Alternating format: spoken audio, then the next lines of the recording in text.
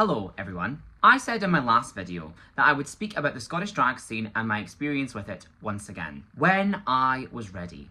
And now I am. If this video has been made public, then I have done so in response to some kind of injustice, whether public or private, towards myself or my friends. Allow me to set the stage. In June of 2024, I was at the epicenter of a concerted community effort to remove me and all those associated with me from the drag world in Scotland, following the leaking of a private group chat where I made offensive jokes. This campaign was spearheaded by one individual, known online by several monikers. Pam the manager, Eliza Beecroft, Elixir, and their real name, Eliza Beecroft. So, throughout this video, try and keep in mind that these are all the same person. She incited and continues to lead a charge of notifying venues and members of the public alike of my misdeeds, both real and imagined, in addition to stoking perpetual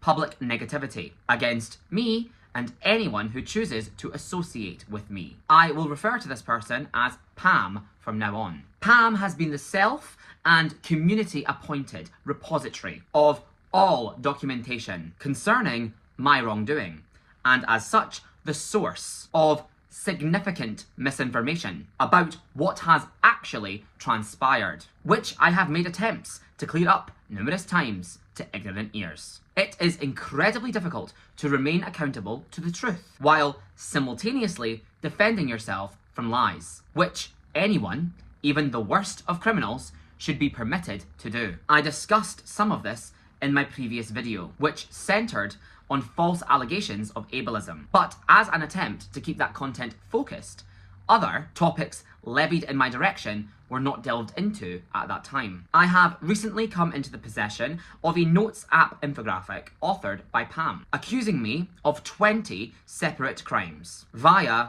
a third party, that being Samosa. This infographic, titled What She Has Done, has been, by Pam's own words, spread to numerous people, both within and beyond the community, and venues, as an exhaustive list of my transgressions. This was incredibly illuminating for me to read, and I am sure it will be for many others too. It was made clear to me consistently by bystanders that I, in particular, was the main target, the only person deemed completely unforgivable, and that despite scores of acts ultimately ending up exposed, I appeared to be maliciously singled out with prolonged punishment. And further, nobody was able to give a straight answer as to why. I have to ask, if you were on the sidelines last year, did you at any point wonder why I seemed to be the only person who could not be forgiven or granted grace under any circumstances? Why I, specifically, am she who must not be named, while others with problematic behaviour of a similar, or in some cases more serious nature, were cleared by Pam immediately,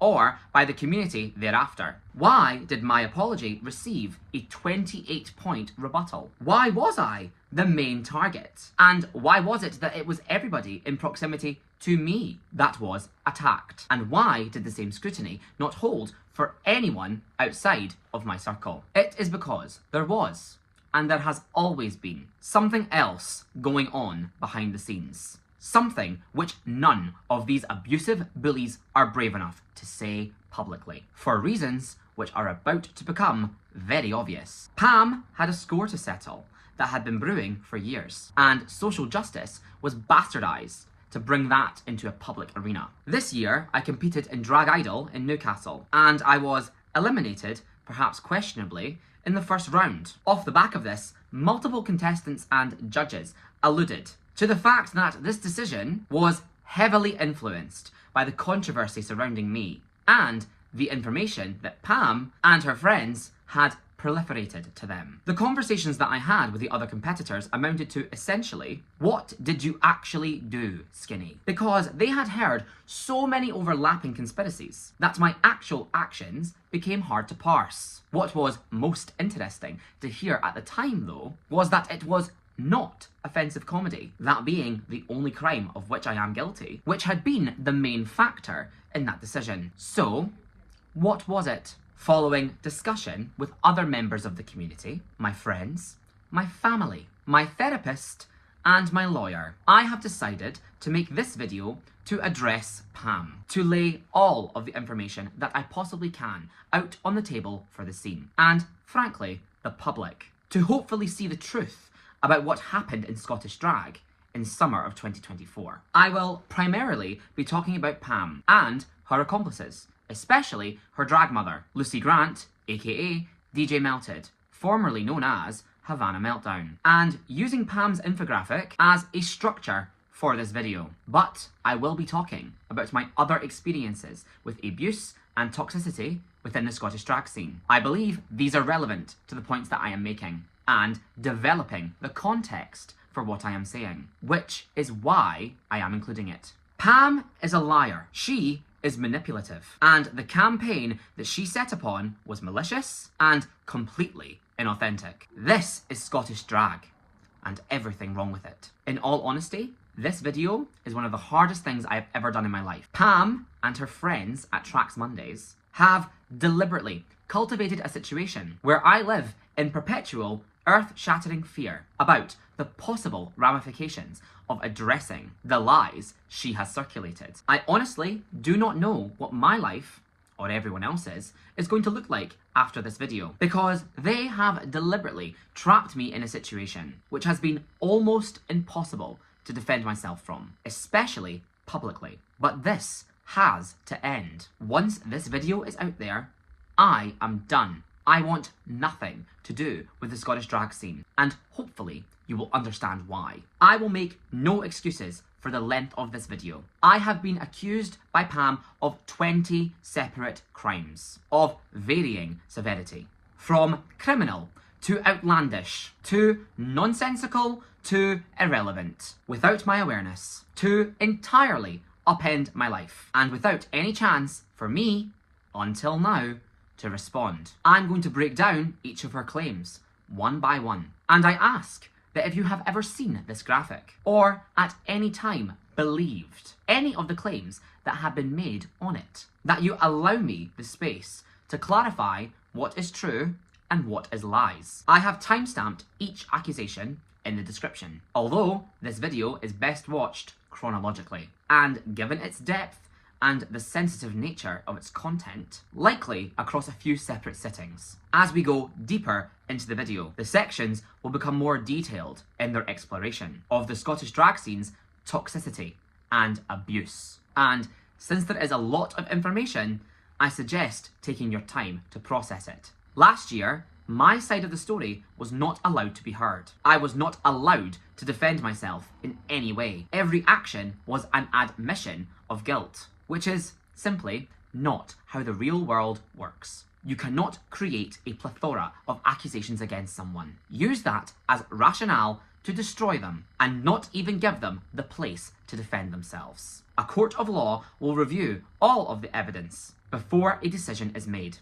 And frankly, a lot of evidence has been missing in this case. Over 4,000 screenshots worth, actually. I suggest pausing to read. The mistake that I made in my last video was, in large part, avoiding naming people or posting receipts. Rest assured that that is not the case here. To those of you who are named, of which there are many, I suggest that you remember that retaliating against me would only prove my point, that you were involved, and you've spent the last year lying through your teeth and scapegoating me to protect yourself. There will be a script available for this video in the spirit of accessibility. However, I will add that to the description in the days to come. I am not attaching a script at the time of posting, so that individuals within the Scottish drag scene cannot simply just search for their name like they did last time. I need you all to listen to what I have to say and truly absorb what has happened, what exactly you were complicit in, and what you signed a petition to sanction. Let this be the end.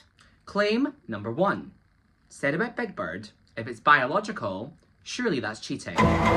This is referring to a conversation that allegedly happened at the Majesty Season 1 cast promo shoot. Let's get this out of the way first. Of course, I did not say this because I do not think this. the Majesty was not the first time I'd encountered nor competed against AFAB drag artists. On the contrary, I have competed against women, both cis and trans, in every single drag competition which I have ever been a part of. I don't really know what terminology to use here because I know that opinions are mixed on how to, or if it is ever relevant to, distinguish between drag artists based on their assigned gender at birth. I think the term biologically female is more transphobic, especially considering that I am discussing a person who does not identify as a woman, and given the UK Supreme Court's ruling recently. So I'm going to use the term AFAB because what I am being accused of is a belief that female-bodied people have an advantage in drag illusion over male-bodied people. For example, having breasts or not needing to pad. For context, it's observably true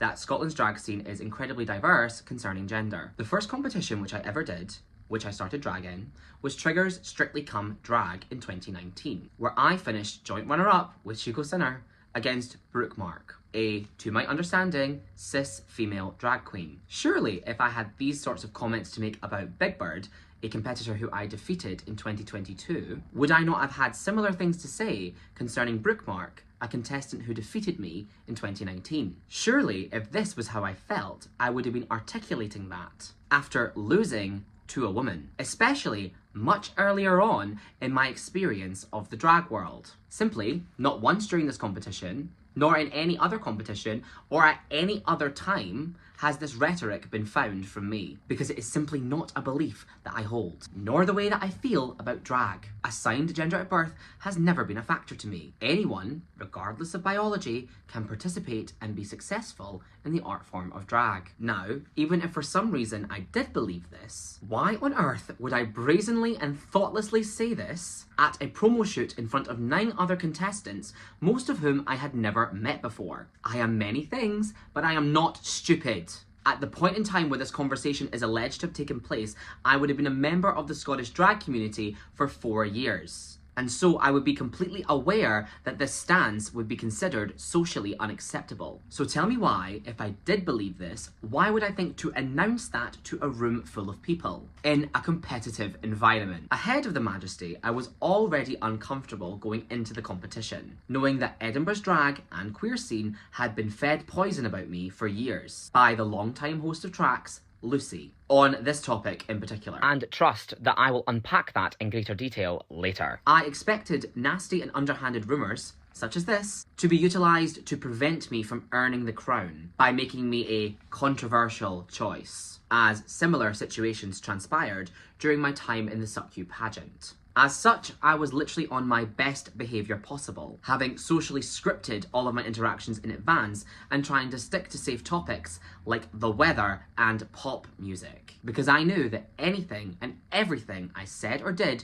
would be twisted and misrepresented, which was exhausting. So again, if this was something I felt about AFAB drag artists, I certainly would not have voiced it. The conversation which happened at the Majesty promo shoot is as follows. Blaze announced to us the list of challenges which we were set to face, and this included a talent show in which we were not permitted to lip sync. Later on, when all of the contestants were discussing the challenges that they felt the most or least confident in, I said that anyone who can sing, and pointed to Lola Fierce, Franz, Crystal Clear, and yes, Big Burd, held an advantage over us who cannot sing in that challenge specifically. The reason I said this is because the dynamic backstage at the Majesty, given that I had just won SUCU a few months prior and Franz was a Scottish drag legend, was quite weighted towards us as the biggest threats. This made me uncomfortable because it put a target on my back, both competitively and socially. I wanted to take a moment to uplift people within the competition who held a skill which I do not have, because I cannot sing, in order to level the playing field. Further,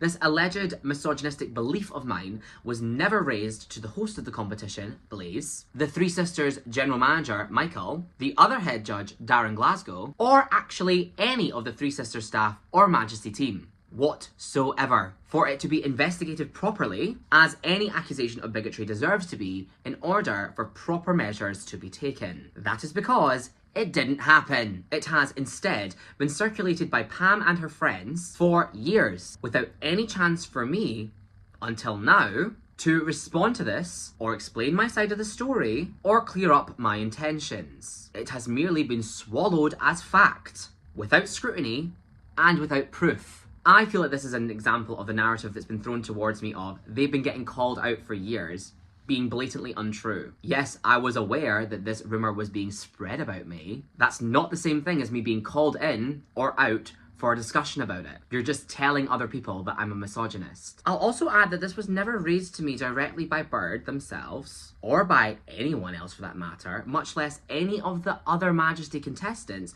who would have had to have been present for this prospective conversation when it took place. Mind you, Burd had plenty of opportunities with which to do so, as I was present for all 8 weeks of the competition. What I took from this situation was that I should have confronted Burd the moment that I heard this rumour, which I didn't do at the time out of fear of being in drama or getting ejected from the competition over something that didn't happen. This was a philosophy which I followed from then on, which has in turn led to allegations of me being mean and overly confrontational. I became aware of this rumour because of Sissy Scorpio, who told me about it verbally in person. She said it was circulating as gossip at the Casablanca's cocktail club in Edinburgh. As such, I asked one of my fellow contestants, Angel Beads, who I was with for almost the entire duration of the Majesty photo shoot, if this happened or not. The only time that Angel and I were not together, other than when we were filming our interviews, which took less than 3 minutes each, was when I was doing my makeup at the venue prior to the photo shoot. At which point, the only other person there was Crystal Clear, Burd's then drag mother. I can tell you with complete certainty that I did not discuss the topic of AFAB drag queens with Crystal Clear. Frankly, I tried to keep our conversation as surface level as possible. Unless this rumour originated from Crystal Clear, which does feel quite possible to be honest, every other, or some selection of other, Majesty contestants would have had to have been present at the time it was said. If any of the other 9 contestants have ever spoken definitively and publicly about whether or not this happened, it would be news to me. As it stands, both Shell Silver and Angel Beads confirmed to me that they have no memory of this ever happening. After experiencing this at the promo shoot, I took it upon myself to remove myself from the situation as much as possible by getting ready at Angel Beads' house every single week, just the two of us, before the competition. Because I did not feel comfortable getting into drag with the rest of the other competitors. My fears were confirmed that they were searching for reasons to villainize and antagonize me, so I didn't want to give them any further opportunities to spread lies about me. It's also interesting to note how this accusation has grown arms and legs over the years. When I first became aware of it, as you can see, the rumour was that I said, Burd has a biological advantage. But what Pam has placed in this graphic is, surely it's cheating if it's biological. I appreciate that at first glance these sentences might seem interchangeable, but they are actually substantially different statements, and therefore accusations. Let me try and break this down. An advantage is a condition which is beneficiary to you, and therefore is inherently unfair to others for you to possess. For example, a talent show where I possess the ability to sing and nobody else does. You will need to work to overcome my advantage over you. But in a situation where everyone is on a level playing field, for example, a talent show where nobody is able to sing, or where everybody is equally capable of singing, such an advantage of a pleasant singing voice would be rendered contextually moot. As such, to outright refer to AFAB Femme Drag as cheating would be invalidating the concept of all AFAB Femme Drag in its entirety by positioning it as against the rules, which would be entirely arbitrary because drag, like any art, has no rules for a person such as Burd to participate in it. The reason I am pointing this out is because these are two different worldviews. The first is where AFAB Femme Drag is valid, but seen as advantageous in certain circumstances. The second is where AFAB Femme Drag is not valid at all. For the record, both of these positions are misogynistic, and I don't hold either of these beliefs. But did you notice that the needle shifted over time on what I apparently said to a more extreme position? Why has the story changed? And why would somebody need to exaggerate what the original accusation was? It's because, funnily enough, this conversation never happened. The accusation is simply Skinny Minnie is against female drag queens, in whichever words they want to use at whatever given time, because of the ongoing rumour that I am a secret misogynist who does not believe that women can do drag, or respect female drag queens whatsoever, which is simply not true. I apologise if I am repeating myself, but I just plainly don't believe this, and I'm sick of being told that I do. This has been the longest running rumour concerning myself, and countless other drag queens for that matter, who have found themselves in the crosshairs of Lucy, without any evidence to support it. The first time that I can remember this specific accusation rearing its head was after I defeated Lilith, then Anne Spank, a anti-Semitic drag name spoofing Anne Frank, by the way, in the suck-off to a song called Woman's World by Cher. This song was deemed inappropriate for Rujazzle to have assigned us to do, because I was a cis man and Lilith was a trans woman. Despite the fact that both the suck-off songs and pairings are randomised, something which, as someone who went on to help organise it, I can personally attest to. I was then deemed by Lilith, Lucy, Juniper Lovelace, countless other people to be honest, as symbolic and emblematic of typical drag scene misogyny. A basic cis white man being rewarded for the bare minimum while femmes have to fight for scraps of validation. Just for winning the lip sync battle against her, a transgender woman. I'm not exaggerating when I say that me defeating Lilith, to that song specifically, was brought up against me and Rujazzle for years.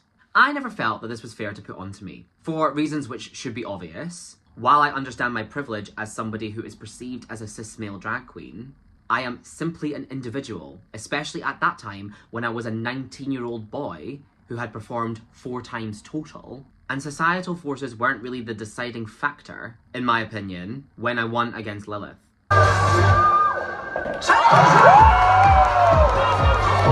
And most importantly, it was obviously not my decision to win. The winner of our suck-off is Skeleton! It was individually Salvatore's, because Rujazzle wasn't even there. I have explained myself for years on this specific incident, and yet the speculation persists. Lilith started a conversation of misogyny around me, that my success against her was because I'm a man. Because she couldn't accept that she lost that lip sync. It had to be because she was a trans woman. It had to be because the suck audience was transphobic. It had to be because it was rigged for me because I was sucking Rujazzle's dick, which I've never done, by the way. And she would have beat me to 99 luff balloons. And I should have abdicated it to someone who needed it more. She defaulted to blaming her defeat on bigotry against her, so that she could avoid confronting her lack of performance skills. And ironically, if I had been put against a man, or if she had been put against another trans person, this conversation about me would have never began. Or at least not in this way. This was the first time in my life that I experienced being treated as bigger than, or representative of myself, and being treated as symbolic of societal forces. Particularly systems of privilege, which ultimately ended up being the outward justification for how I was treated last year. Something similar happened at the first ever Tracks Ball, where Lilith was again defeated by a cis man, this time in the Best Drag category. This cis man was Lady Rampant. For the category of Best Drag, Lady Rampant wore a suffragette-inspired costume, which she then revealed to have a trans rights message, in order to speak out against rising TERF ideology in the SNP, the political party which Lady Rampant belongs to. This was in 2020, long before the issue of TERFs was as topical as it is today. Rampant was equally decried at the time as emblematic of typical scene transphobia, and that she used trans rights as a cheap gimmick to further her drag career. As if Rampant could have the foresight that only her and Lilith would be competing in the Best Drag category, alongside accusations of Rampant using trans rights to further her career. This escalated into a full-on whisper campaign against Lady Rampant, alleging her as a bigot, a TERF, performative, a closet Tory, despite her being a very open SNP supporter. Many people, including myself, can attest to being warned that Rampant was a massive transphobe, and this is the origin of that. Rampant was also told over and over again to abdicate her platform, that if she was sincere in her activism, then whenever she received an opportunity of substance, she should decline and pass it to a trans woman instead, which was the least she could do as she had used trans rights to further her career. To me, this is a pretty plain and obvious I should have this and not you mentality. And social justice is bastardized as an excuse and disguise to strong-arm opportunities. That is not to say that representation and voices with lived experience are not important, because of course they very much are. But the response to a cis male drag queen getting the audience at an event, which they have been booked for, to chant trans rights are human rights, should not be, Well, if you actually believed that, you wouldn't have done the gig in the first place because you would have given it to a trans woman. Therefore, you're performative and actually you're transphobic. Be fucking reasonable. Why Rampant or I became the subject of these campaigns and not the judges who awarded us over Lilith, which were friends of Lilith in both circumstances, by the way, has always eluded me. Especially as I would say that Lady Rampant, as a literal human rights lawyer, is probably one of the only people in Scottish drag who the case of performative activism cannot reasonably be made for. She has literally dedicated her adult working life to activism. In 2020, Rampant ended up putting out a statement about the abusive environment of the scene that had treated her so negatively, which was then further attacked as positioning herself as above criticism. Soon after this happened, I reached out to Rampant, and what was so upsetting from that conversation was that Rampant knew that everyone disliked her, and could tell that they were being distant or mean, but she didn't know why.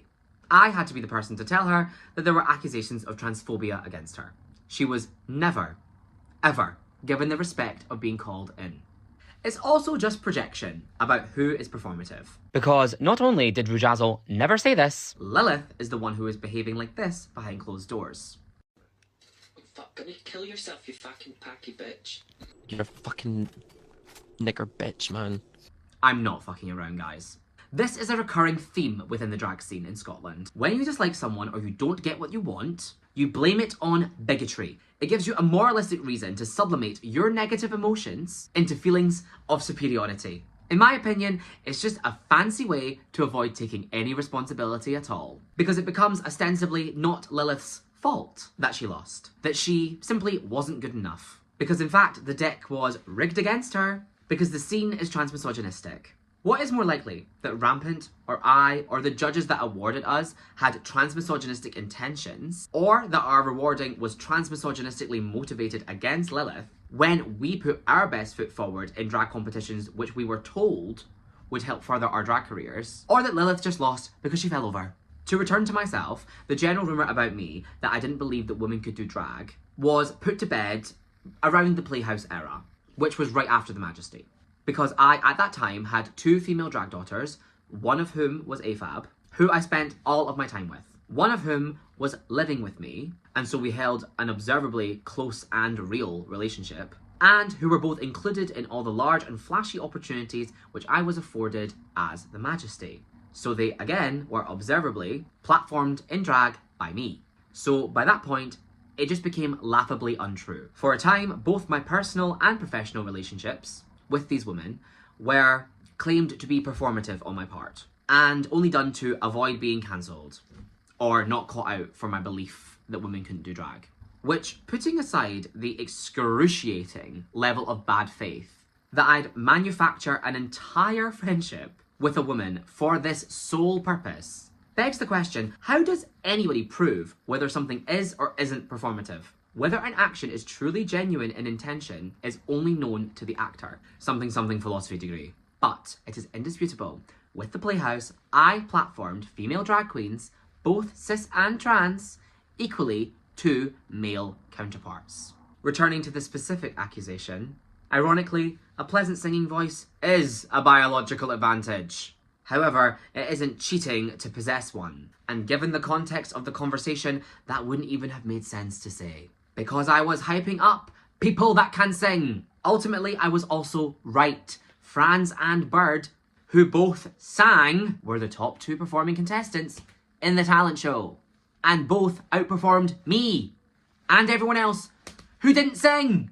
So, I think this is an incredibly bad faith twisting of my words and intentions. Clearly what has happened here is that I used the word advantage, and it was decided by the powers that be, context be damned, that I must have been talking about Bird's physical body, and not their and everyone else's singing ability in comparison to my own. Because there was clearly a desire to continue stoking the rumour that I had an issue with female drag queens, likely to damage my chances in the competition because they did not want me to win.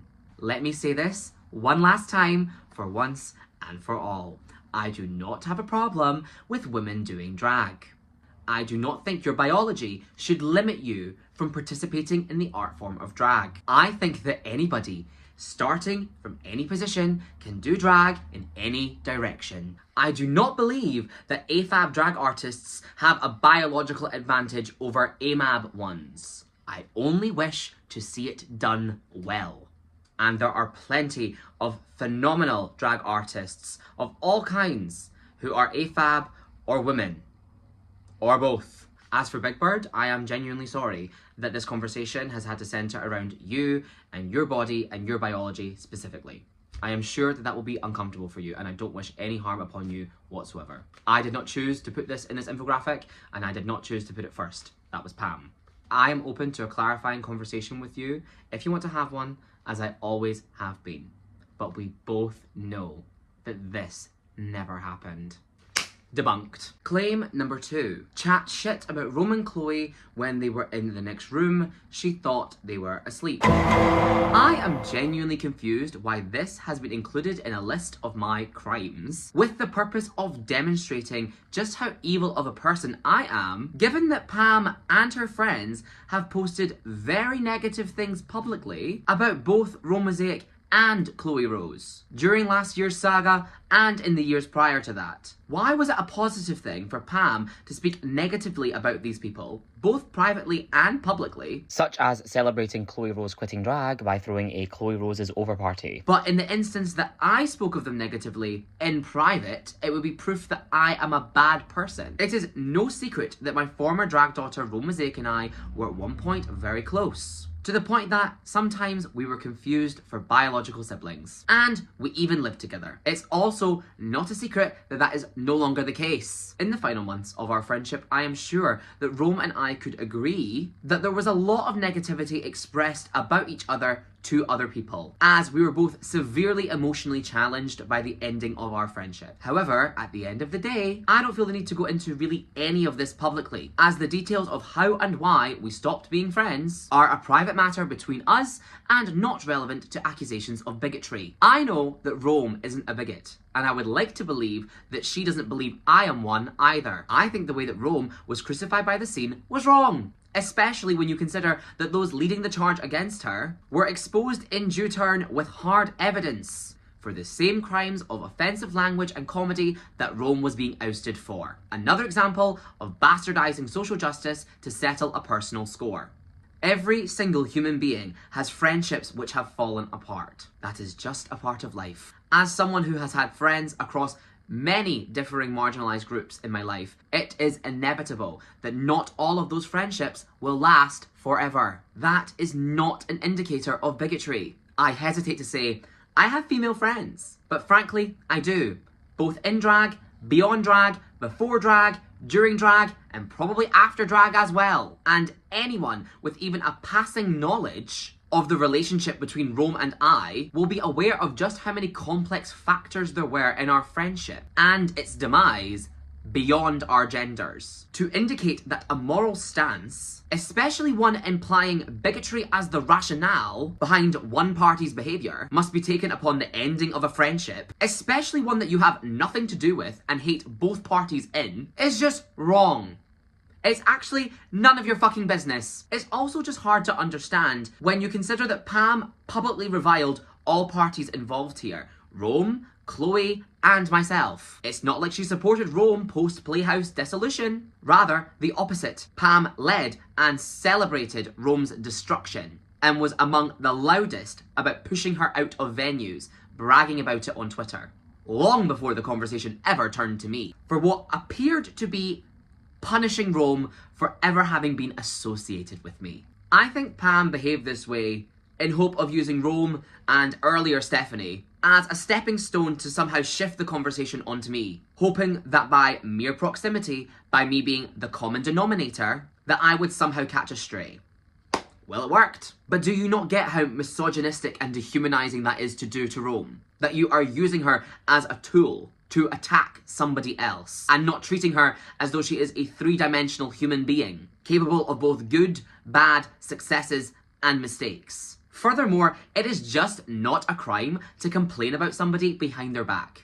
You may think of me as a lesser person for having done so, which is your prerogative, of course. I have never claimed to be perfect, and there is a lot about the ending of my friendship with Rome that I wish I could change. But fucking hell, let him without sin cast the first stone on this matter, especially in the fucking drag scene. Can anybody listening to this honestly say that they have never complained about someone that they have fallen out with? Even you, Pam, were you not friends with Chloe, Scout, even Stephanie yourself? And most importantly, talking shit about Roman Chloe absolutely cannot and should not be equated to some of the more serious accusations which are about to follow. Conflict is not abuse. And what has been outlined here is simply not that deep. It completely diminishes the gravitas and the severity of the other claims in this list to place them alongside "she talks shit about her flatmate." It downplays them as drama by association. And so I have to ask, why would Pam think to include this? Especially when it is being sent to disconnected venues who have no idea who Rome or Chloe are or their relationship to me. In my opinion, this is a very clear and manipulative attempt on Pam's part to pad the list of my crimes with points which are, when taken in isolation, honestly meaningless or even understandable, but when taken as a whole, paints a very overwhelmingly negative image of who I am as a person. 20 horrific things Skinny Minnie did just has a certain level of bombasticness to it that 3 things Skinny did and 17 total lies just doesn't. Additionally, including this would support the underlying allegation that I am misogynistic because I was allegedly cruel and abusive towards these women, which Pam has already attempted and failed to prove with the previous claim. She has included this in the list because it is the only concrete example in the last 5 years of an explosive falling out between a woman and I that she can point to. And like I said, a friendship ending with a woman does not a misogynist make. That is completely intellectually dishonest. Chloe and Rome, if either of you are watching this, please understand that because this fate befell Stephanie before it ever came to you, I was working as much as I could behind the scenes to de-escalate and mend the situation. I did not want any of this, which is why I never disputed anyone working with you if they also worked with me, or being your friend or associating with you during the interim between Playhaus's dissolution and Pamageddon. Furthermore, I understand the choices that you made regarding the 3 girls, 2 boys group chat, because it is the same choice that I made with Callum. I have only ever tried to respect your desire to cease all interaction, and have sometimes enforced that to protect my own mental health. We have all spoken unkindly of each other. And of course, I am hurt, as I expect that you are too. But what I find truly devastating was that the issues that we had with each other became ammunition for actually abusive people to destroy us on such a tremendous scale. If either of you want to speak to me or use this video as an opportunity to speak out yourselves, you know where I am and you have my full support. This is true. I don't think I should be cancelled for it. We are getting into some very serious and potentially distressing territory now. I'm going to issue a trigger warning, which will be quite ironic in a couple of hours' time, for discussions of child sexual assault. Yeah, we are really about to do this. Claim number 3. Had sex with someone who was 18, who she had known since they were at most 17. This is simply not true. I have never, ever had sex with anyone who I knew before they turned 18. Every single sexual partner which I have had, of which there are honestly not that many, I met while they were over the age of 18. I have certainly never waited for someone to turn 18, as this accusation implies. This is completely baseless conjecture, and there is absolutely no evidence of it. There is no prospective person who has ever accused me of this. And there is nobody in my life who this could even possibly be, as I do not presently, nor have I ever, had a sexual relationship which fits this description. I have never had sex with anyone that I knew before they were the age of 18. I have never slept with anyone that I knew as a former teen queen or former teen fan. The thought of that is actually repulsive to me. But in the spirit of being thorough and extending extremely good faith towards Pam, I have racked my brains for what she could possibly be referring to here. Because when I first read this, it actually took me completely aback. The only imaginable possibility that I can draw upon is that she is referring to, and making some deeply alarming assumptions about, the casual sexual relationship which I held in 2023 with a couple who were also drag queens. I am not going to mention them by name because I feel that would be exceptionally inappropriate to do. But if you know, then you know. The first and most key point to mention is that I met this couple for the first time when I visited Dundee's Divas Drag Race Season 3 Girl Groups Week. That was on the 26th of July, 2022. By which point, both parties in this couple were already over the age of 18. This was a bar environment with alcohol, and we met when we were all in drag. I actually attended this event with Tina Justina, so you can ask your friend to confirm if you'd like, Pam. I'm operating under the belief that Pam erroneously believes that this couple was younger than 18 when I first met them, because they started drag and regularly attended bingo wigs in Dundee when they were under the age of 18. Even then, when I went on to know them as adults, they were widely infantilized in the drag community for reasons which I could never understand. Their infantilization was the basis for much of the moral panic about the relationship that I did or did not have with them. None of us ever actually understood why, especially as one of the two of them was actually older than my youngest drag daughter at the time, Tiana Tucker, a former teen queen, known to the scene since she was 14 years old, who had an entirely accepted and incredibly sexualized persona upon becoming of age. Tiana was, unquestionably, granted a level of sexual autonomy by the scene, in performance style, aesthetic, and behaviour. Elizabeth Moore read her as having fatherless behaviour in polo in the Suck You Cycle 3 reading challenge. Most of the barbs directed at her were about her sex life. And Tiana was even booked for the 18+ edition of Bingo Wigs After Dark. Yet, for some reason, this couple, contemporary in age to Tiana, were treated as though they were children. Why could Tiana be an object of lust, but this couple could not be autonomous sexual beings? Similarly, Tiana was very much tried and exiled as an adult during the events of last summer for actions which she took in 2023, when she and this couple at the time we were sleeping together were all the same age. If Tiana is adult enough to be decimated online in the manner that she was, then this couple must also be seen as adult enough to hold a level of sexual autonomy. They cannot be child adjacent, while Tiana is treated as a full-fledged adult. It was rather publicly known that the Bingo Wigs Dundee queens, Lilith and Demi Point, did not like me. Shocker. So I was never in attendance to meet or get to know this couple while they attended under the age of 18. The Girl Groups Week was the first time that I had attended Bingo Wigs Dundee in several years, other than once immediately after lockdown lifted in 2021, where I did not meet them. I cannot help if this couple knew of me before we first met, as I was and am a prolific performer in their country's drag scene. If they were fans of mine or commented on my posts, I really couldn't tell you either way. I wasn't aware of their existence, nor had I ever engaged with them until this night, and even then, it was in passing. If Pam is referring to someone or something else, then I legitimately have no clue.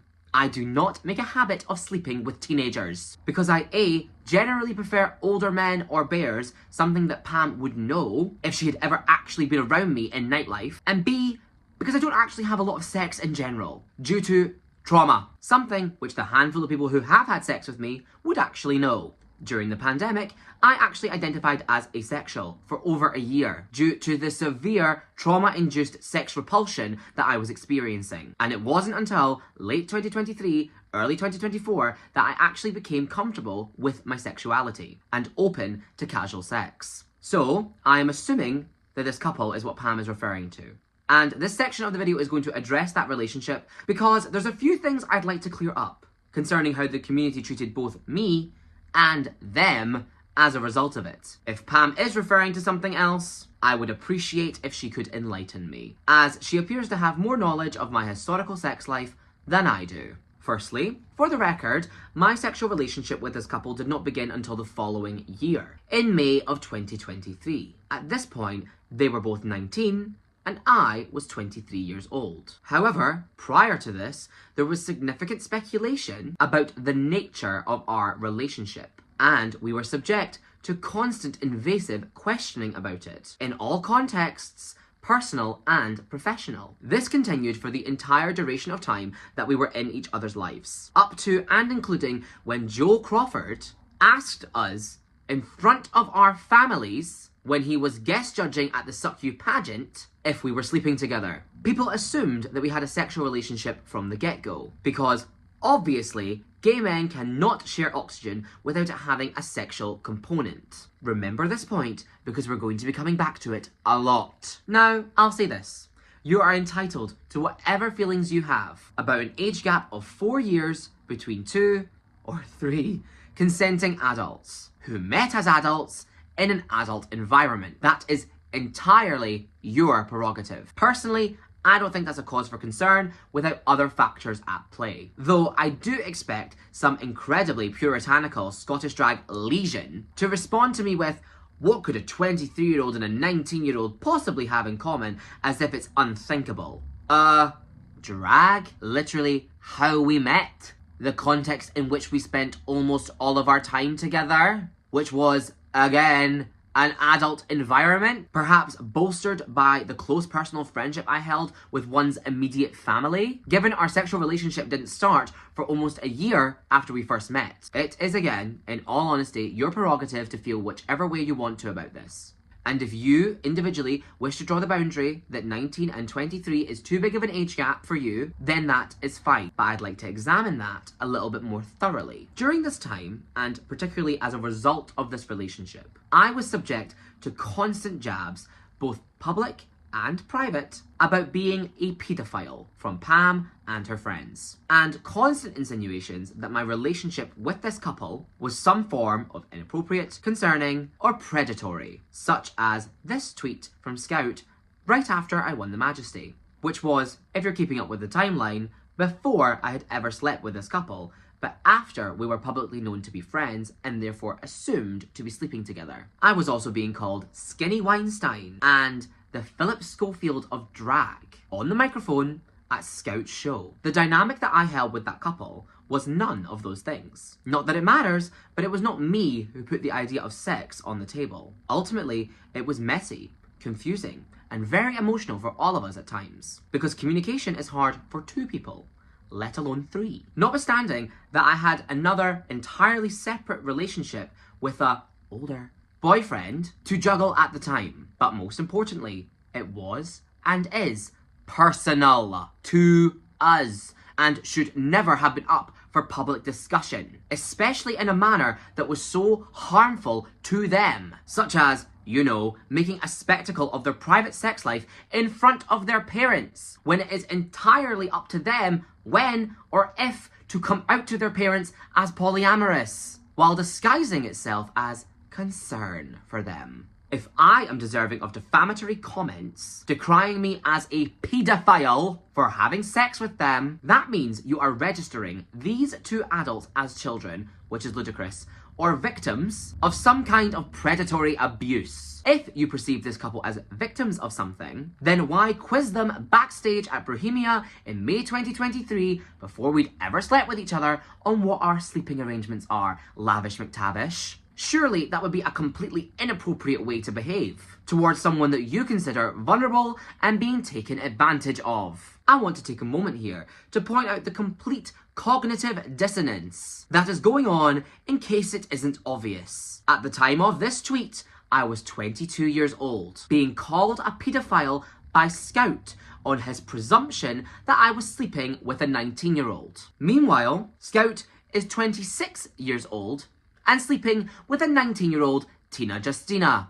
Anybody who was part of the drag scene while Scout and Tina were together will remember that their relationship was considered a scene power couple and glorified across Scotland, most notably at Tracks Mondays, the largest stage in Scottish drag. I would like somebody, ideally Scout himself, to explain to me coherently how the sexual relationship that I did or did not hold with a 19-year-old was cause for concern and befitting public allegations of paedophilia, but the relationship that Scout, someone 4 years older than I, held with a 19-year-old was to be wholeheartedly celebrated and encouraged by the same people allegedly alarmed by me. It is especially the fact that Scout was the one tweeting things like this. How could he rationalise referring to me as a nonce while he was in a relationship with a teenager while substantially older than I am? The reason I asked you to take a moment to reflect on an age gap of 23 and 19 to consider if you deem it inappropriate is because I now ask you, do you also deem 19 and 26 inappropriate? And if you were one of the voices in the whisper campaign of concern about Skinny's throuple, how can you justify being a Scout and Tina supporter? When one takes an issue, specifically ascribing a label of paedophilia to an adult relationship with only one of these relationships, but does not ascribe the same issue in a comparable and frankly, by all counts, more concerning example, is proof that the outrage is selective and targeted. It is okay if Scout sleeps with a 19-year-old, but it is not okay if Skinny sleeps with a 19-year-old, even though Scout's age gap is bigger. This is complete mental gymnastics. I could even go one step further and say that the reading of a predatory, inappropriate, or paedophilic intention into a male-male dynamic, while complete normalization of the same or greater age gap in a male-female relationship, reeks of homophobia. And I will, later, because unfortunately, this is just the tip of the iceberg. More to the point, rather ironically, when Tina finally dumped Scout, Pam and all of the Tracks Mondays lot turned on him and started calling him a paedophile and a creep for his relationship with Tina. Scout ultimately ended up cancelled by his ex-friends for racism, for expressing to Femme Brûlée that there are a marginal number of people of colour in the Scottish drag community relative to white counterparts, which is true. Scotland is 96% white. The drag scene here is not presently populated with overflowing racial diversity, and it is not racist to acknowledge that. That is literally why representation matters 101. But honestly, it was just really sad to see Scout become victim to the same falseness and virtue signalling tactics that he had been a part of in using to attack others, like me, for years, and realise just how insincere all of it was. So he and I had even begun to bury the hatchet prior to Pamageddon. Yes, wow, I can actually even find the space within me to forgive people who have taken part in defaming me publicly as a paedophile. And, perhaps more importantly, Scout seems capable of moving past that allegation once they disembark the Skinny Mini hate train, which would obviously be extremely fucked if he ever actually believed for a second that I was a paedophile.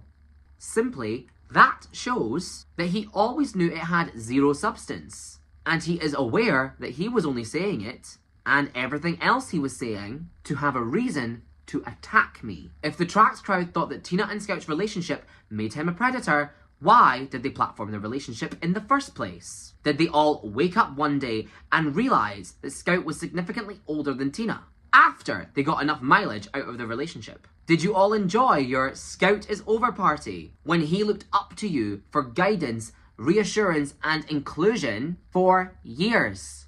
They will post a picture of themselves with what looks like fucking crayon on their face, both in quality of drawing and in texture, crayon on their face with the caption, who's gonna pump me tonight? Who's gonna pump old Scoosh tonight? Fucking, I'm so sorry, but I just could not live like that. To be abundantly clear, Scout is not a paedophile. I've never said this, or even implied it, although his ex-friends very much have. The way I see it, Tina was an adult when they met and began a sexual relationship. I do not think that Scout's relationship with Tina was inherently inappropriate by virtue of their age difference. As to me, relationship dynamics and whether or not they are predatory is much more case by case than that. To be honest, I think most arguments about age gaps between people in their 20s are puritanical and often homophobic or misogynistic. But that is discourse for another day. My core point is that Pam and the Tracks crowd have an issue with a 4-year age gap when it is someone that they dislike. But they have no issue with a 6-year age gap when it is their friend, as the age gap between Scout and Tina was never a point of discussion in the scene while they were together, only after they broke up. But Skinny's throuple was the absolute talk of the town. There is a clear, malicious intention. Perhaps this example isn't convincing enough, so let's have another. This is Franz at 24 years old, with her then 18-year-old boyfriend, who now is known as Havoc Rain. This is an age gap equivalent to Scout and Tina, and once again, larger than my own. Yes, perhaps this is a shocker to the community, but Franz was dating a barely legal twink in 2019. The only reason that I bring this up is because Franz is a friend of Trax. If someone that the Trax crowd didn't like, for example, myself, was 24 years old and dating an 18-year-old, then the entire drag scene would know about it. Everyone would have been told and warned away from this disgusting nonce of a drag queen. There is simply no way they would let that slip by if it was someone that they dislike.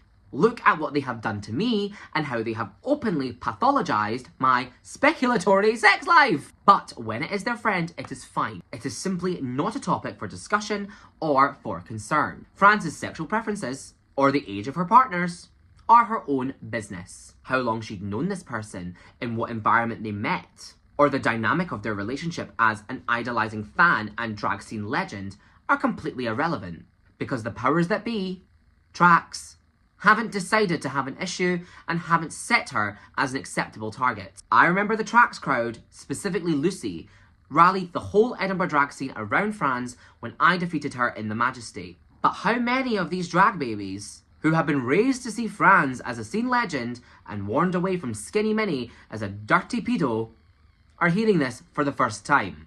What do you all actually think of an age gap relationship with someone other than myself as the subject? Let's have a conversation about the ethics of it. I'm going to be honest, I'm almost 100% sure this will be the first time Pam has heard anything about this. And trust me, Pam, it is not the only lie that has been told to you by omission or otherwise. Or did we all forget about amphetamine? Again! Havoc Rain later went on to be in a relationship with the former Delmonicas host, Chucky Bartolo, which began when we were all friends in 2022, when Chucky was 29 and Havoc would have been, at most, 22. Their age gap would have, again, exceeded my own. In fact, it is even larger than Scout and Tina's. This, nor the fact that they were sleeping together while being drag mother and daughter, was never an issue for Trax, given the House of Valar Banks takeover in early 2023.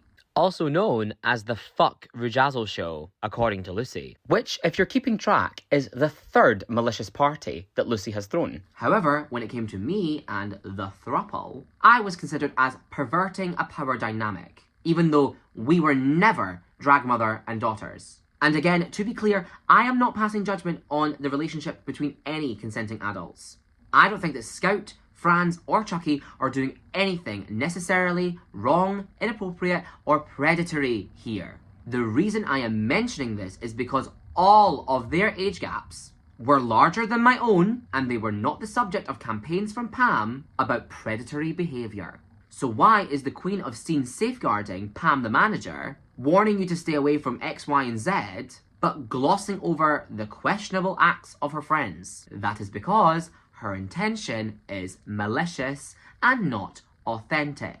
To all of you in those Edinburgh drag group chats, Alicia Tried, Carla Zoni, Elizabeth Moore, you know exactly what I'm talking about.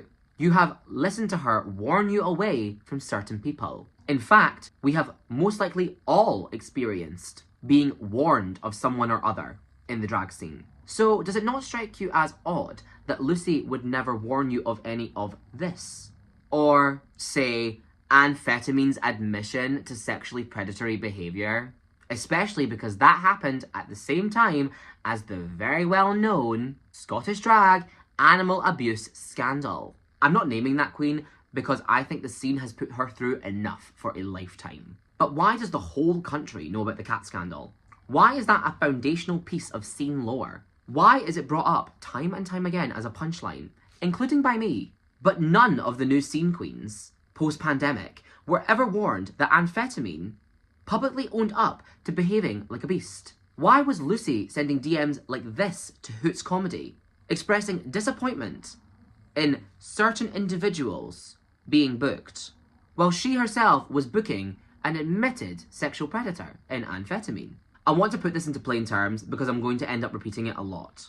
In Scottish drag, it is never about what you have actually done. Their friends, or they themselves, have likely done the same or worse. It is simply about whether or not they like you. And if they don't like you, or they stop liking you, they target you, often with lies, or impossibly bad faith twistings of the truth. Because it is about controlling the narrative, the flow of information, and abusing it to their personal liking. Anyone that speaks with dissent to their specific perspective is deemed manipulative, an enemy. It is black and white. You are with us or against us. Our motives and intentions are scrutinised, while Pam, the lawmaker, never needs to explain her contradictory and hypocritical logic. Make no mistake, this is abusive behaviour. It is not discursive, it is dogmatic. People in the Scottish drag scene have confided in me that they act entirely out of fear of being targeted by Pam because they have seen the lens that she will go to with me. I have been made an example of. I am literally getting called a pedophile. This is what will happen to you if these people don't like you, so you better sing off the same hymn sheet that they do. And never contradict anything that they say, no matter how blatantly false or hypocritical they are proven to be. That is why, for the last year, everybody waits with bated breath to see what the community consensus is, or what Pam's take is, before deciding what to do about anything. Because if you step out of line, if you have the wrong take, you become a target. And finally, I don't really know how else to say this, so I'm just going to be blunt about it. The age of consent in Scotland is 16, not 18. If this conception of me was reality, and I was waiting until it was legal to start a sexual relationship with someone, then why would I wait until they turned 18? It would have already been legal for me to have sex with them. Actual child predators are very much unconcerned with your Americanized politics about what does or doesn't constitute a minor. If legality was the concern, you would wait until they turned 16, not 18. So, rather fucking obviously, that wouldn't apply to me and a 17-year-old. No spoilers, but as I'm going to go on to discuss, and will become obvious throughout this entire video, behind the scenes, Pam and her friends have not only been attempting to smear me as a bigot, but as a paedophile, and insinuate that I have been inappropriate with boys under the age of 18. So, if I was sexually inappropriate with boys under the age of 18, why would I also wait for someone who is 17 to turn 18 before fucking them? I don't even fucking like twinks. In case this isn't obvious, this is complete bullshit. Debunked. Claim number 4. Been really inappropriate with Cherry West when she was 16. I know that you're all gagged I'm making this public, but that is because I've got nothing to hide. What Pam is referring to here is this Instagram reel, which has been live on my profile for 3 years now. You can see that this was a post made by Cherry herself, which I accepted a collaboration on. This video was filmed by Cherry West at a private event, which she and I did together, which we were driven to and chaperoned at by one of her guardians, as were all of the 12 gigs that I did across 2 years with Cherry prior to her turning 18. Literally 12 gigs. For context, I do an average of 24 gigs in a month. Let's all watch this video together. Me, Skinny Minnie, and welcome to my house tour. Yes, this is the door. This is the other room with more doors. With that. Okay. This is my couch. Oh, period. Excuse me, scullery maid. Why are you not cleaning inside of the cloth? Okay, Skinny, where else in your house can we go? We're going upstairs, bitch. Oh, okay. Follow me. Oh, almost burned my ass. So, to be clear, Cherry filmed, edited, and uploaded this video on her own and without input from me. It should be obvious to anybody that knows both Cherry and I that between the two of us, Cherry West is the social media queen and that she makes content at every gig that she does. I am not like that. She said to me, "Skinny, let's do a TikTok," and I said, okay. As such, I didn't really give much thought to what I said or did after she said action because it was for her channels and not my own. Nor have I given this video literally any thought since it was posted in 2023. It is a piece of meaningless content that was produced for the sake of content. I, personally, do not think that there is anything inappropriate in this video. To me, this is a completely innocent clip of drag queens being silly. I do not think what I have done in this video is deserving of the label of really inappropriate. Cherry clearly doesn't feel uncomfortable or victimized, seeing as she filmed and uploaded it herself, and has continued to live unbothered by it for going on 3 years now. Her guardians were also there when we filmed. They also had no issue whatsoever. There are several positive comments on this video on both platforms, Instagram and TikTok. And as I said, this video has been publicly available on my profile for several years, with no complaints ever made to me, to Cherry, or to her very publicly available and reachable family. On the contrary, I find it exceptionally inappropriate for Pam, a grown adult, to sit and speculate, nay, accuse and spread that accusation about a then 16-year-old person who she has never met and that she does not know, and their potential sexual abuse at the hands of a then 23-year-old person that you also do not know, by the way. My first thought whenever I see an adult and a teenager occupying the same space is not to immediately jump to paedophilic intent. And I certainly would not spread such a serious and damaging accusation without actual hard evidence, which this video is allegedly supposed to be. As Pam says in these screenshots, she has exhausted every avenue and told everyone about this. I'm going to put aside how unbelievably traumatic that is for me, because I will discuss that aspect of things later. And I'd rather put the immediate focus on the prospective victim that Pam has decided is being abused based off of this video. These screenshots are from her conversation with Samosa at the very start of this year, long before Samosa ever got in contact with me. I wonder why Pam has been so hell-bent on discrediting Samosa's voice now, then, that she knows that we've spoken. Could it be because the main allegation behind closed doors is not offensive comedy or bigoted beliefs, but rather that I'm a fucking paedophile, which Pam knows is untrue, that she has no proof of, and has probably spent the last weeks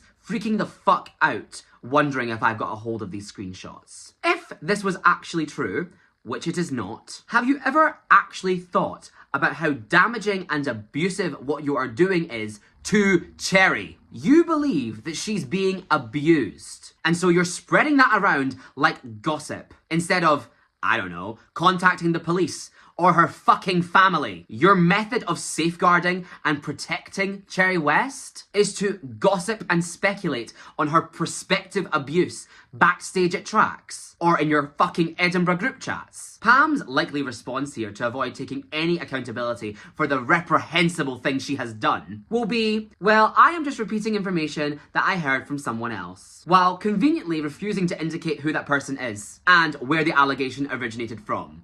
Because it certainly isn't Cherry. And don't worry, we'll get to that. And I just don't think that's a good enough excuse. And it points again to the bigger question. Why, again, would she not think to contact Cherry's family if she believed this to be true? Is Pam a genuine advocate against child sexual abuse? Or does she just weaponize it to attack someone that she doesn't like? Where in this video is there any evidence of child sexual abuse? The fact that it is not true makes this even more damaging and abusive towards Cherry. Do you not realize what you are doing to her by starting this speculation? You have spread misinformation that a child was being groomed. People may meet Cherry for the first time, erroneously believing sensitive and traumatic information about her. How despicable are you to put a vulnerable young queer person in that position just as she turns 18 and enters the adult queer and drag community? Their first perception of her is as a victim of child sexual abuse thanks to you, in case it wasn't wasn't obvious, this is why I was ejected from Drag Idol Newcastle. Allegedly, they all messaged the judges to tell them I was a paedophile, and they'd been told that I'd groomed Cherry West. Newcastle drag queen Pebble Dash,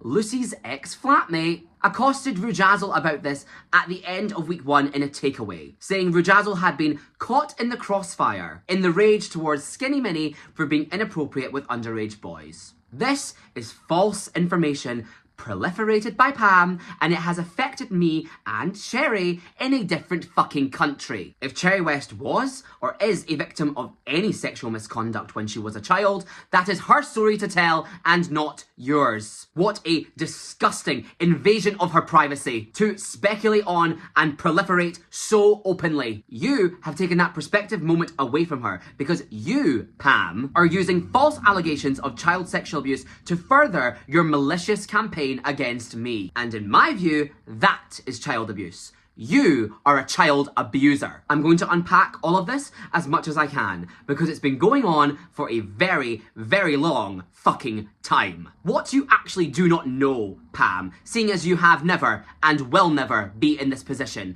is that Cherry West had been a fan of mine since she was 14 years old. I'm going to include screenshots of our conversations during 2021 and 2022 when Cherry was 14 and 15 years old respectively. Some drag queens, most Rue girls, have fans which are under the age of 18 who interact with them and their on or offline content. If a baby queen asks me for basic drag advice like how to transport wigs, I'm not going to ignore her. If somebody compliments me, I'm going to say thank you. I'm not the fucking Queen of England. Cherry would message me a lot and I always kept a friendly, warm, but ultimately distant relationship with her. In 2021, Cherry attempted to book me for the first time for a garden party at her house in Edinburgh alongside Jude, Dandelion and Viola Stone. I'll show you all the correspondence that I had with Cherry surrounding this event and you can decide for yourself if it was the inception of me grooming her. Here is the email that I received from her mother. This is what our relationship looked like when she was a child. This event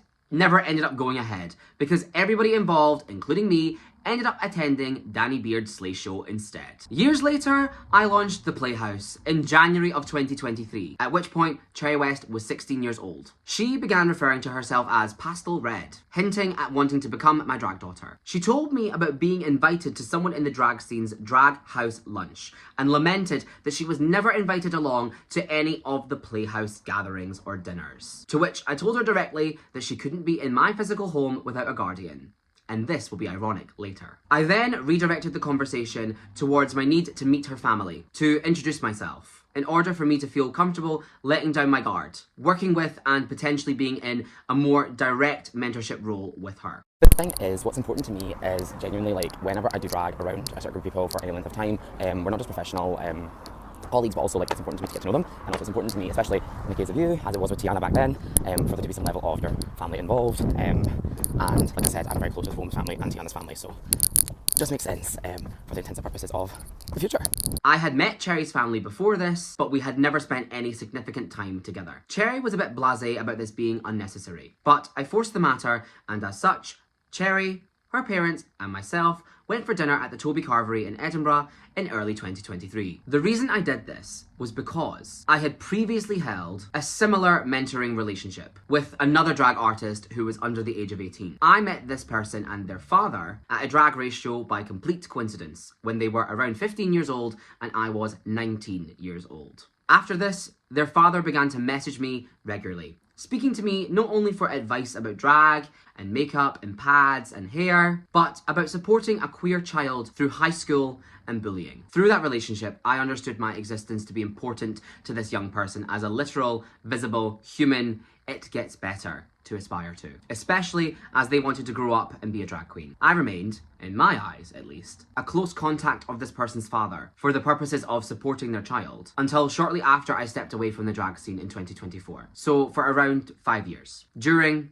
and after this person was a teenager. From this experience, and as someone who has at one point in their life been a teenager and sought out slightly older queer mentors for this exact reason, I had an acute understanding of exactly what I was getting myself in for and wanted to make that connection with Cherry's family in order to do things properly, which I had done from the very moment Cherry tried to establish this dynamic with me. I actually think that this is a very uniquely queer experience. Drag mother and daughter is a relationship usually held between two people much closer in age, 3 to 7 years, than a biological mother and daughter, where the older and more experienced queer person is able to guide a slightly younger queer person through the transformative and challenging experiences that we have already endured. This is literally the relationship that I have with Rujazzle, who is the same amount of years older than me, than I am, than Cherry. When I was around 13 years old growing up online in fandom spaces, I began to deal with so many of the typical challenges of being a queer person in adolescence.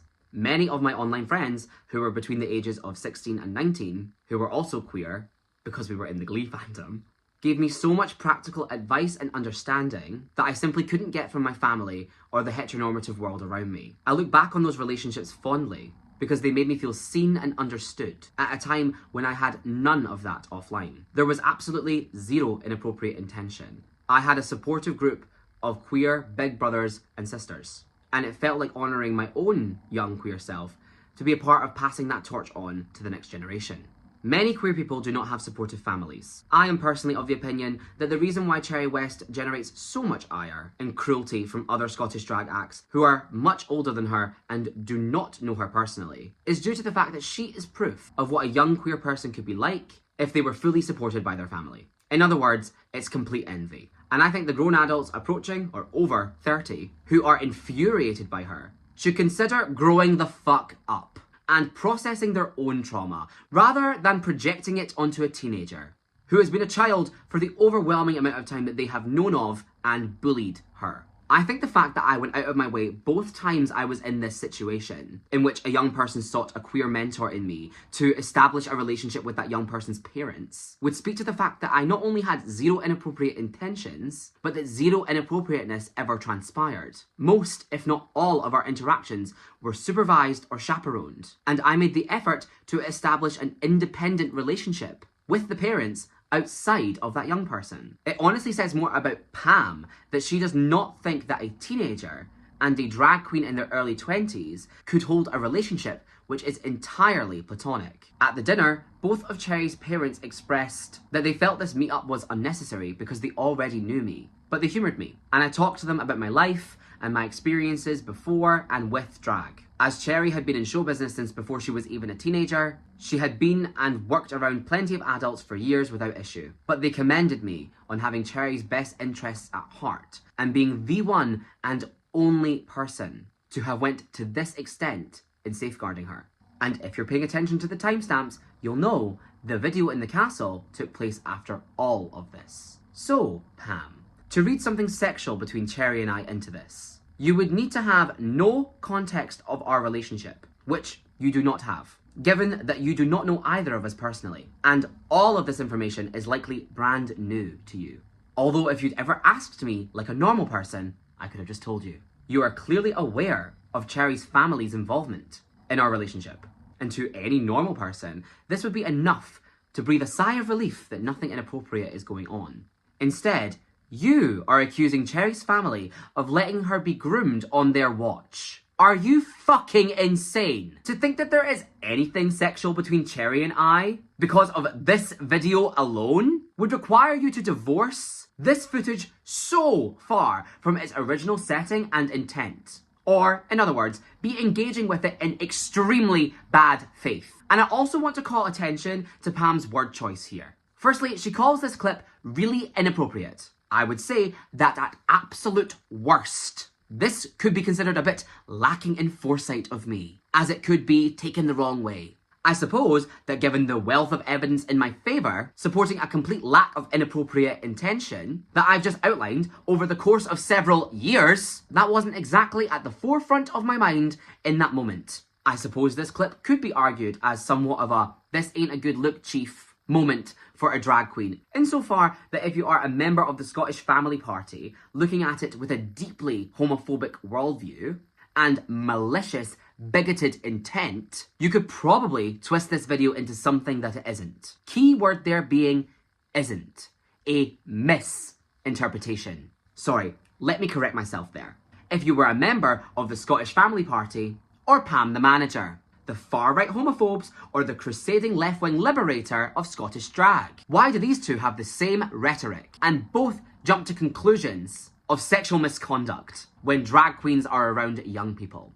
Won't somebody think of the children? Secondly, with Cherry West, wouldn't it be more accurate to say in front of? I am not doing anything to Cherry, or even with Cherry. She is filming me running around a castle. It's also only one moment in a longer clip, which A, isn't indicative of the rest of the video, and B, unique, in that no other content of me with Cherry like this exists. You cannot allege a pattern of behaviour by cropping one moment of a video. Does Pam think that I should never have sworn in front of Cherry too? Is it abjectly inappropriate for me to wear a leotard while my actual entire human body is covered in this clip from neck to wrist to ankle? Or do the splits? Or perform a song with an explicit tag on Spotify? The way that Pam chooses to engage with this completely innocuous piece of footage is evil. I think it is incredibly homophobic and deliberately so.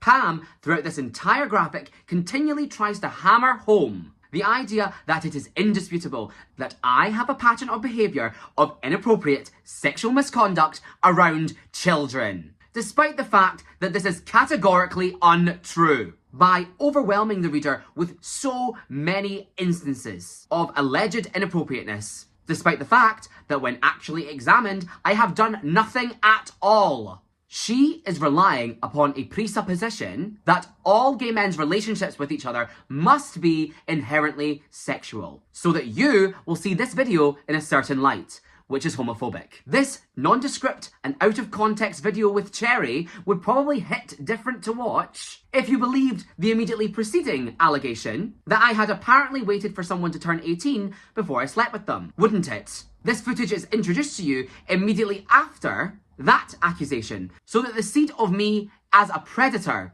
who is waiting for Cherry to turn 18 has been planted in your mind. You suddenly have a reason to view this footage through a predatory lens, despite no proof of that first accusation and nothing damning in this video. It is a narrative, one that is easy to swallow if you have internalized homophobic beliefs about gay men. Again, this video is public on my profile. It is not damning in any way. It is not hidden. It did not need to be brought to light. You can go and watch it again because I will be leaving it up.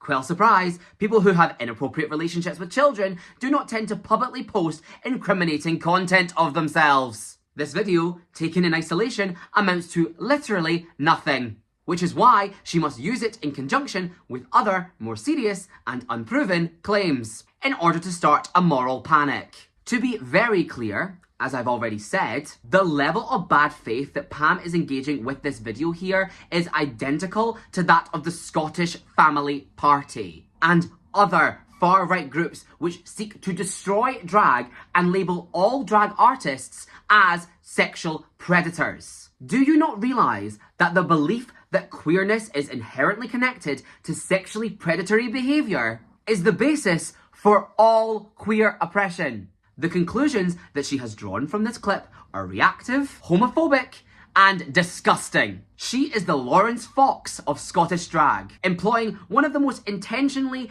damaging accusations thrown at drag queens against me out of sheer malice. It is completely fucking abhorrent. In the list that Pam is sending around, she's using a manipulative tactic known as paltering, which basically means lying by selectively telling the truth. This entry about Cherry is not a lie per se. It could reasonably be her honest opinion upon watching the video, I suppose, if she was a Puritan right-winger. However, she uses this truthful statement to mislead others to a far larger conclusion. That being, Skinny Minnie has a pattern of inappropriate behaviour around children, which is simply not true. And more importantly, something that she does not have any evidence of, despite stating it as fact. The truth is, Pam has proof of one or two true things. For example, the George Floyd joke, which everybody knows is true, and that I'll address in a moment, in a sea of other false and unproven things. And she hopes that the recipient of this infographic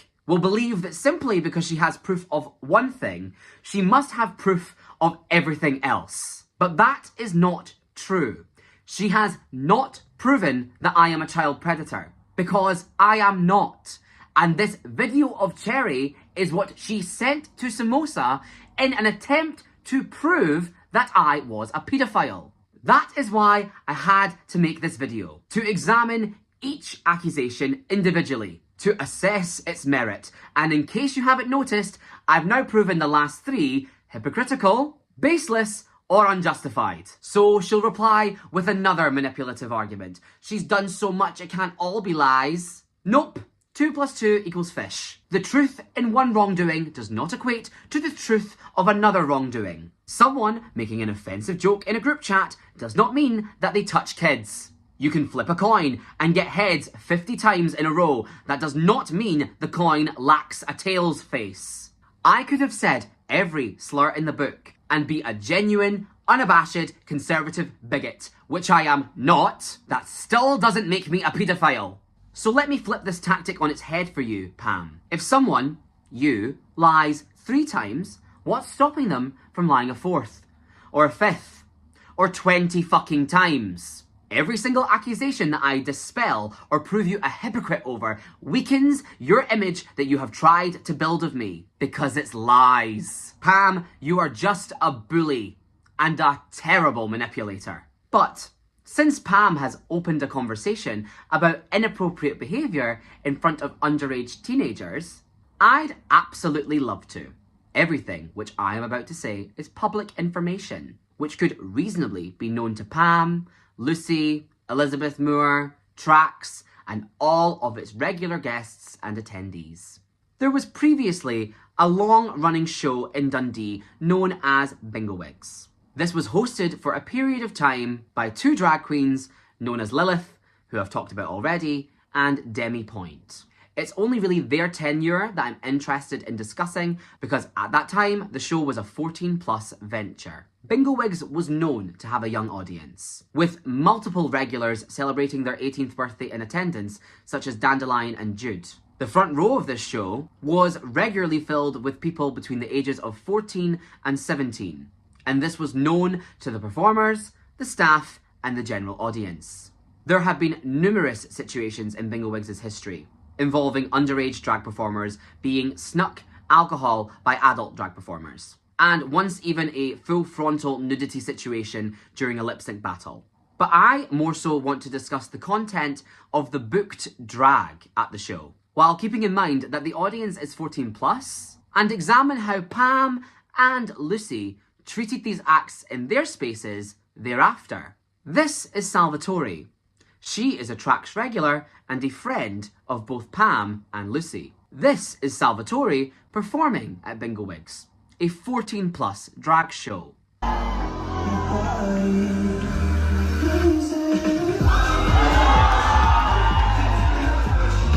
This is Demi Point, one of the hosts of Bingowigs Dundee. And this is her performing at her own 14+ drag show. This is Scorpy Ho. This is Dandelion, who is 17 in this image. This is Jude, who is also 17 in one of these images. I'd say that this collage is significantly more uncomfortable to sit through than that one moment in that one clip of me and Cherry. And I'll add that every single one of these people were either paid to do this or were performing for some form of compensation. What is unfortunately inarguable is that each and every single one of these people has been, by Pam's standards, really inappropriate in front of children, as young as 14. If you believe that by me kicking my leg up on a couch, I am demonstrating some level of sexual intent towards an underage child and behaving inappropriately, then what do you think of all of this?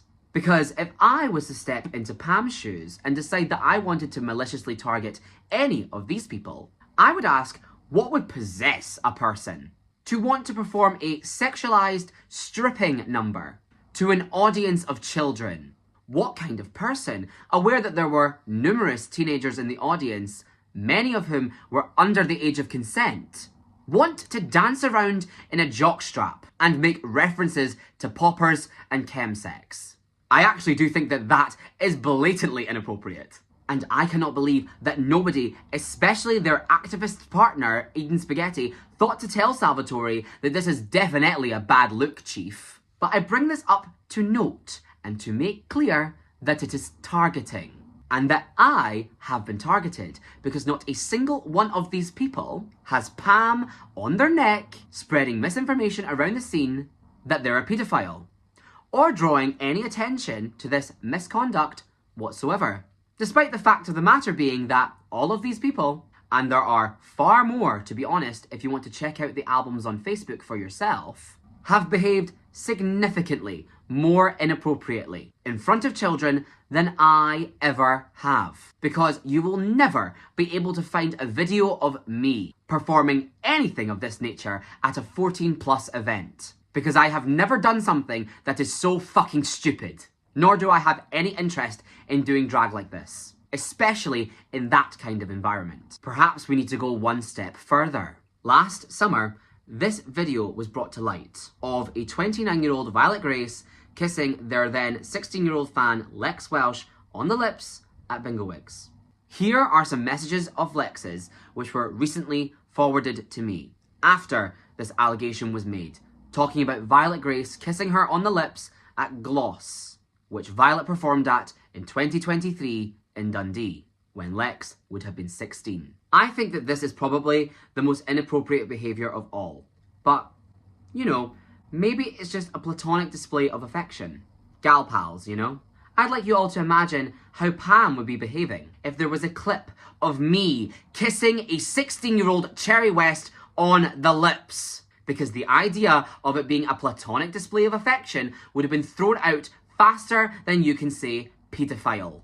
So, not only does Pam have nothing to say about a male-female age gap that's larger than my own in regards to Tina and Scout versus Skinny's throuple, but she also chooses to ignore that there is literal proof of her friend and colleague, who is, again, substantially older than me, kissing a child on the mouth multiple times, because it does not serve the narrative that she wishes to concoct. It serves no purpose to Pam to call Violet Grace a paedophile. And for the record, I am not calling Violet Grace a paedophile either. I am merely pointing out that this was brought to light last year and that those screenshots were brought to my attention also. Because Violet is not someone that Pam wishes to attack. So, despite the fact that Pam will need to reach like fuck to insinuate that anything sexual has ever happened between myself and Cherry, she will ignore blatant sexual misconduct in her face. If there was a video of me kissing a 16-year-old Cherry West, it would have been everywhere last summer. The fact that the Whisper campaign about me as a paedophile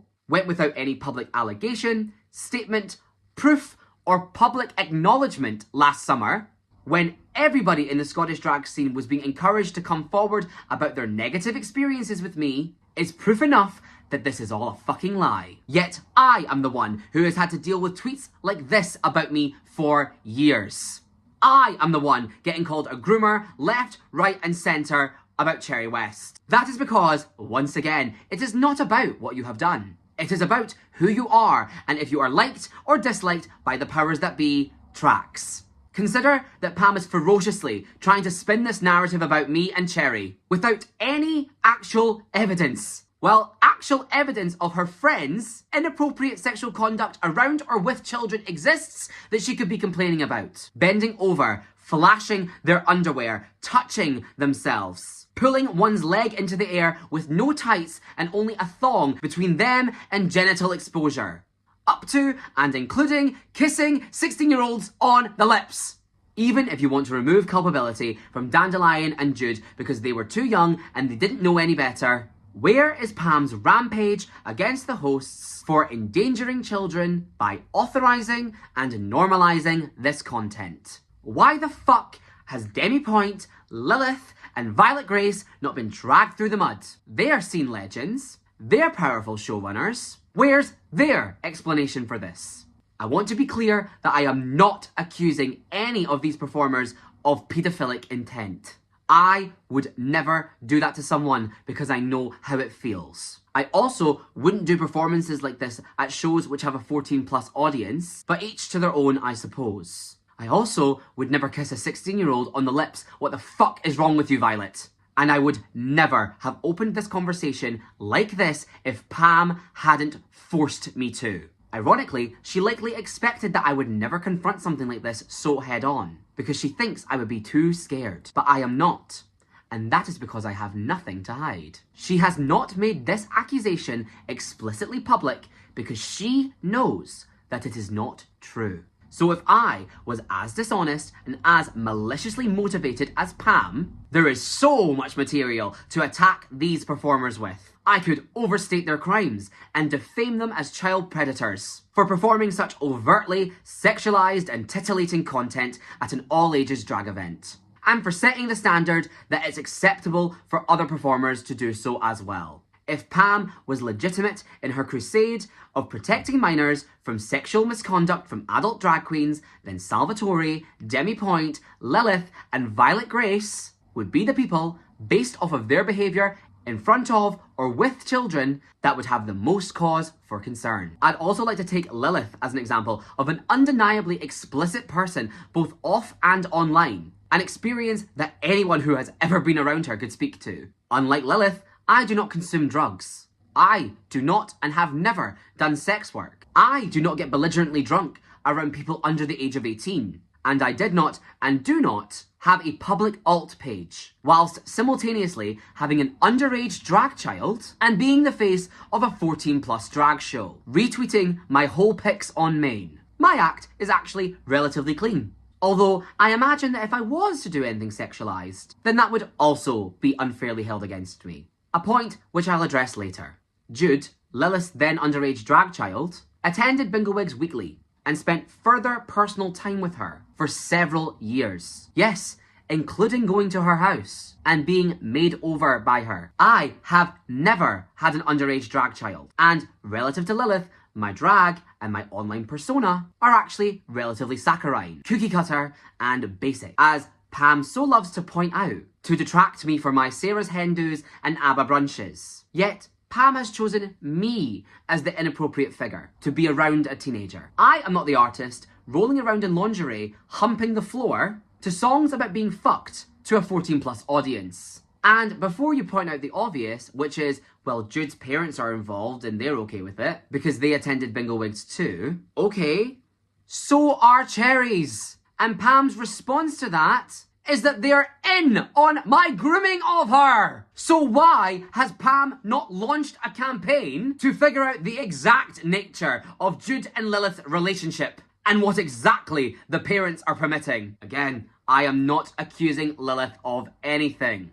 I do not think her relationship with Jude was ever sexual. And I am not of the opinion that a queer adult must be entirely sexless in order to share oxygen with a queer teenager. That's what Pam thinks. And it's interesting to note the double standard when it's two femme-aligned people, or those of differing genders and incompatible sexualities, such as other examples of adults in the Scottish drag scene who have had underage drag family, such as Kiko with Neptune, Una and amphetamine, or Little Spice with Bella Bon Jojo, in comparison to two gay men with me and Cherry West, who is not my drag daughter.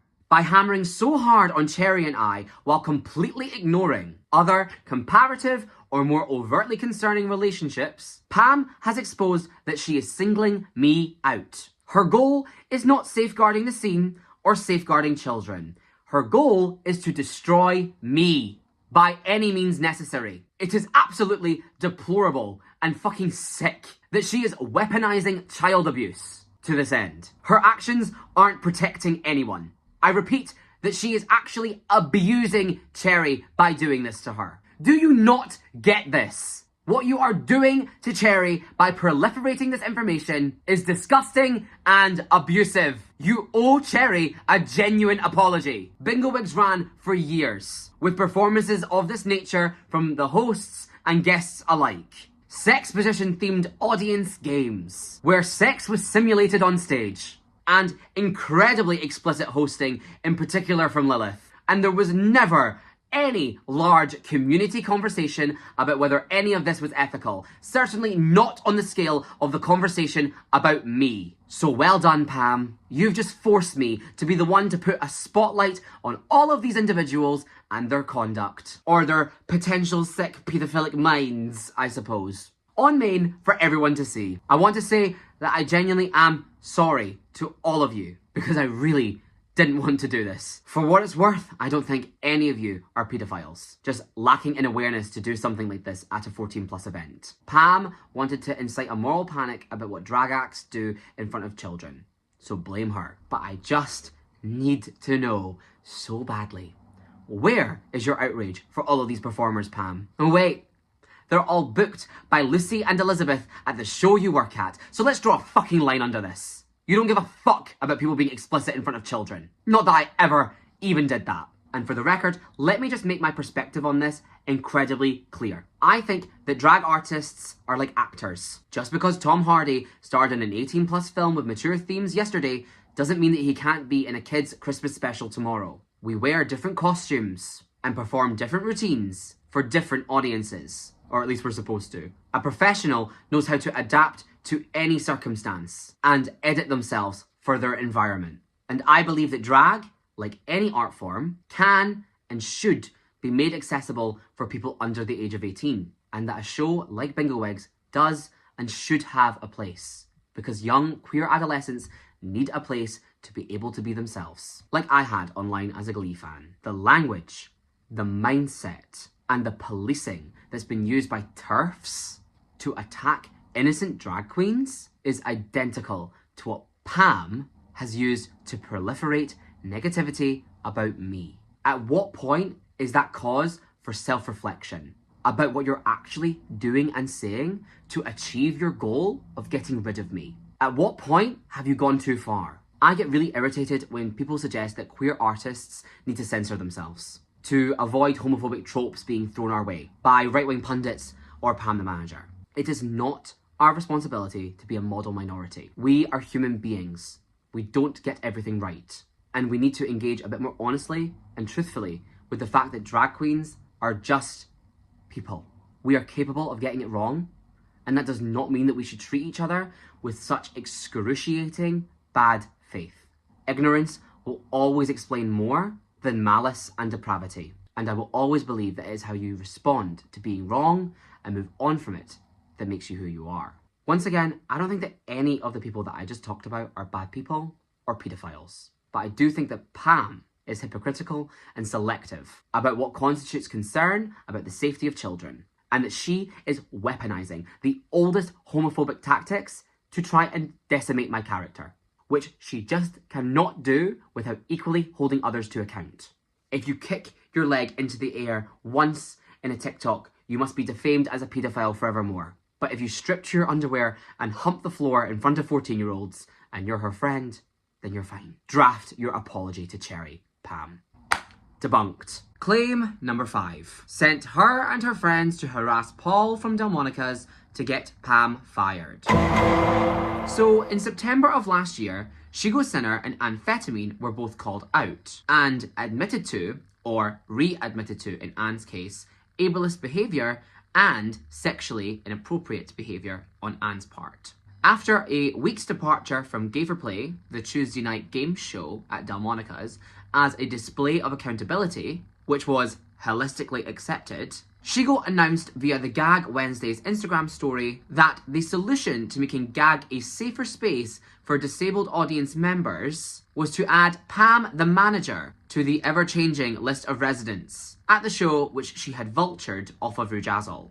As someone who had attended Rujazzle's show Suck loyally for over 5 years, this was honestly incredibly upsetting. Pam had been one of, if not the, most violent campaigners against my best friend, and at that time was still attacking her under false pretenses, merely because of her connection to me. I will reiterate that Rujazzle was made aware of George Floyd Corps at the same time the rest of the community was. Any and all assertions that Rujazzle had done something racist, or been party to anything that I had done which was racist, were complete lies. Most of you will know that throughout the summer last year, Pam posted several call to actions, including an illegal Change.org petition to motivate members of the community to harass venues into dropping certain performers. Not just myself, but a wealth of people, including Ro Mosaic, Chloe Rose, Tiana Tucker, Stephanie Banks, Rue Jazzle, Blaze, and Femme Brûlée. It needs to be understood that Pam kept a train of destruction ongoing for several months through this method of sending people to harass venues. And not just venues, but members of the public. And she is still doing it now, which has decimated Scotland's drag scene. Indeed, some people did genuinely feel as though my conduct in a private group chat in 2022 and 2023 would be reason enough to boycott a venue which chose to employ me in 2024 or 2025. Those people chose to speak with their wallet, and let that be known. And I completely respect anybody who feels that way. What Pam doesn't seem to understand is that what she has done and her solution to the wrongdoing, or to be clearer, the wrongdoing of a specific group of people which orbited myself, aren't as popular with the general public and with people outside of her friend group as she may believe. Because even by that point, scores of people had messaged either myself or Rue Jazzle clamouring for us to come back and fix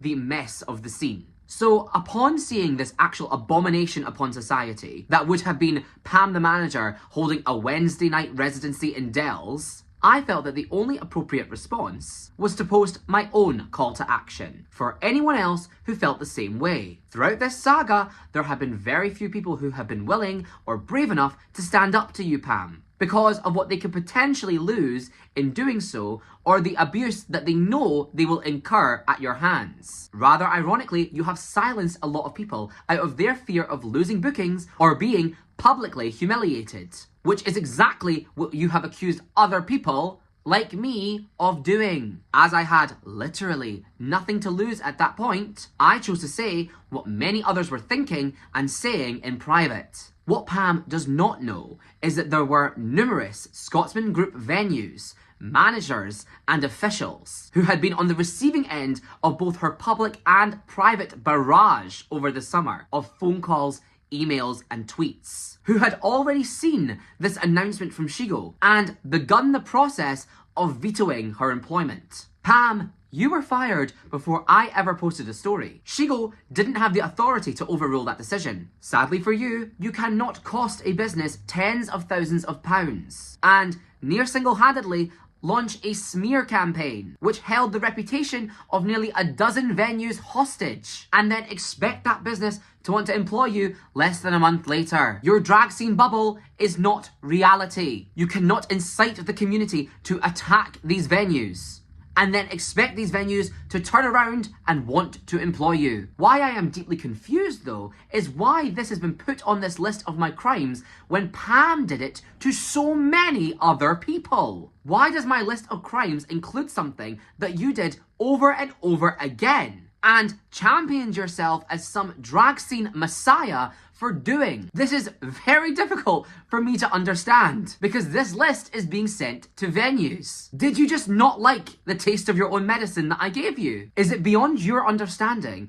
that certain people may not want to support venues which employ you after your abhorrent and monstrous behaviour online in the last year? Frankly, I am expecting that off the back of this video, now that you have been publicly unmasked as a child abuser who has falsified accusations of child sexual abuse for malicious purposes, that you will likely be getting cut from venues yourself. I frankly hope that people send this video and the receipts within it to the venues that employ you, clamouring for you to be removed, since that's the punishment you've made clear you feel befits private misconduct. And finally, I'm enjoying your downplaying of what actually happened here by misconstruing it as me sending my friends. For your information, my stories, which actually had very little to do with you being booked there, Pam, other than the fact that it made you a hypocrite, and were more so a call to action to deplatform Anne and Shigo, got dozens of likes at the peak of people being afraid to associate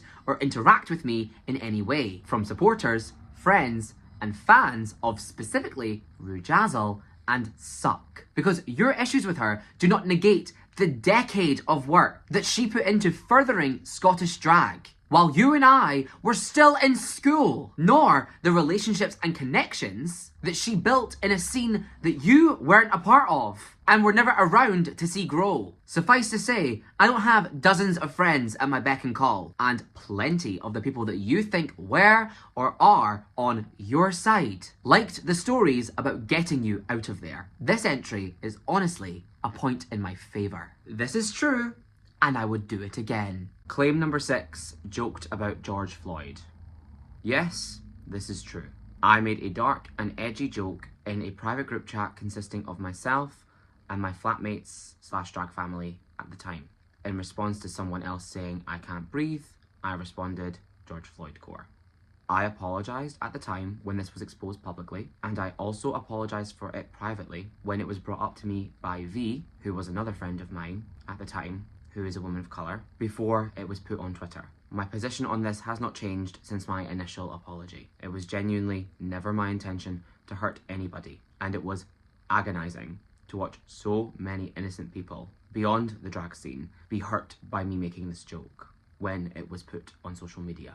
I made this joke aware of the fact that it was wrong to do and edgy to say, which is why I said it, and that was short-sighted and ignorant of me to do. My erroneous belief in this being an appropriate thing for me to say stemmed from the fact that I was part of a very diverse friend group who shared comedic boundaries across several different marginalisations. I have always understood this to be the culture of diverse spaces, where the use of disrespectful comedy is ironic. But I understand now that adopting the language of oppression for irony is indistinguishable from using the language of oppression for malice. I hope that how I have behaved and what I have put online between when this was ousted in June and now demonstrates a genuine level of accountability on this matter. I do feel that I am one of the only people that was called out who continually chooses to engage with the truth, ugly as it is. And I think that I have spoken to and provided evidence of a culture of offensive comedy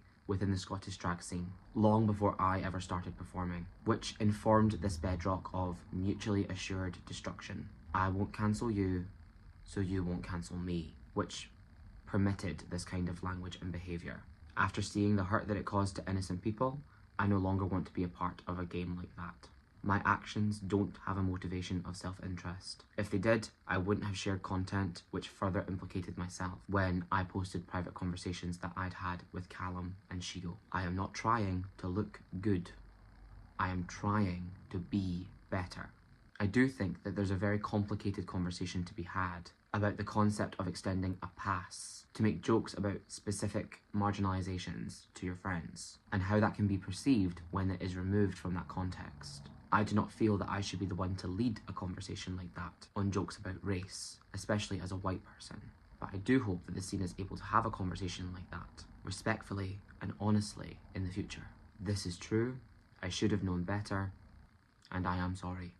Claim number 7, joked about Palestine. Oh, I have been waiting to talk about this one. Firstly, this screenshot has actually been taken down by the original burner account, John Burner. It's the only thing that has been taken down, and I want you to keep this in mind for later. So, in the one screenshot from Mama Rose Angels, which was the only group chat Rujazzle was in or had any awareness of, I say, "This war in Palestine is so hard for me as a Jew, Israel emoji," or something to that effect. This was taken as me mocking the Palestinian people who are currently under active genocide. That is not what this was. As I said in my previous video where I discussed ableism and the other aspect of this screenshot in more depth, there were several conversations happening at once in that chat. That is why this seems so random and out of context. One of the discussions was performative activism within the scene, which I think, and have always thought, is a massive issue. Perhaps even more so now. And I was talking about seeing a handful of tweets at different points from people such as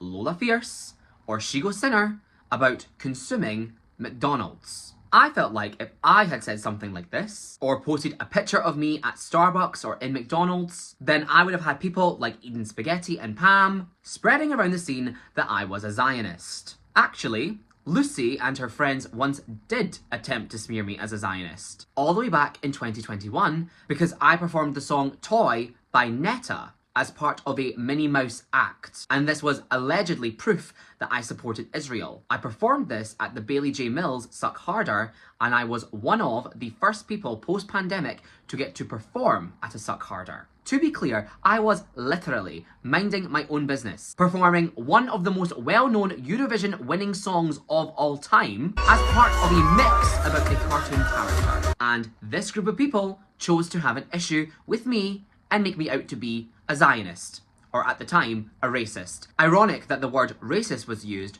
rather than Zionist. I suppose that hadn't yet entered their vocabulary at the time. The following year, Toy by Netta, the same song, was included in the Tracks Mondays Eurovision special, Drag Roulette, and it was performed by Chucky Bartolo. Lucy hosted this show, and no such controversy, drama, or comments made at her or Chucky's expense were to be found. Likewise, in 2023, Natalie Caramelli performed Unicorn at Tracks.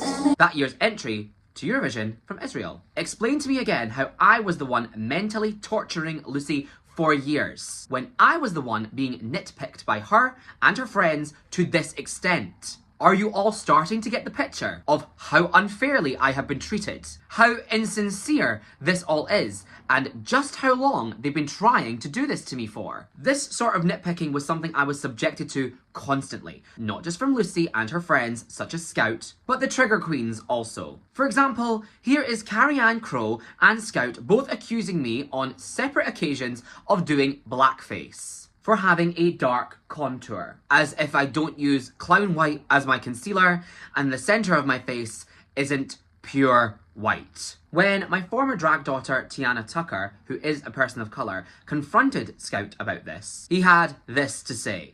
Who are these anonymous black people who have come forward to you to complain about my makeup? And why the fuck are they complaining about it to you and not to me? That's because they probably don't exist. I can tell you definitively that nobody, much less a person of colour, has ever called me in for doing blackface. They've been getting called out for years, you say. No, you've just been making shit up. And ironic, considering what Scout went on to say about the number of people of colour within the Scottish drag scene. So apparently, I'm to believe there's a legion of black drag queens texting Scout with issues about my makeup. But when he is quizzed on why his show is lacking in racial diversity, there's suddenly no black people in the scene. Now, what's this called?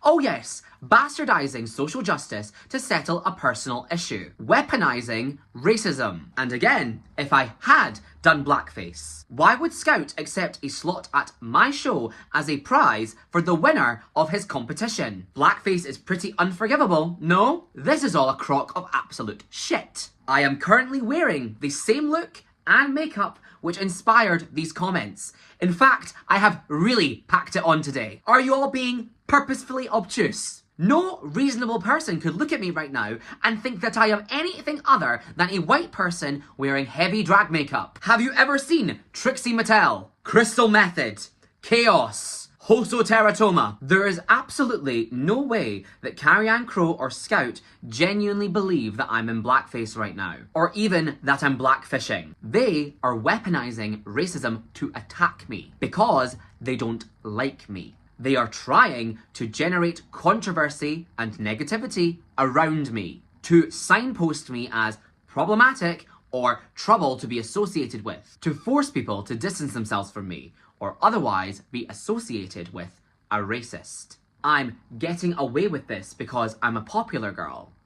No, Carrie-Anne, I just haven't fucking done anything. And if they do genuinely believe that I am in blackface right now, then frankly, they are racist for diminishing something so serious by accusing me of it for this. Why would these white people be the authority on this? And Scout, you had dark contour too. At the height of Pamageddon, these tweets concerning Tiana Tucker, a brown trans woman, and her role as Scary Spice and her race were made by Pam, accusing her of blackfishing, darkening her skin, and blackface. Here are some screenshots of the then host and booker of tracks, Lucy, speculating upon Tiana's race at the time in 2022 when Spice Drags was first launched. Firstly, it's absolutely nobody's place, much less that of a relative stranger with drag scene authority in their 30s, to speculate upon the race of an 18-year-old so grotesquely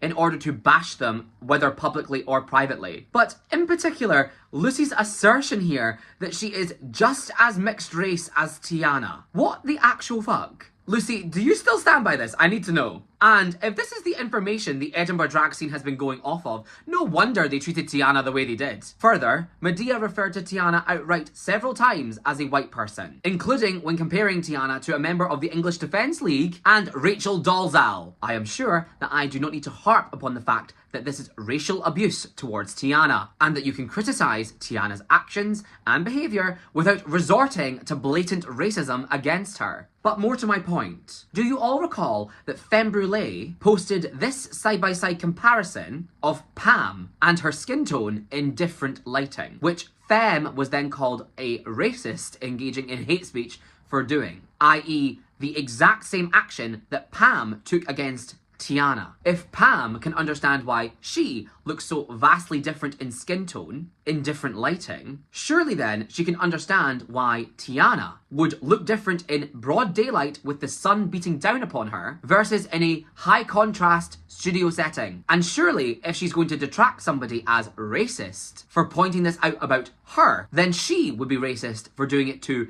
Tiana, especially to the end of completely whitewashing her, as Medea went on to do. The issue on the face of it seems to be that they deem it inappropriate for a non-black person of colour, that being Tiana Tucker, to portray a black person, that being Scary Spice, as these are different lived experiences of race. I think that there is definitely room for a nuanced conversation here, but that is not what happened, nor what this was used as an opportunity to do. I suppose for clarity, my perspective on this, as informed by the people of colour around me, is that race is one aspect of the lived experience of every human being. And so while all art we create is informed by that lived experience, if the artistic material is not directly about or influenced by that lived experience, then it can transcend racial barriers to an extent. We can avoid cultural appropriation while still sharing in the common human experience. In this case, spicing up one's own life. I'd agree that it is completely inappropriate for a non-black person to perform a black empowerment anthem. But I do not think that it is inappropriate for a non-black person to perform a pop song by a black person. There are many, many non-black queens who perform Beyonce, Whitney Houston, Rihanna, Tina Turner, and Nicki Minaj. I have always understood that so long as this is done tastefully and respectfully, then there is not a problem. As such, I do not think that Tiana portraying Scary Spice, nor Amphetamine, nor Gigi L'Amour, nor Bibi Babau, or any non-black person of colour, for that matter, has done anything wrong or racist. And this further applies to Pam, a non-black person of colour, when she played Beyonce, a black person.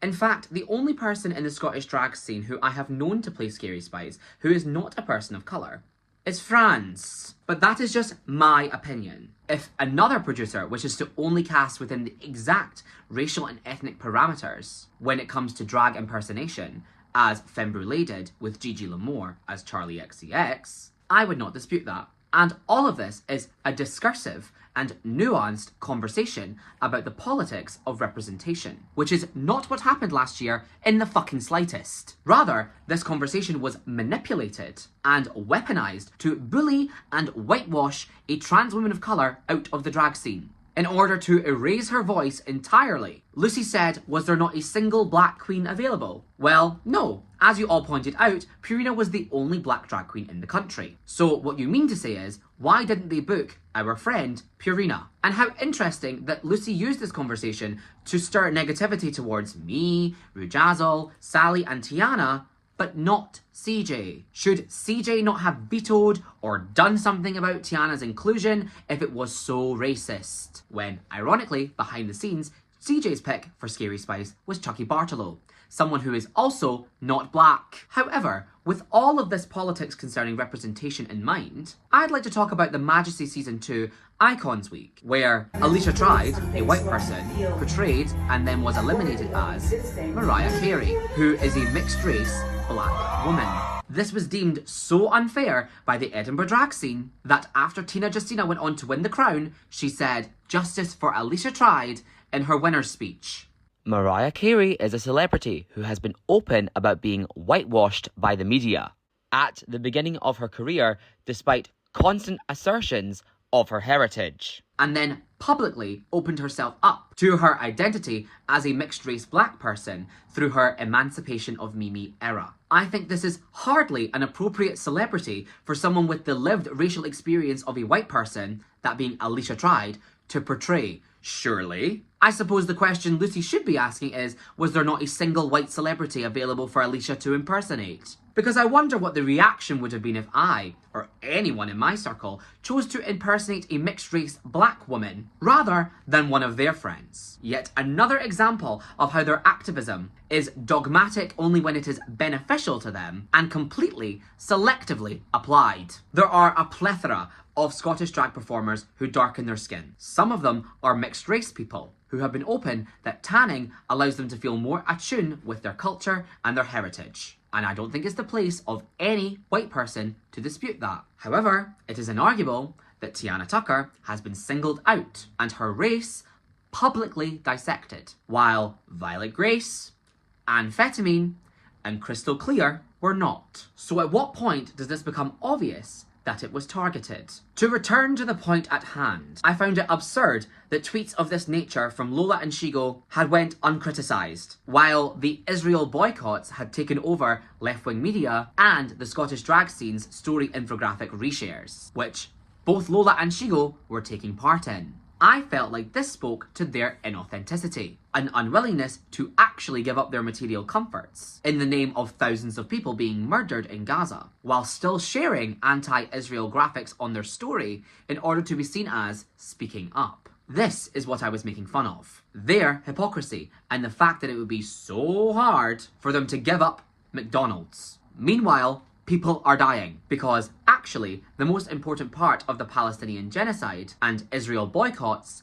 is not your bacon double cheeseburger after Venomous. As I pointed out before, during summer of 2023, Shigo was performing for Barclays Banking, one of the key targets of the Israel boycott. For what it's worth, Shigo was even posting after people started getting cancelled about how much she loves McDonald's. And she, unlike myself, has not been the subject of a whisper campaign about being a Zionist going back 4 years. I have a very sarcastic, dry, and biting sense of humour. That much should be obvious to anyone. And so, I was bitingly, dryly, and sarcastically mocking these performative drag queens for making the war in Palestine about themselves. I.e., it's so hard for me that there's a war going on in Palestine because I can't eat my McDonald's. I didn't mock the Palestinians. That never happened. I can appreciate why seeing the word Palestine in this context caused people to react the way they did. But Palestinians, nor the death of Palestinians, nor the Palestinian conflict in general was the target of this comment. I was mocking Shigo Sinner. I support a free Gaza, and I have been involved with pro-Palestinian activism since 2014 on Tumblr. I, unlike most Scottish drag queens, did not become aware of the term Zionism in 2023, nor aware of the Palestinian conflict when it became a trend to boycott things. And I don't think the pinnacle of activism is sharing snappy infographics to your community of insular followers who already agree with you. To be clear, this is what you have all attacked Rujazzle for being complicit in, by the way. Well, there you go. There's the full explanation of everything leaked from the only group chat that Rujazzle was in, or aware of the content of. It was Tiana talking about someone having dementia, me talking about having an autistic boyfriend, and me making fun of Shigo Sinner for being a performative activist. Jesus fucking Christ, would it kill you people to ask for some clarification before jumping to the worst possible conclusion? No, because you don't want clarification, because that might prevent you from using this maliciously against people that you don't like. Any opportunity to take things out of context to villainize me has and will be taken. I actually discuss and educate people on these topics in real spaces with real people in the real world. Again, something that so many of you would have no clue about because I do not feel the need to sit and wank myself off on my story about it every single day. The aesthetic of activism matters not to me. You all actually do not know how many educational conversations I have on a day-to-day basis about, for example, non-binary people's existence or the trans bathroom debate with customers that I come across in my work, because I am constantly around people who have never met a trans person or a drag queen and aren't even sure of the difference until I explain it. Meanwhile, Pam's biological mother is tweeting about 72 genders. Right. Here I thought activism starts at home. What was that about grown adults that should know better? As a drag queen working predominantly in straight venues and with straight people, I am exposed to a far more varied spectrum of political belief than anyone immersed in the scene. And I feel blessed to be able to use my discursive skills to actually change minds or dismantle ignorant beliefs in the people that I come across, rather than spend all my time every day congratulating myself with all my like-minded friends for being so politically perfect.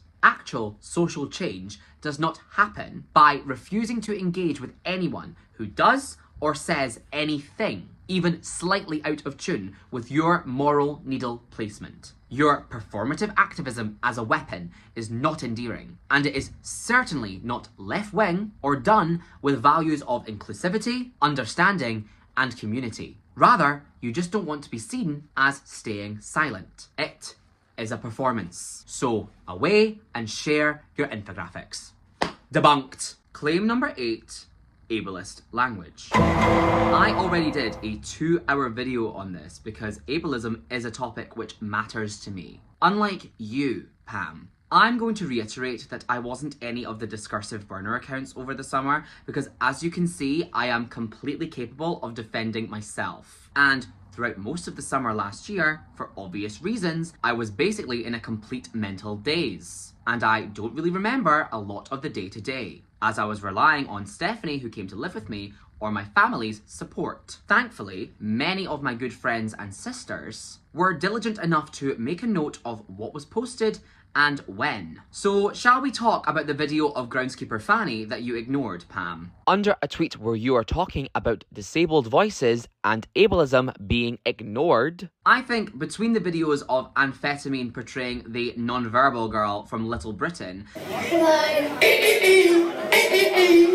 She's nice, isn't she? Oh yes, Anne loves goldfish. She looks after the one at the hospital, don't you? I'm the cat with the basin drum going around like... and her wheelchair escapades on stage, it's been more than proven that a lot of the long-standing scene legends have problematic performances in their history. And unfortunately, if you want to talk holistically about change in the scene, that does have to include your friends. That would be honest change and accountability, right? So, here is a video of groundskeeper Fanny lip-syncing the R word on stage at Tracks. You are physically repulsive, intellectually retarded, you're morally reprehensible, vulgar, insensitive, selfish, stupid. Here is a screenshot of it being brought to Pam's attention, and she has ignored it. Do you know what this is called, Pam? According to you, complicity in ableism. As for Elizabeth Moore, filming this and uploading it uncritically, then covering it up when it was called out, but posting on the Tracks story that the show stands against offensive language. Hardly zero tolerance when this happened on stage. Fanny has never apologised and she has been booked since. How can evidence to the contrary go without acknowledgement or apology? I have a multitude of questions, of course, but I'll echo what this burner account says first, as those questions have been unanswered for almost a year. Did Lucy, the host of the show, okay this? Did she listen to the track in advance and give it the thumbs up? And if so, why is Lucy okay with R-slur humour on her stage? Did the other performers, Sissy Scorpio and Sir, call Fanny out for this? Or were they silent, nay, complicit? After all, there was such a huge conversation about Rujazzle's proximity to what I said and did. All of my friends were being hounded to post statements denouncing me. But actually, let's drop the fucking facade here. I've watched Fanny perform this number with my own 2 eyes at the Casablanca's Cocktail Club. In fact, I've seen her perform it multiple times, because groundskeeper Fanny does not have a wide variety of numbers. This act was in her regular rotation, and she once performed it while Lucy and I were both in the venue. The Edinburgh drag scene knows fine well that Fanny was using ableist comedy and language. You just don't care because she's your friend and she's not who you set out to attack. So, how many instances is that now, Pam, of you completely ignoring someone behaving in an inappropriate or problematic manner just because they weren't me or one of my friends? Do you actually think that you look like some messiah to the scene? Or do you not think it's becoming exceedingly obvious that you had a personal motivation? Pam posted this tweet about dealing with things one at a time, which is totally fair.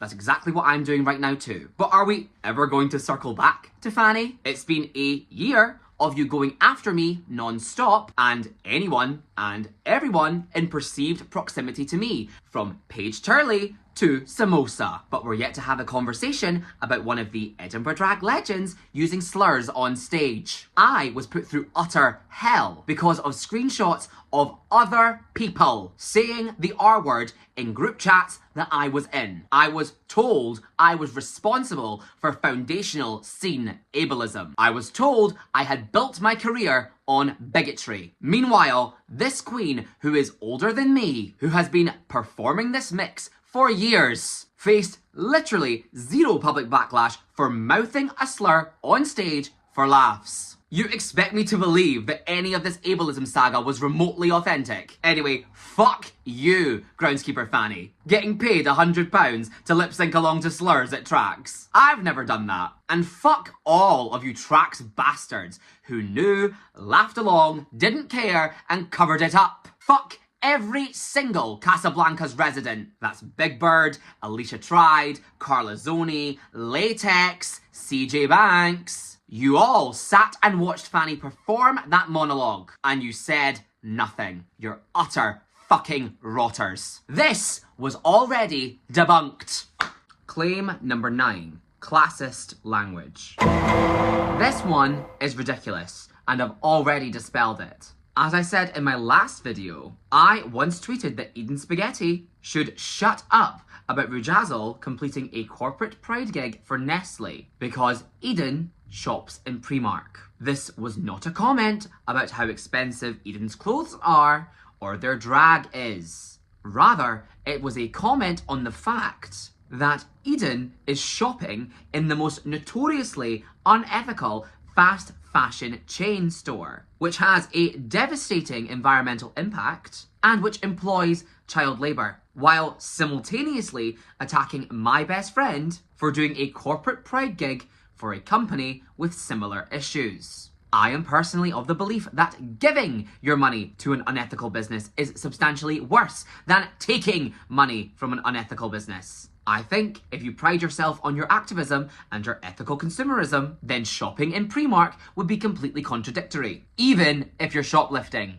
I am not trying to get you participate in a society, anyone here. But I think it should be obvious by now that my modus operandi is holding people to the same level of account that they chose of their own volition to hold others to, especially when they demanded punishment be attached, in order to prove that they are motivated by malice and not by morality. Eden's worldview permitting them to shop in Primark is not congruent with attempting to deplatform Rujazzle for a single corporate pride event at a Nestle office. Like, are you being obtuse? I mean, yes, of course they are, seeing as Eden is the person who made a bad faith accusation that Rujazzle is a Nazi. I'm not being classist. It has nothing to do with how cheap Primark is. I am calling you a hypocrite, a faux activist who holds others to standards that they have no interest in following themselves. But you know,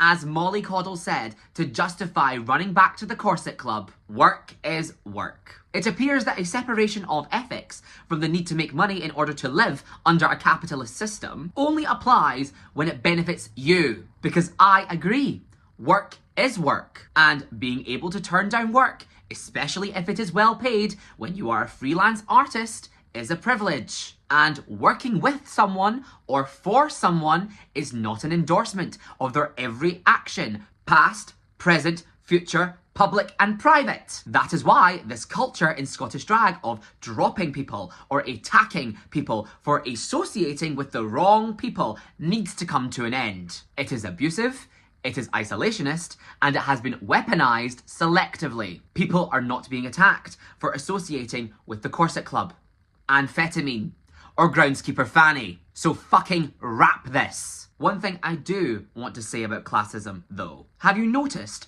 that Pam, the manager, and a substantial portion of her group are English Edinburgh University students or alumni who moved here to study? If you do not know, Scottish university tuition is subsidised for Scottish people through SAS. That is why I was able to be the first person in my family to go to university. I would not have been able to afford it if I had to pay for it. But this is not the case for English nationals. According to their website, a year's tuition for, say, English literature at the Edinburgh University would cost an English national £9,500. Now, I don't want to make any assumptions about people that I don't know personally, although they have been comfortable doing that tenfold with me. But in the case of Pam the manager, the knowledge I have of her and what she has shared on her online public profiles, she attended private school. She went on to attend Edinburgh University and is from Bromley in England, which has a GDP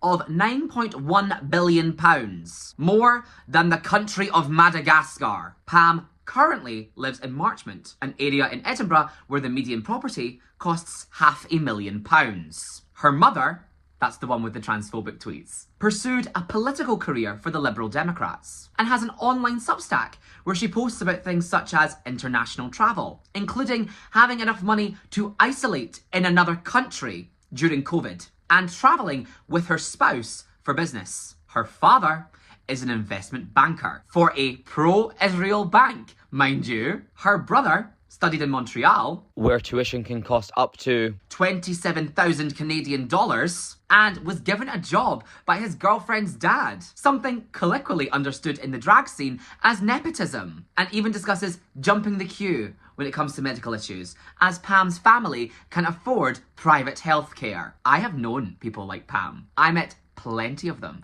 at university myself. The type of person who cosplays as poor, who adopts the aesthetic of financial struggle. Her name is literally Eliza Beecroft. Like, I just do not think that this person is working class. And it is laughable for her to accuse me of classism. My name is Andrew Donohoe.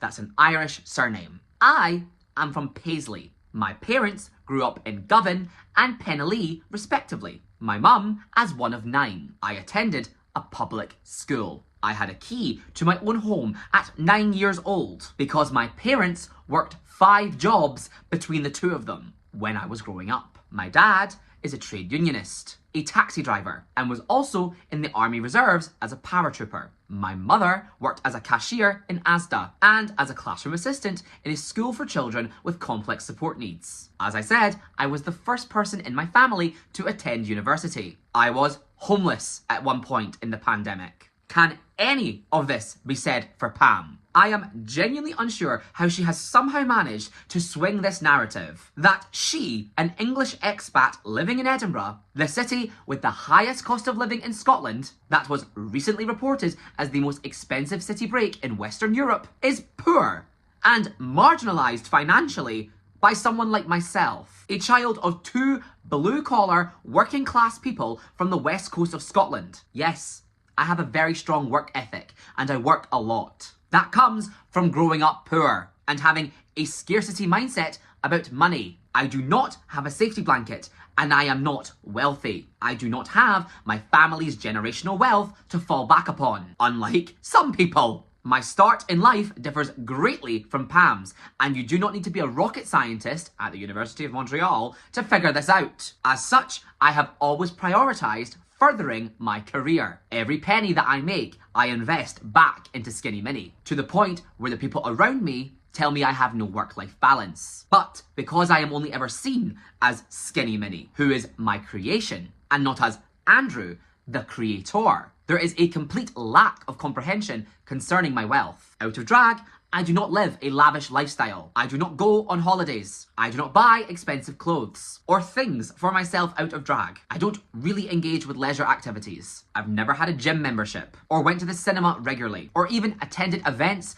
unless I am working at them. I do not have a car. The last time I left the UK was in 2017. My mum literally buys my clothes and cuts my hair. A point which has been completely neglected in this classism saga is that working class people, such as myself, often try to present themselves as more affluent than they are, in the belief that that will help them be taken more seriously. I had that instilled in me when I was growing up. Meanwhile, middle or upper class people often present themselves as less affluent than they are, in the belief that it will make them look more relatable and down to earth, or out of some sense of guilt. I think it's fairly obvious that I have invested myself so that I will be taken seriously in my profession, and it worked. Prior to the pandemic, Skinny Mini was referred to as a basic bodysuit and a death drop. So, post-pandemic, I invested in my aesthetic. I have managed to salvage a full-time drag career, busier than I was before, mind you, through hard work, determination, talent, and those years of investment. I will always hustle. And further, I am busy. I have been filming this video before I go to gigs. I do not have the time to kill, unlike Pam, to sit and write fan fiction about people that I don't like molesting children. It's people like her who live lives of leisure, who have the privilege to spend months at a time dedicating their every waking hour to tracking someone down and bombarding everyone they associate with negativity. That all amounted to nothing in the end, because she doesn't have adult responsibilities hanging over her. People who live hand to mouth and have bills to pay could not have done what Pam has. I truly have never understood why the perception in the drag scene is that I have come from money. Some of the people that I was around, like Rujazzle and Slut Drop Sally, sure, they are posh boys. But not me. Over time, I've come to believe that it's because I'm well-spoken, but I'm autistic and hyperlexic. Literally, what do you want from me? If you actually know me, or have experienced my relationship with money, or met my family, you would know that I come from a very working class background. But a lot of this is rooted in the idea that I was so booked and blessed, and so must be James Charles level of wealthy and influential, and thus treated as a celebrity would be in this situation. Kiko lamented that everyone in the scene was on £50 while I was making so much more. But the reality is, I was making £50 for performing at Corset Club too, and I would have happily told you this, Kiko, had you ever asked. I have never been shy about transparency in what I earn and from where. You cannot simply make things up, decide that they are facts, and then use them to justify publicly shaming and torturing someone. Of course, I was also a manager at the Corset Club, but I was without contract and I was paid via invoice. I received an average wage for this, and I worked a maximum of 8 hours a week. I was not on some 40k fucking salary. I think Callum wanted to reward me with a title and was trying to compensate me for the admin work of showrunning, which, until that point, I had been doing for free for all of my projects. Why do you all act like having a job is an ethical failure? You people will never understand what it felt like to have your entire livelihood taken away from you overnight, while self-employed and entirely reliant on yourself financially. Not to mention the other drag queens who were also reliant on me financially. And you were all giddy about that level of destruction. What you did was not justice. It was entertainment masked as justice. And you'll probably notice that Shigo Sinner, who vultured both my show in Corset Club and Rujazzle's show in Delmonicas, still has a day job. The money that Ru and I were on from shows which gave us authority in the scene combined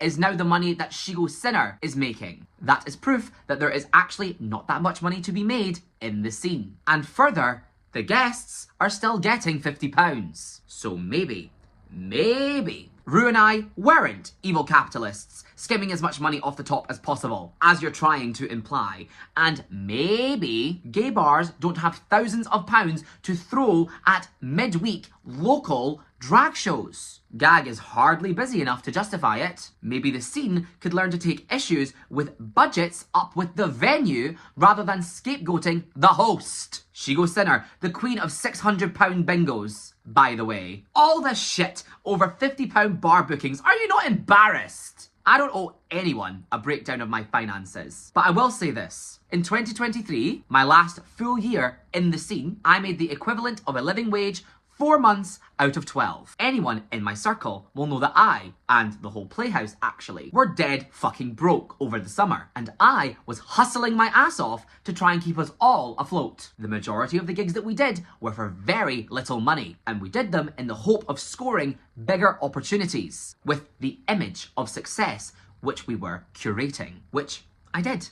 Hoots, corset club, and boozy brushes. I am not disputing that I have a lot of work. I need to because I do drag full time. Somehow, we were simultaneously being accused of having such an ironclad monopoly on the scene to the point that gigs outside of us were negligible and that networking with us was necessary in order to do drag full time, but also that we were the worst paying promoters in the scene. How can it simultaneously be true that in order to do drag full time, you'd have to work for or with us, but also if you work for or with us, you're working for next to nothing? An open stage that you encourage people to apply for, Lucy. In case you didn't notice this, I create work for myself. I originate things and I produce events. After leaving the drag scene, I have continued to do this. I'm not entirely sure what people wanted from me and why myself and my colleagues being on every poster for every gig for every venue in the city is somehow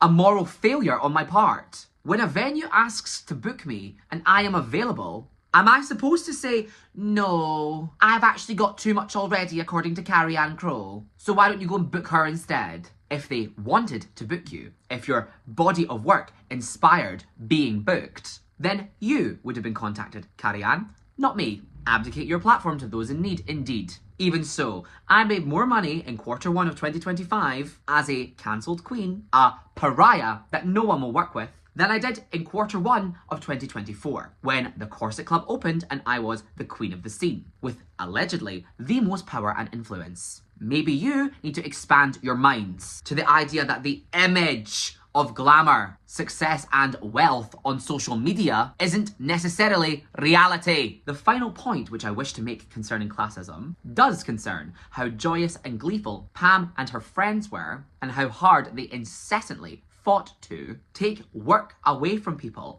and send them to Indeed.com or the job centre. Our need to be removed by any prospective employer wasn't because they actually think that's the fair outcome. Of course, if that was true, then groundskeeper Fanny would have been battered out of Coco Boho for saying the R slur, and amphetamine would not have a residency in Delmonicas. But because they are maliciously giddy about the idea of people that they perceive as wealthy and privileged having to fill out applications for minimum wage work. And, obviously, they plain wanted rid of me. This is a power trip. That was their opportunity to feel as though they were above me. It's a human right to work. You are trying to enforce this mindset that we are no longer permitted to exist in our world of work just because you said so, which indicates that you do not understand that for some people, like me, drag is work and their only source of income, not just a community hangout every week with £5 venoms and free drugs courtesy of Lucy, which is just a completely reductive view of our industry. Some of us aren't getting handouts from mummy and daddy back in Bromley. Pam and her friends all told me to get some nondescript job at Tesco, as I was no longer permitted to continue in drag due to my alleged character. I had forfeit the right to be skinny mini. Clearly, you see those kinds of jobs as bottom of the barrel. Therefore, you think bad people deserve minimum wage jobs, and you think that minimum wage jobs are a punishment for bad people. Do you not see how this is a classist mindset? One that could easily present in such a rich and spoiled person. You Pam are the one presenting service and minimum wage work and employment aids as shameful, embarrassing, or befitting someone poor of character, while fully aware of the cultural and social associations of those things. It was simply a cruel joy for you to imagine me in a situation that you believe I would perceive as beneath me. But in reality, by doing so, you betray that you see it as deserving of shame for a previously respected person to fall to. My mum worked jobs like that to keep the lights on. You are the classist, Pam, not me. Debunked. Claim number 10. Sent someone a legal letter saying they called her a pedophile when they haven't. This is true, and oh baby, we will come back to this one. But for the purposes of chronology, and for what it's worth, Pam has literally called me a pedophile several times in this infographic. So literally, what the fuck is she talking about? Am I not allowed to defend myself legally when someone accuses me of a literal crime? Literally, why is this here? Claim number 11 went straight back to work after saying she would take a break.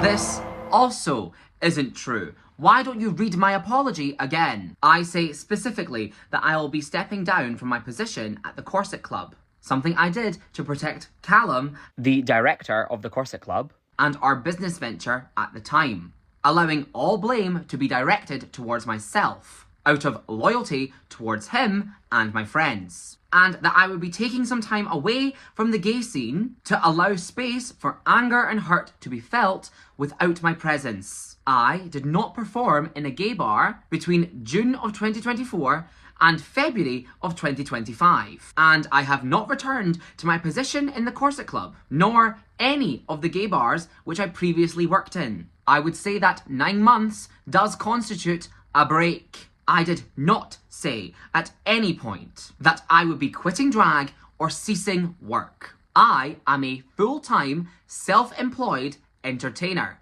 I am not in the position financially to take an extended leave of absence from earning any income whatsoever on a whim, especially not in some misguided hope of it being seen or received as a display of accountability by Pam, who would not accept any action from me whatsoever as accountability regardless. There is clearly nothing I can do to earn her forgiveness. Further, I also don't think that completely destroying a self-employed person's livelihood is a fair or proportional response to what I have actually done. I would actually go as far to say that that is potentially a little bit classist to enforce. However, I did choose of my own volition to remove myself from the scene after seeing the harm and upset that the joke that I had made in a private group chat had caused upon it being leaked. Contrary to what some people may believe,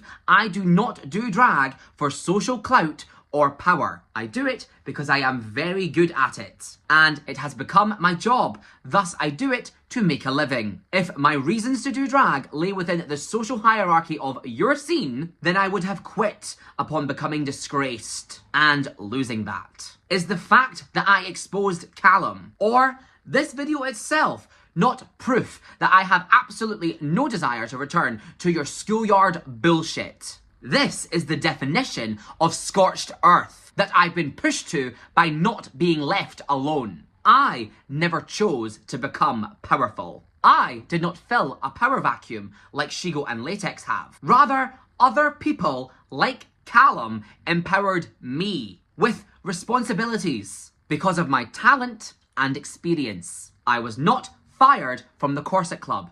I resigned. Unfortunately, I still had bills to pay and a fridge to fill, regardless of what people had to say about me online. This is something I said to Isla Topham when she started posting stories about how reprehensible it was that I was still working. This happened to me completely unexpectedly, when I was not planning on switching careers. There was not money put aside, nor a new job lined up. My entire livelihood was taken away from me. And I am not talking about quitting the Corset Club, which was my choice. I am talking about the group chat that Pam, Medea, and Eden Spaghetti made to track down every venue which I had ever worked with and every venue which I was set to work with to alert them to my misdeeds, both real and false. with a healthy side of threats if they were to ever feature me ever again. In the midst of a cost of living crisis, and immediately after a mental health crisis, mind you. I suppose it's also worth pointing out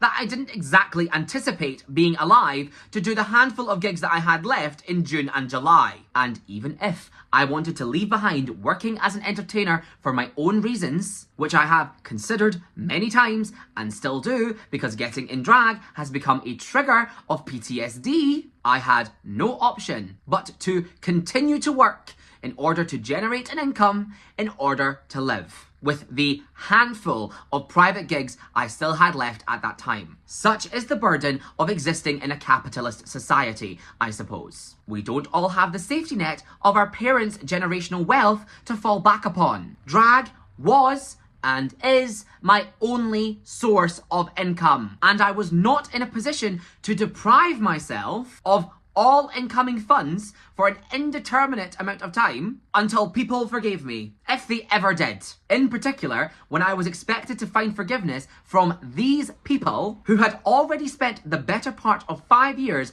putting me through constant abuse. Why is the answer to somebody making a joke in poor taste several years ago to be driven into complete financial ruin? There were points last year when I was completely destitute, and perhaps you think I deserved that. But this plainly just did not happen to other people guilty of the same crime. Those random bingos, private events, and karaoke in straight bars. What position of authority is that poison? Do you not realise that this rhetoric makes it abundantly clear that you see drag as a game of power and clout? Not me. I can never work in a public front-facing role ever again because I made an offensive joke 3 years ago in a private group chat. How does that make any sense? Nonetheless, I understood that I had forfeited the queer scene. That is why I left, chasing down any venue or member of the public who chose to employ me at that point was cruelty disguised as activism. Pam said herself, we stop racists from working in our scene, then we move on. Okay? Great. I wasn't working within your scene within 24 hours of these screenshots being posted.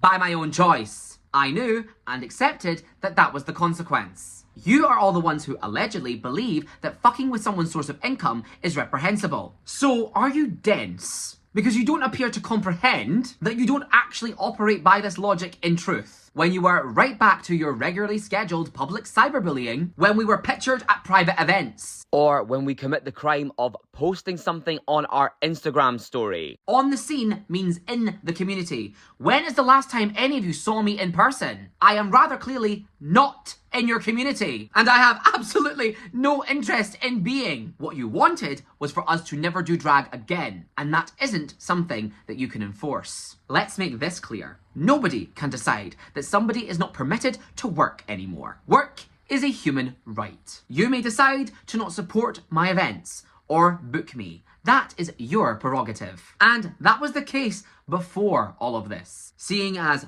I didn't attend or get booked at Tracks, and Pam didn't attend or get booked at Fempire, Playdate, or Candyland. I'll reiterate, I'm not even sure we've ever met before. And we have never worked together, despite your comments about the working environment that I create. You simply have no first-hand experience of actually working with me. So, to be honest, I find this entry to be quite false. If I had hung up the heels for a year and went underground to return in 2025, then this would be an entry saying, she came back and tried to pretend it never happened. Which you were also saying during the fringe of last year.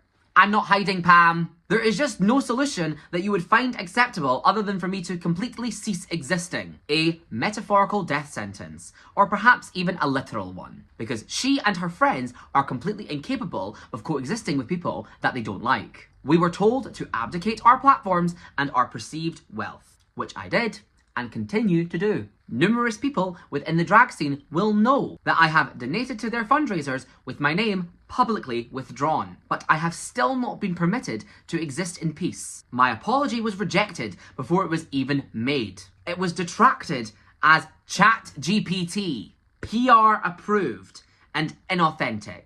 For what reason exactly? Oh yes, because you have decided it is so. And there are no limits to the level that you will manipulate the truth to ensure the outcome of my complete destruction. Regardless, I did not perform for at least a fortnight following my apology, primarily as I was recovering from a mental health crisis, which is, objectively, 2 weeks off work sick. And I then performed near exclusively at private events over the summer, and only began returning to public-facing events in straight venues in the autumn, and finally, gay bars this year. So this claim is still false on several counts. During the Fringe of last year, when I was booked to be a part of the Three Sisters' yearly ABBA drag disco, I made it clear that I would donate all profits that I made from the show to the Sonia Massey Funeral Fund. Instead, I was absolutely decimated for this online. The show was ultimately cancelled due to violent threats towards the venue, and all the money which I would have earned ultimately did not end up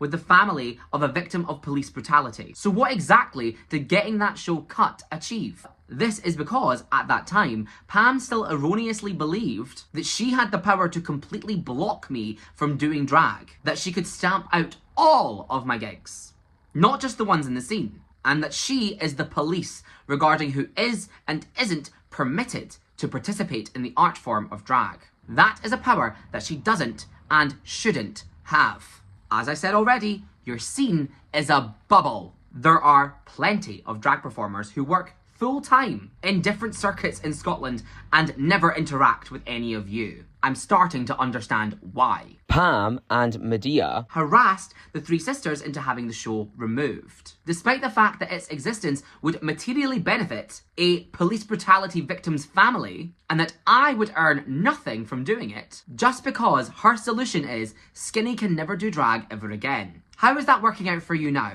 Every accusation is a confession, because Pam accused me of being a power-hungry tyrant last year. But in reality, that describes how she has behaved. With a taste of power, she went mad with it and became unjustifiably cruel. A few weeks after Pamageddon began, I consulted a friend of mine who works as a HR officer at a large UK-based multinational and deals with employee disputes all the time. I asked him, mostly out of curiosity, what would happen in my situation, an offensive joke being leaked from a private group chat, in a proper workplace. The answer is, if this was said in a work group chat, then there would be a formal investigation with a potential suspension depending on the severity. Although my actions would not necessitate this, as it wasn't targeted at a co-worker. A mediated conversation would be held between the perpetrator and those who were affected, an apology would be issued, and potentially training and inclusivity would be given to the perpetrator moving forwards.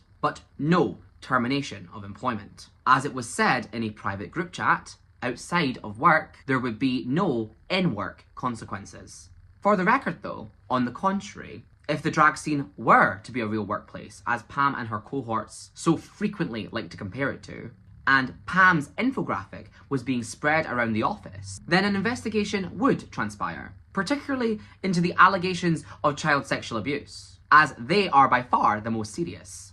And when that investigation uncovered that that was untrue, and being spread knowingly, falsely, Pam would be fired. Interesting that. In fact, not only would her employment be terminated, this would be escalated to law enforcement, as she has committed a crime in falsifying child sexual abuse allegations. So, an investigation is what Callum Raymond Young of the Corset Club should have done. But luckily for him, since I wasn't a contracted employee, despite holding a management position, which is actually extremely unethical and anti-worker, but what a safe space, eh? Eden Spaghetti, please write a think piece on this. He held zero obligation to me, and thus there was zero duty of care towards me during or after my exit. Quite the opposite, really. Looking back at it now a year later, I think the way that Callum behaved when granted the protection of my scapegoating was completely dehumanizing towards me. He wanted the cleanest and fastest break possible with all implicated staff so that he could redirect all of the abuse to me and hopefully have everyone overlook or forget in time about his potential association by erasing me violently. All very ironic given his recent conduct. And it's exceedingly obvious that the Glitter Games' overly restrictive NDA was as a response to me outing him and leaking our private messages. So here's some stuff that I didn't post last year, where Callum Raymond Young is bullying Claudia von Hassel, a neurodivergent performer. You cannot silence me. I would like everyone to think for a second about how easy it was to dispose of me when I was allegedly universally powerful in the scene. And consider that what you perceive as power, the ability to get to decide who performs at a specific midweek bar show for £50, didn't actually protect me whatsoever from abusive and anti-worker business practices. The fact that Rujazzle and I could so easily be pushed out of so many venues that we worked for or in for a combined 15 years at a moment's notice should be cause for serious alarm. You realise that if this can happen to the most powerful queens, then it could happen to you too. We, as freelance queer artists, have next to no protections or safeguarding. The idea of equitable treatment isn't limited to demanding a fair fee, and it needs to be comprehensively extended to drag artists that you do and don't like. Otherwise, it has no purpose. That is why I would have attended a Scottish drag town hall if one actually fucking happened. But where is that guideline handbook for showrunners, Pam? I am waiting. We need to be protected and treated fairly, even when we are in a situation where we have done something wrong. That is why contracts exist, to protect workers. And that is the case in any standard workplace. But frankly, how dare Pam include this claim about me not taking a break when she joined the cast of Gag after Shigo took one night off from hosting Gay for Play as a demonstration of accountability. After 3 straight months of positioning herself as my morally pure alternative. Shigo did not take a break from drag at all, and you were fine with that. Likewise with Amphetamine, who didn't take a break at the time of her original exposing either, regardless of what lies she's been peddling. Once again, are you all being purposefully obtuse? Her allegations happened in lockdown when there was no shows to take a break from. Groundskeeper Fanny didn't apologise. She probably won't apologise after this video goes live, unless she gets public lashings a year later. And I very much doubt she will take a break to learn and grow. And you know who else didn't take a break? Callum. Nor did Callum ever publicly address, apologise, or explain the ableist beliefs he has, which I brought to light. Not jokes, beliefs. Yet somehow this is all forgiven when he is the most powerful of us all. How can the scene forgive someone who hasn't even said sorry, the first step of accountability? I am talking about any and all of the drag artists who perform at the Corset Club but are continually negative about me or consider me unforgivable, but are more than happy to bend over backwards to make excuses for Callum when Callum was demonstrating ableist beliefs in private while using accessibility as a marketing tool. That is because Callum is an avenue for gigs, opportunities, and money, while another drag artist is a competitor to those prospective bookings. So in your eyes, if I'm gone, there's more chance of you getting booked. That is why you'll forgive Callum, but not me. None of this is exactly true, though,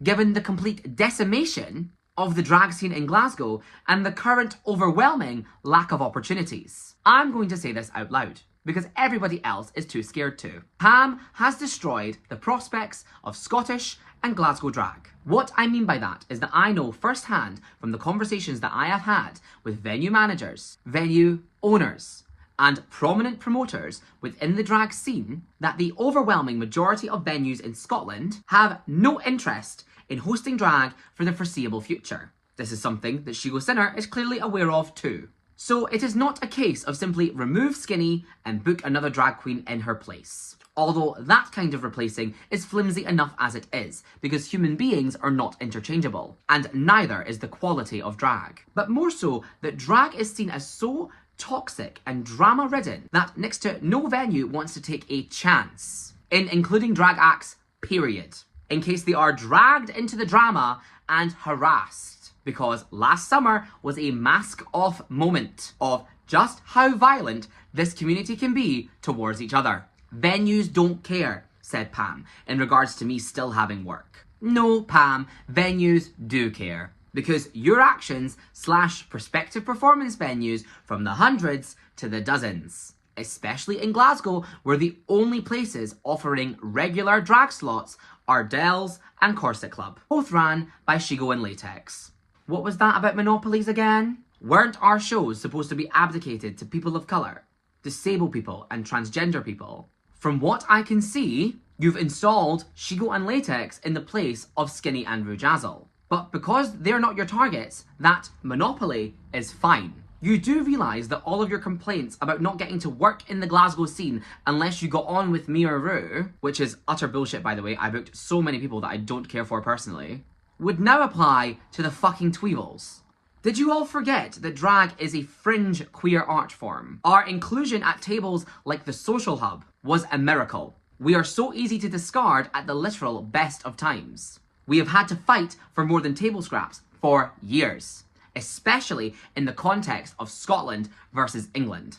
And Glasgow drag these days resembles Glasgow drag in 2015 more than it resembles Glasgow drag in 2023. Do you not remember Lawrence Chaney on Drag Race, filmed in 2019, talking about guest spots being £15? Because I was a new queen at that time, and the most that I was ever paid to do drag before the pandemic was £30. If I did drag for the money or for fame, then why would I have started doing it when this was the wage and there was no Drag Race UK? I've watched and been a key part of, whether you like it or not, drag in Glasgow be built from disrespected and overlooked to at the epicentre of our city's entertainment sphere. The fact that drag acts were so visible in venue launches, cabaret shows, hosting or DJing events which were otherwise out with the drag scene, and just included at the most random things, has all been utterly destroyed because of how much negativity has been created by Pam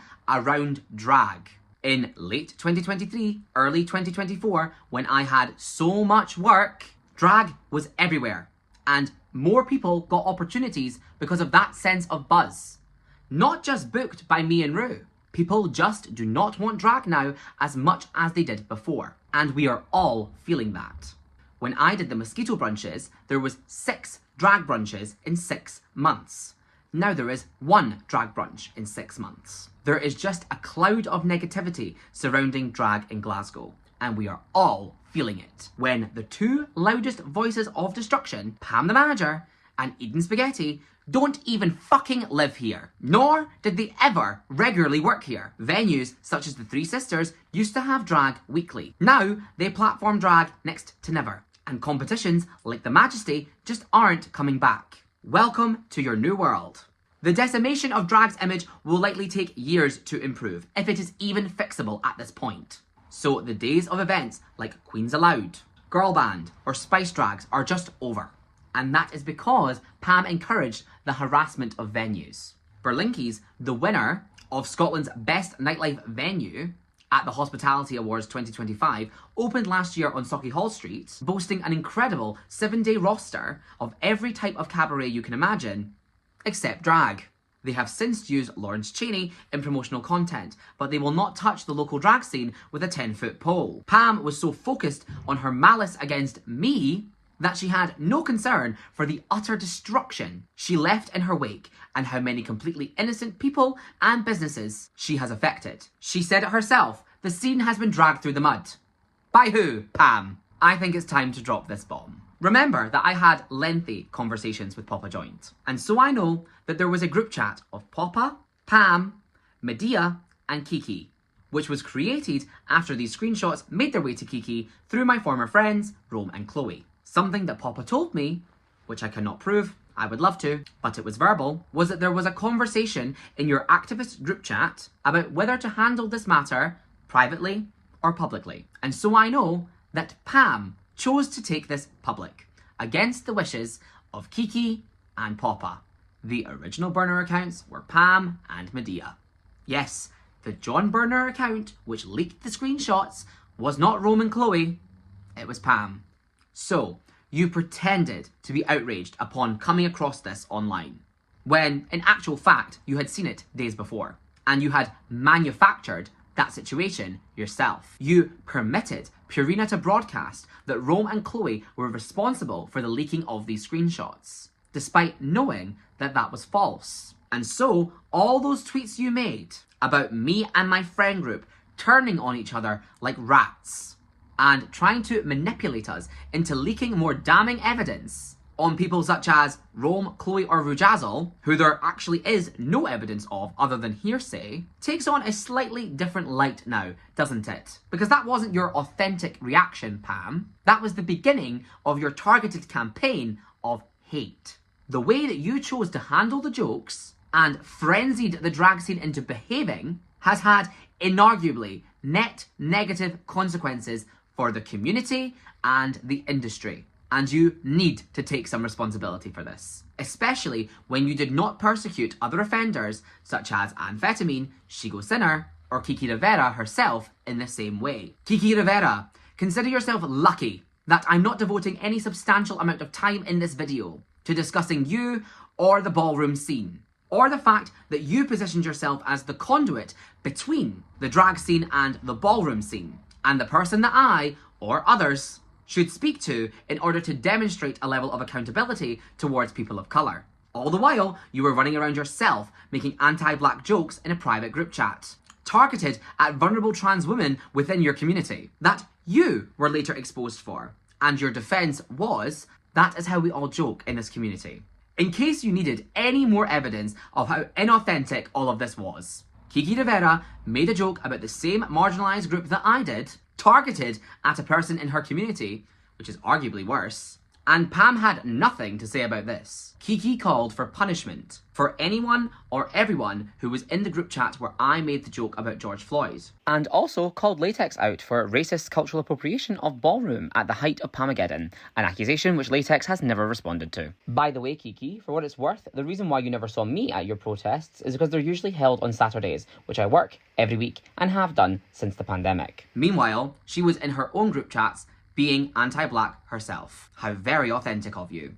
And for the record, after I was left on red by Kiki, and she got cancelled herself, I tried to reach out to Houseball Scotland myself, and I was never responded to. I don't expect free labour, I would have been happy to compensate them. But what am I supposed to do when all of the channels which are articulated to me are the avenues for proper recourse completely disengaged from me without explanation? What exactly am I supposed to do when the scene discusses having a town hall and then it never happens? Probably because a true public forum would reveal some rather unsightly truths.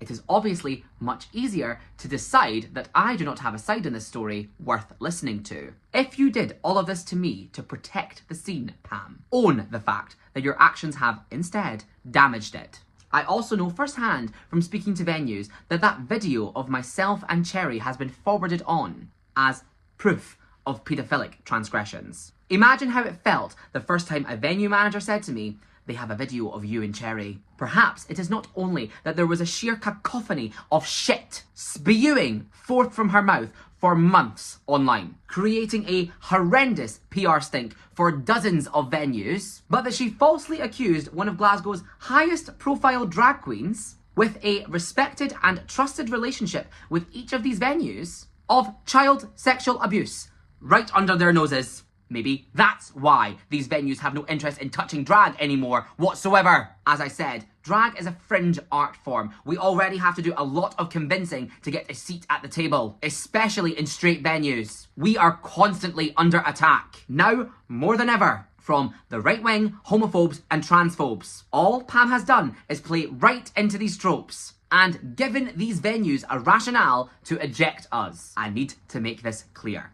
Pam and Medea have sent dozens of emails to countless straight venues calling a drag queen a paedophile. Why would any of these venues book a drag queen ever again? And Pam has the audacity to say things like this about Cherry being booked while under the age of 18. You are the one that caused the damage that you were worried about, Pam, not me. Let us take a direct example.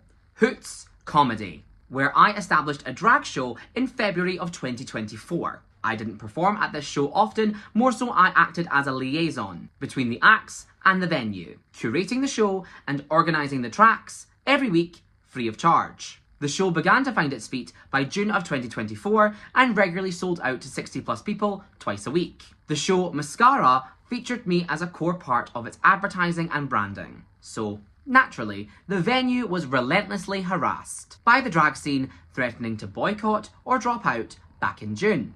Unfortunately, this all led to complete instability for Hoots comedy, as their drag was significantly more successful and profitable than their comedy. Yet, the behind the scenes had become a total disaster, without an experienced drag organiser to keep the show running smoothly. My unexpected exit had forced one of the staff, a bar manager, into undertaking a drag producer role, which I'm sure we can all agree is not a simple task, especially for the uninitiated. Post mental health crisis, I did get back in contact with the Hoots management, who made it clear to me that they would have happily kept me on performing without pause had I not gone dark on them, as their only concern was a solid entertainer for the already sold out shows. Evidently, comedians don't give a fuck about poor taste jokes. But this had led to them booking guests from the pool of people that they were aware of through me to fill the show's run until the Fringe, as I had been unreachable. Throughout June and July, the Hoots management made it clear to me that they felt there had been a considerable decline in quality in the drag and the show overall, with the exception of Slut Drop Sally.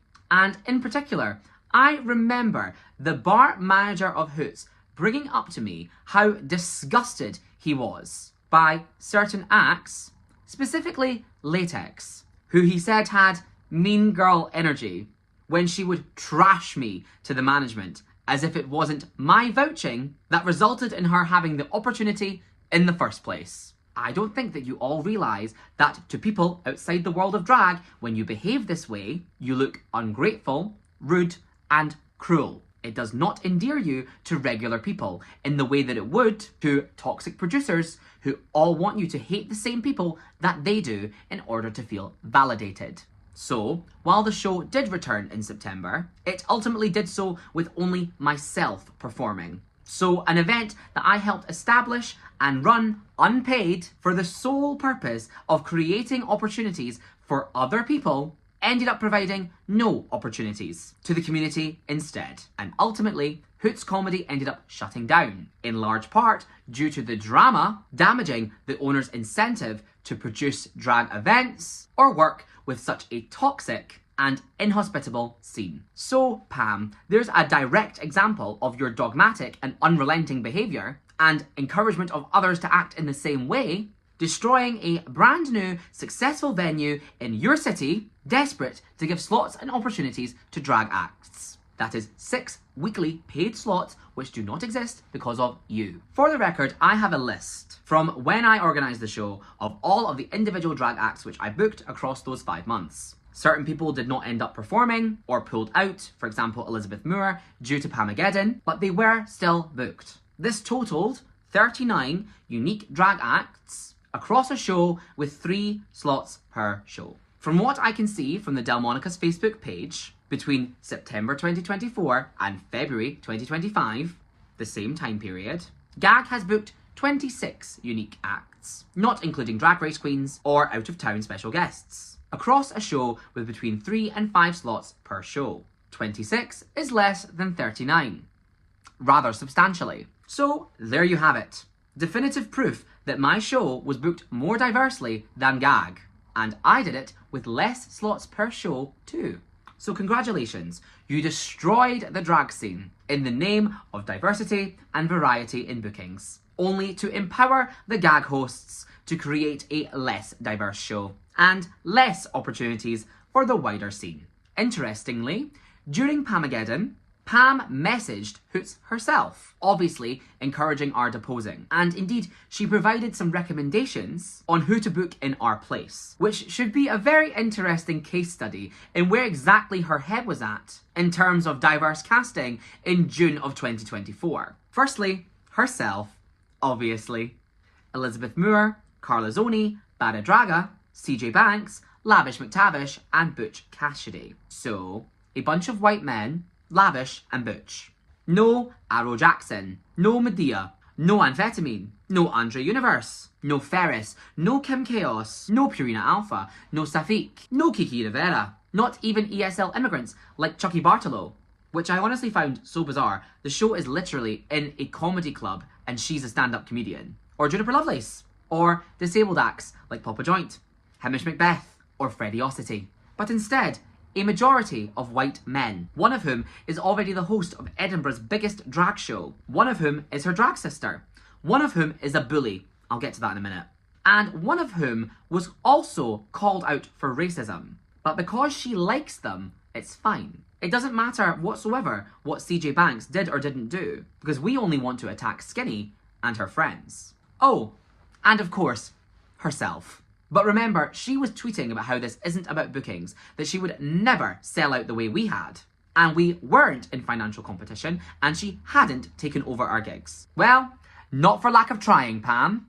Anyway, CJ Banks was called out for alleged racism, dressing as a geisha at the Mother Tucker Japan Week, in the exact same thread that those accusations were made against Rujazol, who was not in culturally appropriative dress, by the way. Like, she's a flag. So explain to me how CJ Banks could be a fitting replacement for Rujazol, or myself for that matter, at Hoots because of alleged racist transgressions which were both brought to light at exactly the same time. Racism allegations towards Rujazol, which Pam ultimately ended up retracting and apologising for, if you weren't aware, due to a complete lack of evidence. Pam refused to publicise this apology, obviously, because it would make her look like a complete fucking clown.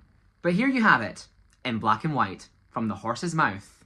Rujazol is not a racist, according to Pam, the manager. So the lot of you can fucking wrap it. And yes, Pam had to take everything concerning Rujazol down. If you check her Twitter, there is no direct naming of, and very, very few allusions to, Rujazol.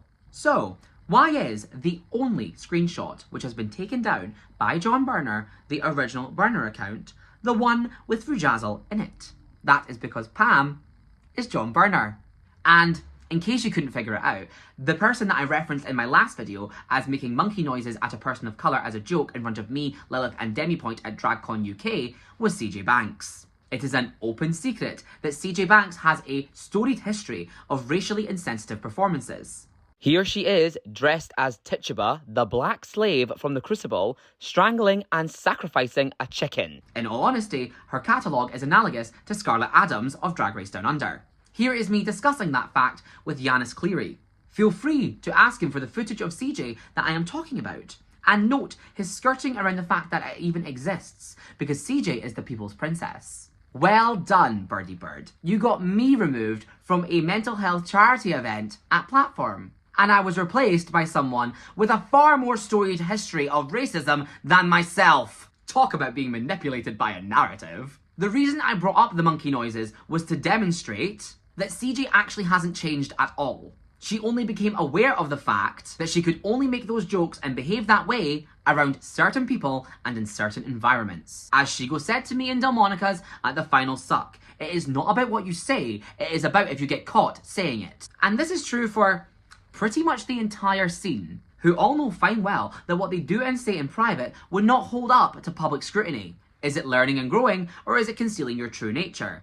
Is Lucy as mixed race as Tiana? So, Pam, what you actually mean is when you say Skinny's casting wasn't diverse enough, is Skinny's casts didn't include me or my friends. That is blatantly fucking transparent at this point. And you obliterated the drag scene all because you didn't have a seat at my table. I will never accept any pretense that you didn't want our gigs. Not when you were putting yourself forward as a replacement the week of. And I will reiterate that when Pam was messaging venues, it wasn't only to alert them to alleged misdeeds, but to suggest herself, first and foremost, as my replacement. The jealousy is just so fucking palpable. It's the exact same as that fuck-ass tweet from Carrie Ann Crowe about the same 3 faces for every gig in Glasgow. Okay, what about Bonnie Banks? What about Giza Gobbo? What about Gary King? What about Chucky Bartolo? What about CJ Banks? What about Shigo Sinner? What about Lady Rampin? They all produced their own events in Glasgow, and there was very little overlap between any of them and myself and Rue.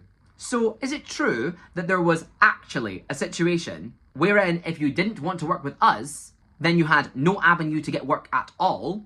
Or was it just that your face was lacking on these posters, that your ego is too big for you just to admit that you wish you were on. Or this random ass fucking Facebook post from Eve Divine. Why would your house's proximity to a venue be a reason to book you? Why does a touring brunch, not a drag brunch by the way, just a brunch, have some responsibility to book acts from the same general location in Scotland as it's taking place in? Performers travel, and you know this, Eve, because you took on a residency in Dundee. So literally what the fuck are you talking about? By your own logic, wouldn't you have been taking away work from Dundonians? So just say what you mean. I wish it was me, Skinny, and not you. Not for moralistic reasons, but jealous ones.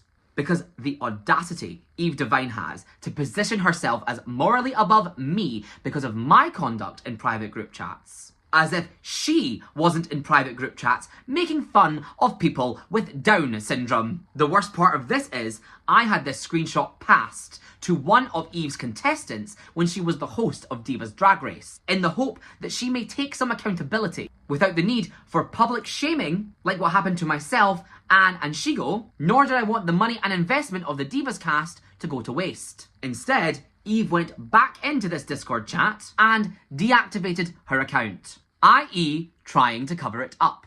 She must have went to the Elizabeth Moore School of Accountability. And then, a few months later, she hops on Facebook and types out this. So now it's public, Eve. Explain how I am a bigot for making offensive jokes, but you are not.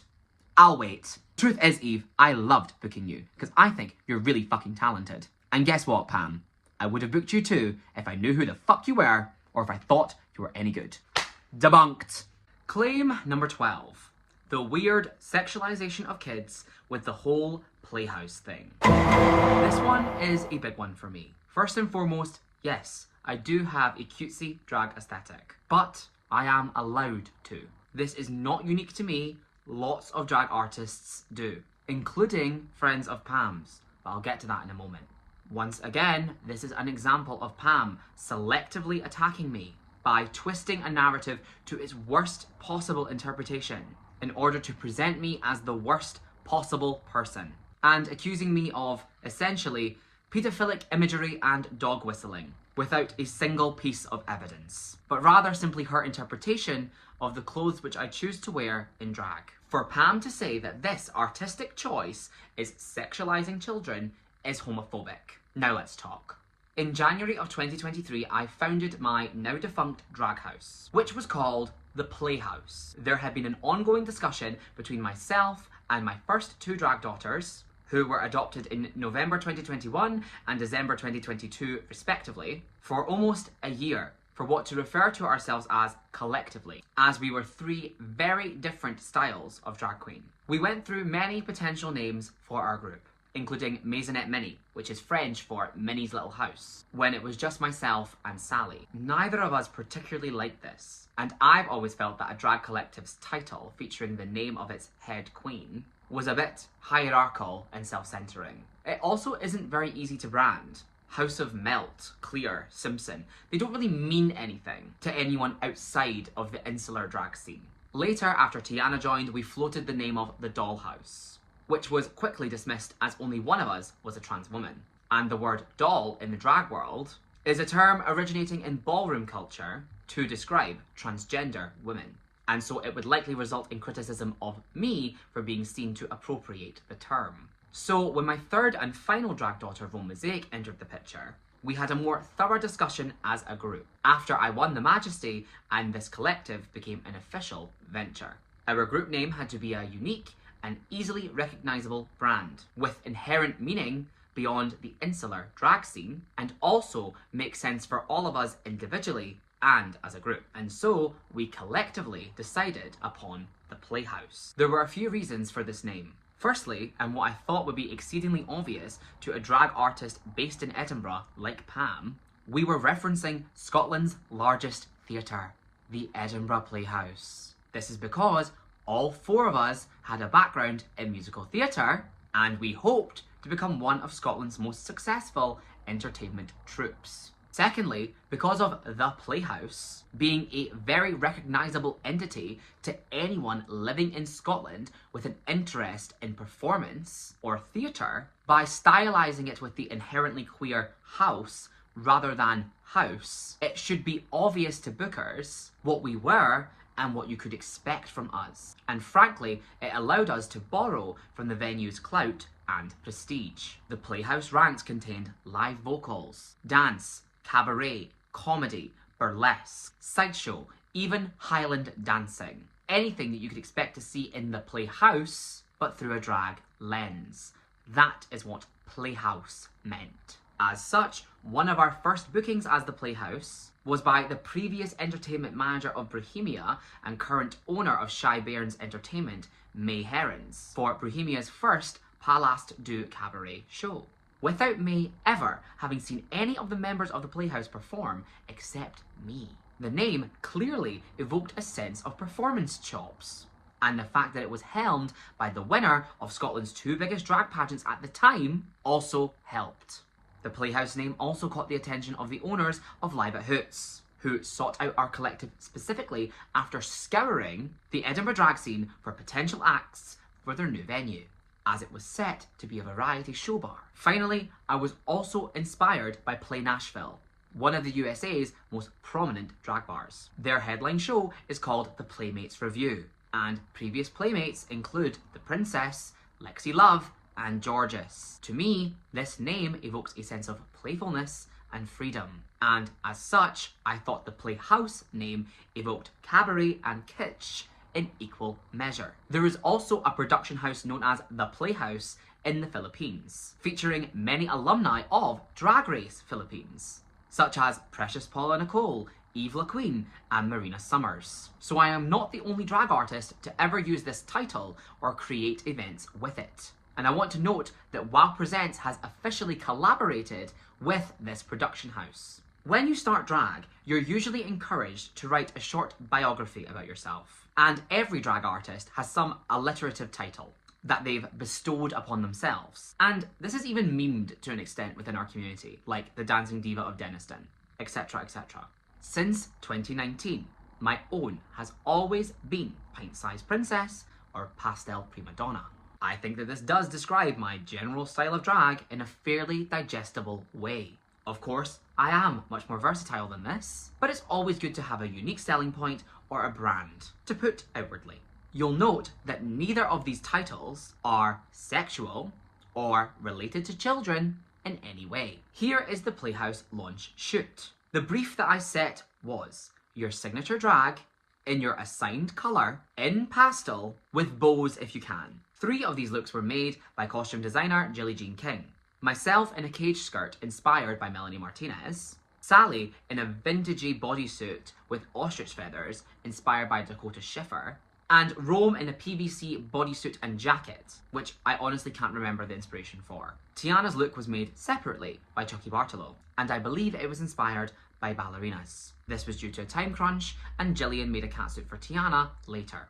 If you know us, you will know that each of these looks, Tiana less so, speak to our regular aesthetics, but simply in a pastel colour scheme. Additionally, the fact that each of us had a singular colour was for branding purposes. It's literally just having a signature colour. Twinks in Polo would outright refer to us as the yellow one, the blue one, the purple one. And this recognisable colour scheme made us more memorable to audiences and bookers, both individually and as a group. The colour scheme was in pastel for our launch shoot because I am the pastel prima donna, it was my drag house, and it was my Majesty's Winner Show. So some connection to my overall brand was key. The intention was to repeat the colour scheme, but in neons for year 2. But we didn't get that far, unfortunately. I do not think that anything in this photo is sexualizing children. I am aware that some people believe that Melanie Martinez sexualizes children, which is another conversation. But me taking aesthetic inspiration from one of her tour outfits does not mean that I, by extension, have sexualized children. Perhaps it's the white thigh-high stockings, as these could be argued to be associated with high school girls. I mean, here's Pam's friend and the host of tracks, Elizabeth Moore, dressed as what could be easily read as a schoolgirl for the exact same reason, while miming doing poppers. There were several Playhouse ventures during our short tenure. Our largest was Cloud9 taking you to Drag Paradise for the Edinburgh Fringe 2023. For this, we repeated the colour scheme again, and I bought all of these matching dresses and briefed the other queens to style that dress within their signature style, hence Rome's punk additions and Sally's vintage hair. I, once again, do not see how anything in this branding makes reference to children or sex. Also, Dandelion, another friend of Pam's, also has this dress and wore it to the Tracks ball with pleasers, which are shoes traditionally worn by sex workers, and white thigh-high stockings. Another venture of ours was Candyland, which was a club night that Rome and I ran together in Dundee. Same three faces my fucking arse, Carrie Ann. The name of this show generated a little bit of controversy due to Crystal Clear's existing show, Crystal's Candy Store. We felt that since the bar we were in was literally called Candy, as opposed to Crystal's in a bar called Frankenstein's, and the two shows were in different cities with very different target markets, this was basically a non-issue. And once again, I do not think there is anything here that references children or sex. If Pam believes that a show referencing sweets is inappropriate because children eat sweets, I would ask why she competed in Crystal's Candy Crush. What Pam is referring to, I believe, is an incredibly twisted reading of My Majesty Winner's show, which was called Playdate. And it is the only reference to anything childlike in the entire tenure of the Playhaus. The only people that ever attended Playdate from the scene were Rosy Cheeks, Sissy Scorpio, Lavish McTavish, and Cadenza. Pam never came to this show, and she's passing an incredibly fucked up judgment on an event which she has no first-hand knowledge of. This was the branding for the show. The font is Mattel's Barbie font, and we also used the P from this banner as a logo or a watermark on posters and photos from gigs, atop a heart to evoke the image of Love Heart's sweets. The description for the show reads, "Are you ready for Scotland's sweetest surprise? It is time for a playdate. Join Sally, Tiana, Rome and Skinny in their pastel palace as they serve up some iconic, high-energy, Y2K pop-tastic performances. What about any of that is sexual?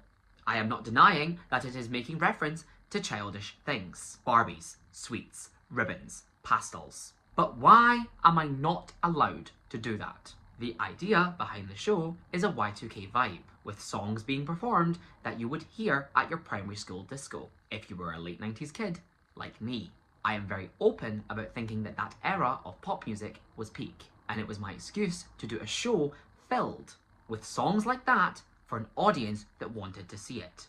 And for the record, the show was 18 plus, because it was in a fucking bar. It was not marketed towards children, it was marketed towards nostalgic adults, which is hardly an underground or highbrow concept, nor that a 90s noughties aesthetic would be something that they are unfamiliar with. God, remember when Dells used to be busy? That is Tina Justina, one of Pam's friends, dressed in an, arguably, childlike pinafore and pigtails with colourful clips in her hair.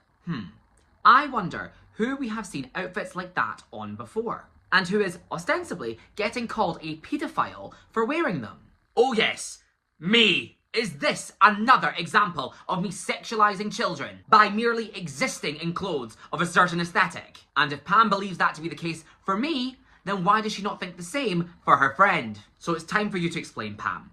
Where, and I mean literally where, is anything about what I've worn or done sexual or sexualized? Where is sex in anything to do with Playdate? Do you believe that drag is inherently adult, and so referencing anything childish in nature is inappropriate? Because that is a homophobic position to hold. And once again, exactly what the Scottish Family Party would say. Why do you have so much in common with these bigots? Do I need to repeat this? The way that Pam is framing me is turf, anti-drag rhetoric. It's not a good look, Chief. Queerness is not inherently adult or sexual. To believe that would be to sexualise queerness itself, which is the foundation for ancient homophobic tropes about gay men, and us being inherently unsafe to be around children. The exact same thing that you are doing to me right now. It is literally the foundational belief that was used to justify state-sanctioned chemical castration. What the fuck is wrong with you?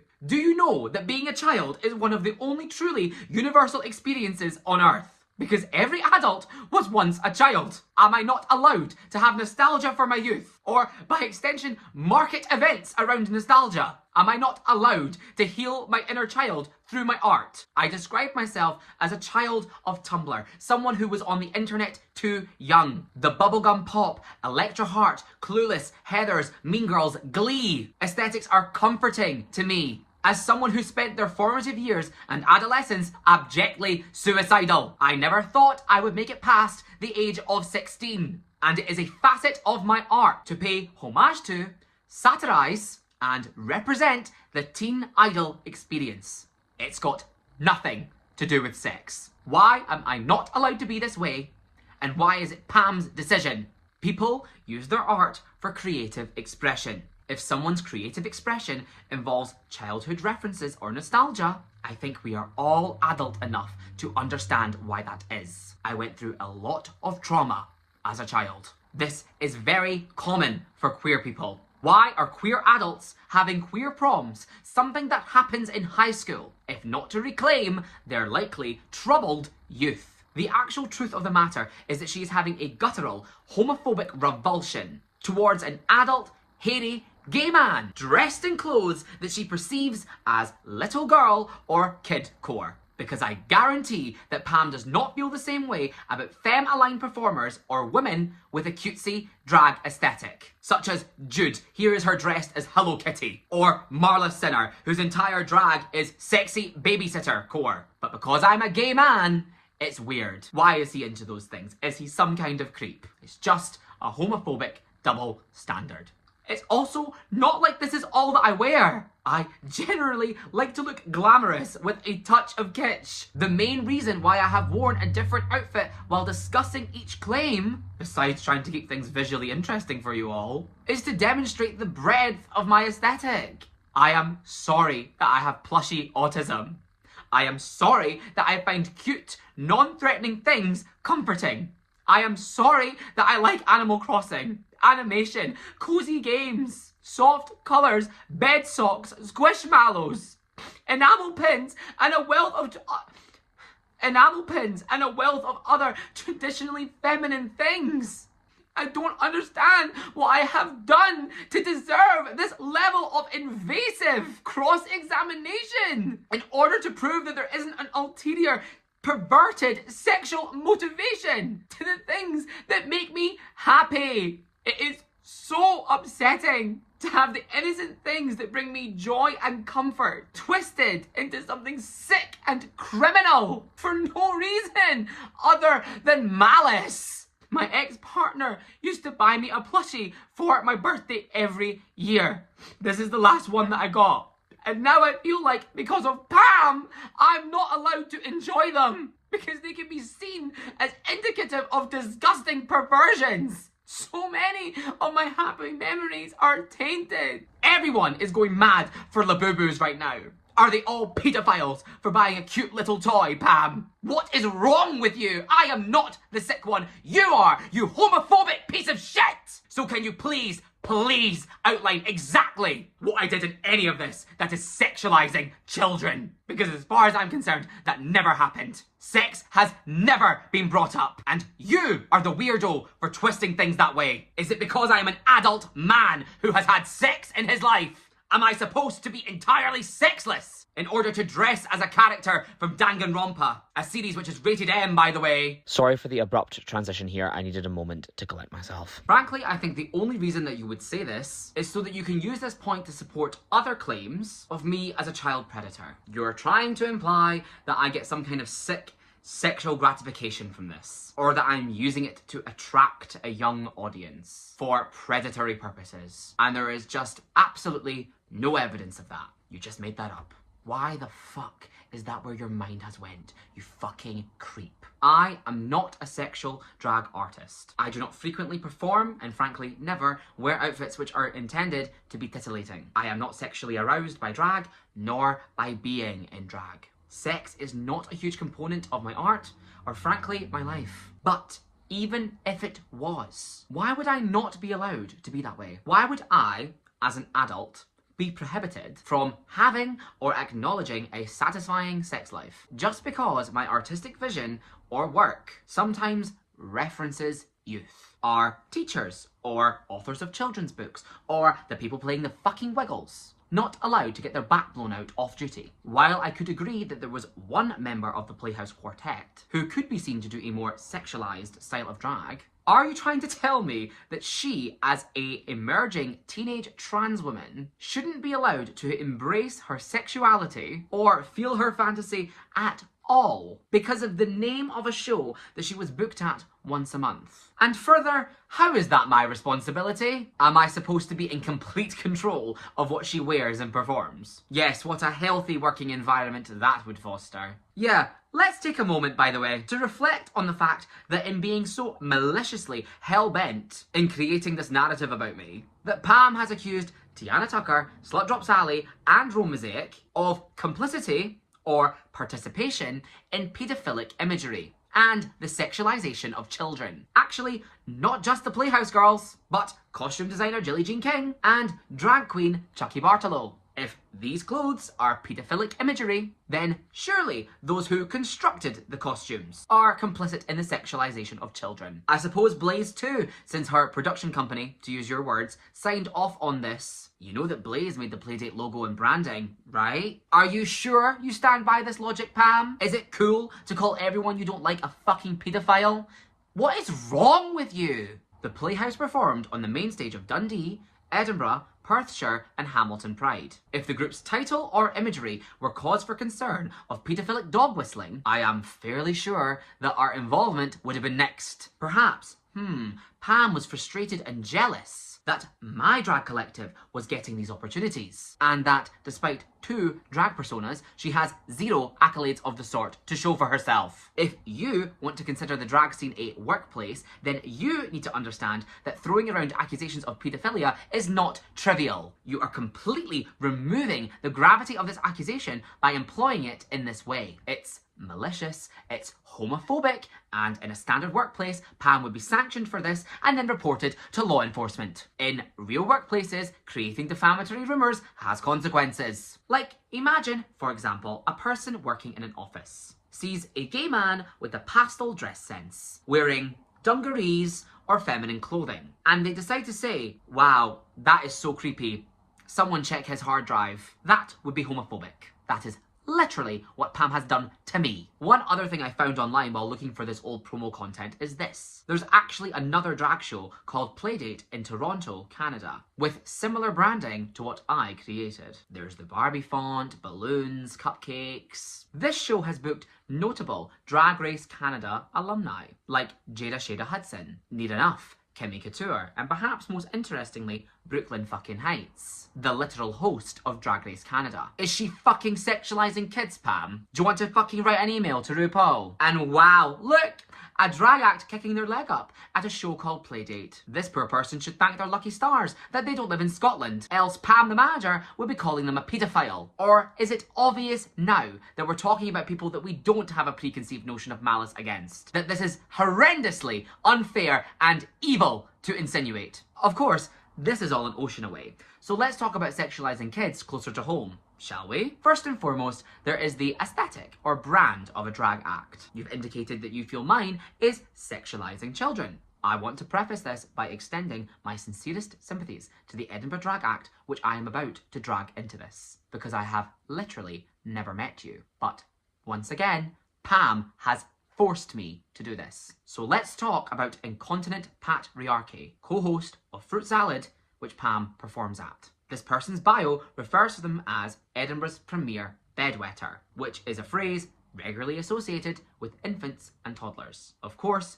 adults can be incontinent too. However, they regularly perform at tracks booked by Lucy and or Elizabeth in a baby bonnet, bib, and a literal fucking diaper. In the spirit of fairness, which is all I have been asking for, I could see the argument that Pat is doing filth, gross out drag by representing incontinent adults or piss play. However, the inclusion of baby bonnets and bibs in their looks does dispel that interpretation. Ultimately, this person is unquestionably dressed as a baby and using the aesthetics of infancy in their art. Not to mention putting a pacifier in Alicia's mouth, which is on the track's highlights. I just want to make the point, by the way, that I have never done anything like this ever. While I have artistically referenced high school and adolescence, I do not artistically reference infancy. But, as I just argued, wearing something does not mean that you are sexualizing it. So, we turn to Pat's performances. Here they are, thrusting against the air, touching their genital area while making faces of ecstasy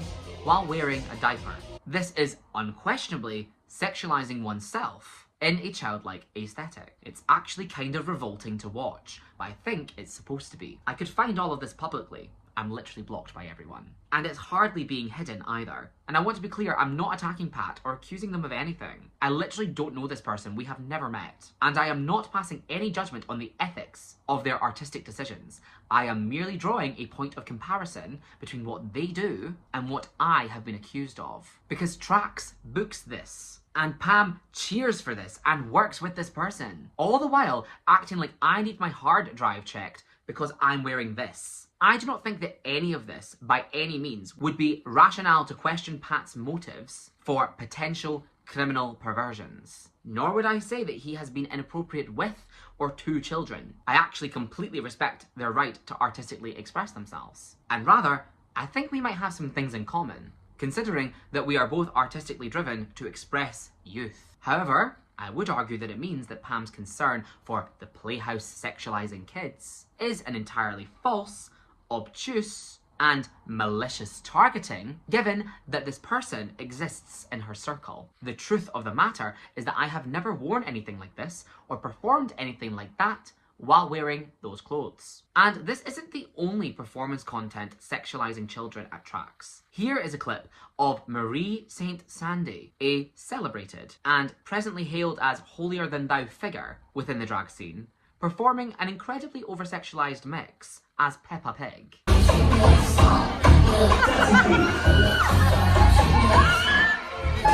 Yes, please. Do I allow him to sing in my school? Yes, please.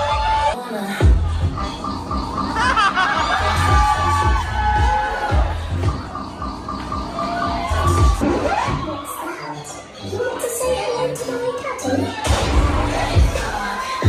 daddy? Peppa Pig is canonically a 4-year-old girl. Marie Saint Sandy has used a cartoon child as a jumping off point for a mix which is this graphic and over-sexualized. This performance unquestionably sexualizes Peppa Pig, a child character from a children's TV show, most likely for shock value. And once again, this was booked by Trax and cheered for by Pam. So, Pam, please miss me with this absolute bullshit. Not only have I never done anything like this, literally ever at all, you have absolutely no problem when your friends have childish aesthetics, dress up as children, do sexual things when dressed as a child, or make sexual jokes out of children. You are just targeting me and trying to build the image of me, once again, as a child sexual abuser. And for the record, I don't think that Marie is doing anything immoral here per se. She is an adult performing for adults.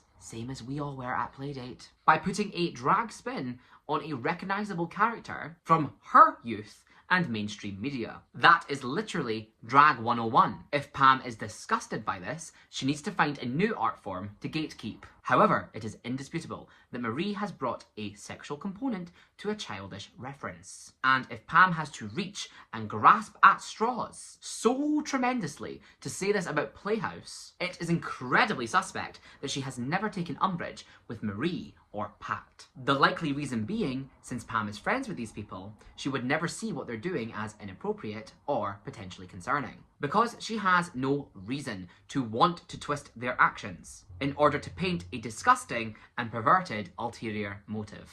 Meanwhile, because according to her, I have a allegedly concerning relationship and pattern of behaviour with underage boys, what I do and wear would be cause for concern. Except that this is a self-fulfilling argument, because Pam is the one who decided my relationship with Cherry was inappropriate, not any of the relevant parties, e.g. Cherry or her family. Therefore, my drag is concerning. And my drag is concerning because she has decided that I have an inappropriate relationship with underage boys. She is using two separate lies to justify each other as true. This is called circular arguing. It is a logical fallacy and a hallmark of narcissistic abuse. None of this was necessary whatsoever. It's actually deeply uncomfortable and upsetting to have your aesthetic choices maliciously used against you in this way. So I am sorry to you, Pat, for putting the spotlight on you in this way. But less sorry to you, Marie, because you've been unpleasant towards me since I was a teenager. And because you use AI for Painted by Marie,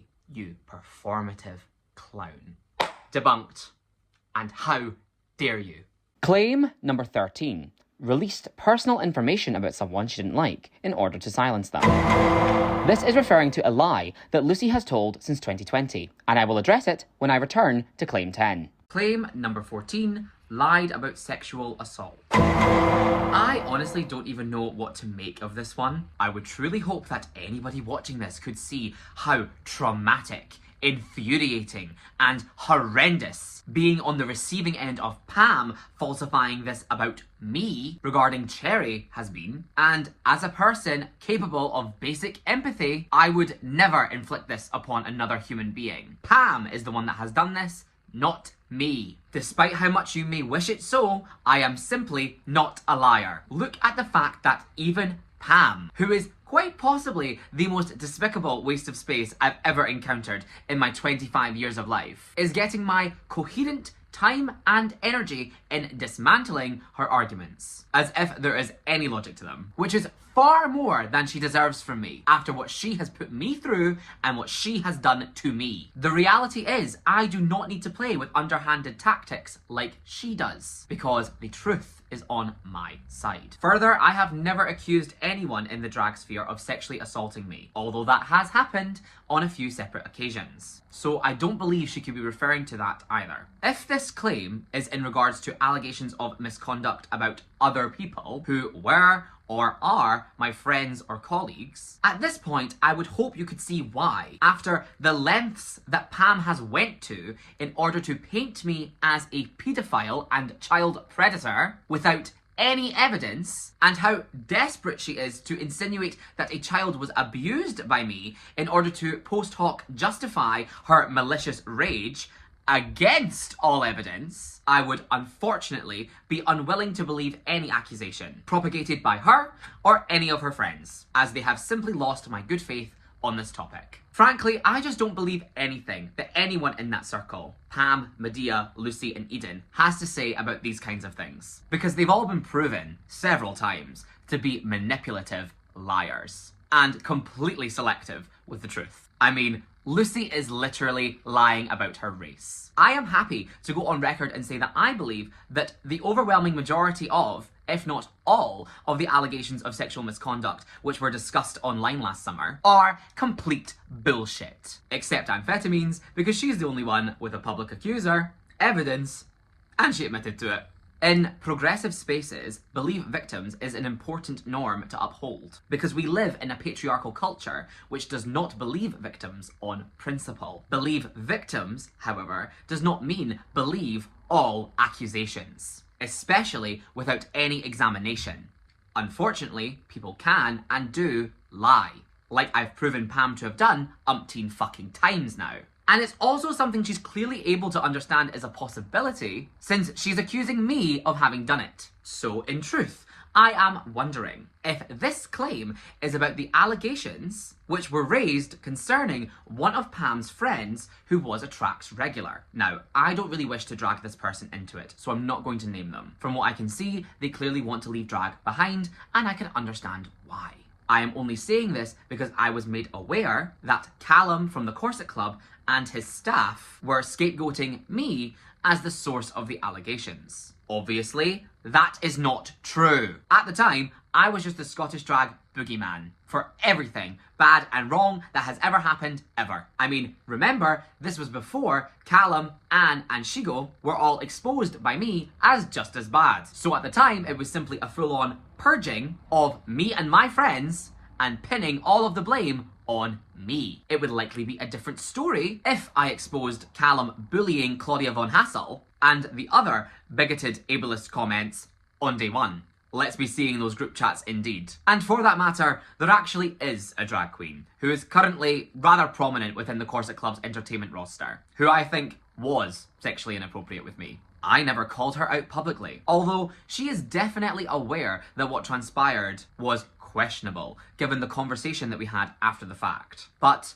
I wasn't traumatized by this, and I didn't really care to start that kind of drama. As you can see, I've held my tongue on quite a lot of things, out of a desire to maintain peace in that community. But if I was going to raise allegations against anyone, it would be her. To be clear, it's not Shigo and it's not Latex. And at this point, I would never openly accuse this person anyway, because the community simply is not going to believe me, because, you know, I'm such a manipulative liar, even though there's thousands of receipts corresponding with everything that I'm saying. All I'll say is, as a producer, it is beyond inappropriate to book people and say to multiple performers on multiple occasions that accommodation is included, and not disclose that accommodation is your house and ended up being your bed. And as I already said last year, I do not need to make up accusations about anyone. Not when I was already aware of amphetamine and Shigo Sinners sexual assault allegations from 2020. If the motive of falsifying sexual assault allegations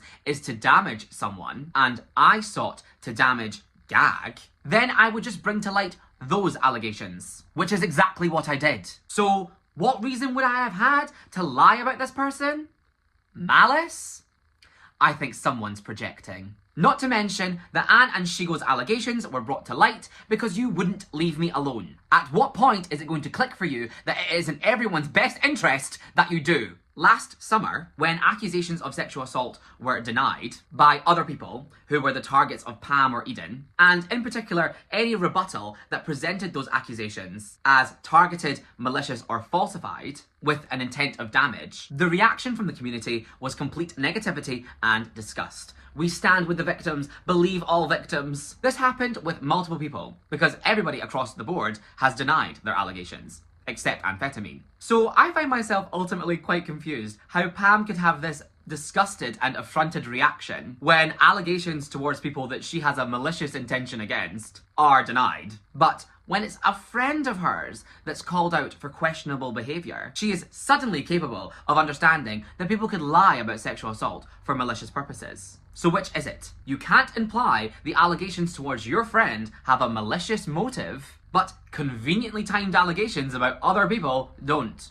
Especially when you have a clear malicious intent against the people that you were spreading allegations about and signposting yourself as a safe conduit for further allegations. I mean, do I need to say out loud that the accusation against Rue materialised after days of trying and failing to produce a damning screenshot of her using offensive comedy? Both Pam and Eden said coming after Skinny and Tiana isn't brave because there was a bigger villain to fell. There was a malicious attempt to move the conversation to Rujazzle. And then, all of a sudden, these accusations materialised.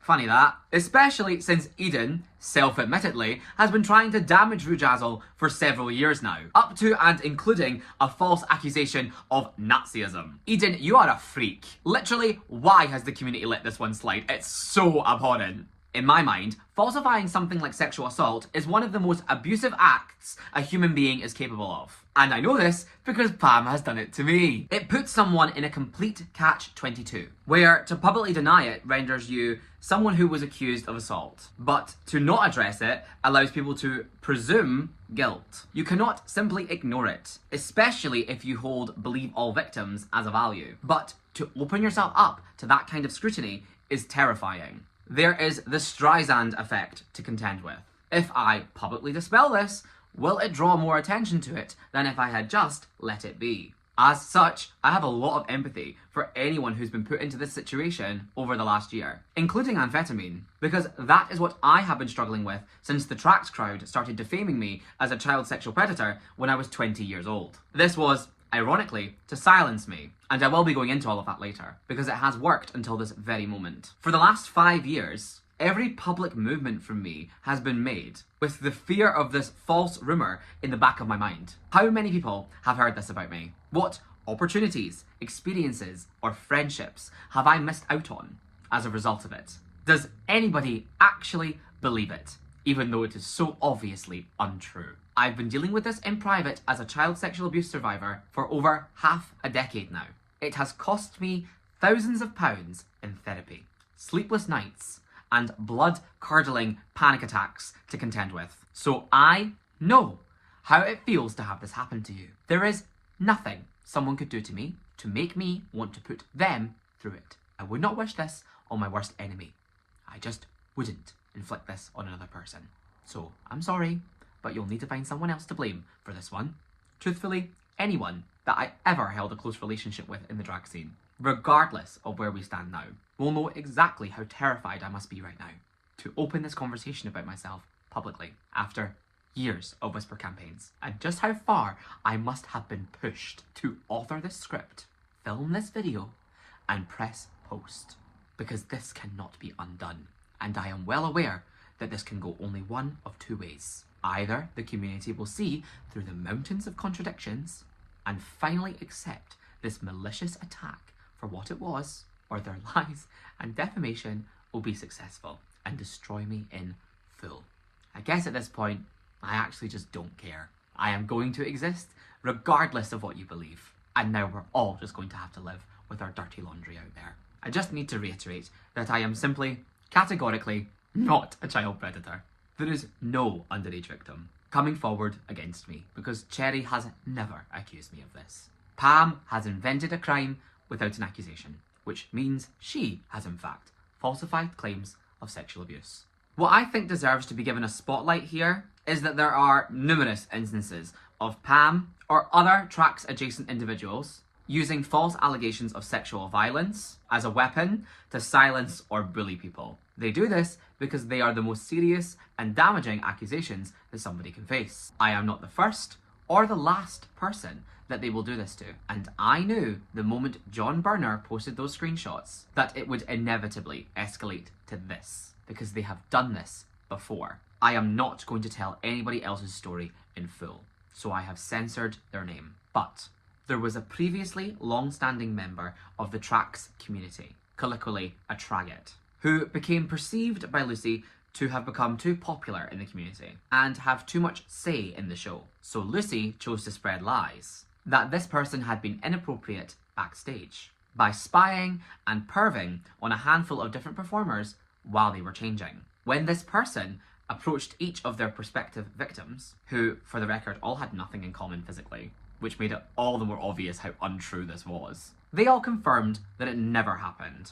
But, of course, the damage to this person's reputation was already done. They had been marked as an enemy, a toxic person, and villainized. Nobody will go against Lucy's scheming when she targets someone, out of fear of becoming the next target. So ultimately, this person ended up moving out of Scotland because of her, which makes those comments about me running Purina off the continent to her already planned year abroad quite ironic. Projection.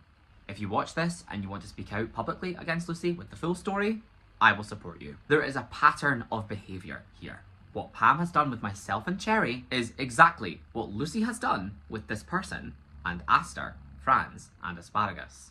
I genuinely don't understand how Aster and Franz could justify to themselves continuing to associate with someone that lied about them experiencing sexual misconduct, except that it would benefit them financially. Same goes for Aster applying for and then dropping out of Gag Race while fully aware the whole time that Amphetamine had sexual assault allegations. Oh, but I'm the greedy capitalist. Indeed, the events of last summer are the most damning of all, because this is exactly what Lucy wanted, and had been building towards for years. She openly admitted that these screenshots were the last straw, and that everyone wanted rid of me. Yes, they did, because they believe lies that you fed them.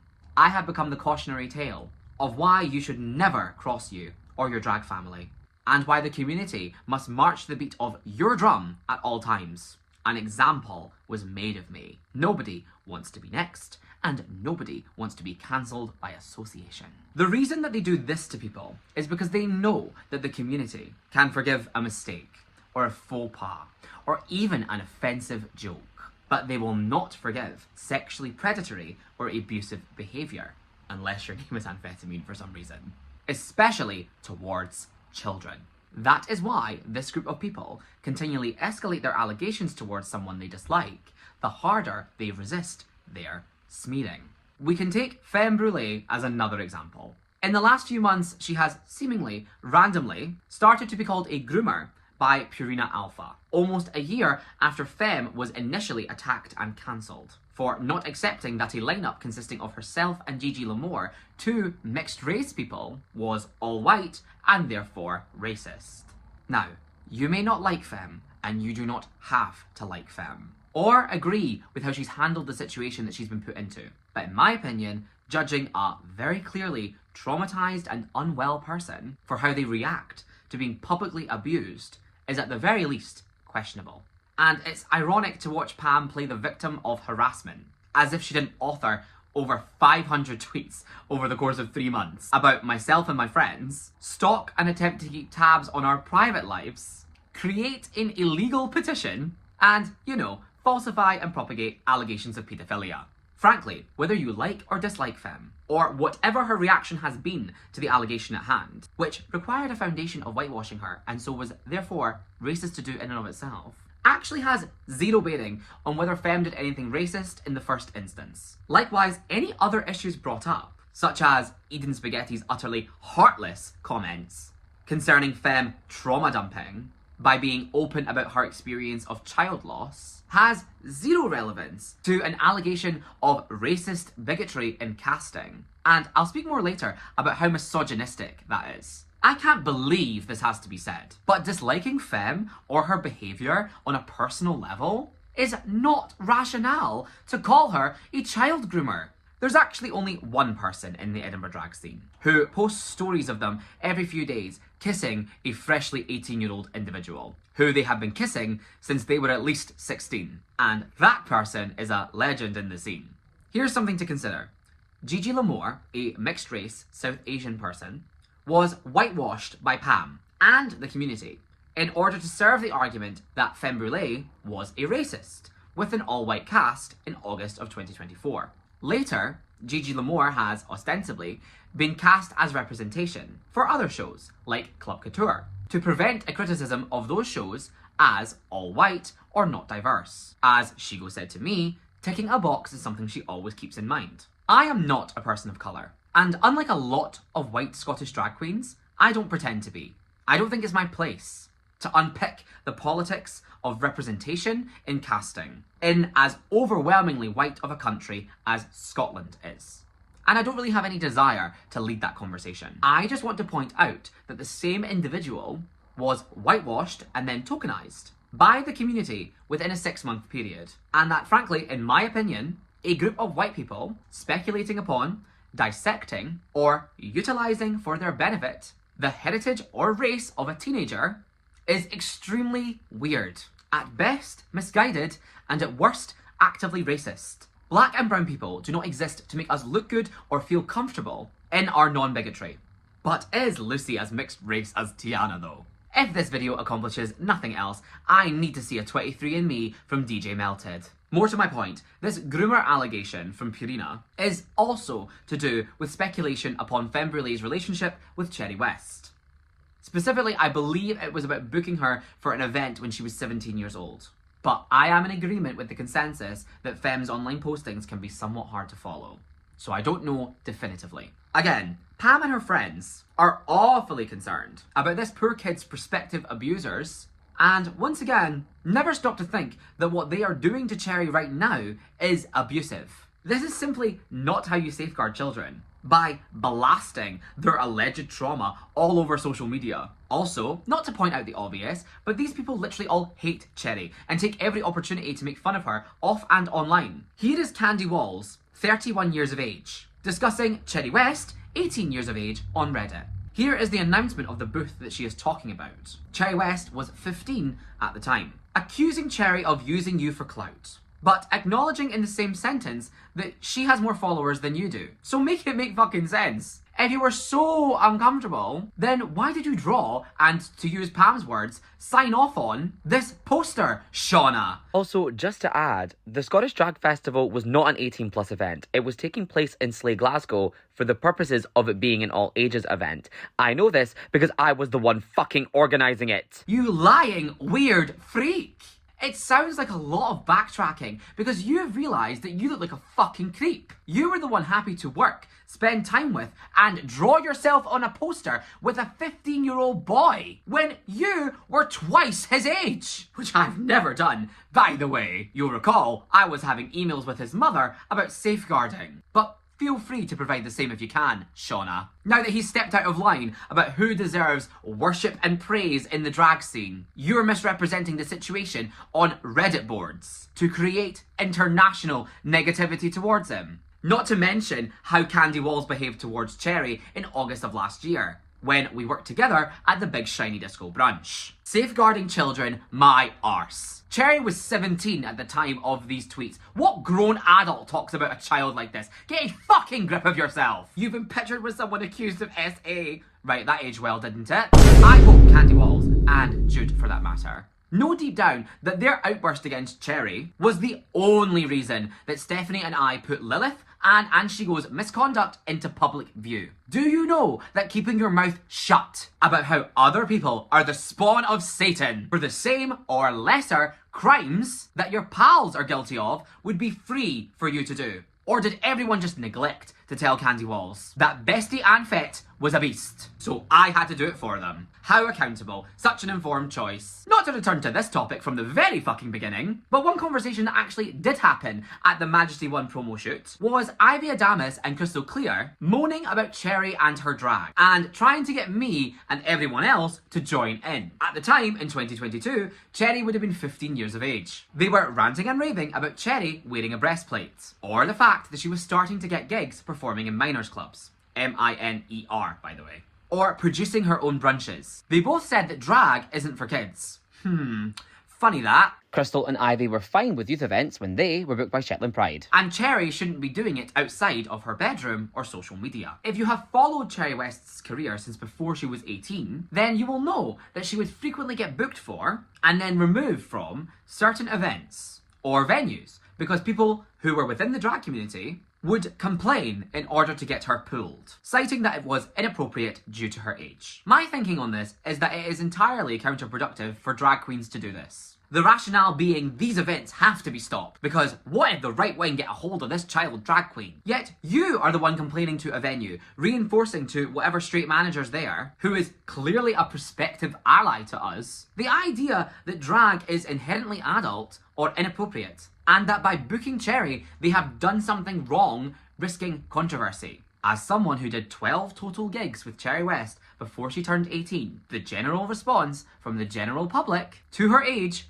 even now, is, wow, that's amazing. You have so much confidence for someone so young. Not abject horror at the inappropriateness. As Pam says, the mystical they are endangering the community by booking an underage drag queen. I am sure that she has not endangered the community at all by falsifying accusations of child sexual abuse, telling everyone that will listen in order to get venues to drop me, in order to get my gigs. I remember once that Cherry was hosting a drag brunch that was advertised as 18+, which was because all of the tickets contained booze. And Kiko, Eden Spaghetti, and all the other peanut crunching crowd were on Twitter complaining, how are you hosting a show that you can't attend? As though that was some high intellect gotcha. Eve Divine did this too, on a completely separate occasion. I literally can't deal with Kiko's attitude here. It is so typical Scottish drag. I'm gonna make an aim tweet about someone, in this case a 16-year-old, starting a conversation to moralistically bash them, and then when they reply with their side of the story, you're not looking for a dialogue. Is that code for, I'm going to complain about you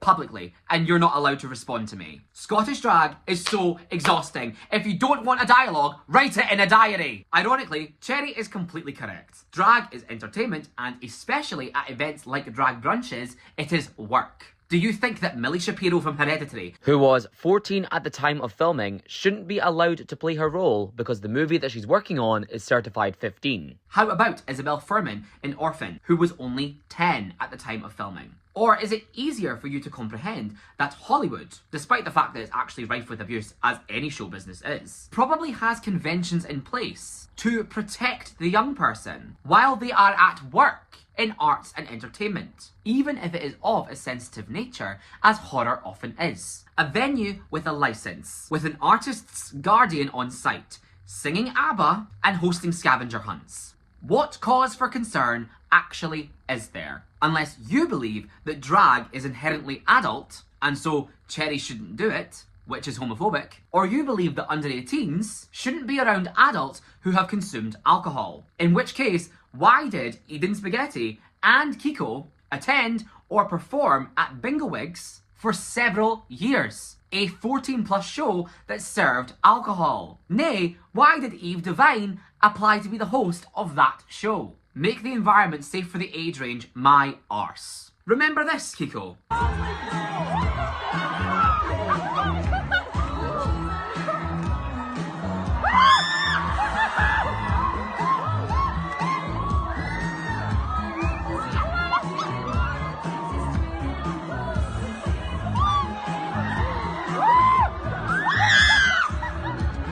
Don't worry, I'm not going to attack you in bad faith. The fact that this happened clearly isn't your fault. But it leaves me confused as to why you would then return to perform at Bingo Wigs several times after this happened, when no changes were made to prevent something like this from happening again. In fact, when, as I've mentioned, the sex positions game started to be included, and all of those sexualized performances from the earlier collage happened after this event. Oh, so the show that you've done several times without issue, which could play into the hands of the right wing, is acceptable because reasons. But an event that Cherry West is doing needs to be shut down because won't someone think of the children? Poor Cherry, she needs safeguarded from a disgusting, vulgar adult drag brunch that she's at with her parents. What about the children that had cock helicoptered in their face, Kiko? Why did you ever go back to Bingo Wigs if that's how you feel? Bingo Wigs, where 17-year-olds were flashing their underwear and humping the floor. But all Cherry does at her gigs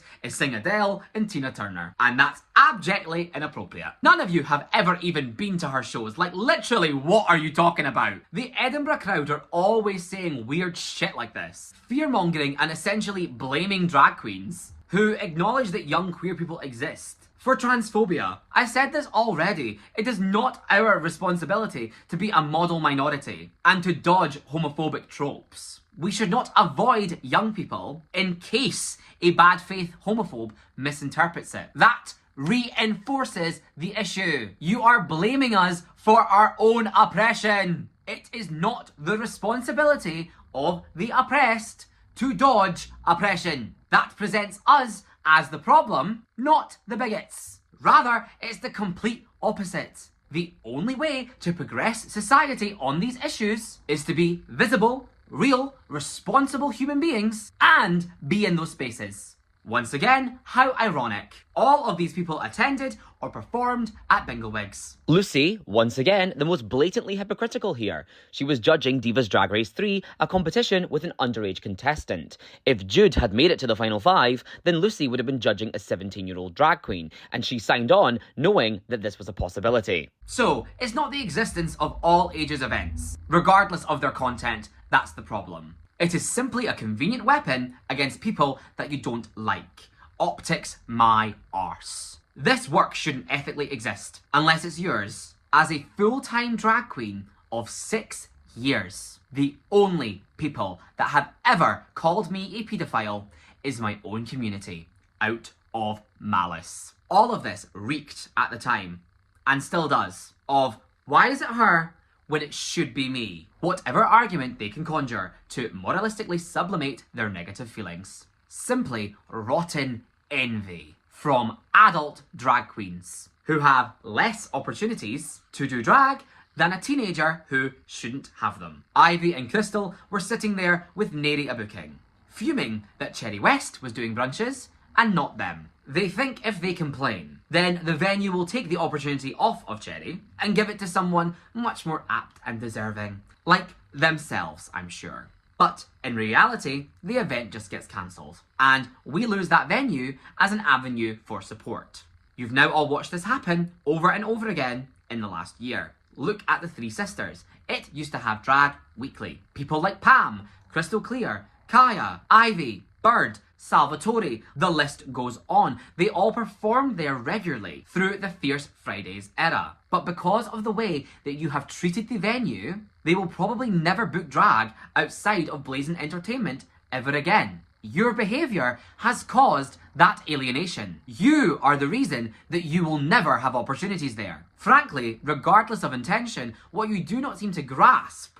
is that as a drag queen, creating issues for a venue, for booking Cherry, or anyone for that matter, is indistinguishable from the damage that a straight right-wing gammon complaining to the venue would cause. You have just shifted their perception of drag from advantageous to risky, potentially reinforced homophobic presumptions that they may have already had, or introduced new ones, and instead of scoring yourself a gig, you just made them less likely to look to drag in the future. To be honest, I don't know why you all think that straight right-wing gammons stock local brunches, and it's been made very clear to me that intentions do not negate consequences. So as I've explained, to a venue, a complaint is a complaint. Controversy is controversy. They want to make a profit. If you scare them into thinking drag equals bad PR, they will just not touch us again. They're not going to read your email and say, wait, you're right, this is awful, let's have you instead.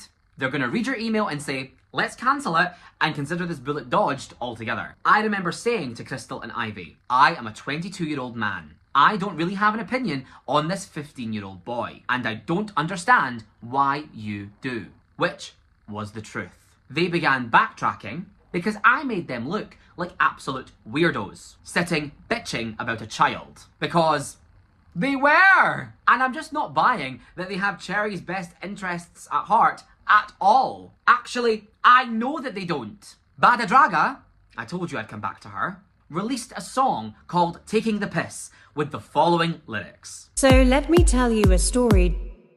I met this girl the other day.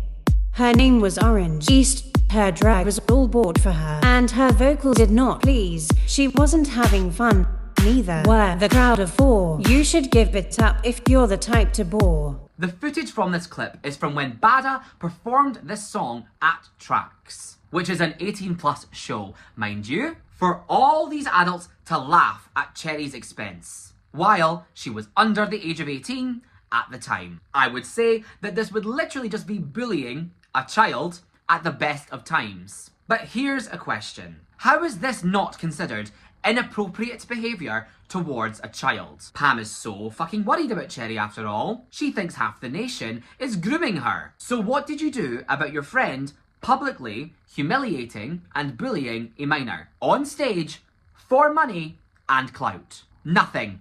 You cheered. What the fuck is wrong with you people? It seems that the Edinburgh drag scene thinks that if somebody is supportive of or neutral about a teenage drag act, that is creepy and wrong. But if somebody is cruel to the exact same teenage drag act, that's Yas Queen, Hunty, Slay. Let's publicly bully and humiliate someone, a child that is, on the largest stage in Scottish drag. Wonder who set the example that this kind of behaviour is appropriate. Let's be extremely clear, you do not give a fuck about safeguarding young people. Optics! And if I'm responsible for what other people are doing and saying in front of me, that means Lucy is now responsible for greenlighting the use of the R word, paedophilic imagery, and bullying children on the track stage. Are we going to start rethinking this whole guilt by association thing now? This group of people use huge, scary, lofty words like abuser, groomer, bigot because of their weight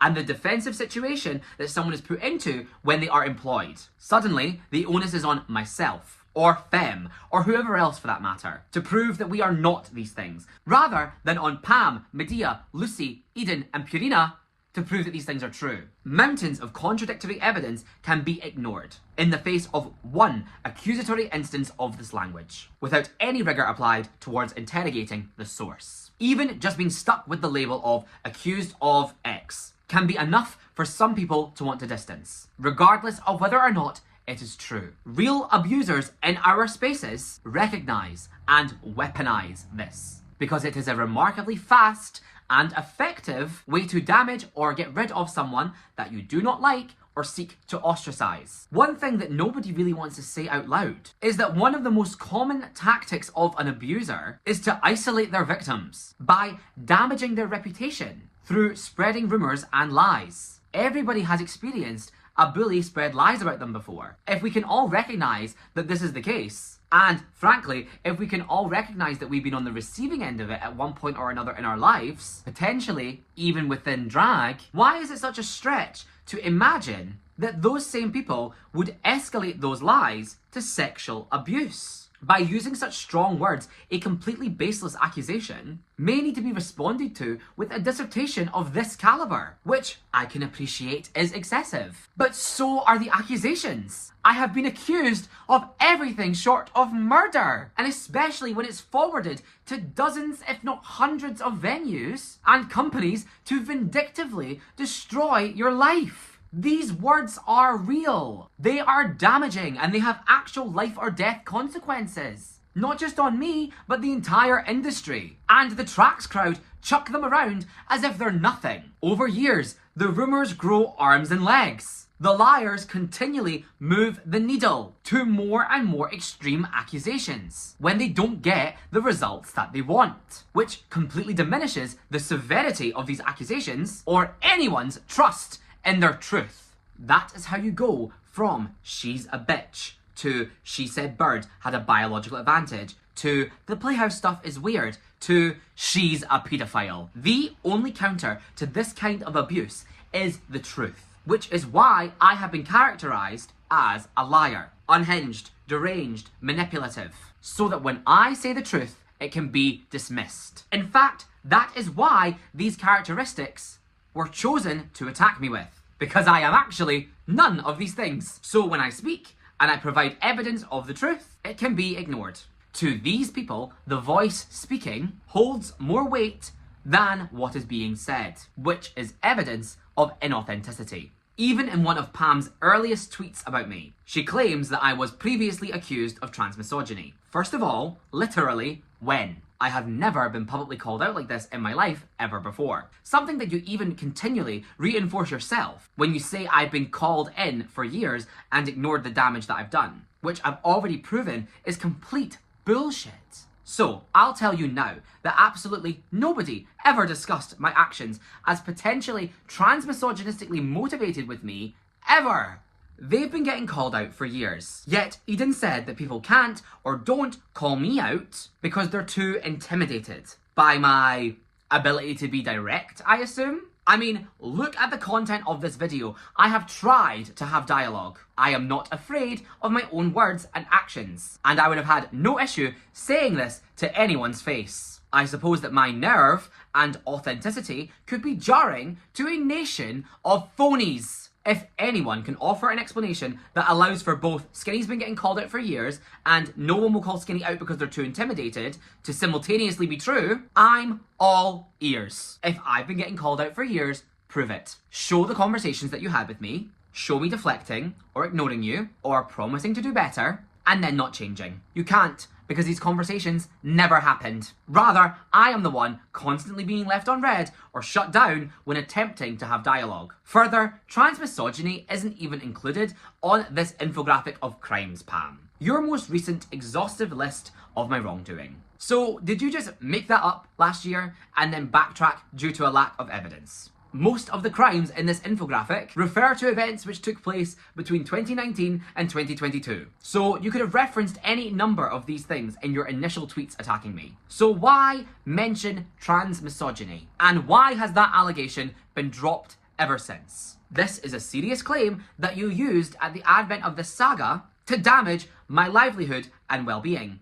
So back it up. Or are you just button mashing allegations of every ism you can think of? Are you referring to my personal grievance with Tina Justina about her laughing and running around the stage at the Fuck Rujazzle show at Trax in April 2023? If so, I'll remind you that I had similar issues with Eden Glasgow, Giza Gobble, Havoc Rain and Chucky Bartolo. Actually, everyone else that was on stage really. None of whom are trans women. I wasn't even publicly accused of transphobia when you all vague tweeted about it back then. You were just calling me a bully. And I actually can't think of any other trans women in the drag scene that I've ever had an altercation with, besides Lilith, who would oscillate between putting me down and then crying to me and apologising for putting me down because she was jealous of me. What happened was, I called Tina out for participating in the public humiliation and bullying of my friend, only for less than 48 hours later, her to show up to that same friend's show smiling in our faces like it didn't happen. When I asked Tina if this happened, she denied it.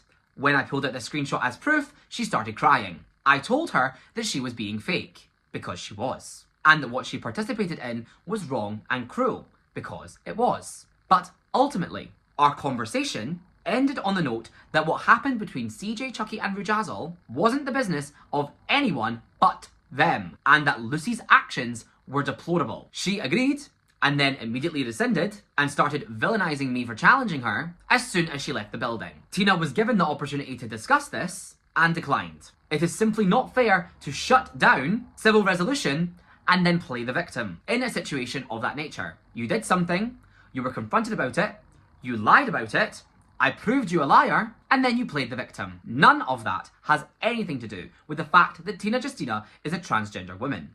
It has everything to do with the fact that Tina Justina is a two-faced liar. Tina had to move cities because Rue and Skinny didn't like her. Well, no! Tina completely torpedoed her working relationships with Rujazzle and myself by doing that. And so did Giza, Eden and Havoc Rain. Frankly, if you participate in cruel negativity towards someone who produces events, you don't have the right to turn around and expect bookings from that person also. We don't owe you anything. And it's not like I was up at night tossing and turning about not having a Trax booking. I can comprehend that my relationship with Lucy would render that avenue forfeit. The fact that Rue or I gave any of the people that were on that stage any opportunities whatsoever without an apology was a kindness that they did not earn, and speaks to our character as the bigger people. Tina could have went and started her own events in Glasgow. Nothing was stopping her. She wasn't cancelled.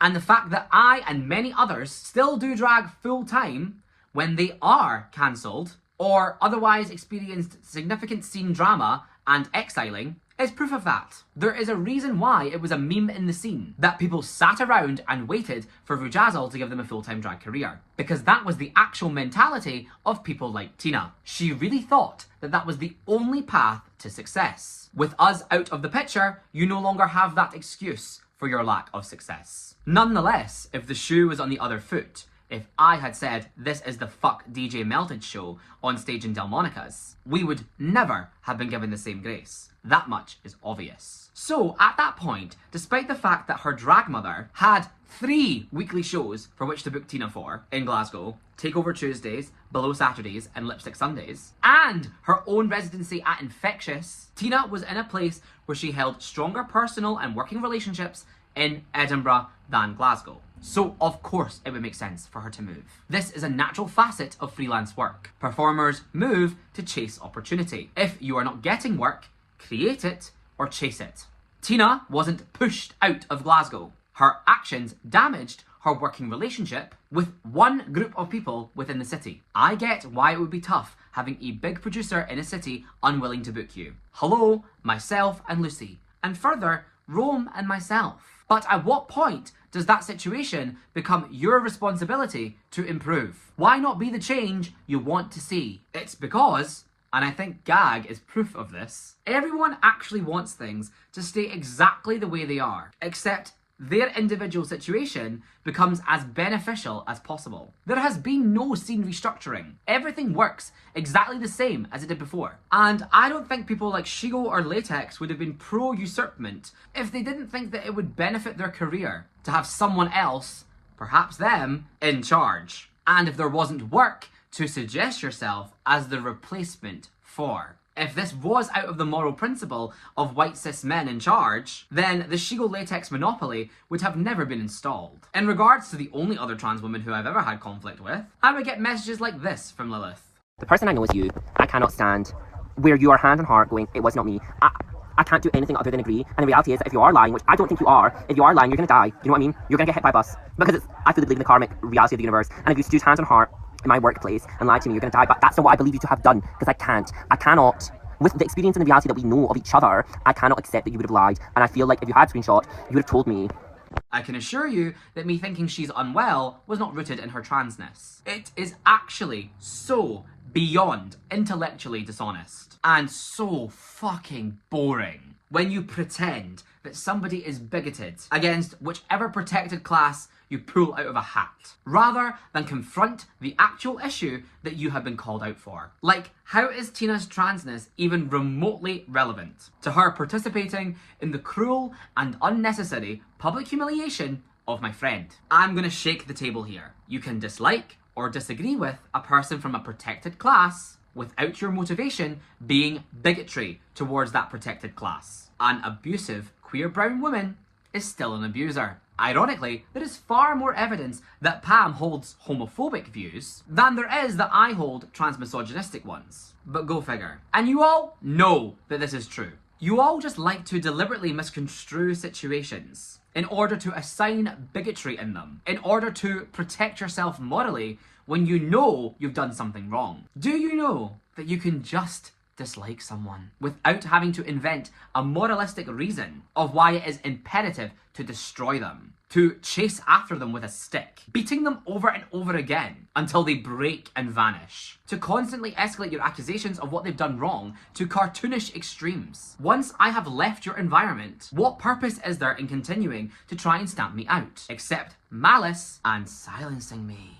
If something is true, then it can be plainly stated and proven with evidence. You do not need to employ manipulative techniques if the truth is on your side. That is why I am not afraid of these people and their lies. I think that it's really obvious from the fact that there are accusations of literal child sexual abuse in this infographic that Pam has put together, alongside things like talked shit about her flatmate, or got me kicked out of Dells, and that certain accusations cycle in and out of her Rolodex, like transmisogyny and fat phobia, as she sees fit, is just proof that none of this can be taken in good faith. One of these accusations is significantly more extreme than everything else. Nobody is talking about the fact that Harvey Weinstein didn't tip his waiter, because nobody needs to talk about Harvey Weinstein's lack of manners when there is actual mountains of evidence of sexual abuse. I'm not the one originating a Weinstein comparison, by the way. Literally only that would be relevant. So, if it is true that I am a pedophile, like she says, why is that not the sole focus? Why has that not been the main public allegation? Pam merges and equates illegal crimes,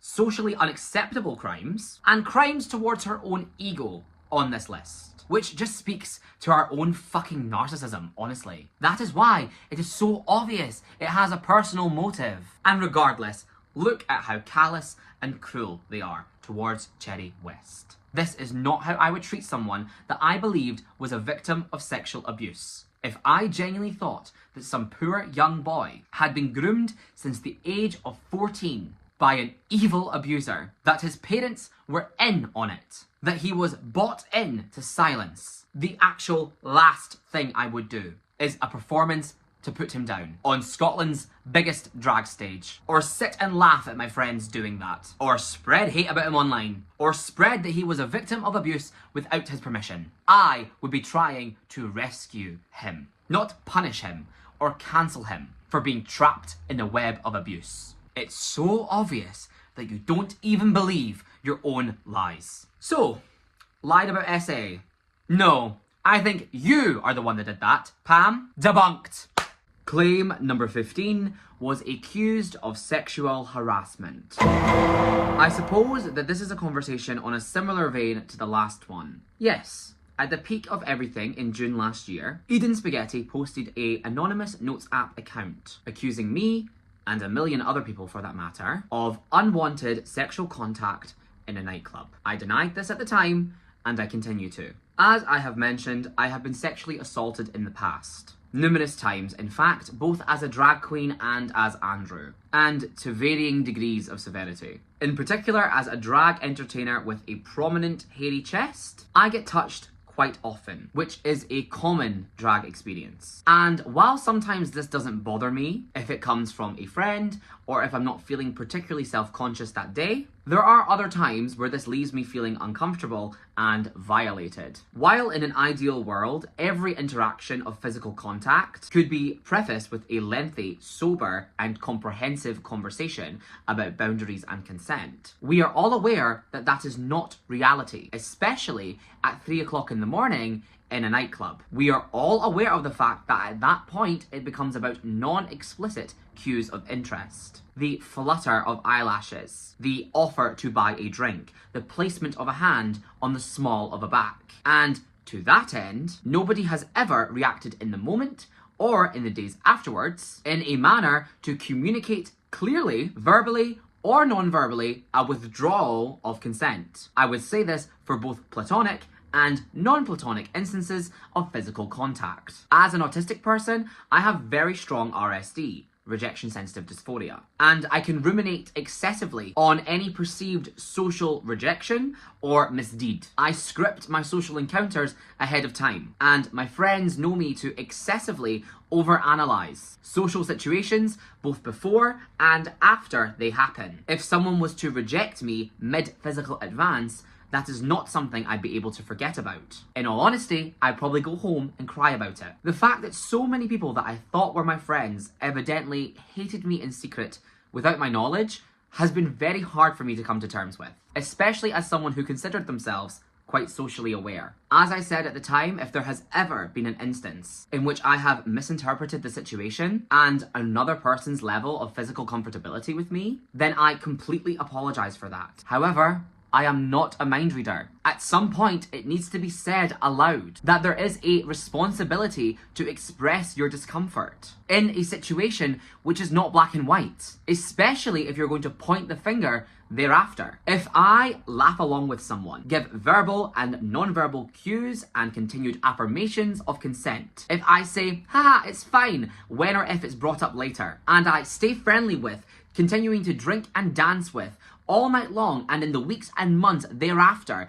with someone who has grabbed my chest or my bum in a nightclub, I cannot then turn around and accuse that person of sexual harassment. It is not fair to say yes when you mean no, and then blame the other person in that situation. I am a survivor myself, and anybody who knows me personally or sexually would know that forcing physicality onto someone actively rejecting it is so far removed from who I am as a human being. And this was being propagated by Pam, someone with a clear motive who has already attempted to paint me as a sexual predator, and someone who has never spent any significant time with me in a nightclub or otherwise. So the intent is quite plainly to humiliate me and dehumanize me. Despite my assertion that most physical interactions in a nightclub are matters of non-verbal or explicit consent, I cannot believe what I'm about to say. Attached to my drag name online forever, but I am so autistic that I am known to constantly interrupt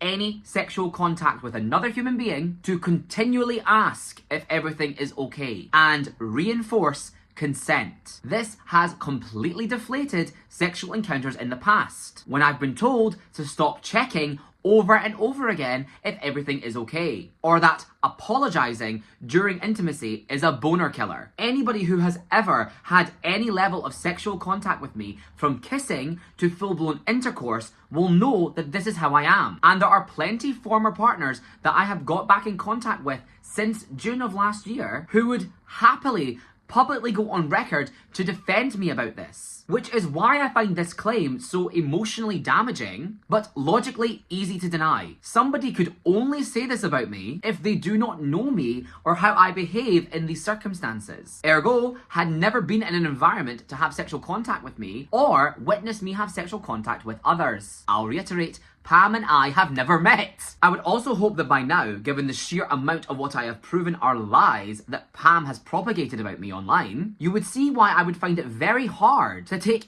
anything that she has authored or propagated about me, especially when she was asking people to send her accounts of my bad behaviour in order to amplify it, in order to damage me as much as possible, in good faith. It bears repeating that she has tried every trick in the book to paint me as a reprehensible human being. She has accused me of everything short of murder. And if any one of these things was true, it would individually be enough on its own. If you need an example of what I'm talking about, cast your mind back to Scout, posting this statement on someone else's behalf about the seating arrangement at the Suck You Cycle 1 finale in 2019, before I ever did drag. And the completely ridiculous and exaggerated way that this story has been framed in order to make me look evil and bigoted. This tweet from Purina really made me laugh. How can she confirm an event happened that she wasn't present for just because she'd heard this person's version of events already? When, in actual fact, I didn't do anything wrong. What happened was I gave this person, who I did not really know that well, seeing as this was our one and only conversation on social media, for the record, between weeks 1 and 2 of Suck You Cycle 1, and that I explained in person, the tools to advocate their own accessibility needs to the venue. They chose not to do that, and then, despite my frustrations with that, I ultimately let him sit with me anyway. These people just don't like me. They want rid of me. So they will twist and exaggerate every story that they can and invent situations that did not happen in order to justify it. How is it reasonable that as a 19-year-old customer, I am being held accountable for a stranger's accessibility needs? Sexual assault or harassment is a very serious claim, and the way that Pam treats people's stories so flippantly and only when they serve a purpose to her end of malice is really upsetting to see as a survivor myself. Likewise, it was very upsetting to learn that Lucy had falsified acts of sexual misconduct and perving on performers getting changed at her show, as this was something that I had actually experienced myself at Takeover Tuesdays in 2019. When these claims were made, I received lots of messages from people both within and beyond the scene, absolutely appalled by Pam and Eden and the weaponizing of clearly false stories for the purposes of malice. It's that obvious to onlookers that none of this is true. Nobody outside the drag world believes any of this stuff. The only people that believe it are people that it would benefit. It is all about whether or not it is beneficial. Look at people like Aster, Rhiannon, Molly Coddle, Poison, and the list does go on, who all dropped out of Gag Race when I brought Shigo's allegations of, and Anne's admission to, sexually predatory behaviour back to light, only to be back working with them weeks to months later. None of you actually cared. Except Salvatore, actually. Credit where credit is due. And if Pam was a true crusader against sexual misconduct in nightclubs, then there are people within her group that she would need to hold accountable. But she will never do this. And likewise, she should be disgusted at Lucy's open falsifying of sexual misconduct happening to Aster, Franz, and Asparagus for malicious purposes. But is she? And one thing that I do want to draw attention to is that Pam has either outright ignored or downplayed other accusations of sexual misconduct when they are not directed towards people who are not her chosen targets in the scene. Take, for instance, and I am sorry to do this again, Amphetamine, who has been the definition of snuck back onto lineups, removing her from Gag for around a month or two, then not including her in any of the promotional material for the Winter Pride pageant. Because clearly, both Shigo Sinner and Delmonicas are aware that Amphetamine's name was tainted by her behaviour. She was literally dropped from Sasha Colby. But lo and behold, when you show up, it's Amphetamine who's on stage crowning the winner. I just want to be clear to everyone watching this that you are 100% within your right to believe anything you want pertaining to myself and my current or former friends and acts of sexual misconduct. You can believe whatever you want. But it is not a matter of belief concerning Amphetamine. We know, indisputably, that she has done this. Nobody is sneaking me around quietly. My friends and venues support me proudly because they already know the full, true story that this video seeks to illuminate. Amphetamine was accused of and admitted to sexually predatory behaviour and sexual harassment in 2020. We are going to sit and read the messages which were exposed together. We are going to grapple with the discomfort. These screenshots are the conversation that her victim exposed, and that victim posted publicly that he did not forgive Amphetamine or accept her apology because she had only apologised because she had been caught. The community has recently decided to forgive Amphetamine for this, with only a month's break or so from gag around September 2024. In large part due to the fact that this was allegedly squashed at the time, according to Molly Coddle, which leads me to believe that this is the chosen narrative of the Gag Collective. Just so you know, Shigo, using this socialist adjacent terminology for your crew isn't fooling anyone. Shall we fact check this? This is how Carrie Ann Crowe, Marla Sinner, and Kiko, the Trigger residents, all had to speak concerning Anne's sexual misconduct at the time it was exposed in 2020. The moment it happened, it was immediately downplayed, deflected, and disregarded. How ironic this tweet is, as if this isn't exactly what Carrie Ann would go on to do to the person that she's replying to. At that time, I was 20 years old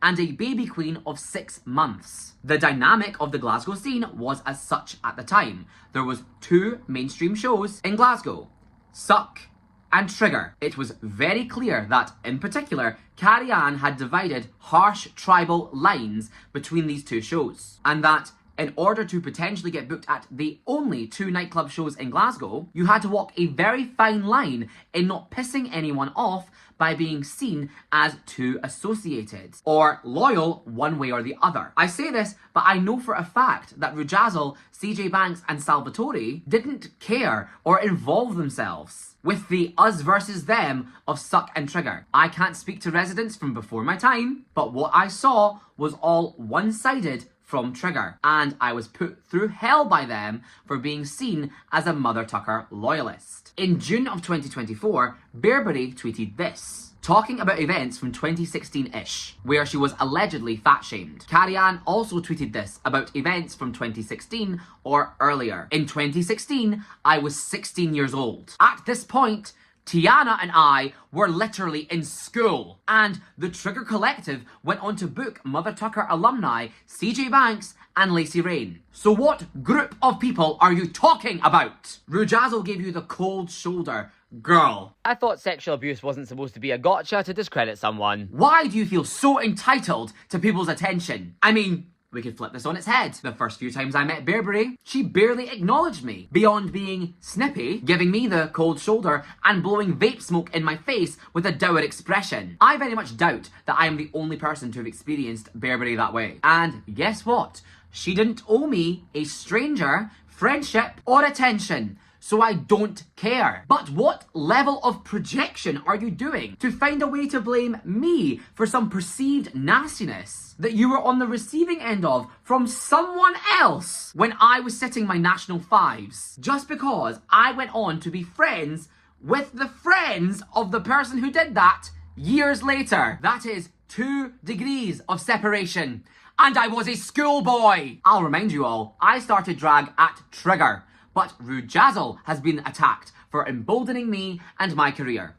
So go figure. Bearbury has always been cruel and nasty about me. This is what she tweeted when I won the Majesty over France. And this is what she posted when I congratulated my friend Ellie Diamond on being a Drag Race UK finalist. I actually did congratulate Lawrence, by the way, but I suppose since it wasn't a performative essay, it wasn't good enough. The blonde hair, blue eyeshadow brigade. Aye, right, come to gag for all the non-generic drag, baby. So, as such, I remember as a baby queen, when Amphetamine got exposed, watching Carrie Ann, Kiko and Marla all fall over themselves to shut it down and decide categorically that she was not going to be held accountable or cancelled. What that meant was there was nothing that anyone in the community could do unless they were a resident of Suck or Trigger, because speaking out against Carrie Ann would annihilate 50% of all performance opportunities for you in Glasgow. She would not book you if she did not like you. That was obvious. Carrie laid down the law and she intimidated people into going along with it out of fear of losing opportunities. The exact same thing which was accused of me all these years later in regards to Stephanie saying a slur at an afters. In my opinion, and clearly in yours as well, this is the definition of abuse of power and silencing victims, especially since Carrie Ann and company were so loud then and since in cancelling people and driving them out of the scene for similar or lesser crimes than amphetamine. If you don't believe me, here is me discussing this with the parent of the teenager that I was mentoring that I mentioned earlier, back in 2020. My thoughts, unfiltered, at the time. Do you see how they are the exact same as what I'm saying now? It's almost like I'm genuine and have a level of moral consistency. It's almost like I'm not the manipulative liar, they are. Apologies for the break in continuity, I actually only realised this while editing. I just want to say, by the way, that you can see that I got some of the facts wrong. E.g., that it was apparently 5 years ago, in 2020, which isn't true. Amphetamine said herself that these messages were sent in 2018, which would have been 2 years ago at the time. I hope that you can see from how generally thorough that I am, that I wouldn't have plucked this number out of thin air, and was as such going by the information presented to us, the scene, at the time. So, yes, how long ago this happened was exaggerated by the trigger queens in order to diminish it. Further, the person that exposed amphetamine, Robbie Wishart, was not the new boyfriend of Anne's abuser, as all of Carrie Ann and Kiko's tweets would make it seem. Robbie was a completely unrelated third party from the wrestling community. He was not Christopher Saint's, Anne's abuser's, new boyfriend. He was Tony Shiver's boyfriend. That is quite clear from the call out and from their tweets. What I now realise actually happened, looking back at this with fresh eyes 5 years later, is that Anne's ex was exposed in part by her, and when seeing her participate in his cancellation, someone who she had treated similarly chose to expose her in turn. Off the back of this, the trigger queens all decided to play Rape Olympics and manipulate the entire community, including me, into believing that it was the new boyfriend of Anne's ex who had accused her, by responding to Robbie as if he was Christopher Saint, or John's, new boyfriend, which he was not, in order to present a rationale to react with scrutiny, as there would be a clear intent of malice. Once again, something that the community is clearly capable of understanding is a possibility when it comes to accusations of sexual misconduct, but only when it is towards their friend. But that was not, and has never been true. Amphetamine was accused by a third party. The narrative that this was her abusive ex's new boyfriend trying to get back at her is simply that. A narrative. A manipulative one that everyone, including me, fell for. It's actually quite sick. So there's your fucking evidence, mollycoddle. Because these people have all lied through their teeth 5 years later to pretend that amphetamine was held accountable at the time. No, she didn't take a break because there were no shows to take a break from.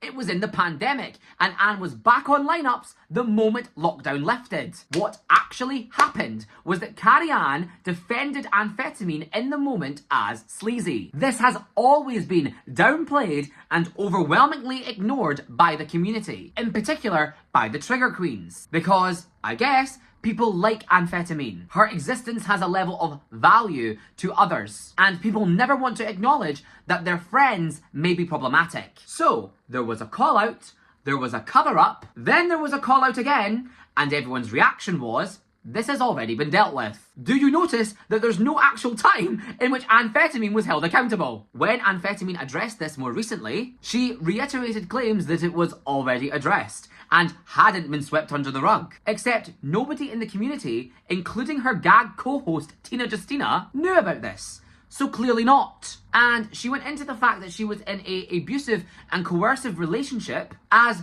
rationale for why she behaved like this. Something even I swallowed as part of the narrative. Why I find that odd is that in the messages that were exposed, the partner who Anne has alleged abuse against is telling her to stop and respect the no, not encouraging her to keep going. I don't know the ins and outs of the situation, so I'm not going to comment any further than that. But I do find the idea of I was in an abusive relationship, that's why I was sexually pushy with a third party, to be a really bizarre response. I mean, laterally, I have essentially been accused by Pam and Medea of abusing my former drag daughter, Mosaic. So are any crimes that she has been accused of equally dismissed, since she was in a allegedly abusive environment at the time? Or what about the significant abuse that I have been on the receiving end of from the community, which I've only outlined a fraction of so far in this video? Do you think that my friends didn't see the light go out in my eyes, Marla, the day that I became aware that I was being called a pedophile maliciously? No. Clearly, only you and yours are afforded the humanity of being three-dimensional human beings. I agree that hurt people, but I just don't understand why that would mitigate what amphetamine has done, but nobody else. And further, I do understand why Anne has brought this up, because the context of any action is imperative to understanding it. What I do not understand is why I was attacked by the community as making excuses for trying to provide context in my apology to deliberately out of context screenshots, most of which have been massively misrepresented. But amphetamine's abusive relationship has been accepted as a mitigating factor for her misconduct. I wasn't trying to make excuses. The reason I provided this information was because an explanation of my thought process was demanded. You asked, how could she do this? How could she think that that was okay? So I was trying to tell you why. It's very ironic to see this Carrie-Anne Crowe tweet about being in a dark place, in contrast with how she and Marla went on to defend amphetamine. Anyway, as a former colleague of amphetamines, I am sorry that she has experienced abuse. I believe her. Anne isn't speaking about me in that statement. I never called her dangerous. I don't think that. I have never said that I think Anne is evil. I genuinely don't wish any ill will upon her. Unfortunately, the reason that she and her misconduct continually comes up is because she is the most clear-cut example of the complete hypocrisy and selectiveness of the scene that refuses to leave me alone, while making excuses for her. Even down to this comment from Purina last year. An anonymous accusation with no evidence, authored by a self-admitted agent of malice towards the accused of inappropriate physical misconduct, is more damning to these people than a public accusation with a face and a name attached with evidence whose victim did not extend forgiveness of inappropriate sexual misconduct and harassment. But believe all victims indeed. I thought you didn't stand with abusers, Lorraine. Or is the situation only permitted to be more complicated when it's one of your favourites? And Franz said nothing either time, as she so often does. In fact, the only time I can ever remember Franz using her voice to speak up was when she posted about boycotting venues which book myself, Rujazzle or Stephanie Banks because of our supposed views. A few months later, a venue that she holds a residency in, that being Hellbent at Cat House, experienced a very public scandal in that the owner, who is already a controversial person himself, openly supported Trump, and the staff at the venue exposed the inhumane working conditions. The Hellbent Queens mostly stayed silent on this, including Franz, and have continued performing there. It was only Carrie-Anne Crowe that posted a think piece in order to justify continuing to work in the venue. My favourite line from her musings is, if you're not going to acknowledge that an apology was given, why are you engaging in the conversation? Do I need to remind you how Carrie-Anne reacted to my apology? Let me ask you this directly, Franz. Do you think that I am worse than Donald J. Trump?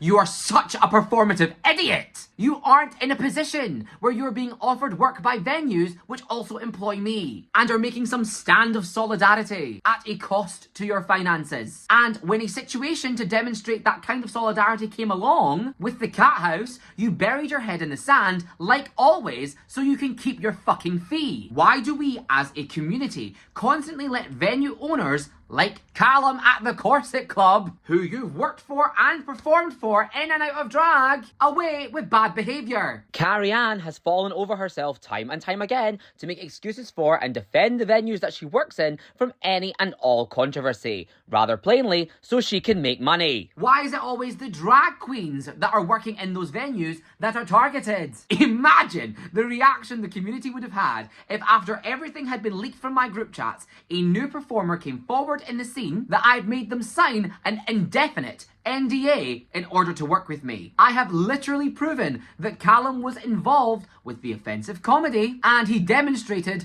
bigoted beliefs. What part of telling baby queens you can never say anything negative about me ever for the rest of your life is proof of learning and growing? Actually, I think it's rather conclusive proof that I was right about Callum and the Corset Club all along. What was it you were all saying about legal action being an abusive weapon of people with real world money? Dragging people being defamed, that being the crime of penning a false accusation for the purposes of damage, keyword being false, for trying to protect themselves. But Callum is allowed to put down preventative legal measures of silencing against people of colour, transgender people, and 18-year-olds. How fucking typical of you, Aster. Anything to get a book in. That gets DEI training.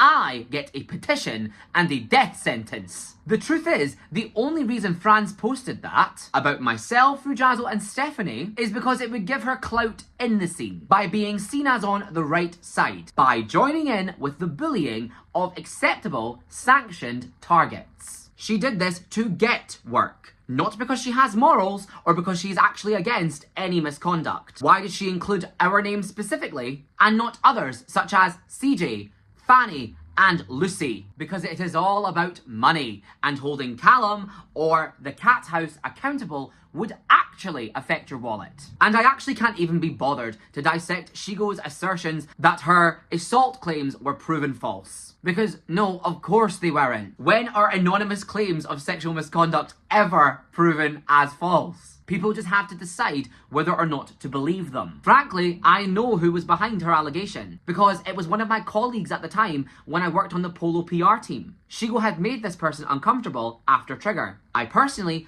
do not think that Shigo sexually assaulted this person, but she was pushy with them. My colleague accused every single one of our co-workers, except me and themselves, on the Polo PR team, and Shigo Sinner of sexual misconduct, including the former Polo PR manager and current bar manager of Mosquito, Tony McTaggart, where Latex does brunches, Latex and Friends, to sneak amphetamine onto more lineups. Latex, why are you surrounded by people with sexual assault allegations? The rewriting of history makes me question my sanity. The gaslighting is unreal. Again, look at Kiko's apology, where she describes this as a snapshot of who she is. As if one joke in a group chat is entirely indicative of who I am. As if she didn't do this for years and attack anyone that had a problem with it. As if she is not presently, in 2025, a white person who uses a Japanese name in and out of drag. Like, are you actually daft? You know, as Marla Sinner once said, using big words doesn't make you smart. Which, for context, Marla originally said to me in order to defend Eden Spaghetti's self-admitted bad faith interpretation of Rujazzle's coat as Nazi imagery,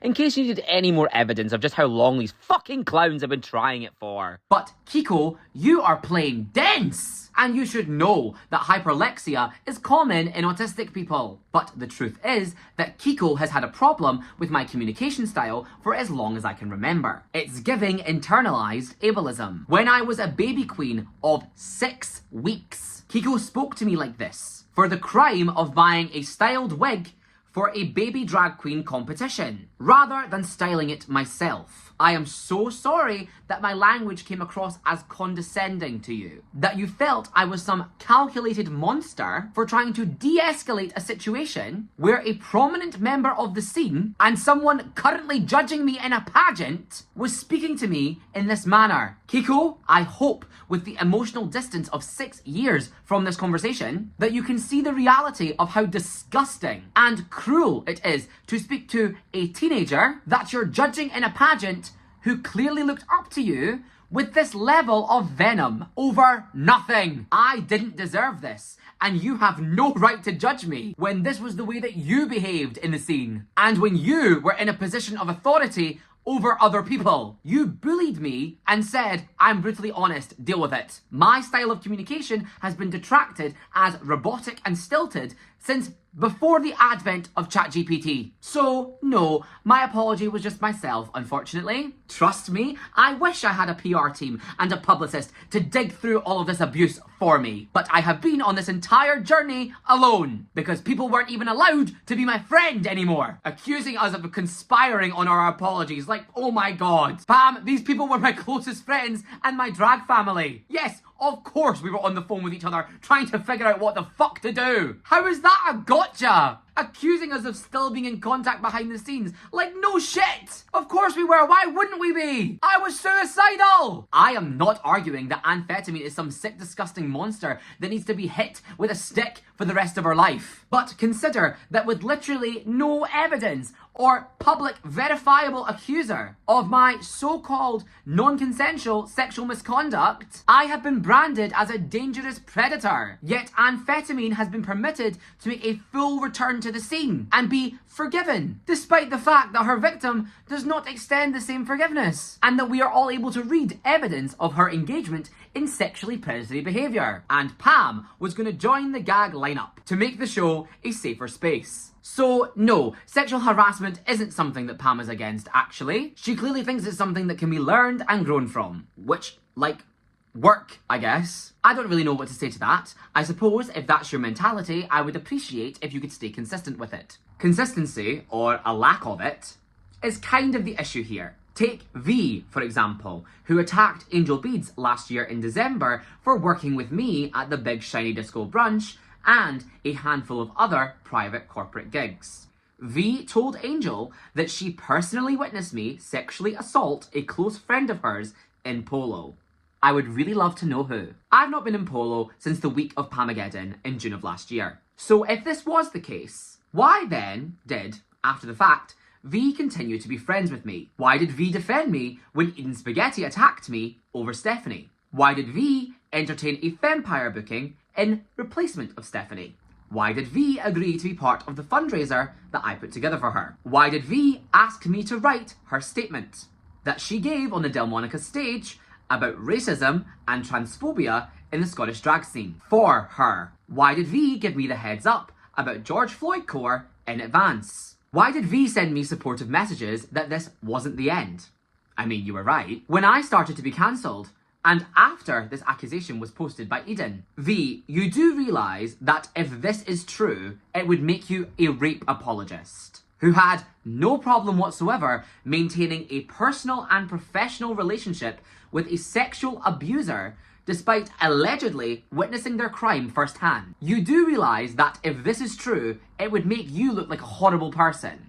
And the fact that you don't even appear to have considered that kind of says everything regarding the truth of the matter. So, is it more likely that you're just trying to shift and scapegoat all of the blame onto me, in the hopes that people forget that you were yourself in those disgusting group chats? That you went online and admonished Stephanie for asking what's your favourite slur at an actor's, when you were yourself in chats saying slurs incessantly? Did you forget, V, that there was a period of time in which it was you, me and Tiana's heads which were being called for by the masses? It's almost like Stephanie, correctly, thought that she was in an environment with people who held this edgy 13-year-old sense of humour, who had participated in it all night long in front of her, only to be maliciously singled out, filmed without her awareness, by a group of people all guilty of the same behaviour. And this all goes for sticks as well. Maybe it's because, V, your cancellation was probably the most humiliating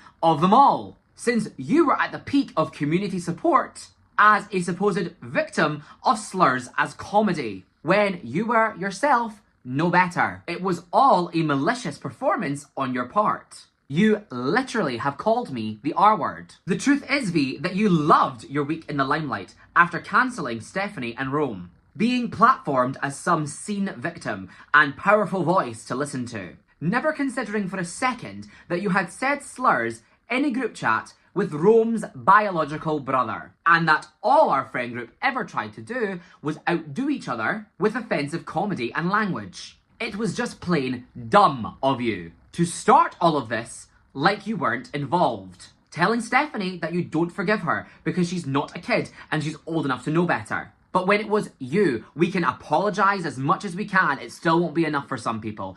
God, V, take a fucking look at yourself! If working with people with allegations is so heinous, hold Tiana accountable for working at Bohemia. Your bestie that you threw under the bus so you could survive. Hope you have fun at GAG, where both of the hosts also have allegations. Vanessa. The last thing I want to say about this, and I put it at the end because it's the most damning of their bullshit, is that it would be harrowing if it wasn't so genuinely frustrating that Pam and her friends can't even seem to keep this accusation straight. Here, it's sexual harassment, but in the email script that Pam gave to Samosa that was written by Medea, it is sexual assault. And in her messages to the Big Shiny Disco Brunch, it is sexually inappropriate. She has switched back and forth more times than I can count. And the language changes constantly. Sexual abuse, sexual harassment, sexually inappropriate. These are not the same thing. They do not carry the same weight, and they do not have the same punishment. Why have you gone back and forth about what it is exactly that I've done? The story can't be kept straight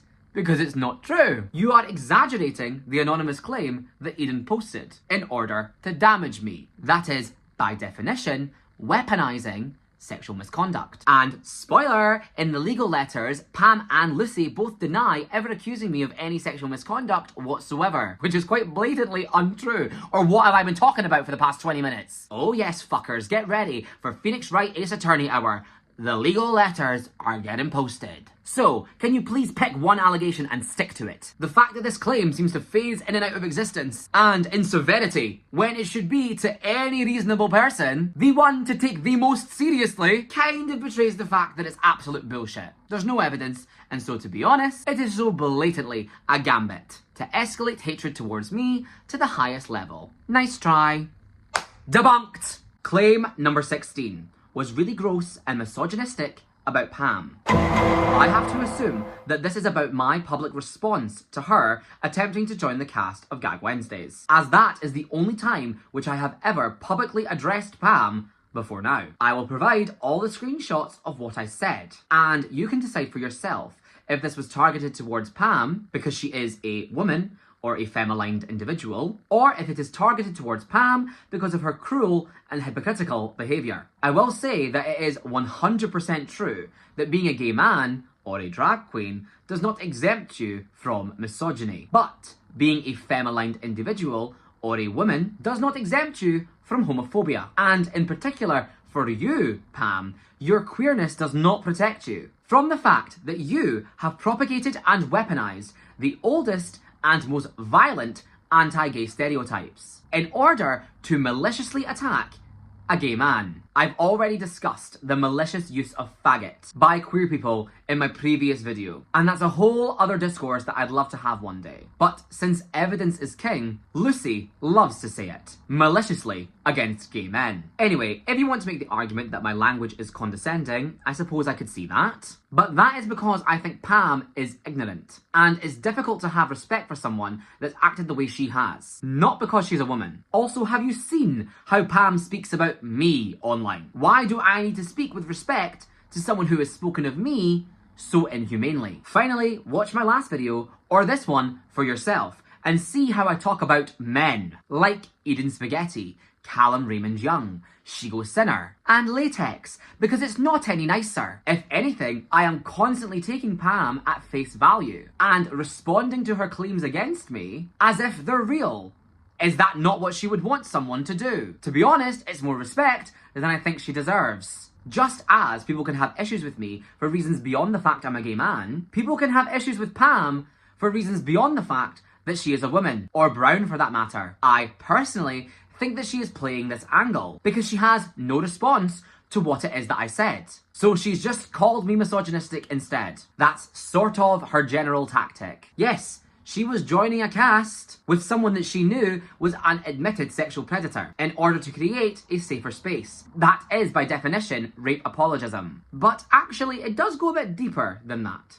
Do you all remember this tweet? Essentially, Pam has tried to insinuate that I'm a liar, and to disbelieve anything and everything that Stephanie and I may say, or bring to light, as if we weren't prominent members of the community for over half a decade, who had seen and experienced a lot of things on two opposite sides of the scene. It's quite clear the reason why Pam did this. in addition to any or all of the tweets about ignoring burner accounts. Which was ironic, seeing as this all started from postings from a burner account. But I guess by now, we all know that it was actually you, Pam. This was to keep the conversation focused on me and my friends only. Anything that was posted about anyone that wasn't me, or adjacent to me in some way, was just completely ignored. See Groundskeeper Fanny. Because Pam ran a campaign that it was all smear tactics and deflection. See the earlier claim of lied about sexual assault. She's trying to insinuate that I would make up false allegations in order to deflect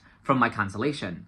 But the truth is, I don't need to lie when I hold this much damning evidence on the entire community. It is no wonder that you all made me a scapegoat. That is why no actual community town hall ever happened. Because people like Groundskeeper Fanny, Shigo Sinner, CJ Banks, Amphetamine, Eve Devine, Callum Raymond Young, Lucy Grant, and the list does go on, would not have been able to hide in an actual scene restructuring and discursive public forum. I was not allowed a voice because I could raise valid points that went against the narrative of skinny is bad, everyone else good. I could out a lot of people, and the truth is, people were very frightened that that was what I was going to do. I've proven that I'm not the first person they have done this to, and a town hall is the one environment where they would not be able to control the narrative or flow of information in, especially not as easily as they can online. Hence the she's lying, she's making things up to cause chaos. No, actually, the truth of our scene is just more complex than skinny is evil. And if this conversation was authentic, it would have been centred around the community, the environment of Scottish drag, and what is acceptable, not targeted to one individual. After bringing Callum, Shigo and Anne's misconduct to light, I was told directly by Purina Alpha that I have forfeit the right to a voice, to raise issues of misconduct. Listen, Skinny. You know, when considering whether or not to be the main person going on tirades or speaking out on all of these things, I would actually encourage you to take a look at the last message that you sent me. Because I think that what you're doing really is quite embarrassing for you. And it's just not, your words just not going to carry like that in this day and age. And yeah, you just, there are people that are trying to make the scene a better place, in spite of yourself. And spending all your time shooting them down is just really embarrassing. As someone who has made multiple jokes about the murder of people of colour, you are not in a position to be going on this high and mighty tirade on your stories in the way that you are. And, you know, saying that you stand with Tina Justina and then also saying that she's a rapey little girl a week beforehand, none of this makes any sense. And I really think that you should just take a seat and move on to something else, because you're a clever girl, you've got your degree, there are other things that you can do, and I just don't see how you think this is going to help in any way, shape or form. I found this so odd as a response to my outing of these people, since 1, Purina asked for our private group chats to be leaked as a demonstration of accountability, which is exactly what I did. I suppose you wanted screenshots of Rujazzle saying slurs, not Callum mocking Claudia von Hassel, and Shigo saying, name one POC that does comedy mixes. Purina tried it and got sent home. And 2, the only person in a position to whistleblow on Callum would be me. You're a clever girl, you've got your degree. What that means is, you will never be allowed to do drag again, and you are not permitted to be part of this conversation because I said so. So go get a job. No, I have outed so much misconduct in this video, including that of your white, or is it mixed race, friends like Lucy, who you've aided and abetted in silencing their victims and perpetuating their own bigoted behaviour that you would never speak up about. You called out crystal clear, but not Lucy. Again, no wonder these people felt so comfortable whitewashing Tiana. They've been doing it for years. The truth of the matter is, Purina, I do drag full-time in Scotland. You don't, and you never have. It is not your decision whether or not I can speak. You can choose not to listen, but it's obvious why. Medea maliciously whitewashing Tiana Tucker is vile. Your community has created a safe space for Medea to feel comfortable overtly racially abusing Tiana publicly. In response to Tiana feeling comfortable to what you have described as racially abusing Medea, I fail to see how anything has improved. Medea, how dare you call Tiana a white woman on so many occasions? How dare you treat her race as a card that you have the authority to take away from her? How dare you go on and on publicly for months, unchecked, racially abusing a person 5 years your junior out of malice. You are all no better. How has the community been restructured in any meaningful way if Medea feels comfortable to do this? In what world is it appropriate, and why has it not been checked? By the drag scene or the fucking ballroom? Someone's race cannot be held over their head like this. Else explain to me how Tiana is a perpetrator of racial abuse but Medea isn't. Or are some people just acceptable targets? Do you not realise that this is the exact same mindset that caused certain people, like Medea, like Claudia von Hassel, to become the butt of jokes? Medea, are you actually so dense to not comprehend that the discourse around the N-word that you're talking about was Purina defending Stephanie, who was her friend at the time, for saying it? That Purina and Eden and company were all condemning Miss Peaches for bringing up something old and irrelevant as a gotcha, and that Tiana was retorting that this was a flimsy defence, because far more was going on behind the scenes that people weren't aware of. Which was true. The actual meat of the situation in 2023 was Lucy's abusive behaviour. Tiana wasn't called out. She was disagreeing with Purina.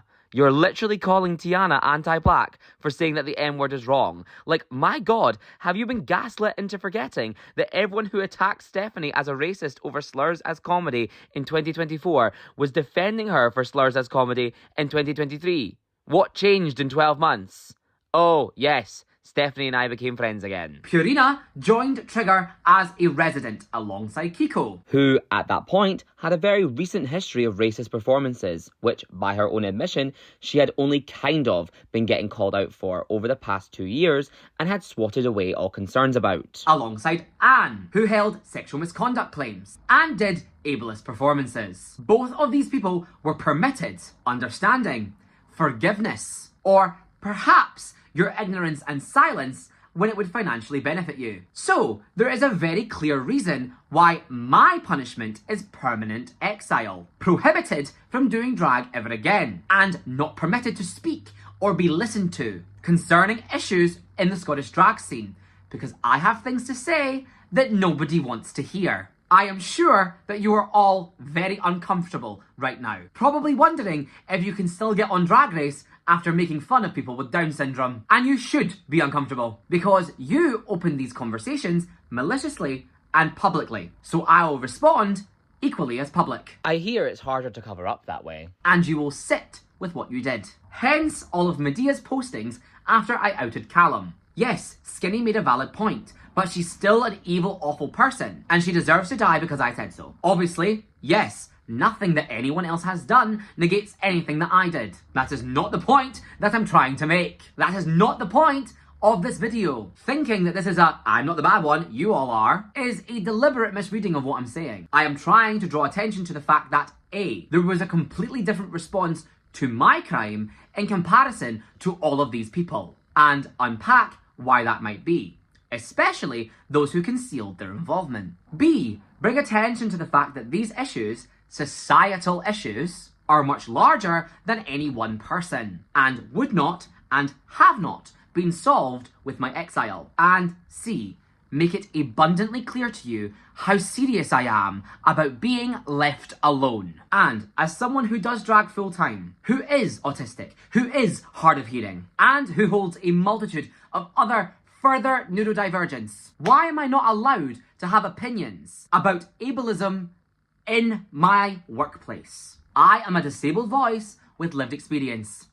Get over it. Anyway, the screenshot that Pam is referring to is this. The Go Lavender conversation. It happened after Stephanie was cancelled, but before I had been. We were discussing transgressions of others in the community, which had gone unaddressed or were conveniently swept under the rug. This is literally what we were saying to each other we would use as counterexamples if we were to hold nothing back on our way out. Firstly, take note of the fact that this was a private conversation between Stephanie and I, with zero expectation or knowledge that it would ever reach Pam, or anyone else for that matter. I didn't even know that she had shared this conversation, nor was I aware of any of the other conversations that she'd had, for the record, with her school friends, who went on to share it with Pam maliciously. Yet none of the burner accounts, which posted any information or allegations about people within the scene, consisted of any of this information. And I'd also like to point out the obvious, that there's a wealth of misconduct I've drawn attention to in this video which was not leaked by burners. The fact that none of this was ever aired anonymously, and particularly nothing was ever posted about Anne or Shigo's sexual assault claims, which went on to have huge consequences, speaks to the fact that Stephanie and I had no involvement with those burner accounts. So I will repeat for the umpteenth time,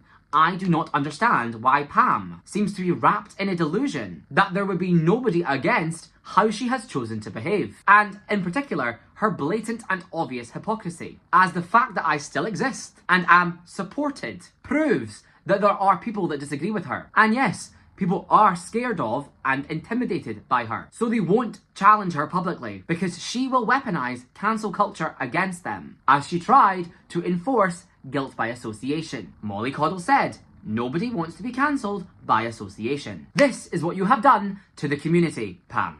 How many degrees of separation is damning? And this doesn't just apply to me, by the way. There are plenty of people who dislike me, or consider me the evil skinny mini, who still think that what Pam did to others like Tiana, Rujazzle, Blaze, or Stephanie was wrong. But in fact, there are a lot of people who support me, or the others, because of how Pam behaved.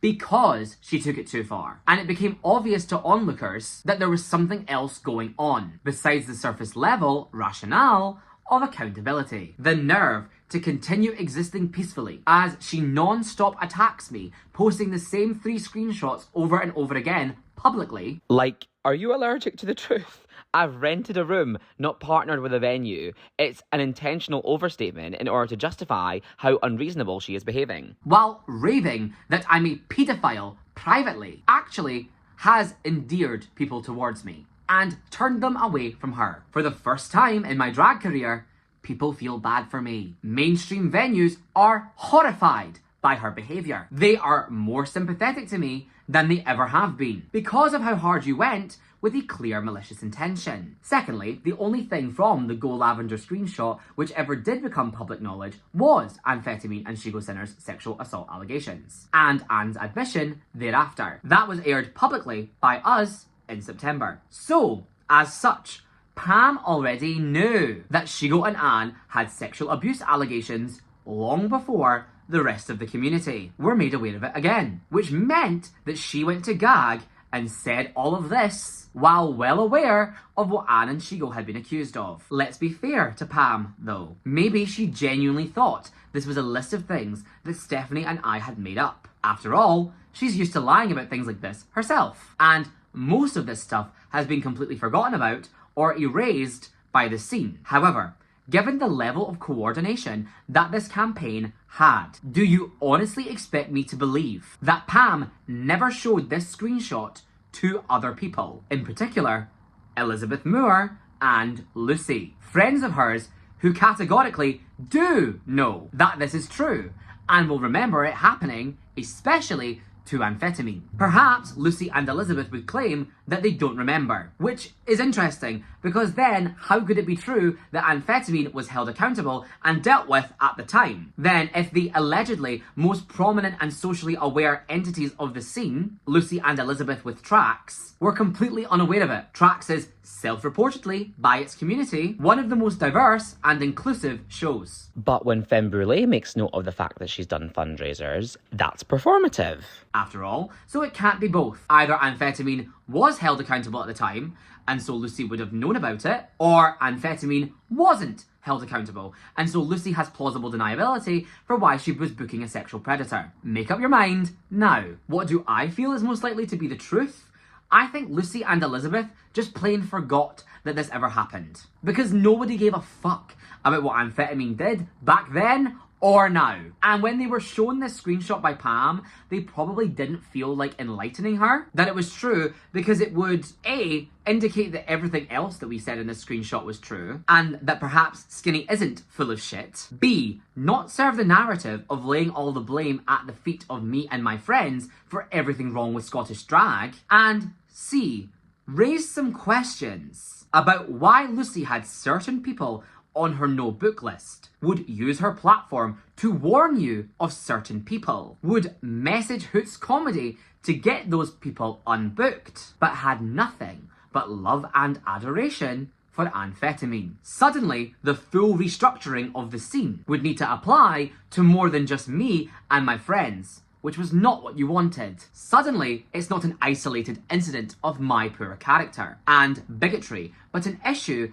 bigger than any one individual, which implicates everyone. You can't restructure a community by exiling one person. I am sure a year on, you have realised this, because the faces are different, but the systems are the same. All of you that got on board with that petition on the promise, explicit or otherwise, of a better scene, do you feel like you have it?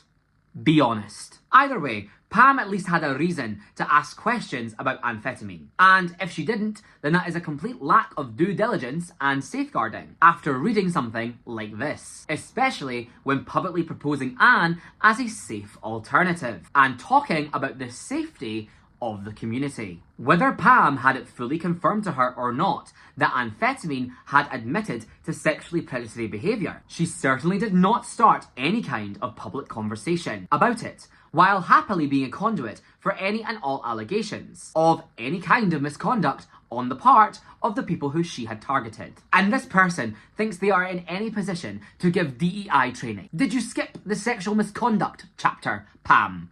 Give Callum his money back. Ironically, when Pam tweeted about the Go Lavender screenshot, Stephanie and I really hoped that she would post it, because maybe then someone would start a conversation about inauthenticity and the fact that amphetamine had admitted to sexually predatory behaviour in the past and was being celebrated by Pam and the scene as an unproblematic scene elder. Ultimately, as you know, in response to Candy Walls' utterly suffocating online presence, Stephanie and I chose to air this ourselves. So, if you felt disgusted or lied to by Anne and Shigo around that time, if you're one of the dozen people who dropped out of Gag Race only to immediately rescind and start working with them again weeks or months thereafter, just know that Pam knew too. And she was silent about it. That is the definition of complicity. No, that is how sexually abusive people evade accountability. If nothing else in this call out of you, Pam, this is something that I would like a response to, because it's a crime against the community. I'm not sure which excuse you have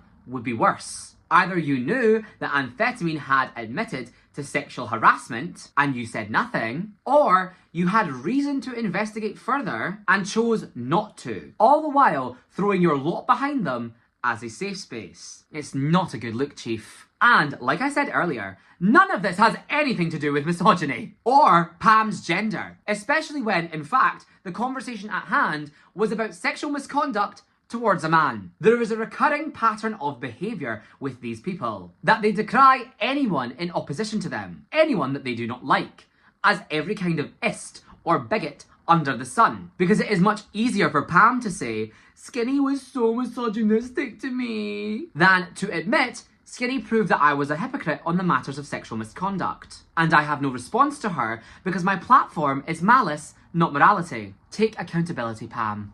Do better. This literally happens all the time. See Tina Justina, transmisogyny. When you have no coherent defence for your actions, you turn to lazy identity politics and you weaponise all of your different marginalisations as a replacement for an actual argument. Here's an example. If you don't know, earlier this year, the Corset Club was called out after a brown contestant, that being Samosa, was threatened with disqualification by the owner of the venue, Callum Raymond Young, for using the word cracker in her promo video, which was deemed racially derogatory. Samosa posted a video about her experience, which you can watch on her Instagram. Samosa encountered Callum in CC Bloom's, and she confronted him about his lies. That being, blaming the censoring of Samosa and her cracker joke on Meta's guidelines. When neither the initial pulling aside, nor their conversation the following day references Meta guidelines at all. Violet Grace was present for this conversation. From what I understand, she attempted to change the conversation, to which Samosa asked her directly, "Why didn't you speak up against Callum?" To which Violet said,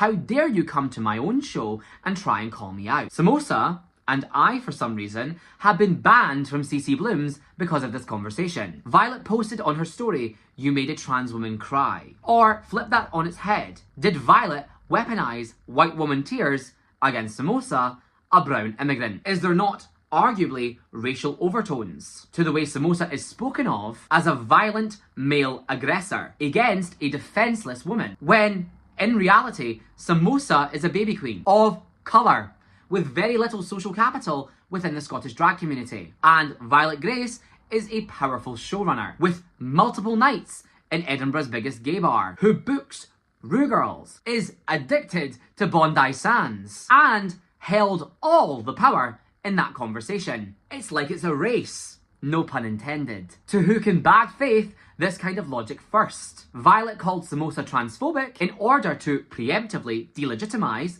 any claim that Violet is racist. The situation has been misrepresented. It's quite obvious that Samosa's issue with Violet was her chirping that Edinburgh is not that forgiving, while she had stayed completely silent on Club Couture's abusive NDA and worked with the Corset Club, and was sat chumming with Callum. None of this has anything to do with Violet being trans. Actually, it's a race issue, and Callum is a cis white man. The thing is, Violet is in a fairly logically indefensible position, especially as a legend in the scene and powerful showrunner, when confronted by a brown person that she is forgiving of Callum's racism. So the only way to win the argument is to victimise herself. And it worked. I'm not saying that Samosa wasn't confrontational, but look at how Pam framed her own abusive behaviour through a lens of calling people out, refusing to take any accountability for crossing a line of what is acceptable, because policing how people of colour react to racism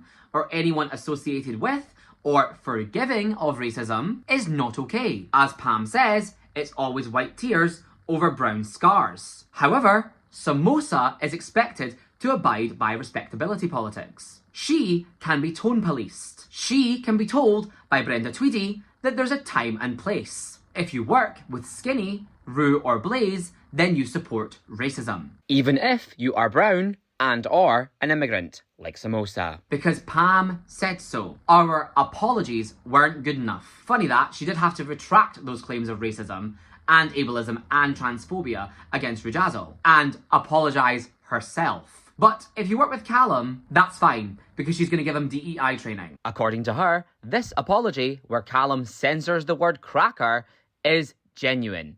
It can be accepted.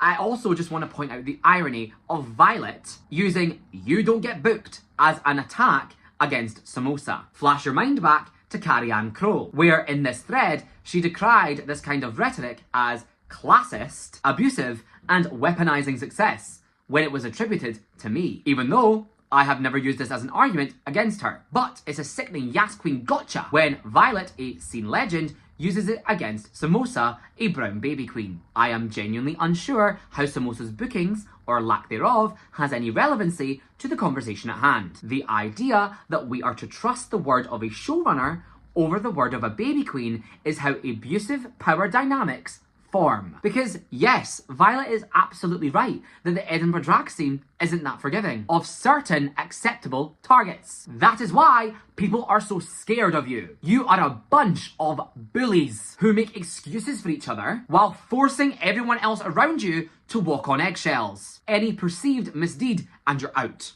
But they can do and say whatever they want, even if it is about what you say it's about, Violet. That being telling people to go to my show and not yours. That kind of behaviour is very common in the drag scene. It's been exhibited by countless people, one being Eden Spaghetti, for years. And once again, while you can make the argument that this kind of behaviour is unpleasant, there is no rationale to assign bigotry to this action. Eden Spaghetti isn't transphobic or racist for telling people to go to Infectious rather than Girl Band, which featured Miss Peaches and Tiana Tucker. This is called the appeal to authority fallacy. Something is true because of who it has been said by. Look to Elixir for updates on the situation, said Elizabeth Moore to the Hoots management. Like, yes, let's listen to Pam, a person who's been part of this community less than 1/3 as long as I have, who has never met me, and whose entire concept of who I am is twisted to the point of cartoonish extremes because it's founded on lies. Because Pam is absolutely an authority on situations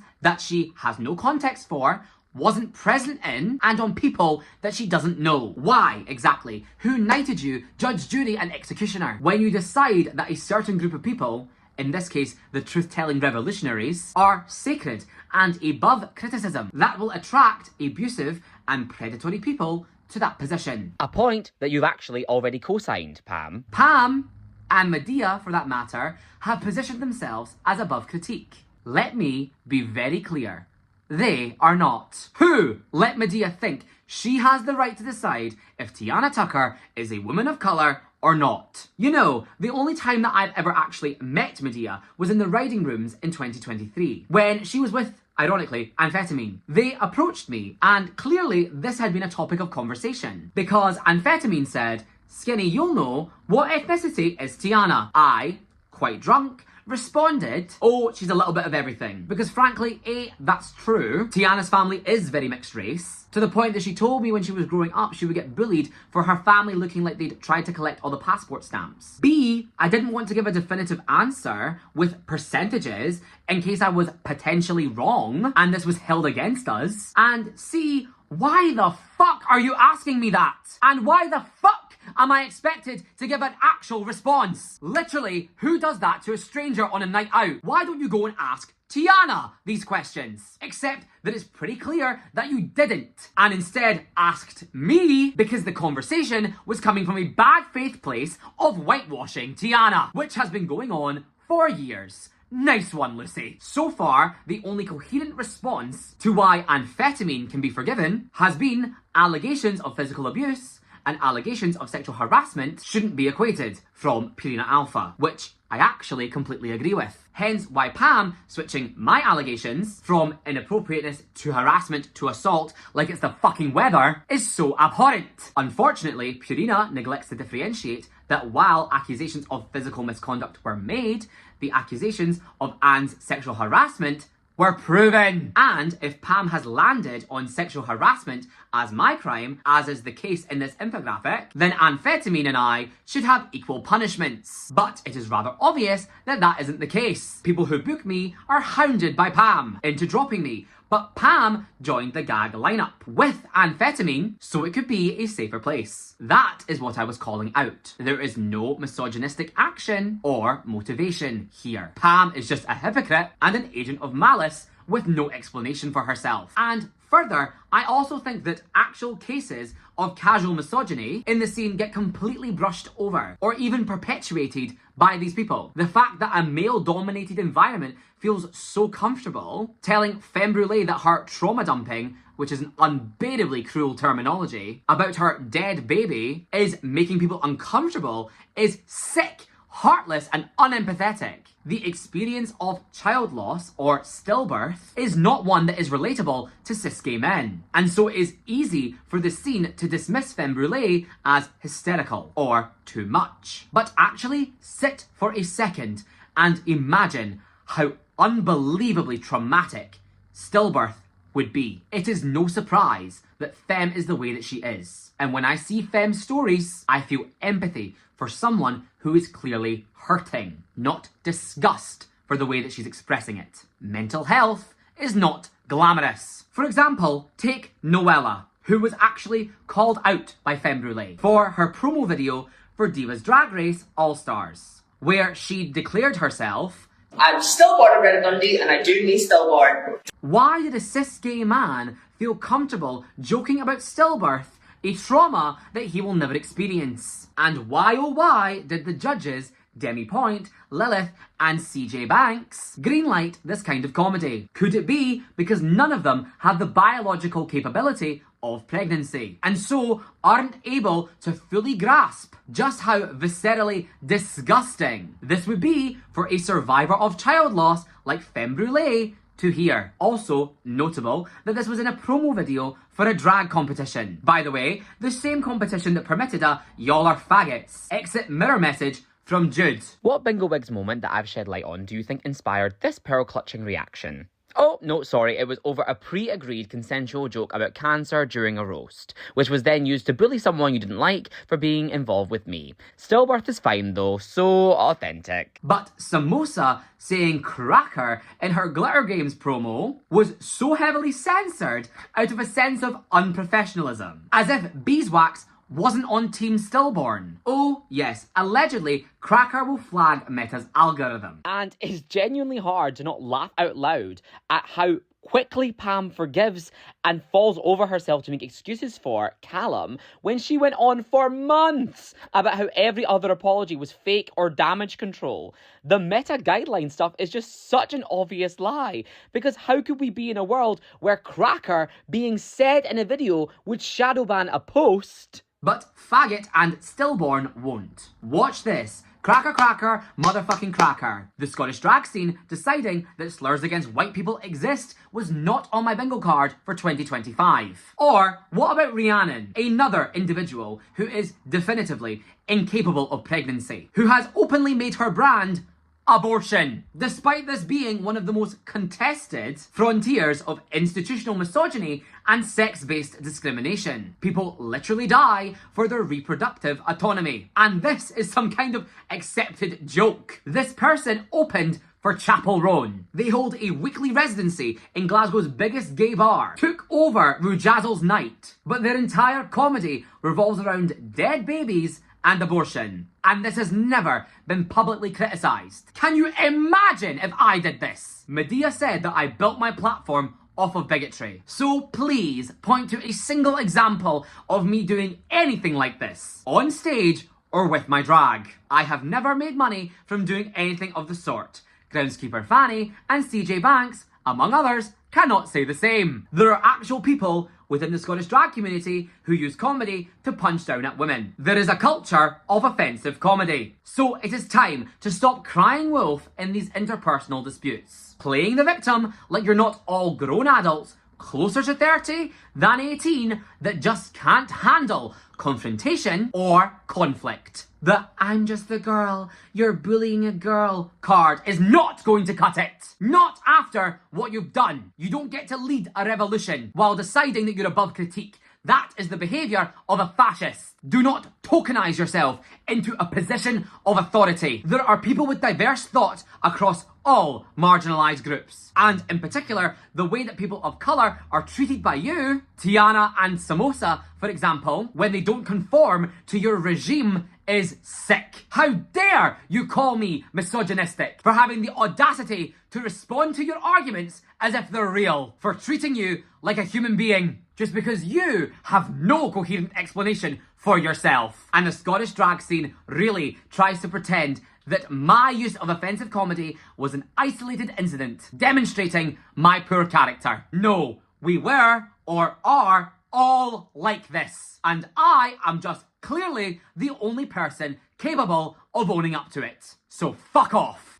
Debunked. Claim number 17 said, "I'm a teddy bear because I like to play with children." Alright, so I'll be honest, I don't know if I ever did say this exactly, but I'm going to point out the obvious. This is a joke. And in particular, this would be a joke that I would be making in order to cope with the fact that people within my community, such as Pam and Lucy, have been defaming me as a paedophile for years because, like I said a few hours ago, the cherry stuff is just the tip of the iceberg. Anyone that can't see this for the obvious joke that it is either dense or purposefully twisting the tone of what I've said to, once again, add to this false image of me as a monster. To take this claim at face value, Pam is essentially accusing me of having admitted to being a paedophile. That is not true, because I am not one. The moment that I became aware that I was being defamed as a paedophile, sitting at a table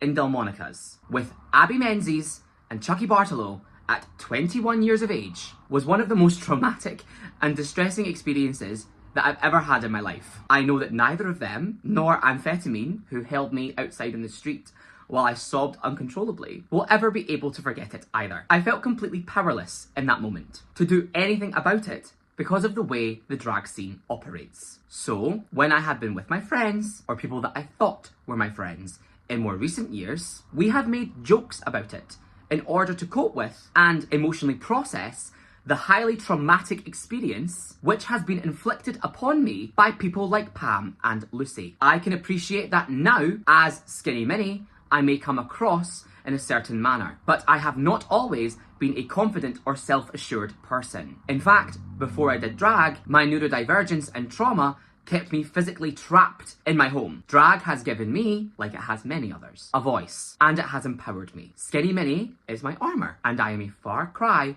from the shy and anxious boy that I was before her. When I started university in 2017, I ended up being referred to a mental health counsellor because my agoraphobia and anxiety, and what I now understand to have been at the time undiagnosed autism, was affecting me so significantly that I was missing several weeks of classes at a time. For the record, I have been working with this counsellor since 2017. We still work together now in 2025, almost 10 years. Back then, we had to set small goals for me, like going to the shops during the daytime. And the big dream that we established, the one thing so insurmountable I never thought I'd ever be able to do it, was to attend a drag show. I'd had one magical experience with drag during my Freshers Week, where I got to see Rujazzle, CJ Banks, Lacey Rain, and Oktoberfest perform. All I wanted was to be brave enough to experience it again. This was in 2017. I didn't end up attending a drag show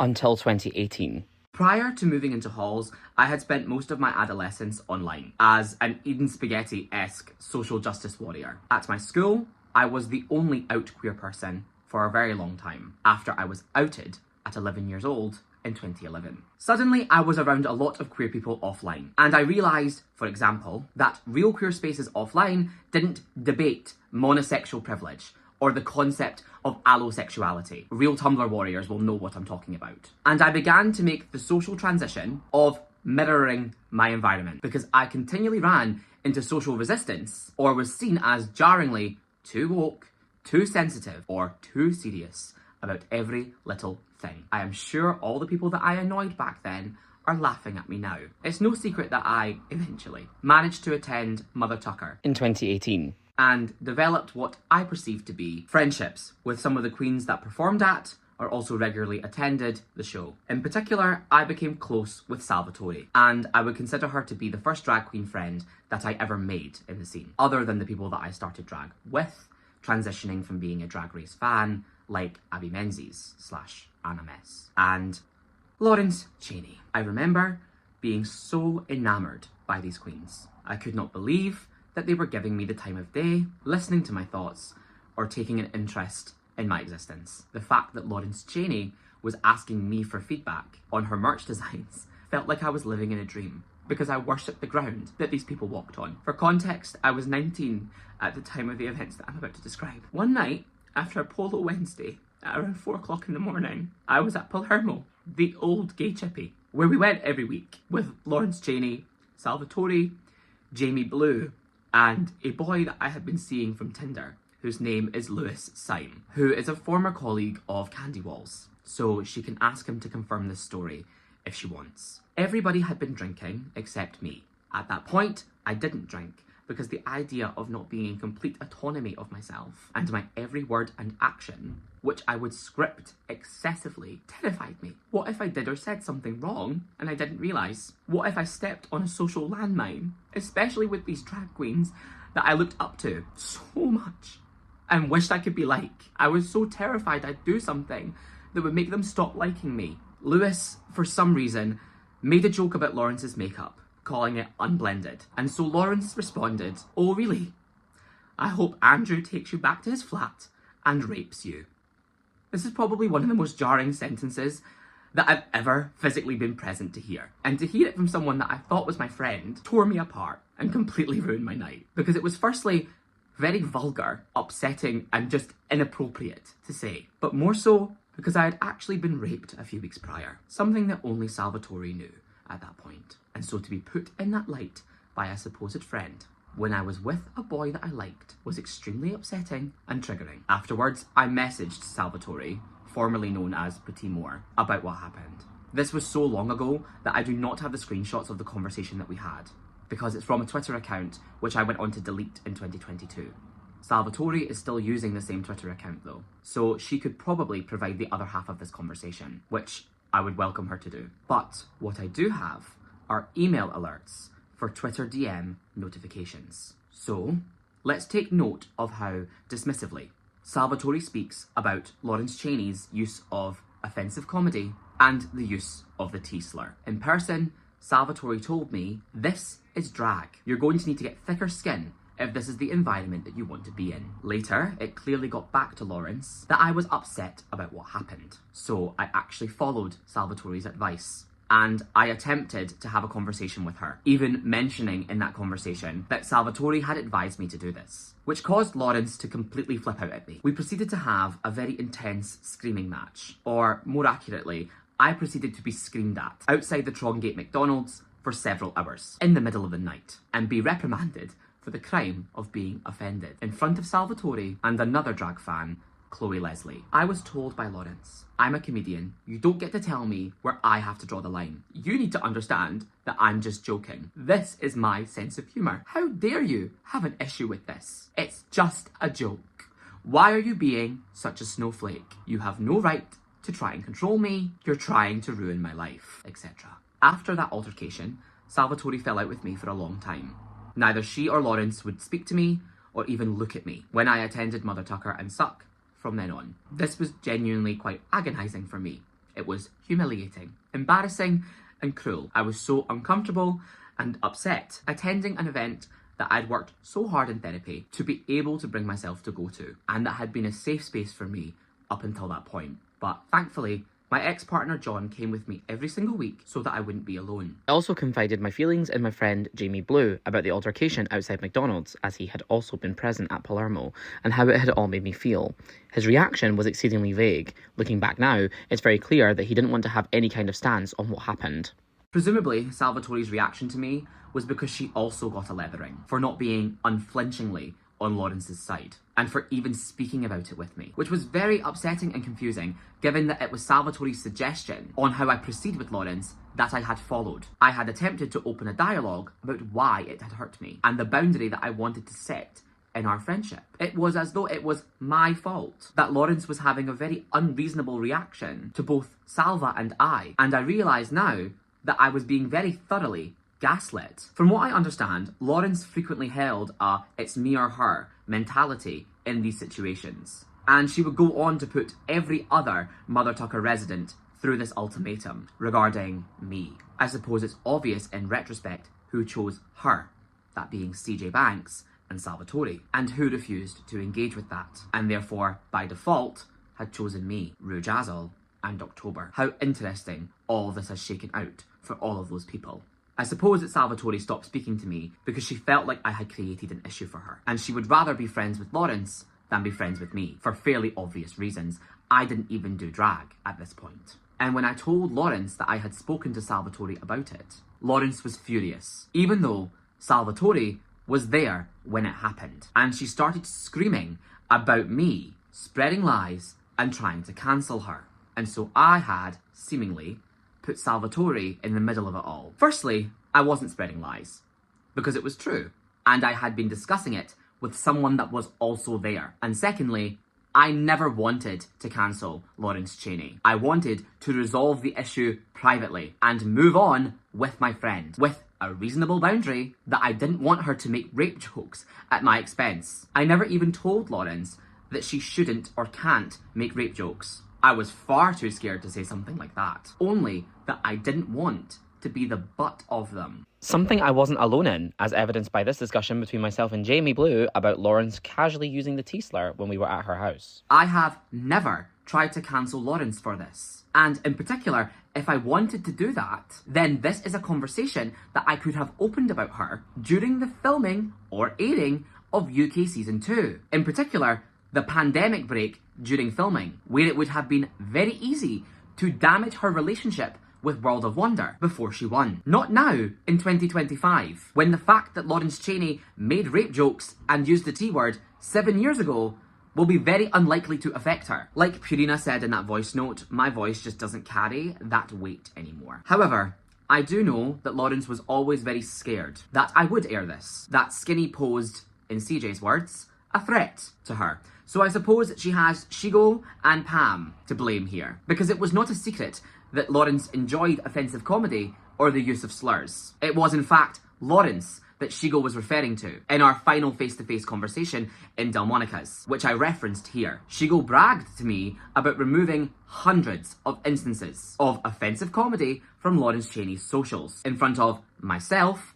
Candy Walls, and the Corset Club bar manager, Greg Thompson. In fact, this was all very common behaviour in the community. Or is that not obvious by now? Which is why I wasn't trying to tell her that she couldn't say it, only asking to be excluded from it. Well, let's be completely honest. The threat that I posed to Lawrence, and what she was actually scared of me posting online, was this. Ali, this is why RuPaul will not allow AFAB queens on the show, because you're a fucking killer! Well, yeah, and he's a misogynistic transphobe. There's also that one we've had. We compete against each other in a lip sync format, kind of like RuPaul's Drag Race, only, you know, we're less transphobic. Hey, less, okay? Not fully, not I'm kidding. I love it.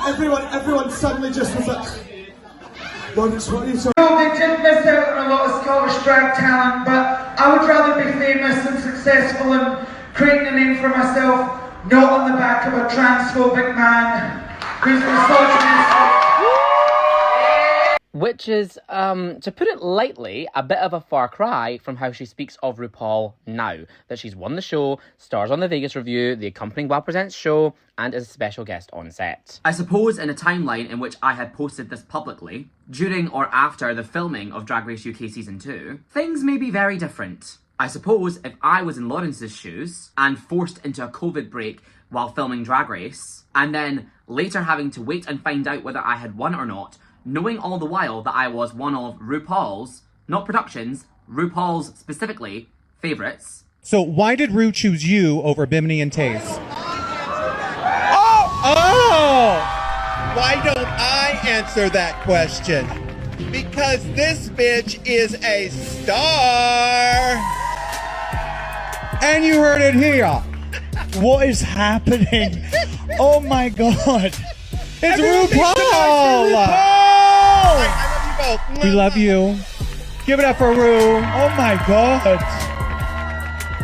I would probably also be quite apprehensive, knowing that someone that I didn't like had a hold of this footage. I'm not going to spend any time unpacking how false and performative this was specifically, or Lawrence was in general, when she was a local queen. Because it's just very typical of the 2019 Scottish drag era, where everybody pretended to either hate or not watch Drag Race because it didn't cast women or transgender people. And I've already given my thoughts about performative activism within the scene to death. But yeah, it's all out there now, Lawrence, and I honestly doubt that anyone's going to care. I was just a 19-year-old fanboy, upset about someone that I idolised and perceived as my friend saying something like that at my expense, and I was trying to remedy it. Lawrence proceeded to take her issue to every single other Mother Tucker queen and attempt to ban me from attending both Mother Tucker and Suck as an audience member. Again, this all happened before I ever did drag. And then she also tried to get me banned from Polo while I was a member of staff there. And then later, when I started drag, she attempted to ban me from performing at these shows. So just to be crystal clear, Lawrence Chaney was a prominent showrunner, maliciously blocking my prospective career as a baby queen for having an issue with a rape joke. And further, the Glasgow drag community was having a discussion about what would be the appropriate financial and social punishment for being offended by and having the audacity to speak about being offended by Lawrence Chaney making rape jokes at my expense. Lawrence was never punished or held accountable by anyone that knew about this at all, because it was the culture of the community. It was me who had done something wrong, not her, despite everybody in the scene knowing about what had happened because of her and the conspicuous overnight switch in our relationship. The literal only person who was in my corner was Oktoberfest. So all of your long-standing pre-pandemic divas, Salvatore, Lucy, Juniper Lovelace, they were part of this culture and they participated in this against me. When I applied for the suck-off, Lawrence refused to judge me. Anyway, I'm going to quickly collaborate. Fellow Suck Queen Oktoberfest. Because Lawrence couldn't be unbiased towards someone who had tried to do this to her. How ironic the claims it was rigged for me then. Lawrence began to refer to me around the scene as the TMZ of drag. She told people that I was a liar, that I was manipulative, that I was a toxic person, and could not be trusted, deliberately cultivating a narrative that I was a dishonest person, for the very transparent reason that if I was to ever come forward about what I have just discussed, then I would not be believed. So, in other words, it was an attempt to silence and intimidate me. Lawrence was very influential even before Drag Race, and unfortunately, her original character assassination of me has stuck for years. In fact, I believe that this was the progenitive event which incited everything else which has happened to me since. Because the truth is, I am just not a dishonest person. In fact, I value the truth a lot. Look at this video. Look at the last one. I am borderline obsessively telling the truth, confessing far more information than is necessary, in the hope of being believed. And that is just very uncomfortable for a lot of people to accept, because the truth does not portray them in a particularly positive or flattering light. And that includes me. Ironically, I am often criticised for being too honest, for over-explaining things, or for valuing the truth or honesty above people's feelings. Those traits are not congruent with a liar. They are, however, in line with an autistic person trying to navigate an incredibly complex social paradigm. I cannot believe that people tried to say that I was making up being autistic. Have you actually fucking met me? I need to make it clear that I was absolutely socially reviled in the queer scene for quite some time, pre-pandemic, and there were times where nobody would talk to me at shows because of Lawrence. My ex-partner once tipped Lawrence at a show when I was not there, and she proceeded to take the opportunity to rant about how horrible I was, anticipating that he would agree. He did not. Like I said, I was outright referred to as the TMZ of drag to my face, several times by several people, including Juniper Lovelace, to the point that I actually included it in my prospective Suck You Cycle 2 rap that I wrote in the pandemic in case we needed to do a challenge of that variety for the competition. This was literally what I had become known for: a gossip, a liar, and trying to cancel everyone. I actually find it really, really ironic that the only reason that anyone in the scene knew what was going on at the time between Lawrence, Salvatore, and myself was because of their reaction to me. Because we went from very friendly and weekly hangouts at Lawrence Chaney's house after Mother Tucker to me being completely iced out and bullied overnight. And to be clear, the reason I was being called the TMZ of drag was because I was a special snowflake who was offended by rape comedy. And I was told by the entire Glasgow drag scene, bar literally only Oktoberfest, but including people like Juniper Lovelace and Salvatore, who both sided with Lawrence, that I firstly should not have been offended or upset by this, and then, regardless if I was or wasn't, should have been completely silent about it, out of respect for this established queen, and her career, and the future prospects which she wished to enjoy, such as the desire to win RuPaul's Drag Race UK, and that me causing an issue was gossiping and immature. I'm looking at Juniper Lovelace in particular right now, as an individual who was in their late 30s or early 40s at this time, who has had so much to say about holding people accountable, but seemingly only your former friend Rujazzle and I, someone who you went to lengths to ostracize, patronise and humiliate when we shared the scene together. I remember being devastated after the way I was treated at Rujazzle's 25th birthday party in 2019, where I was made to feel so excluded, and I discovered after the fact that you had spent the whole night complaining about my overfamiliarity while being fake nice to my face. Even at the time that I was venting to Jamie, I had no idea of your true feelings about me. That I wasn't allowed to laugh along with inside jokes that I wasn't there for and wouldn't understand. And she tried to actively gatekeep me from entering their friendship group. I literally don't know why or what I did wrong. Juniper would always go on about how I didn't know my place, nor had I paid my dues enough. And she urged Rujazzle to, if she was going to befriend an annoying, talentless baby queen, couldn't it at least be a woman like Elvira 1 rather than Skinny Minnie? That's your words, Juniper. I'm sure you remember saying them. Because do you know, Juniper, how crushing it was to discover that all of your niceties to my face were utterly fake? That you were one of the first people in the drag world that I had experienced fully pretend to like me to my face. That I believed I had a friend in, only to discover that they had nothing but negativity to say about me behind my back. And once you knew that I knew what you had been saying and how you really felt, you wasted no time in switching from your fake nice persona to just outright treating me poorly. No apology, no explanation, just unkindness. I will always remember your utterly cataclysmic crash out when you discovered that I knew about Rujazzle's new boyfriend before you did. Grow up, Juniper.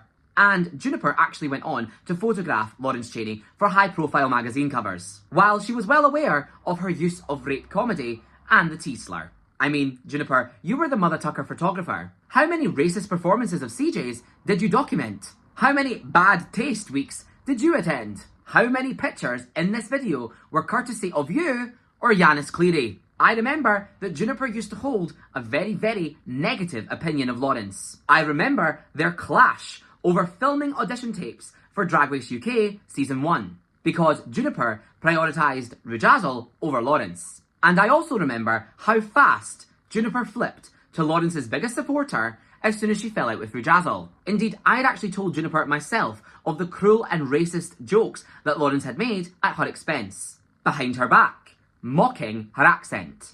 But who gives a fuck if you can help exhibit at DragCon, right? You've got no interest in holding people accountable, Juniper. You've got an interest in standing beside a celebrity. You want to feel important. You clearly identified me as a threat to your relationship with Rujazzle, and further, your influence over her opinions and decisions. You saw something between us before we ever did. You hated more than anything that I became her protege, not just you. So, here is me at 19 years old, apologising to the future winner of RuPaul's Drag Race UK for being upset about them making a rape joke about me, because the scene had gaslit me into thinking that I was in the wrong for having an issue. The same scene that has went on to destroy me for making an offensive joke. This is what the scene that I came into was like. You were socially punished for not enjoying offensive and dark comedy. As Salvatore said, I would just need to get used to it. Yet, years later, Salvatore will turn around and let their fiancée, Eden Spaghetti, accuse me of responsibility for foundational scene bigotry, when once upon a time, Salva told me that it was my responsibility to educate a grown adult, scene leader, and friend of hers, all by myself, on why rape comedy and the use of the T-slur was inappropriate. I'm not going to labour the point that so many of the people who have done nothing but make my life hell for utilising offensive comedy, like Salva and her fiancé, were also making my life hell when I was a teenager for having an issue with offensive comedy. Because it's really clear that the issue is never what has or hasn't been said. But again, who is the one saying it? I am literally wrong no matter what I do, because it is my existence that's wrong. It doesn't matter if I'm a hyper-woke snowflake or a grim dark edgelord. I will always be in the wrong. Do you not grasp how this would affect someone's mental health? Especially when I was 19. The least you could do is turn out your group chats. So then I do, exposing Callum and Shigo. And then it's, this isn't a sign of growth. it's just vindictive revenge. So, was it not vindictive revenge when it happened to me? What do you want from me? No, I know what you want from me. You want me to go away. Well, too bad. What I do want to take a moment to hammer home is exactly what the social landscape of Scottish drag was like, and how that would affect an undiagnosed autistic teenager, as was the core point of my last video about ableism within the Scottish drag scene, which has hardly become a safer space since my video or since my exile. If anything, it seems worse. I was socially excluded for being affronted by offensive comedy. I was punished for not finding it funny by having opportunities withheld from me, and my character smeared. I was told I would have to change my opinion on this if I wanted people to like me or if I wanted to exist in these spaces. So I did. These people were all openly bullies, even to the people that considered them friends. And they were proud of it. And it wasn't just the rape comedy from Lawrence. I was one of the only people to express genuine confusion at first about certain aspects of Kiko and her drag being so celebrated. And in particular, Carrie-Anne pedestalising Trigger as inclusive, when what Kiko was doing was blatantly cultural appropriation, which, interestingly, Kiko can take accountability for now as being inappropriate. But at the time, she shouted me down in the street for having genuine questions about it. I suppose that's more typical gaslighting and rewriting of history on the part of the Trigger Queens, Scotland's most inclusive drag show, with weekly Yellowface. And just to be clear, I was a Kiko supporter and a fan. I am not denying my complicity in her persona. I filmed her, I cheered for her, I tipped her. I had questions about what she was doing and I was told not to, even by Juniper. I preferred Kiko's numbers that weren't a pan-Asian smorgasbord. And I was and am capable of holding Kiko as a complex artist and human being, deserving of criticism in some areas and acclaim in others. Which is more respect and nuance than she afforded me. Because, once again, Kiko is trying to give it, this is just a snapshot of who I am. It doesn't reflect me now, it's from years ago. You are a white woman from Paisley who goes by a Japanese name in and out of drag. Do you not see all the threads online clowning white trans people who choose names from cultures that don't belong to them? How can you expect anyone to believe that you actually understand or have changed anything about your perspective to your relationship with Asian culture? And I do say Asian culture, Kiko, because you so freely mixed pan-Asian references together by performing K-pop while referring to yourself as the beauty from Japan.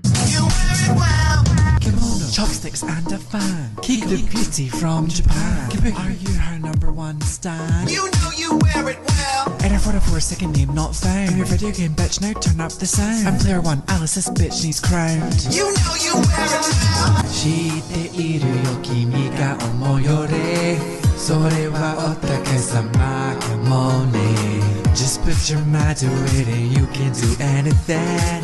You wear it, you wear it, you wear it well. You wear it. Like, come on! The fact that you were considered culturally appropriative was a joke to you. You wore it like a badge of honour. I was bullied by these people for questioning if things like this were wrong. I was forced to apologise to these people who were so stubborn and so ignorant that a teenage baby queen questioning them genuinely was seen as insubordination. Like I said, I was told over and over again to know my place, pay my dues by Juniper Lovelace, whenever I felt entitled to criticise Kiko, or anyone else for that matter. And then last summer, these people all led the charge of utterly decimating my character, when we have not shared oxygen since 2021. And in Juniper's case, since before the pandemic, when somehow Kiko and amphetamine have earned forgiveness for misdeeds from years ago, which are only snapshots of who they are, but isolated incidents contemporary to that, such as the Suck You Cycle 1 finale seating situation, are relevant character building information on how awful I am. I did discuss that situation in more depth in my previous video, but to make a long story short, sure, looking back, I could have been nicer about it. But is it not obvious that Sam, who is clearly not my friend, was pestering me about the seats every single week for months because he wanted to sit at the best table, which I had paid for and booked in advance in order to film the show. He said himself in his statement that he was there supporting close friends, Sophie So Fierce and Scout. Did they not have tables that he could sit at? Yes, they did. Would it not sooner be the responsibility of, say, his close friends to make room for him and accommodate him at their table over, say, a fucking acquaintance, a 19-year-old paying customer? Why did it have to be my table over anyone else's? I don't fucking know you! I didn't have a monopoly over the only free seat in the room.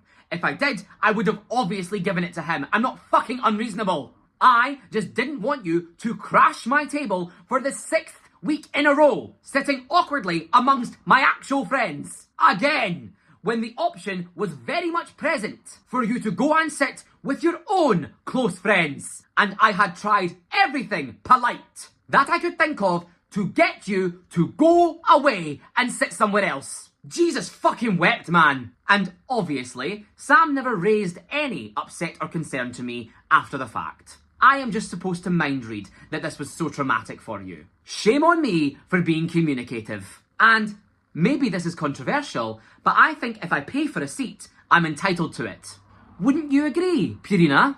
Think about the way that people like Medea, who do not know me, talk about me in these email scripts that they've been sending to venues. And then compare that with the actual accounts posted about my behaviour. This was literally the only interpersonal statement from a marginalised person trying to prove that I had treated them with bigotry. And it's a bunch of shite from 2019. Is this really the best you could do? Imagine being Sam and sitting on that one for 5 years, thinking it's some earth-shattering, cancel-worthy anecdote. I am just unable to draw any conclusion, except to believe that the outpouring of nastiness was just punishment all these years later. Finally, a way for conflict-avoidant cowards, allergic to open communication, to vent all of their frustrations with me. Yay! Someone who upset me once is now a dehumanised punching bag. I can settle all of my half-decade-old frustrations. And in all honesty, I do think that punishment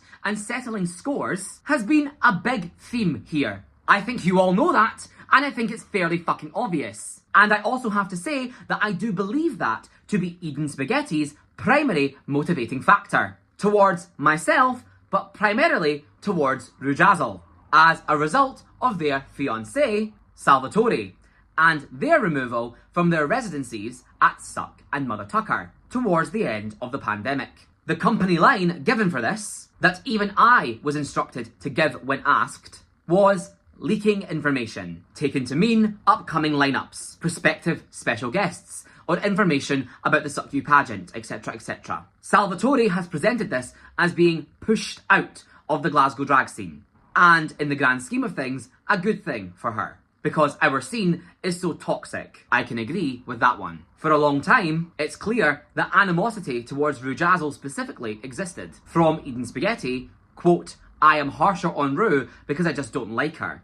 But that similar animosity did not exist towards the other Mother Tuckers who removed Salvatore, such as CJ Banks. The fact that somehow Tiana Tucker seems to have faced more punishment for enforcing the systems of the scene than CJ Banks, the former right-hand woman of Rujazzle, who is allegedly the devil, at the time most of these historic infractions took place, kind of says it all about how authentic the distribution of culpability is. Anyway, I suppose it would be easy to say that this would be a complete overreaction towards Salva. Leaking an upcoming special guest surely shouldn't result in being fired from the show. For years, CJ Banks would say things like, I don't have a hand in the bookings, in order to push all responsibility onto Rujazzle and keep her own hands clean of any culpability in decisions which could be potentially criticised. When Chucky, October and I were all friends,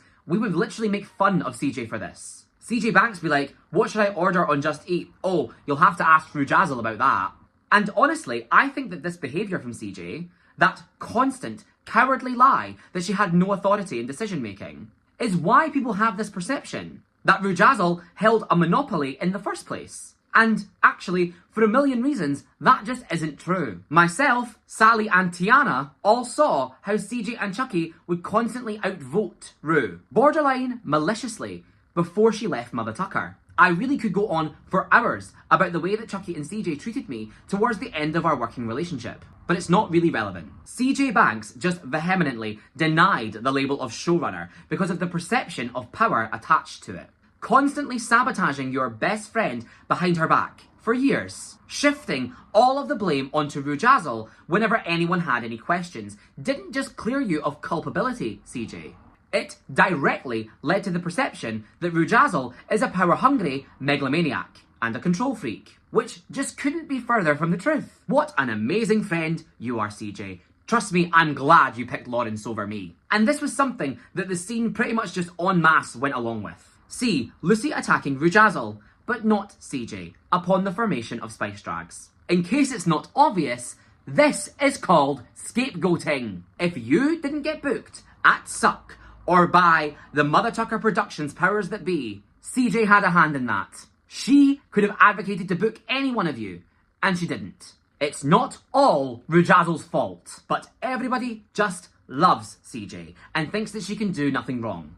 It's honestly kind of similar to amphetamine. So, as someone who was friendly with 3 of the 5 Mother Tuckers at the time in the pandemic, Chucky, Ru and October, so everyone that wasn't CJ or Salvatore, I can tell you that the decision to remove Salvatore was unilateral. CJ did vote to fire her, and so did Chucky and October. This was not some Rujazzle direct order. That is because there is actually a much deeper and more significant reason, which was never made public, in order to protect Salvatore. So, what actually happened is that on one occasion, after Mother Tucker, back in 2019, I was sitting in Lawrence Cheney's flat with Lawrence and Salvatore, because she had done something which had annoyed Lawrence. We were watching an old and bad video of October Fist performing for some sense of catharsis for Lawrence. And Salvatore said, "What do you call October when she's annoying you and you want her to shut up?" I said, "I don't know." And Salva said, "Her dead name." To which both she and Lawrence burst out laughing. I vividly remember not really knowing how to react to this. As I've went to lengths to explain, it was kind of typical of the environment. About a year or so later, during the pandemic, I was helping October film one of her digital numbers. At that point, we had become very close. We were considering becoming drag mother and daughter.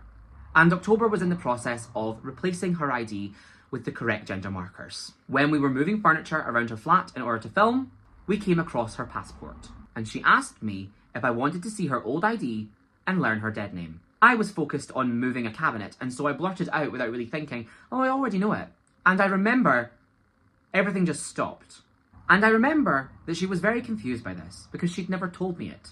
I'd only ever known her by her drag name, and as a non-binary and later trans-feminine person. So, she asked me, "What's my dead name?" And I answered her correctly. She then asked me how I knew about this, to which I explained what had happened in Lawrence's flat. October was, understandably, very hurt and upset about this. From what I understand, she took this to the other Mother Tuckers, and it was discussed internally, and it was decided to relieve Salva of her position within Mother Tucker and Suck. October told me that they had a video call confronting her, and that initially she denied it, but later, when the jig was up, she admitted to it. So, yes, I suppose in a way, I did get Salva fired. I obviously have no proof of what happened that night in Lawrence's flat, because it was a verbal conversation. The proof is simply the fact that I know what Oktoberfest's dead name is, which I couldn't have gotten from any other source. When I first met her, October was airtight about only ever being called October. The proof is that this kind of offensive comedy was part and parcel of the drag scene. The proof is that Salvatore admitted to perpetuating ableism and bigotry on stage with offensive mixes at this time in her life. The proof is that Salvatore knows that she did this I remember Juniper Lovelace being against all of this. She referred to Salva's firing as rewarding Skinny for being a gossip. I fail to see how someone being held accountable for a malicious act of dead naming as comedy was rewarding me in any way. If anything, Salva's departure only went on to damage the reputations of myself and Rujazzle. Because the narrative that the scene decided upon was, of course, Skinny and Salva fell out, so Skinny went to Rujazzle and told her a bunch of lies so that Rujazzle would fire Salva, and Skinny could get all of her gigs. You'll note that I never became a resident of Mother Tucker. My success came from events which I originated. The actual truth of the situation was never publicised or exposed online, and frankly, that is a blessing to Salvatore. She was allowed to set her own narrative, and we would repeat nothing but the company line. She was booked for the first suck post-lockdown, a rather overt peace offering. And ultimately, as we know, she moved to Dundee, became a core part of the Bingowigs family, did numbers about chemsex at a 14+ show, and eventually she started her own events in the city. In all honesty, I do not know which of Salva's friends and loved ones even know that this is the truth. I know that Stephanie and Lilith knew it was true, at least. Because Salvatore has been able to present, for years, that she was fired by Rujazzle from Suck for no reason, and because Rujazzle and Skinny Mini are cunts. Salva can have the St Andrews University present her as a person with strong values, after taking over the event that Rujazzle originated there over a decade ago when she was a student. I'm sure that felt so vindicating, Salva. The truth is that Salva was removed for a malicious act of using dead naming as comedy. And the decision was made, including by the person that she made this joke to, me, and the person that she made this joke about, October, to keep that private and offline in order to protect Salva's reputation. Nobody wanted to cancel her, but there had to be a consequence for what she did. There is another reality where we all behaved the way that Salva and Eden behaved last year. And so Salva would have exited Suck fully disgraced as a transphobe and a bigot. She would be forced to start rebuilding and repairing people's perceptions of her, because everyone would engage with her as if she is and see her as a bigot, without even knowing her personally, all because of a poor joke that she made in private with friends. How ironic, isn't it? And I just want to apologise to October, to Robin, for airing all of this. This is your story that I was just a small part of. But all that I can do is pull on these concrete examples that I experienced in order to prove the hypocrisy. I understand if you have no forgiveness in your heart for me, Robin. I left you at a very low time in your life. But I have and will always admire your character and everything that you did for me. I'm sorry that I couldn't be as brave as you have been until right now. And I hope that this video brings you and everyone else who's experienced what we have some peace. I don't expect Salvatore to acknowledge or apologise for this. She'll likely deny it. She's always blamed Rujazzle and I, rather than take accountability for herself. She was given more than anyone else has been. An opportunity to behave differently without public humiliation. We allowed her to look like the victim. In fact, in my opinion, I think she benefited from the departure, because Salva got booked by everyone that wanted to say fuck you to her removal because they thought, correctly, that the publicly given reason was bullshit. People felt bad for her, and we let them. I said this in my last video, but I've extended olive branch after olive branch towards you, Salva. I was booking you multiple times a month at the start of 2024. Do you know that you were the first person that I booked in the Corset Club? When I got that opportunity, I wanted to include you in it, because I actually value the time that we spent together as friends. I value the time that we spent together at the handful of shows that we'd done together in the years since. I was hoping that we could move forward, even if never as friends, then as colleagues. And more than anything, Salvatore, you've had 5 years to show that you're not one bad joke in private. So I think that you'll be forgiven by everyone around you for this, because they actually know you and they know your heart. I'm glad that you had the opportunity to learn and grow from poor choices without public humiliation, because what I've just aired isn't going to touch you, your relationship, or your shows. But understand this, if it had been aired when you left, you would be in the same position as me. You put me through something that I was part of protecting you from experiencing. And in all honesty, I don't know how to feel about all of this Salva stuff, back then or now, because I know the feeling myself of saying something stupid and too far and it having drastically far-reaching consequences on you and everyone around you. I always thought that you owed an apology to October. You knew how much this meant to her. I didn't disagree with you being removed because the trust had been broken. And ultimately, what's done is done. I regret having to air this, Salva, but given what Eden has done to Rujazzle, you had to know this was coming. And the sad thing is, Eden, under other circumstances, I think we'd really get along. I think we're quite similar people. And since I know you will watch this, I want you to know that you are the only person on the other side of things from me that I genuinely believe held any level of authenticity. Your understandable but misguided hate boner for Rujazzle aside, I really, really hope that what I have laid out in this video gets through to you, Eden. I really hope you can do something. I don't know what, but things have to be able to get better. All of this is to set the stage that going into lockdown, it is now incredibly apparent to a teenage baby queen skinny mini that the community consensus is offensive comedy is okay because it is just a joke. And the people that don't think that don't get to be in the in club. I want to fast forward a bit to Flowjob, who I know is a bit of a laughable character in the tapestry of Scottish drag. But she was, in my view, the first person to ever experience the online public vitriol that Scottish drag has become known for doing to each other. When Flo was being deposed, I remember going along with it because Flo was, objectively, a compulsive liar. She had lied to my face about being homeless, about having cancer, and about her transition. And I did think that it was fair for her to be held accountable for all of that. However, quite quickly, the issues escalated into an allegedly inappropriate sexual relationship with an underage drag queen.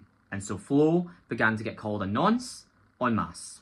I have no comment on whether or not this is true. Frankly, I don't remember seeing any evidence. I've kind of blacked out a lot of that time. But that doesn't mean that there isn't any. I could easily believe that Flo had sent inappropriate messages, because Flo was generally quite an inappropriate character. However, what was really alarming was watching all of these people who had weeks earlier lauded her as a scene legend, a darling, a total icon, nominated by peer vote for Best Comedy Queen. She had been defended ferociously for doing a drag queen story time. And they all turned on her and decided that it was categorically the case that Flowjob was a pedophile. And they used that as the charging push to get somebody that they did not like and that they were angry at for an unrelated deception out of the drag scene. In Flo's apology, she described it as not a sherry pie situation. I would say that this is shorthand for an unrecoverable circumstance, and that she was pleading that not all crimes deserve an unreconcilable banishment,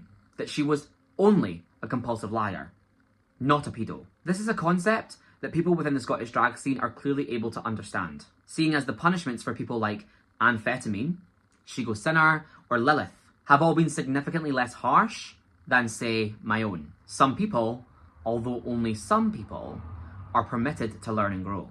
I can't say how much of it was or wasn't true, but I distinctly recall the feeling of watching the vitriol and the mob mentality embolden people's accusations to grow, from Flo lied about being kicked out by her parents, to Flo stole money from me, to Flo molested a child. And I remember turning to Stephanie and saying, this is going to happen to me one day. As I've already pointed to a couple of times, when people want rid of you in the Scottish drag scene, they will allege crimes of you, and then they'll proceed to escalate those crimes the longer you resist. What people learned from Flowjob was that the perfect crime to get somebody that you do not like, or someone that you perceive to have wronged you, out of the scene permanently is to create allegations of sexual misconduct, especially towards children. This script has been followed more times than I can count. Oktoberfest, Amphetamine, Rujazzle, Romosaic, Scout, Becsavers, the Traggot that Lucy didn't like, and yes, even the friend of Pam's that she's accused me of falsifying allegations of. There is a script of malice. It is a pattern of behaviour, and it is used because it works, except with amphetamine for some reason. It was Lucy who popularised the idea in Scottish drag that spreading rumours that someone is a bigot is the best way to hurt someone that you don't like. So at this point in my drag career, that being 6 months in and 19 years old, I was already being called misogynistic for defeating Lilith in the suck-off. I had also been dragged into drama by Shigo Sinner during our first competition together at Trigger. I promise this is all relevant.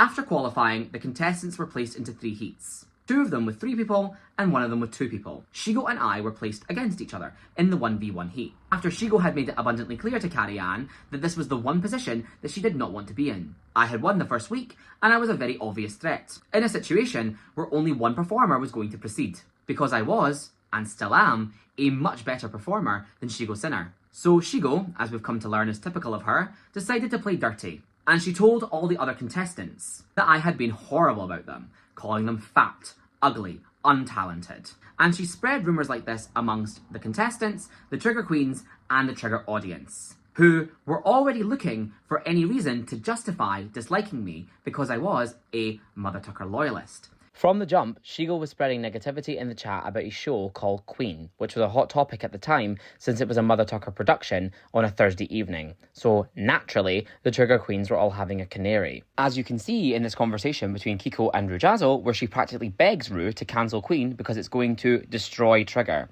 Ironically, the event discussed here, the Trigger 3rd anniversary show, would go on to be referred to by Carrie-Anne as the peak of Trigger's lifespan. So they were not only freaking out over nothing, but as usual, in a complete victim mindset. Similar still was Rujazzle's conversation with Carrie-Anne, where Carrie tells her not to pretend that her hands are tied into doing Queen. I wonder how this reads to the modern drag scene, because frankly, both now and back then, it is a fucking bonkers way to behave about 2 events happening on the same day in the same city. Guess who was the one and only person in the competition who had ever attended Queen? Shigo's finale mix in this competition told me to go back to Mother Tucker where I belong, although I had never performed there and was merely friends with Salvatore. Something which, after the competition was over, Carrie went to lengths to unpack with me. I'd sum up her thoughts as, I hope you don't think the joke made at your expense that everyone laughed at and that you had no say in, because it was already submitted to me when Shigo asked for your permission was serious, by the way. We're super inclusive and we're definitely not putting you, a 19-year-old, in some weird, othered position just because we associate you more with that show than our own. I love how this conversation aged. The competition that we were in was judged by audience cheers. And I remember watching Shigo sit on Instagram Live, telling people that when it came time to cheer for who was going through to next week, and Carrie-Anne Crowe said Skinny Minnie, she wanted to be able to hear a pin drop in the room. Shigo could never have achieved this outcome through talent. So, she tried to ensure this outcome through underhanded means. I ended up in a situation in which I was dragged into a toilet by one of the other competitors, Rosebud, who told me what Shigo was doing and what was going on, after I showed up to Trigger to get the cold shoulder from literally everyone in the room, contestants, judges, and audience members alike. The same things that Rosebud said to me were also repeated to me by Ali Oops and Salvatore, as Shigo had attempted to twist their opinions of me too, which was stupid because they were my friends. That night, I went around every single competitor and I spoke to them all at length about how this wasn't true and to allow me time and opportunity to show my real self to them. The matter of who was lying between Skinny and Shigo in 2019 is hardly relevant now. For the record, it was her. But I mention it to solidify the point that I had experienced social revulsion and exclusion several times at the hands of several people. Lawrence, Shigo, Lilith. For the crime of existing and for things that I didn't do. I also just think it's relevant to note that Shigo has a history of using underhanded tactics to get ahead. Since literally the very beginning, she has now vultured 3 shows. Trigger into Venomous, Fempire into Club Couture, and Suck into Gag through the same opportunistic mode of behaviour. I genuinely worry for the Glasgow drag scene with someone like that in charge. Like I said, you can say Gag Collective all you want, Shigo. We all know what you're really like. I hope Glasgow Drag's having fun under your thumb. Adjacently, I was also being called fatphobic because of my altercation with Lawrence Chaney, as, similarly to Pam, Lawrence did not seem capable of understanding why someone could have an issue with her if it wasn't rooted in bigotry or ignorance towards a protected characteristic of theirs. I did not have an issue with Lawrence Chaney because she was fat. I had an issue with Lawrence Chaney because she had made a rape joke about me.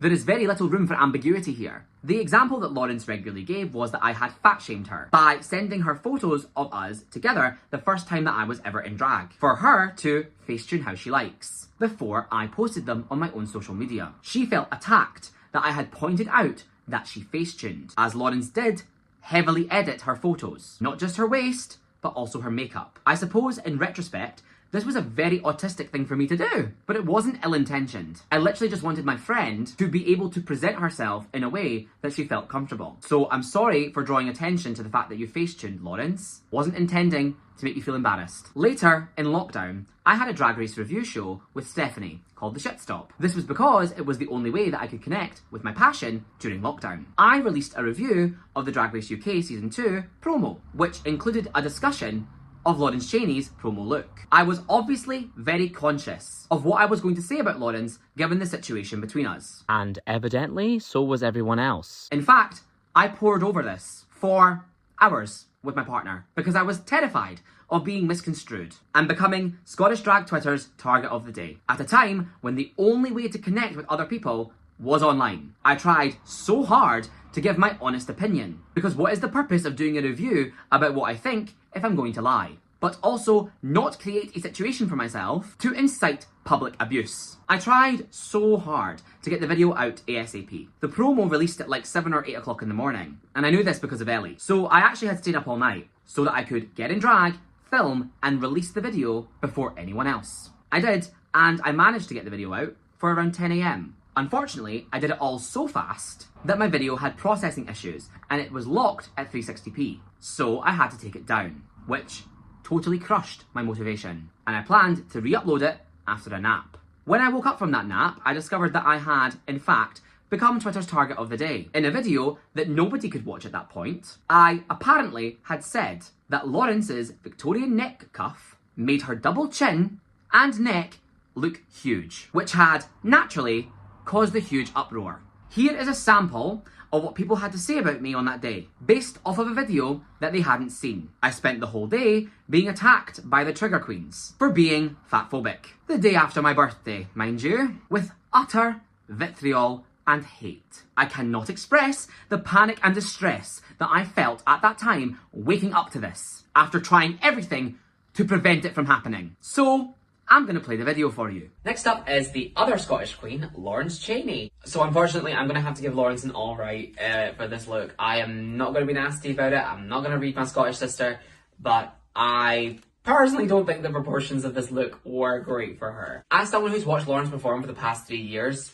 it didn't give me Lawrence. Like, it did not seem like a look I would have seen Lawrence in. I think if you don't know Lawrence, you would have gotten a different perception of her and what she's like than if you did. Like, her look didn't show who she was, which is a shame, because I think Lawrence is great, and I think Lawrence is probably, if not one of the most likely, then the most likely to 100% without a doubt make it to the end of this competition. She has everything. She's a super talented seamstress. She's a super talented comedian. She's a super talented actress. Everything. Like, you put Lawrence Chaney in a random Drag Race season, random Drag Race episode, and she has to have a chance to win any challenge that they've ever done. She's just that talented at the art of drag. Lawrence makes everything herself from head to toe. It's something that she's really revered for in our scene, being a completely self-made icon. Lawrence has judged competitions that I've won. We've worked together plenty of times. And I think she's great. I just think that collar or that wig needed to be bigger. Lawrence is here to represent for the big gals this season, and the Scottish gals, and the Glaswegian gals, and that's great. I'm interested to see how her style of drag, both her more mature sense of dress, which I think is maybe only shared by Veronica on this season, and her overly Scottish nature, you know, the okay, the new, there's a moose in the hoose, moose loose in the hoose. This is something I think Lawrence plays up for comedic effect, and I don't know if it's just me being a Scottish person, but I personally don't find it funny. That's just me. I think that other people from around the UK who aren't from Glasgow will find it hilarious. I think Scottish audiences will live for that level of representation. I think it'll be interesting to see, because on reality TV, historically, Scottish contestants are not really favoured by like English audiences, and the Americans, I'd be really surprised if they even knew what Scotland was. So if they are aware of Scottish people, I guess Lawrence is about to put us on the map, and hey, I'm really, really happy to see Lawrence on this season, and I think she's gonna fucking kill it. I think it's good that we have Ellie there as well, so there's kind of like a balanced sort of sense of what Scottish queens are like. Because we're not all like, oh, okay, the new, oh, get the bagpipes, oh, up the kilt. Like, I'm sure she'll have some absolute serves, and like, this look clearly had tons of detail and time put into it. It just doesn't all connect for me in the way that I wish it did. My backstage bite about Lawrence that I have to give to you today is that Lawrence actually won the Shadiest Queen and Best Comedy Queen at the Glasgow Drag Awards 2020, which is the same award show where I won Best Newcomer earlier this year. Lawrence, while winning those awards, was actually also nominated for Lifetime Achievement and Best Look Queen.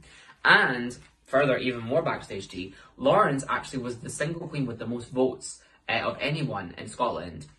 So I think Lawrence is like a clear all-rounder and a clear paragon of our scene. I think Lawrence is going to be a finalist. If she's not a finalist, I will eat this wig. Her runways are going to be so killer. I love that she's a big queen who shows that big queens can do fashion and big girls can still look amazing and still look polished and put together.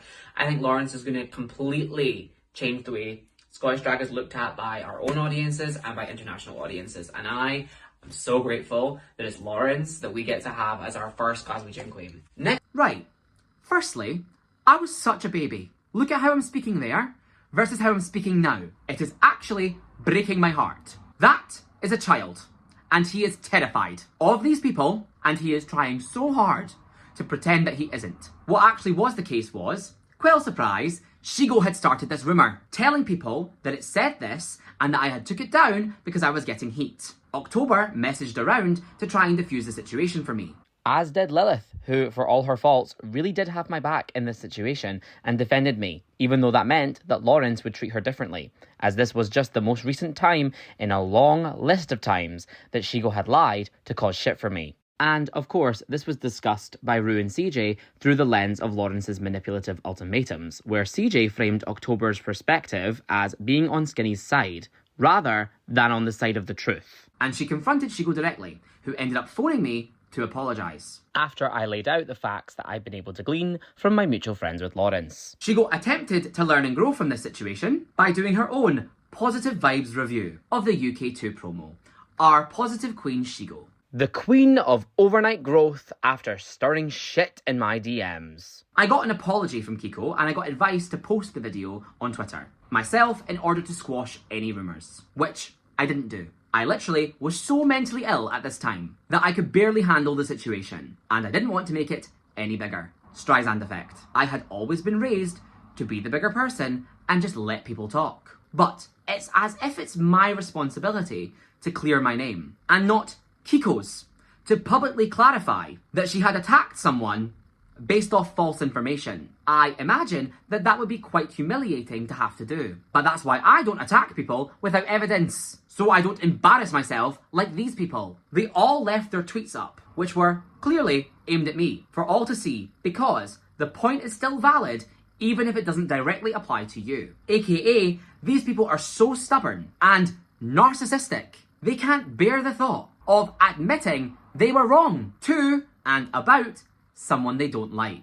In the following days, I got in contact with Carrie-Anne Crowe, as she, the mother of Trigger, had ring-led this situation online. I'll put screenshots from this conversation up, and you can take from it whatever you want. In my opinion, this is a complete nothing burger of bullshit, like any dialogue with Carrie-Anne often is. All she did was find a way to play the victim for being a bully, present herself and Trigger as the saviour of the drag scene, rather than bullies, and completely ignore everything that I had to say. Keep in mind that Carrie-Anne Crowe is 10 years older than me. One thing I do want to note is that she says, "Do you think we don't call Shigo out? Because she's the granddaughter of Trigger." To which I am sure that you did, Carrie, except Shigo had the privilege of this happening to her privately. Any issues you had with her, you brought to her. I did not have that privilege. And any and every chance you had to speak about me publicly, you took. You never did that to Shigo. Why do you think that these people actually all wanted rid of me? Maybe because my face on every poster for every gig in the city triggered the fuck out of them. Because I was a constant reminder of exactly how shitty they are. Not just as drag queens, but as people. This was the moment that I remember with full clarity, deciding that I was going to stop altogether what I now understand to be masking. Because no matter how hard I tried, how careful I was, or how much effort I poured into scripting myself, it didn't work. And it would never work. Because they wanted to have a problem with me. The truth was simply a suggestion. If I was going to be treated like this for something that I didn't even do, if this was going to be their reaction to me when their malicious meltdown was proven to be founded on lies, then what was the point in trying to appease these people at all? Why play their abusive, shitty schoolyard game? Why walk on eggshells with people who would start a fight in an empty room for a bucket of KFC after trigger? No. No booking or money is worth being made to feel this way. That is why I went on to create my own shows and my own environment, not pretend to be someone and something that I wasn't, and make myself so small in the hope that these unreasonable and volatile people would eventually mellow out on me. I didn't want to be in that community. Funnily enough, a few months earlier, Carrie-Anne agreed with me that holding a residency in the gay bars made you a scene figurehead. What I had got in contact with her to discuss at that time was the way that Kiko had been treating me. Because I'd felt hazed and bullied throughout my time in Strictly by her specifically, and I felt powerless to do anything about it. All I wanted at this time was to change how the scene treated newcomers and to eliminate thoughtless cruelty. As Carrie says in our more recent conversation, Kiko absolutely despises me. Something Lucifer, her flatmate, also backed up. For no apparent reason, mind you. At least, not a reason that was ever given to me directly, nor given the chance to be resolved, not for a lack of trying on my part. So Carrie-Anne was far from unaware that her residents had been behaving, for lack of better word, unkindly. And like you said, everybody on the scene has a bad experience with me. How vague. How non-specific. Because I guess if a queen with a residency hates you, you just have to deal with being cyberbullied. And none of their powerful scene friends will stop them. Literally, fuck you, Carrie. I already showed these screenshots of the messages that I received from Kiko, reading me down brutally and humiliatingly for the crime of commissioning a styled wig.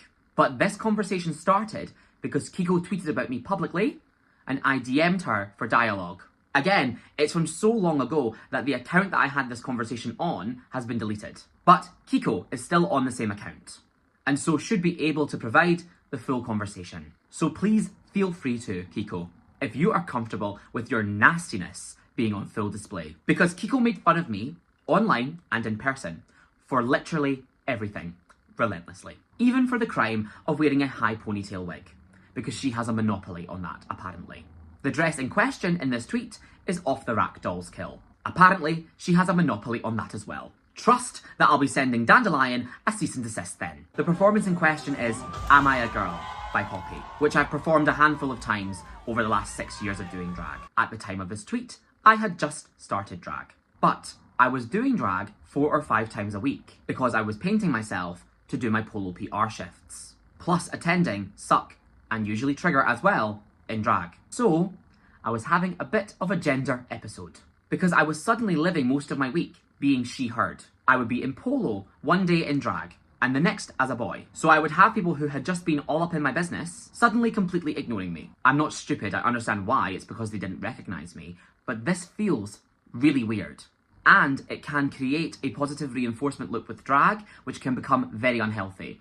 And of course, my good friend Lilith at the time was telling me that I was such an ugly boy that I should just transition so that people would like me more. I'm sorry to say, Kiko, that you do not have a monopoly on a gender identity crisis. Most of you don't know this, but there was a time between 2019 and 2020 when I was genuinely on the precipice of transitioning. I remember having a very fraught and tearful conversation with my now ex-partner about whether he would still love me if I was trans. A lot of this was brought on or complicated by experiencing October's transition firsthand, and from Juniper Lovelace trying to meddle in her friendships, telling her that she needed to be around women and not men like me. And actually, this lasted into 2022. I remember crying to Aster in a polo bathroom that I thought I might be a trans woman. And she told me, very dismissively, that I was the most obvious cis man to ever cis man, despite the fact that I was publicly identifying as non-binary at the time. Remember that one, Aster? It was experiences like that which led to me altogether decide to stop bothering. I don't and won't be validated as disabled or neurodiverse, regardless, because of preconceived notions and the fact that it doesn't fit with a predetermined narrative about me. So, likewise, the idea that I have ever struggled with my gender, or spent several years as a teenager and adolescent publicly identifying as non-binary, using a gender-neutral name and gender-neutral pronouns, is just out of the question. So, yes, I did see Kiko perform this song, And yes, I found it moving in its meaning to her. Was it not allowed to have meaning for me? Was I not allowed to, adjacently, enjoy Poppy and to do something different with a song that I liked? Do you see me going tonto when people wear pastels and perform Marina? No. Why did you care, Kiko? Grow up. The conversation that I was trying to have with Carrie-Anne about power and authority within the scene was specifically about the fact that Kiko had been empowered to speak to me like this by being granted the authority of the position to judge and give feedback to me. And therefore, her belief in her authority to speak to me with as much cruelty as she deemed fit. And seeing as she didn't like me, for whatever reason, I genuinely still don't know why, as much cruelty as she could muster. I didn't and never have agreed with this. When I went on to judge competitions, I did not act like this, regardless of my personal feelings or experiences with contestants, because of my experiences with Kiko. That is because judging someone is an actual position of authority over them. Not this whole, you run events that I don't attend or work at, so you have a position of power over me, malarkey. Cut to Gwen Hart, another judge. By the way, dragging me publicly for stapling myself on stage. The reality of the situation being that I consulted sideshow professionals, and I took every sanitation precaution possible. Whenever I have done this, I have issued a content warning. Get set up. Before our next performer comes, we asked if there was anything they would like us to say before to every contestant, and we got this paragraph. So it goes like this, please pay attention, it's very important.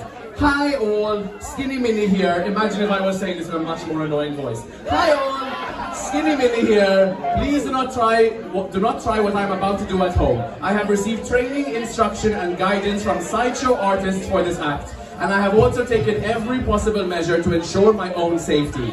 If you have a weak stomach or are sensitive to blood in any way, I encourage you to take your break now and enjoy the rest of the show later. Everybody else, buckle up and enjoy the show.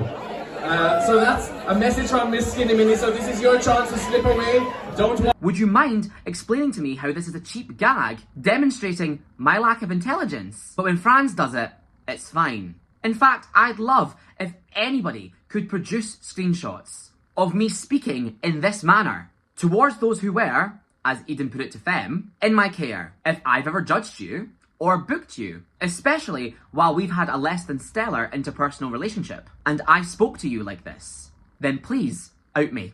Because this is what a hostile environment looks like. This is what throwing your weight and authority around to intimidate people looks like. Medea, get your email scripts ready. And notable also that Kiko essentially threatened me, that the other judges would be even harsher than she was. So I guess she was right. Again, if I couldn't handle it, then I was in the wrong environment. Get thicker skin, get used to feeling upset or being offended. Trigger is so welcoming and inclusive, we can't wait to see you back. And funnily enough, sometime later, Kiko ended up apologising to Aster for behaving like this towards people when she was a judge. When Kiko posted this, I felt it was tantamount to an apology to me, which I knew she would be too stubborn to ever give me. And so I chose to privately forgive her and move on, as I genuinely believed that Kiko had reflected and become a nicer person, post-pandemic and post-transition. Silly fucking me. I just want to say, by the way, that digging up all of this old Kiko stuff has been some of the most upsetting material for me to revisit in what I've experienced in Scottish drag, which is kind of bizarre, but it's the truth. I can appreciate why those still watching might not find it relevant to last year's saga, because it is just petulant high school bullying. But I kind of need to establish what happened, because it served as the foundation for the desire to participate in my exile and publicly sanctioned abuse. This is my story. This happened to me, and it really affected me. I think it's because there's just no reason for Kiko's behaviour. Pam and Medea at least think that they're righting wrongs, or fighting bigotry. Or so they say. Lawrence and Lucy are at least trying to cover something up. But what did I ever do to you, Kiko?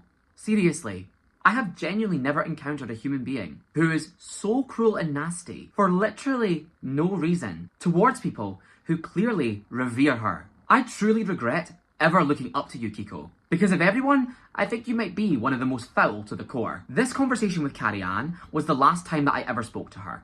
I thought this response to her and her collective admonishing me online for something that wasn't true. That multiple separate people identified as a dog pile. And her complete refusal to take any responsibility for that was very disappointing. Such a shitty attempt to gaslight me. Nobody is directly referencing you, Skinny. You're overreacting. But Kiko is going on about merch right after I tweeted about buying it. And I lost a lot of respect for her, which is clearly mutual. I could not, and still cannot, understand why she would choose to leave up a tweet, which clearly belittled, specifically, me, after coming to learn that it was based on falsehoods. And, as always, the world is on fire, people are dying, blah blah blah. Yes, there is plenty of suffering going on in the world, but none of that is remotely relevant to the behaviour that you were challenged on, back then or now. More recently, that was presenting yourself and your show as inclusive and a safe harbour in the scene, despite offensive drag being celebrated on your stage. Even putting aside Kiko and Anne, what about good old Orgasma Sanchez's Black Eye, domestic violence, Tina Turner reveal?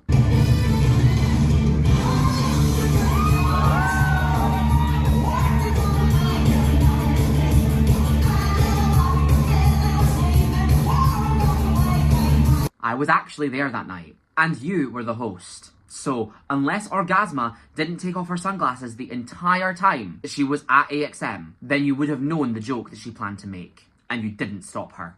In actual fact, it was known and discussed, even by Shigo in this conversation with Stephanie, that your core, regular audience group at Trigger contained men who preyed on barely legal teenagers, and that you were aware of this. The same person, by the way, that Carrie Ann slid into my DMs to defend after I criticised him for thirsting over Tory bottoms on the timeline, just in case you needed proof that I actually did behave like eating spaghetti once upon a time. But I suppose getting lashings of this level at 20 years old from one of the 2 drag event producers in my city dissuaded me quite fast. Trigger was not a safe space.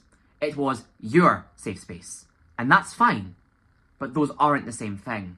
Imagine if I responded to criticism of things that I have actually done, that being the one and only crime of using offensive comedy, by whatabouting geopolitical conflict. Why are we talking about me when there's war going on in the world?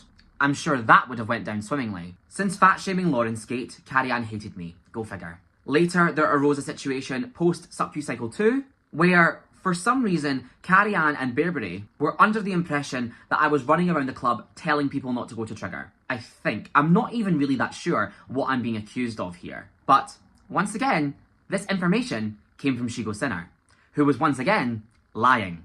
Lying to the point where Shigo chose to falsify this Instagram screenshot of me in order to serve her narrative. Shigo, you are an idiot. You got my icon wrong. This isn't how I speak. Seeing as the correct grammar would be as I said, not as I've said, you imbecile. And this would be the format of an Instagram DM if it was the first time that we had ever spoken to each other. Which, for the record, looks like this. You apologising for being a bitch to me. Because I had been dealing with you for 2 years by that point. This is so easy to disprove. Watch. So this is our DM, and this is your account. First, we're going to search up what you said in that fake screenshot, which was, "Are you for real?" Which... oh, it isn't there. Alright, but maybe that's because you blocked me. So, let's search up what I said. A private conversation.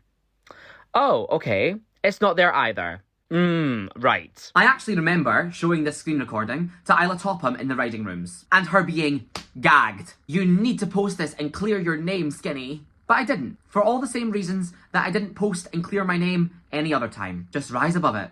Ignore it. Focus on yourself.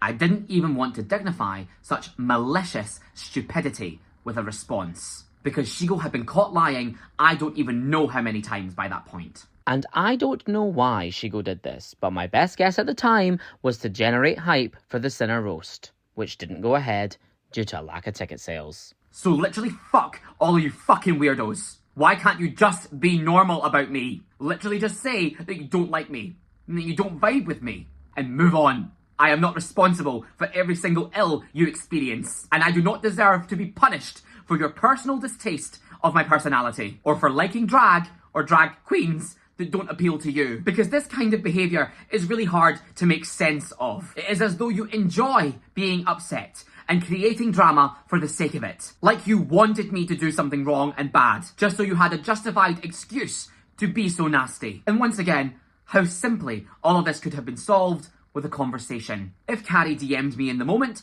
I could have cleared this up then and there, but she didn't. So instead, now some 3 years later, she has to find out publicly that Shigo doctored a screenshot to piss her off. You can't play an innocent card when you are innocent! Like, literally the fuck. Because in reality, on the contrary, post-pandemic, during the Bingowigs Glasgow era, I always encouraged others, especially the new fans that Drag Race had brought to the scene, to attend Trigger, which started afterwards. Because if one of us rise, then we all rise. And I always encourage people to make their own mind up and go off of their own experiences with people. But for obvious reasons, I didn't feel comfortable myself going to Trigger anymore because of how I had been treated. At that point, nearly every single Trigger resident had either been privately or publicly awful to me. The truth is, it is not my fault that for the last year of your run, Trigger became an absolute joke. People stopped going, Carrie Ann, because you behaved like this. You and your collective treated people like this. Bearbury and Kiko left me and many others in tears so many times. That is a near universal scene experience too. If everybody has had a bad experience with me, then please recognise that everybody felt mistreated by Kiko and Bearbury too. The newcomers to the scene felt alienated by your constant Friday morning crash outs, where you would admonish and brutalise young people that you'd never even fucking met out of sheer envy because they had went to suck and not Trigger. You were sat there attacking us for existing, accusing us of everything, including blackface. How ironic the level of public vitriol from the Trigger Queens that I received for these so-called crimes. The exaggeration, the falseness, and the cruelty. In comparison to, and I promise this is the last time I am going to mention it, the immediate battering down the hatches for amphetamine when she was outed for sexual misconduct. It is not what you do, it is who you are. The problem is, even when situations are diffused or dealt with, it still results in an asterisk next to your name. For some reason, it's remembered as when Skinny fat-shamed Lawrence. Not when somebody, most likely Shigo, lied about Skinny fat-shaming Lawrence to rile everyone up. Whichever narrative is set by the loudest voices just becomes the truth. See Big Burd biological advantage. This happens in the drag scene constantly. I am sure that everybody watching this can think of an example that pertains to themselves. Or their friends. And I suppose this would be a consequence of me not directly and publicly clearing my name. But how many hours are we into this now? When people are this dedicated to misinterpreting you for malicious purposes, you spend your entire life explaining yourself. It's exhausting. For me, and for everyone else. This is where that whole "they've been getting called out for years" shit comes from, by the way. Because you have sat there privately, or vaguely and quasi-publicly, and circle-jerked your hatred for me, with increasingly asinine, embarrassing, and untrue accusations. And so you have deluded yourself into thinking that I have been called out a tremendous amount of times for a tremendous amount of things. But that didn't happen. A vague tweet falsely accusing me of blackface is not a compassionate, good faith call-in to improve harmful behaviour, compared to, say, how much space you afforded the owner of the cat house for supporting Trump. You're just nitpicking me for a cruel dopamine hit. All the skinny haters will love this one. Send. I'm not sure if you've realised this yet, but the reason why people stopped going to Trigger was because you thought that guilt was an effective marketing tool. And it's not.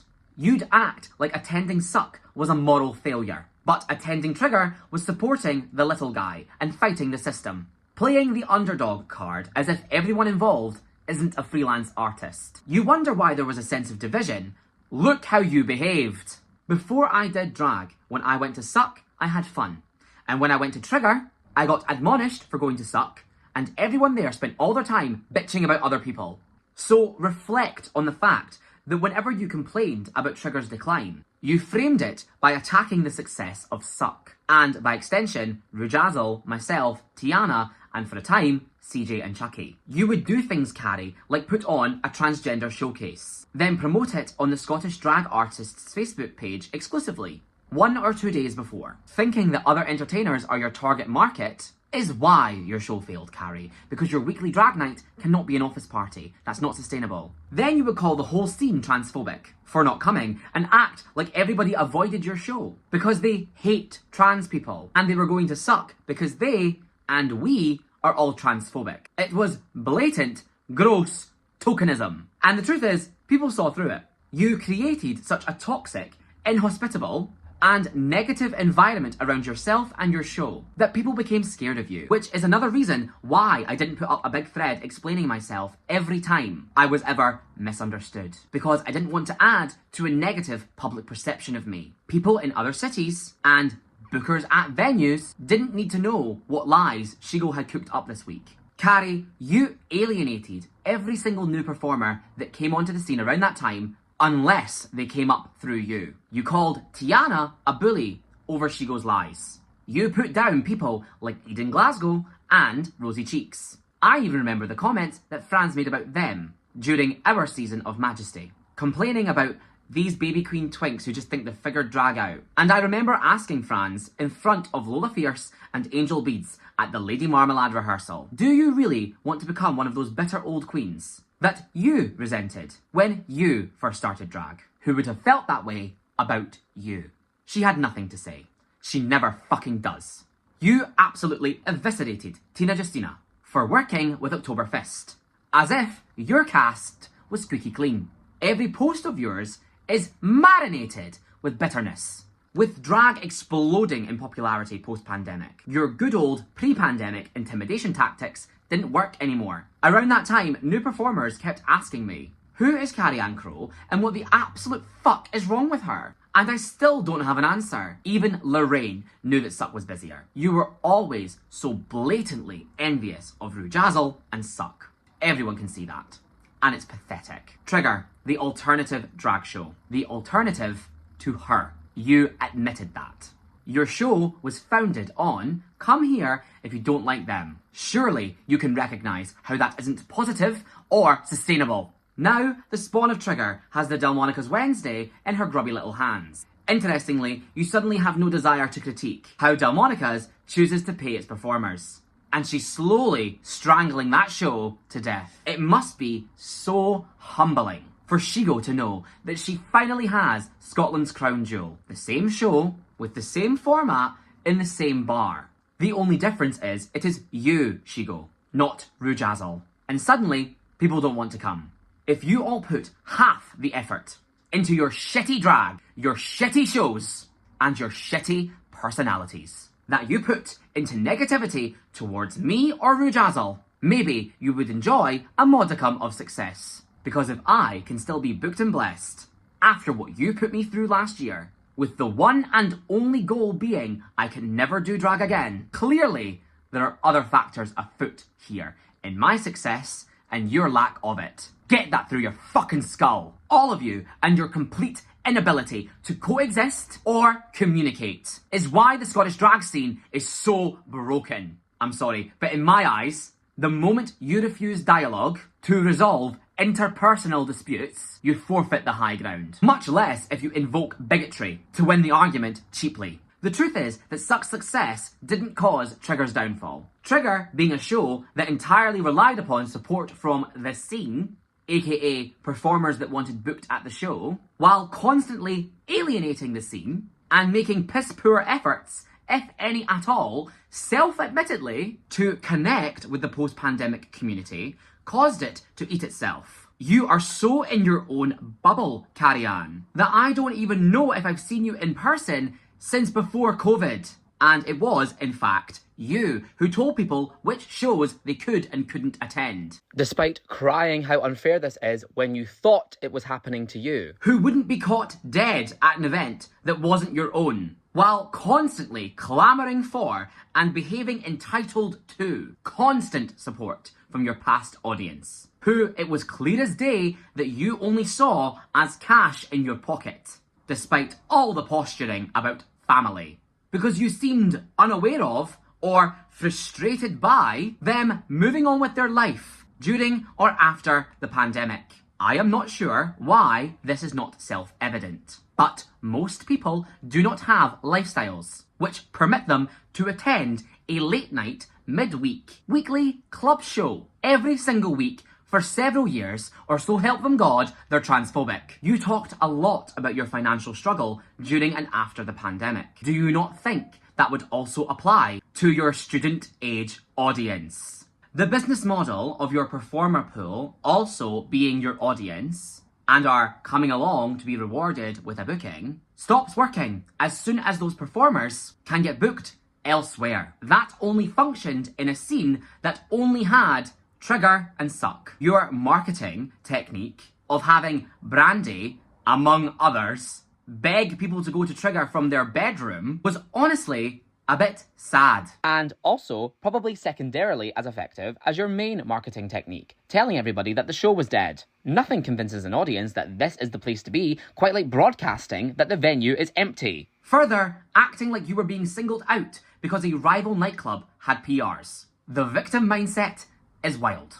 Why would I, or anyone, attend Trigger every week of the year in order to be rewarded with a booking once every 6 months? Especially when there's a million new shows popping up around the country and opportunities galore. Despite the narrative of oversaturation of the scene, there was actually a significant demand for drag between 2021 and 2023, which is probably a little bit more obvious in retrospect, now that post-Pam, it doesn't exist. From what I can see, if you were an act that performed 2 or 3 times a month, you probably now perform every 2 or 3 months.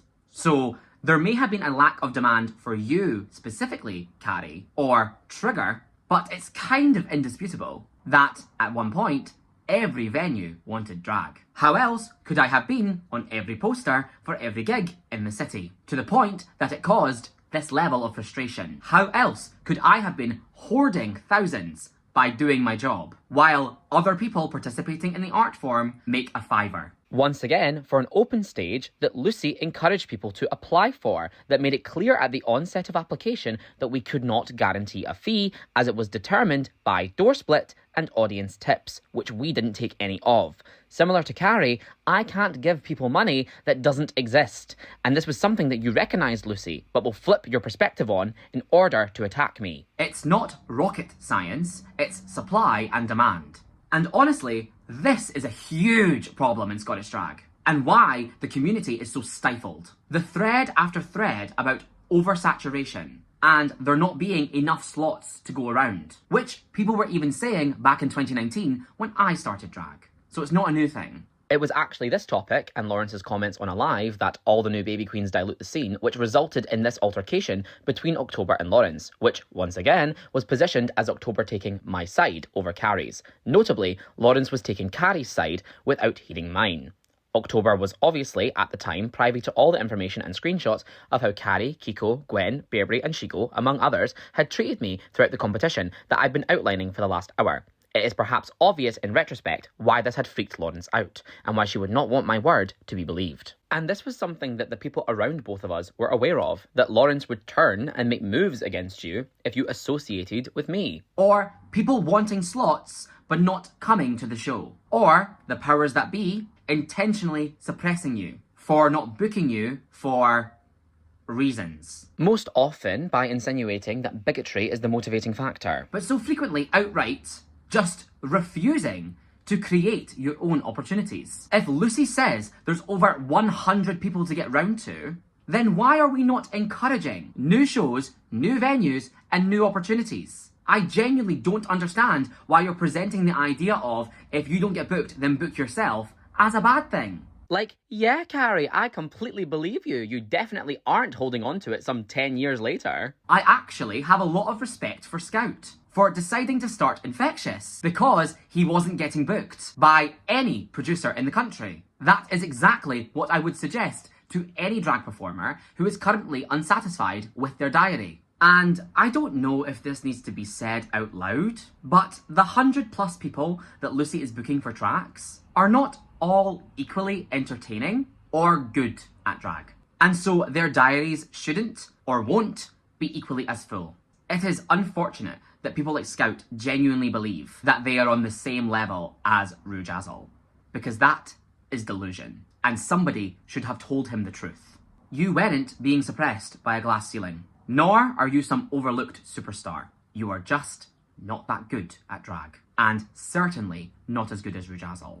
Yes, all drag is valid, absolutely, and drag as an art form is for everyone. The stage, however, is not, especially not as a primary source of income. If valid is the highest compliment that somebody can give your act, do you genuinely wonder why you aren't booked wall to wall with triple figure gigs? The performers who have no scope or avenue for opportunity outside of the insular drag scene place the showrunners on a pedestal, which is also why certain people within the community were or are desperate to refer to themselves as such. Showrunners, those mythic beings, akin to leaders of the free world, those who can make or break your rent with a £40 midweek bar booking. Meanwhile, there is no distinction made whatsoever between, say, performers who are contacted by a venue or an individual to entertain, and performers who hire out their own space within a venue to entertain.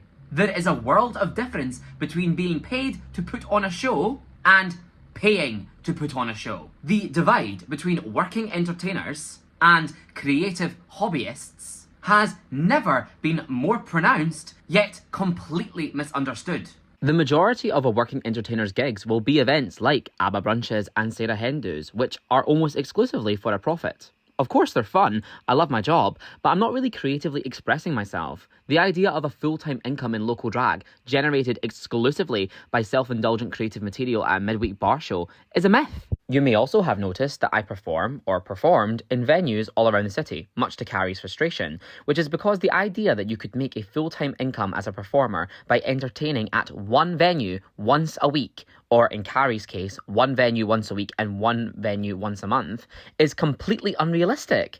It does not matter if every single Glasgow drag queen went to Trigger and paid your door fee. If you wanted to do drag full-time, at some point you should have realised that you needed to seek out other work. Also, I've paid to rent out a room and produce a show plenty of times, so I'm not putting it down. It's just not really a profit-generating activity, and it certainly isn't comparable to being hired to entertain. There will always be someone with the most bookings, the busiest show, the best gigs. And perhaps it's worth examining why that person always ends up so hyperbolically villainized. That even applies to Shigo Sinner, who I cannot believe you are making me defend. This all serves the centralization of control, the authority to decide who gets to perform, which is the power you so often speak of. Even the concept of don't ask, we'll ask you. Keep acting the way we want you to, and you will be rewarded.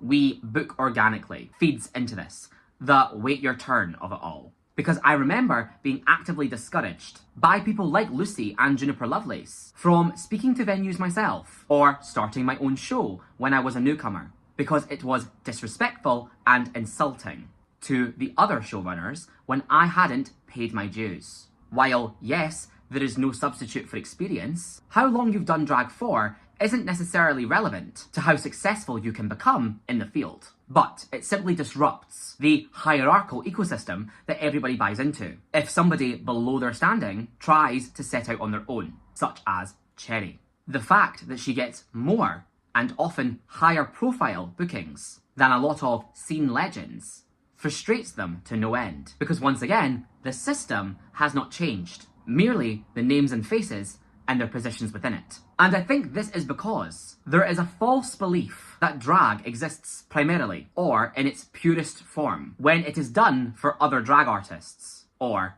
the scene. And the false belief that being successful in drag hinges on the support of other drag artists and the scene. And further, I am sorry to say this, the false belief that anybody is entitled to an audience or a stage, even if they are an actively poor entertainer. I think that there deserves to be spaces where community trumps talent, entertainment, or suitability. But unfortunately, you cannot strong-arm or tokenize your way into being booked for events that you don't possess the drag ability to carry. So, like I said, perhaps if you put effort into creating something that people actually want to watch and cultivating an audience rather than an office party, you would enjoy more success. If your performances and your hosting weren't reliant on scene in-jokes, or your audience on a sense of belonging to a clique, or worse, formed in opposition to another clique. If your social media wasn't a cringe-inducing victim complex of negativity, then you would be more accessible to a wider group of people, because Carrie-Anne is genuinely talented and capable. And if success and the quantity of bookings don't matter to you, like you say, then that is fine. But that is somewhat self-evidently at odds with complaints that you have about not being supported and of other people getting booked. If you truly do drag for yourself, then how many likes you get wouldn't matter.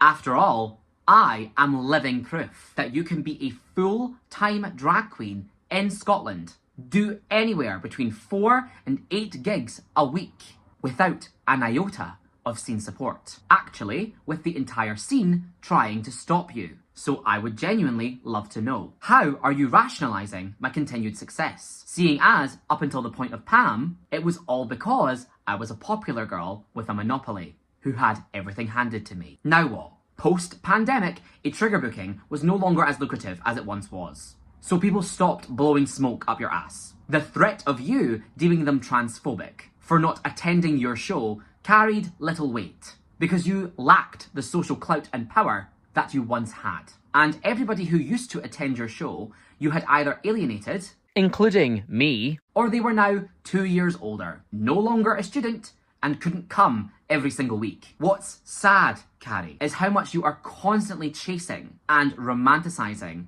the past. Persistently focused on decade-old squabbles. It just comes across like you are a deeply sad person with a lot of unresolved trauma. And a truly incomprehensible lack of self-awareness about how you come across to others. Because I am not your high school bully babe. I was a baby queen who you were nasty to. Nostalgia lies. Scottish drag was shit back then, and it's shit now. Everybody always wants to go back, but you can't put toothpaste back in the tube. All we can do is move forward. And you know what? In the spirit of being constructive with Carrie, unlike Trigger, I actually think that Hellbent has a vision and a unique selling point. And there is clearly demand for this intersection of drag and alternative music and aesthetics. And you have successfully cultivated an audience for it that isn't just performers out of drag that want to do it. So I can completely understand why you would refuse to let it go, even if the owner of the venue is pro-Trump. So I think Hellbent will, and I hope it does, continue to flourish. And I truly, genuinely wish you all of the success with it, in the lane that you have carved for yourself. We do not have to eat at the same table for me to still hope that you are fed. That is why I haven't actually bothered you at all since the pandemic. Why can't you just leave me alone too? Because your tweets and the entire saga henceforth are based on hearsay and this fake screenshot from Shigo. The spiral that you went into was because Shigo exploited your frustrations with me and Rue. She thought it would curry favour to bring you tea on us. But let me ask you this, Carrie. Do you have any proof that I bullied people for going to Trigger?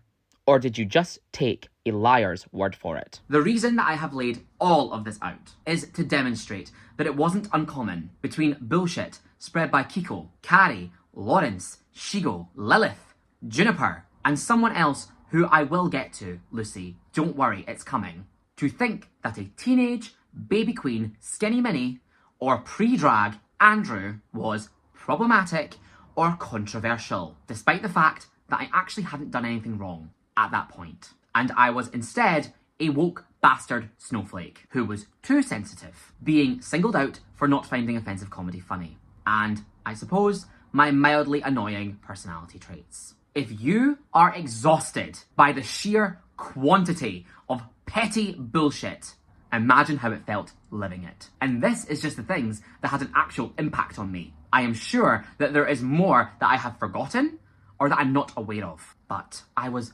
always in drama. I was bad news. I was a toxic person not to be trusted. People would say, if skinny is the common denominator, then clearly she is the problem. And I genuinely believed that I was some monster who couldn't go 2 steps without abusing everyone around me, like some bull in a china shop. And that it would be better for everyone if I quit drag and locked myself in a dark room, condemning myself to a life of solitude so that I would stop causing everyone so much grief. What I realise now is that that is gaslighting. Pockets of the community continually targeting me with nitpicking.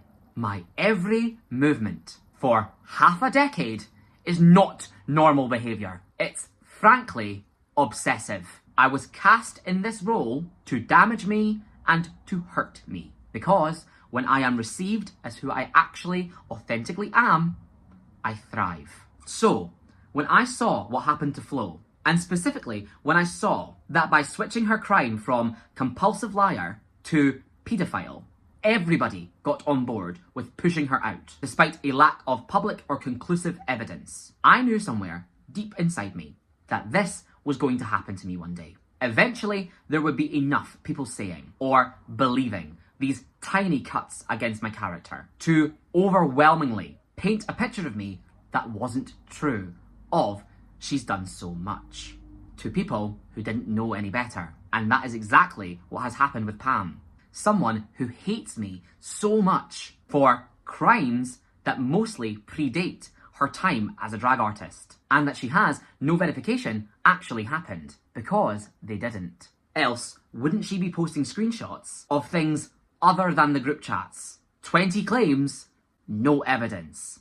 That is the only crime that she can prove. The rest, she's just hoping that you'll believe her. It's really hard to explain how mentally draining it was to engage with Scottish drag over lockdown, unless you were a part of it. I imagine that it is probably quite similar to what it felt like being on the sidelines in Scottish drag during the events of summer 2024.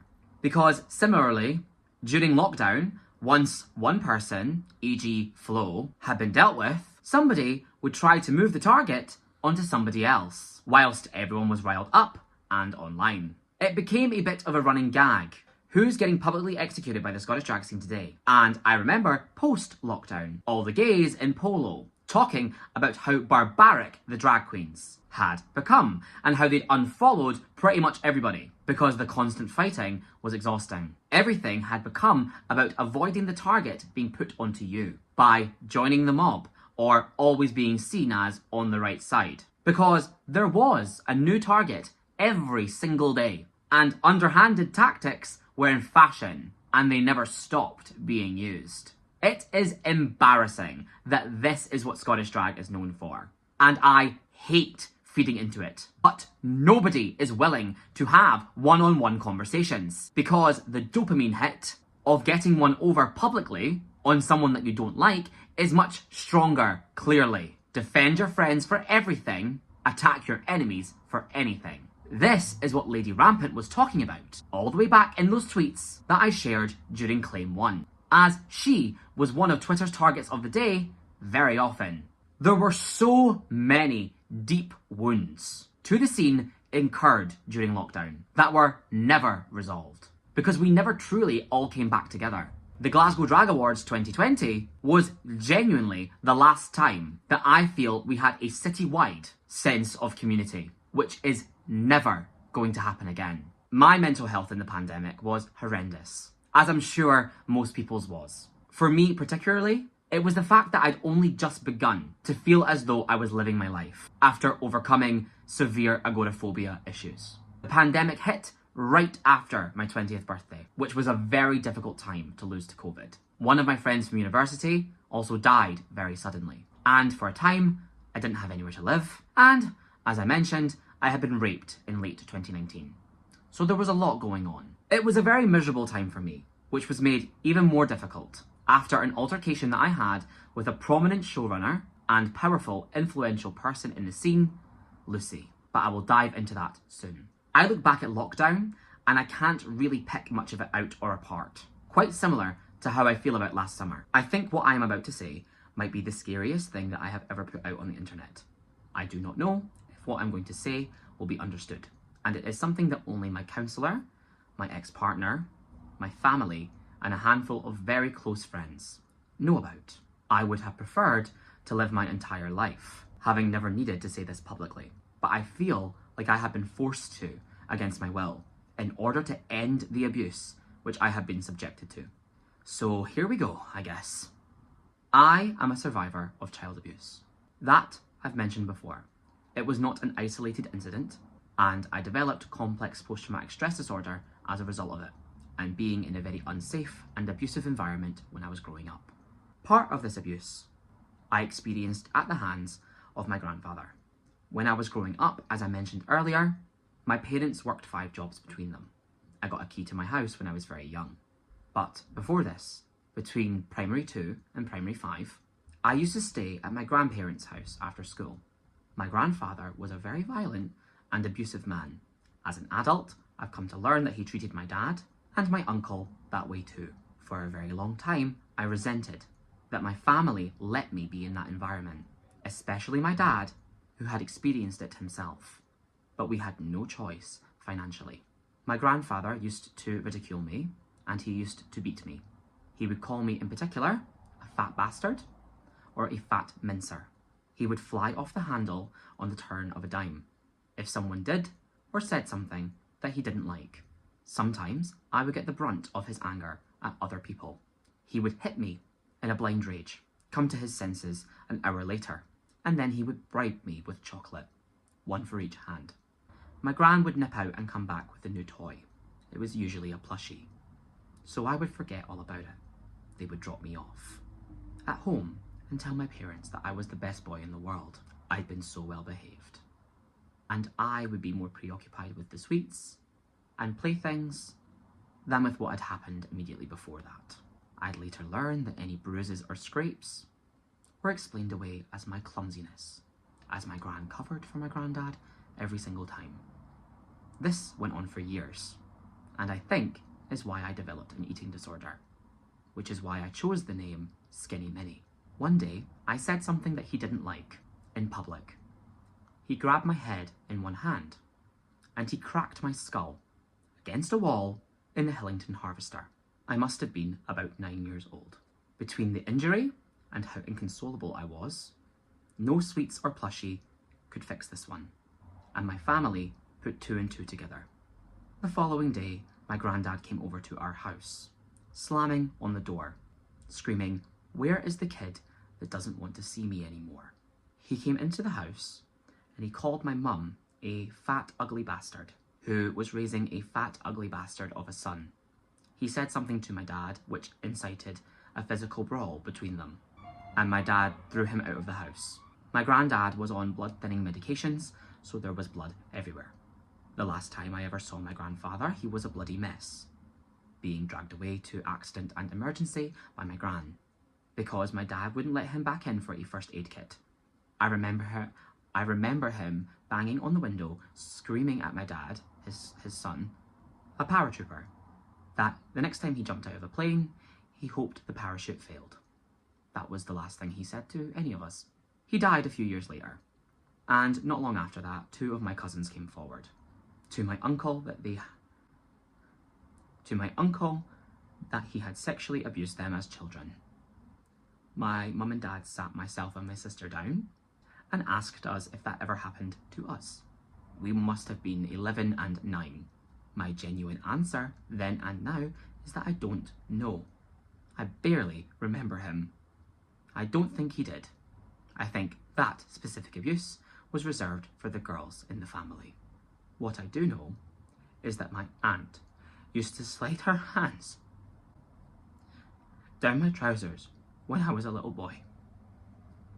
I remember her sitting at the computer, shopping on Amazon or whatever, and me standing next to her. I wanted to watch what she was doing because she was so cool and I loved her. I remember my family were split across the room, either having dinner at the table or watching a movie some 10 feet away on the couch. And I remember her playing with my genitals and anus while I stood there in complete silence. I have never said these words out loud before. I have never told anyone in my family this. But I have to tell all of you. I wrote these words the night before filming. Because I feel like I have to. I am so scared that my mum is going to watch this. I have had an incredibly complicated relationship with my own sexuality throughout my life because of this. Ultimately, at first, I believed it was the reason I was gay. And then I experienced a period of online hypersexuality between the ages of 12 and 15, where I engaged in risky and unsafe sexual experiences online. Hashtag groomed on kick. And then a period of time where I completely pathologized my own sexuality, as though it was separate from myself. And ultimately I would dissociate during all sexual experiences until I was about 23 years old. Ironically, it was the throuple that helped me stop doing that. After watching what had happened with Flo, after an experience in which Lucy tweeted something inflammatory about me in a manner which prevented me from seeing it, she replied to me from a private account that I didn't follow. So I had to have it sent to me the next day, and I'll unpack what she's saying later. And getting it so into my head that I was going to be on the receiving end of escalating accusations of bad behaviour until I was falsely accused of something serious and cancelled due to the collective abusive triangulation I was experiencing over and over again. My mind jumped to the worst possible conclusion, the only truly unforgivable crime, and I decided that I was going to be accused of paedophilia. And as I've discovered, this isn't an atypical thought process for survivors of the abuse I've endured. I ultimately ended up so paranoid, twisted up inside myself, and terrified that I developed something called POCD. If you don't know what POCD is, it stands for pedophile OCD. It is an incredibly stigmatized and misunderstood mental health condition. Firstly, it's ego-dystonic, which means it can only exist in someone who is not a paedophile, and for whom the act of paedophilia wholeheartedly disgusts and disturbs them, as it would any regular person. And secondly, it is not the presence of sexual thoughts concerning prepubescence, because I have never had those. It is the intrusive fear of authentically developing these thoughts, having intrusive imagery, or being unaware that you are this way and secretly like it. And again, people with POCD are by definition not paedophiles. It is the form of OCD with the highest rate of suicide. I am not, and I refuse to be, an educator on this. I'm not ready for that. Maybe I will be one day. And I'll put some links in the description, maybe, for online resources to look into. Please respect how difficult this is for me to talk about, and do some diligence in researching it yourself. Try to hold a level of compassion for people like me that have went through this, because it is genuine, utter hell, and I wouldn't wish it on anyone. The long and short of it, in layman's terms, is that people with POCD fear becoming a paedophile. And in my case, I struggled with being a prisoner in my own mind, that I was secretly a paedophile and unaware of it, and was one day going to accidentally act upon it without my knowledge and be exposed. Or that somebody out there would deliberately falsify that I was a paedophile and use it to render me socially humiliated, reviled by everyone, and completely isolated from everyone and everything that I cared about. In lockdown, I began having recurring, vivid nightmares about being raped by my parents and enjoying it.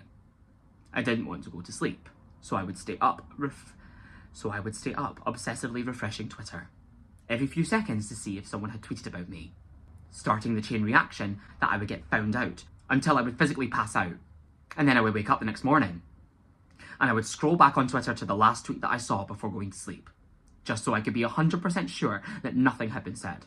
I still don't really know how to describe these things that would happen to me. Delusions, obsessions, intrusive thoughts. They all sound absolutely insane to say out loud, because they're complete nonsense. But this is what was going on in my head. When I woke up, I would check all of my DMs on every social media I had to make sure that I hadn't accidentally sent an inappropriate picture to a child while I was asleep. I would do this several times a day I ended up uninstalling all my social media every time I went to bed so that I couldn't do that. I ended up becoming so attached to my phone, which was the only consistent way for me to reassure myself, with proof, that I ended up not able to go anywhere without it, including in the shower. I then began to fear that I would accidentally video call a child while I was in the shower. So I stopped showering. My boyfriend would have to force me to shower while he held my phone in the bathroom, constantly refreshing Twitter for me, in order for me to be able to shower. I've never really been much of a porn person. I'm more about AO3 and fanfiction. But I started to obsessively ruminate over how I could never 100% confirm the age of the author, which meant the author could be a child, and therefore I was a pedophile.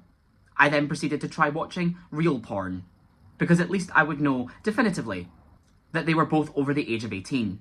But I couldn't watch anything without first trying to find both acts' names to double check that they were firstly both indeed adults, because you know Pornhub has kids on it sometimes, and secondly that they were substantially older than me, because I was 20 at the time this was happening. And so if they were presenting as my age online, they could still feasibly be younger. And if they were a teenager, that would make me a paedophile. So I couldn't, and still can't, watch amateur porn. My experience of sex became so twisted up and paranoid that I ultimately ended up no longer being able to get an erection whatsoever. I became so physically repulsed by the idea of sex altogether that I began to identify as asexual, because I stopped experiencing any and all sexual attraction, including to my then older boyfriend, because I was scared it had some rooting in paedophilia. I would sleep fully clothed next to him and be unable to touch him or be touched by him in any way. This completely overtook every aspect of my life, and it destroyed me. I could not watch TV shows that had a child character in them. I could not go outside because what if there were children and I accidentally exposed myself to them and everyone found out? I began to go through every relationship that I've ever had in my life and comb it for some kind of paedophilic intent that I had missed, despite the fact that I was in a relationship with someone a year older than me, who was significantly taller and larger, and that is generally my type. I began to believe that my attraction to him was somehow rooted in paedophilia, so I wouldn't let him shave his facial hair. I believed that being a paedophile was in my blood, and if I stopped checking, I'd become one by accident. The most mentally ill that I think I ever got was when I convinced myself that all of my childhood crushes were retrospectively paedophilic. And this became my latest justification, because when I was 11 years old, my crush was 11 years old. And so this, at 20, made me a paedophile. I thought that the only way to make these thoughts stop was to kill myself. And I felt the only way to prevent myself from accidentally abusing a child would be to end my life by any means necessary. I needed constant reassurance or supervision any time that I left the house. If we went to the shops and encountered other people, especially families, then I would start crying and I would need to leave. My ex-partner John had to do everything for me. I literally cannot believe how understanding and gentle he was throughout all of that, even when it was complete madness. This entire time too, Stephanie sat with me almost every day to talk me through the same repetitive points and shut down all of my fears. Here are some time-stamped notes that I wrote for my therapist throughout the pandemic. I know how obscenely uncomfortable and vulnerable this is, but this is the fucking truth, and you have all forced me to do this to myself so that I will be left alone.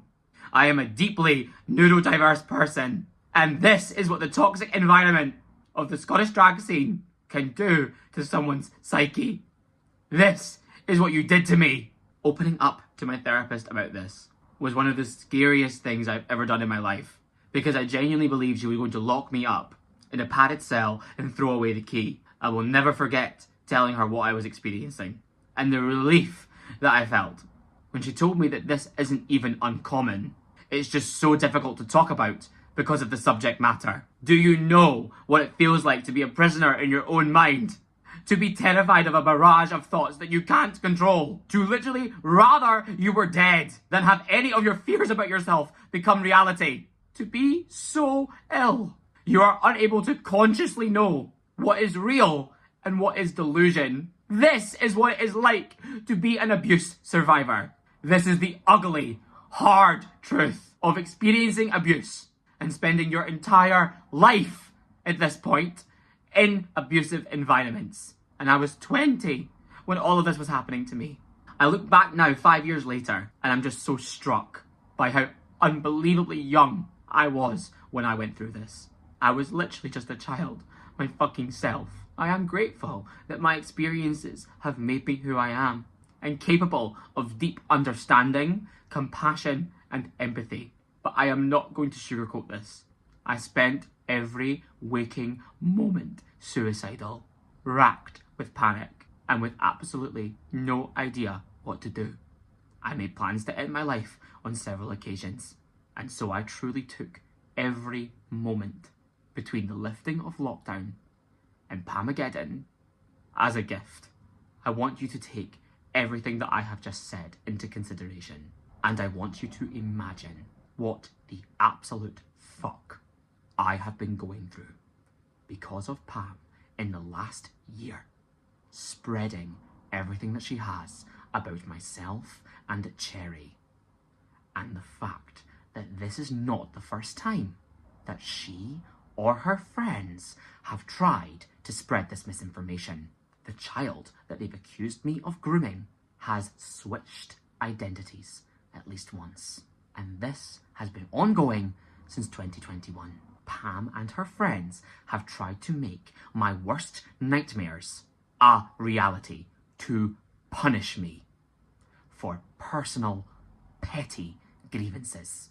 For a very long time, I thought that the trans community had chosen this specific narrative about me because of Stephanie. I thought that she had shared with them what I had went through with POCD after we fell out. And out of sheer malice, they were weaponizing against me what they knew would be the most upsetting, vicious, and likely to make me quit drag.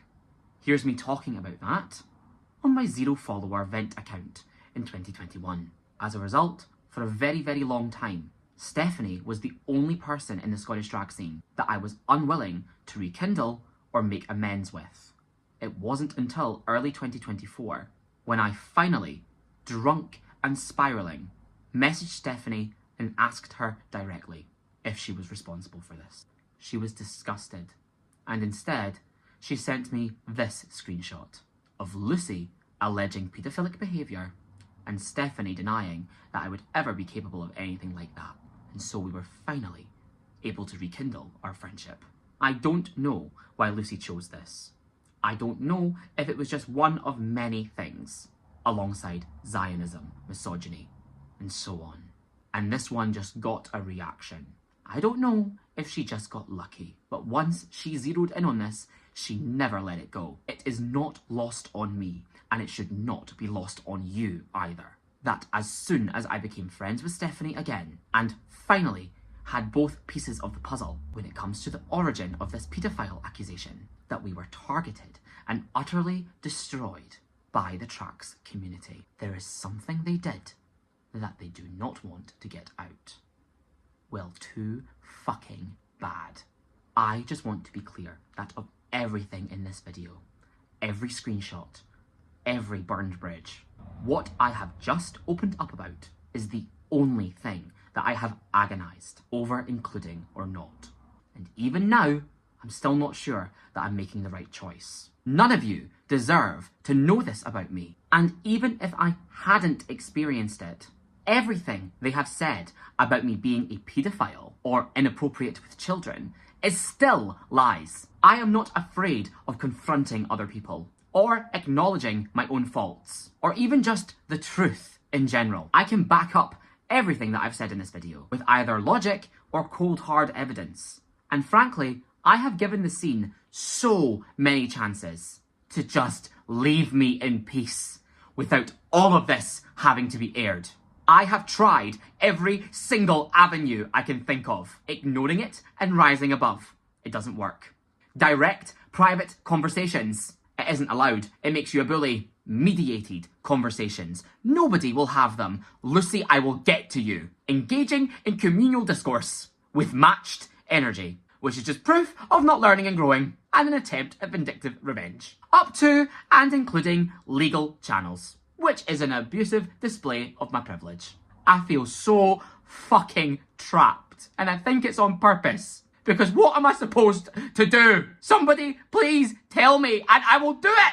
Because if you don't deal with it, it festers and it grows out of control. But if you do try to deal with it, you're an intimidating bully. Fuck me, if I never started my own shows, if I was a shit, unsuccessful drag queen, would I have been allowed to call Tina out? Why is asking you genuinely to explain yourself somehow an act of cruelty? I have tried everything and anything to avoid having to do all of this. And you all clearly thought that I would never do it. And I almost didn't. You almost got away with it all. But I'm here. And I'm not going anywhere. This is the rot at the centre of the Scottish drag scene. This specific mental health condition that I went through is not something that I would have ever publicised under any other circumstances other than being forced to by Pam, because it was the most difficult time in my life. And I just do not believe that this community, a community which has conducted itself so disgracefully, deserves to know this about me. This deserves privacy, not public dissection. You've already proven that you can't be trusted to discuss my mental health with respect. I am a human fucking being who has been through so much abuse, separate and prior to drag. The fact that I am alive is a fucking miracle. And despite what you say, I am not a public figure. I am a private individual working as an entertainer. I have never applied for Drag Race. I have no desire to become a public figure. Nobody mentioned in this video is a public figure, except Lawrence Chaney. The only reason that I am airing all of this so publicly is because you set the stage. I am holding every single one of you to the same standard that you held me to. Not a single one of you are entitled to the explanations or information that I provided. For any of these claims, actually, but especially this one. I should not have to divulge information about my mental health, which is this personal and this complex, just to be permitted to exist in peace. Am I allowed to like plushies now? And not to point out the obvious, but there are so many bad faith actors in the Scottish drag scene that are so unintelligent, hateful and malicious that both my therapist and my family think that airing this could permanently damage me. Not Skinny Minnie, but Andrew. So tremendously, because of the sheer commitment from people like Pam to misunderstand and twist my every word. If you have listened to what I have just come out about going through, and you have any reaction other than empathy, shame at your participation in this narrative, and think to stigmatise or judge me in any way, then you have ableism to unpack. When I said in my last video that mental health and neurodivergency are not glamorous, this is what I meant. And I am aware that I am risking absolutely everything by airing this. I am so scared. Because professionally, Skinny Minnie will never be separate from what I've just said. I could easily lose everything that I've rebuilt and put myself back into the same or worse financial place as last year. I am also completely aware that being a drag queen who suffered from POCD is hardly, shall we say, good optics, given the political sphere at this time, which is a huge factor in all of this, because what I do and say won't just affect me. And personally, speaking about this is like walking through a minefield of suicidal ideation. I do not know if I will ever be able to look most of my friends in the eye ever again. I am unsure when the gravity will sink in that everybody that I've ever met now knows my deepest, darkest trauma, and that I was forced to air it publicly because of how thoroughly I have been dehumanized by people who have never even fucking met me. This is one of the most debilitating mental health conditions that someone can struggle with. You literally don't know what it feels like, no matter what perception you have of me or how put together I may outwardly seem. This is what I have went through, and this is what I carry with me every single day. The fact that I am posting this video. Honestly, something I never thought I would have the ability to do. But I don't feel humiliated or ashamed. I feel proud of my vulnerability. I know that every person who has been on my journey with me in life, who knows about this, no matter where we stand now, will be very proud of me for what I've just done. Especially Rome, Sally, and Tiana. I have always just wanted to be normal. Because this is very obvious.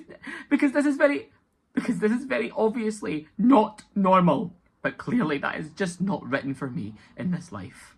I want so desperately to live a normal, boring life of peace. I do not want this. My goal for 2026 is to be unremarkable. I am lucky enough to say that I did recover post-pandemic from how debilitating this was. There is hope and there is a life after POCD, if you have ever struggled with it. Obviously, it has had a bit of a resurgence in the last year. That will happen when every venue you've ever worked for and person you've ever met is being told that you're a pedophile. But I am older and wiser about how to cope with it. And it's also obviously not true. Ironically, being accused so overtly and maliciously by Pam has actually allowed me to overcome this OCD story for once and for all. Because after a lockdown of convincing myself that this was true, when I always deep down knew that it wasn't, I have had to compile every single reason why this isn't true when faced with a bad actor trying to maliciously expose me for things that didn't happen, aka my worst nightmare come to life. So thank you, Pam, for helping me reprocess a lot of trauma by making this video. It's actually been quite healing of the trauma that you and Lucy and the community put me through. Which brings us back to the original point. Did I joke about being a paedophile? I mean, yeah, probably, because I was punished by the drag scene for finding offensive humour inappropriate. And so I shifted my social standards over time to avoid social exclusion. And because, and this may be an incredibly novel concept for you all, but because I was using humour as a coping mechanism to deal with the utter hell that I have been through, including being a survivor of somebody who liked to play with kids. In therapy for POCD, CBT is not useful, as trying to dismantle the thought pulls you into deeper rumination. As a deeply analytical person, this kept me locked in that utter hell for far longer than I want to admit. What did work for me was EBT and practicing mindfulness and letting these terrifying intrusive thoughts exist without immediately reacting or seeking reassurance. A thought is only a thought. Very, very slowly, I began to accept that this is what my brain was doing to me, most likely as a result of me experiencing CSA when I was young. And the people close to me understood and still loved me. Before, during, and after going through all of this. I think a lot about how unequipped Stephanie, Rujazzle, and John were to deal with this during a worldwide pandemic that was also affecting them, and how much compassion and complete non-judgment they received me with, and I'll never be able to thank them enough for that. When I look back at screenshots of conversations from around this time, it's genuinely no wonder that this happened to me. My friend Lucifer, who was Kiko's flatmate, directly told me that it was the only thing that would make her turn against me. It was over and over again. Well, so long as you're not a pedo like Flo, you'll be fine. So is it even remotely surprising that my traumatized autistic brain led me down a path of obsession over, but what if I am? People like Medea and Kiki quantified all of their statements with, this doesn't apply to sexual predators, by the way, and that is the general public consensus. A paedophile is the most hated person in society. They are dehumanized, and it is morally acceptable to punish them violently and eternally. So, in retrospect, it was actually inevitable that I would develop this OCD theme. And honestly, given how abusive and socially complex the Scottish drag community is, I would be surprised if I am the only person within the scene who has ever experienced this. My counsellor told me that it's actually very common, that she knew what I was going to say before I worked up the nerve to say it. Because OCD targets what matters most to you.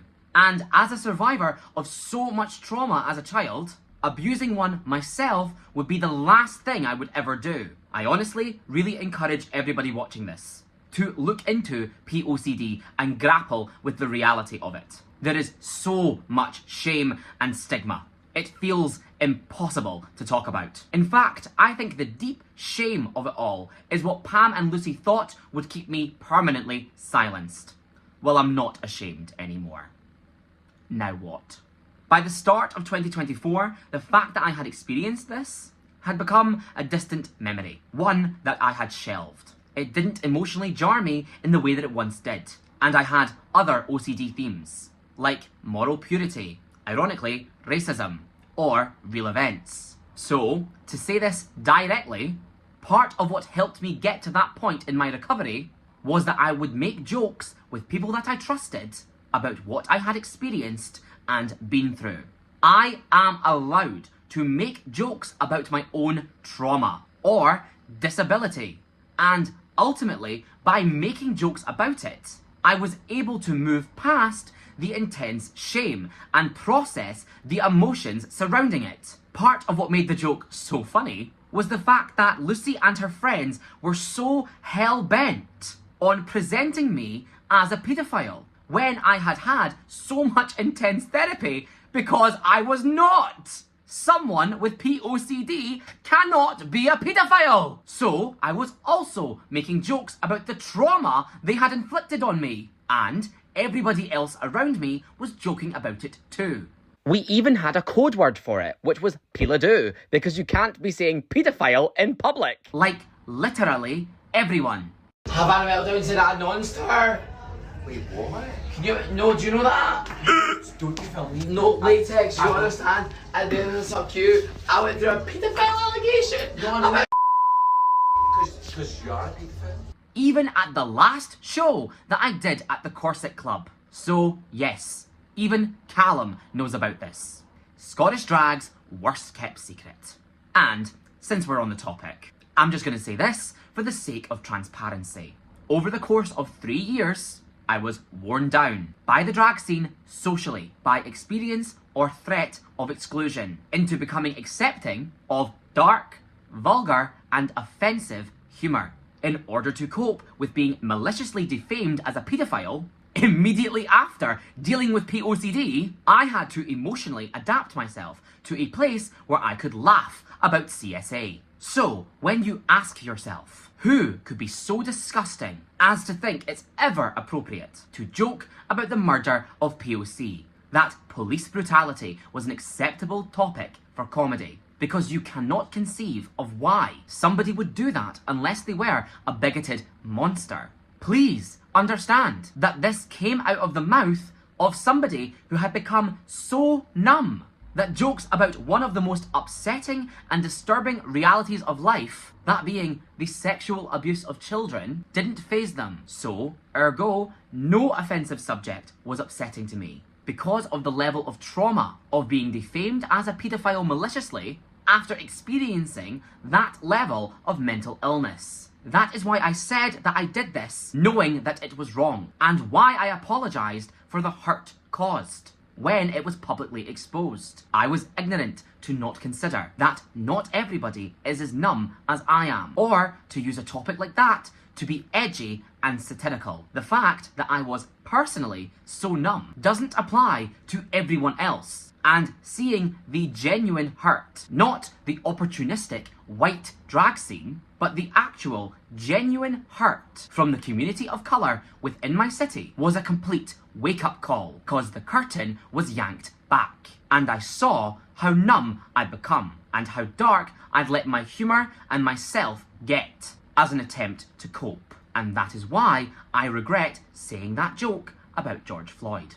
The fact that it was a coping mechanism is why it only ever existed in private. I would have never done it publicly or for profit, because I knew it was wrong and had the potential to be very hurtful. I genuinely don't feel that I hold bigoted beliefs or values. I crossed a line for comedic purposes, and I completely understand why that was wrong. So, in regards to the joke about being a teddy bear, I cannot tell you whether I did or did not say this because I don't remember. But honestly, I probably did. Because I've said a lot worse and I'm not trying to hide that.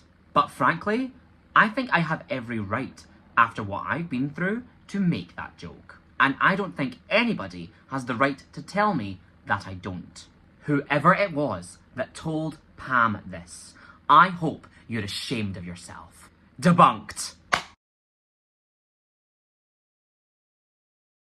Claim number 18 has been in 12 a.m. to 3 a.m. calls with children to bitch about the drag scene. So, I have reason to believe that this is referring to one group call, which happened in 2021 when I was 21 years old, as part of the Team Scotland Stan group chat, which formed on Drag Race Twitter, due to these messages between Charlie Bump Divine and Lucy, which I will examine in more depth when I finally get around to discussing exactly what Lucy did. If you don't know, it's a part of stan culture to make group chats with other stans of the same person or thing. Team Scotland formed while Drag Race UK Season 2 was airing for the fans of Lawrence and or Ellie, who were also mostly Scottish themselves, and who began attending local shows after lockdown lifted. My old Twitter account used to be a stan account, so I have been in dozens of these group chats across my life. I grew up online and in fandom, as I mentioned being on the Glee Wiki at age 13. I have always been in chats with, or mutuals with,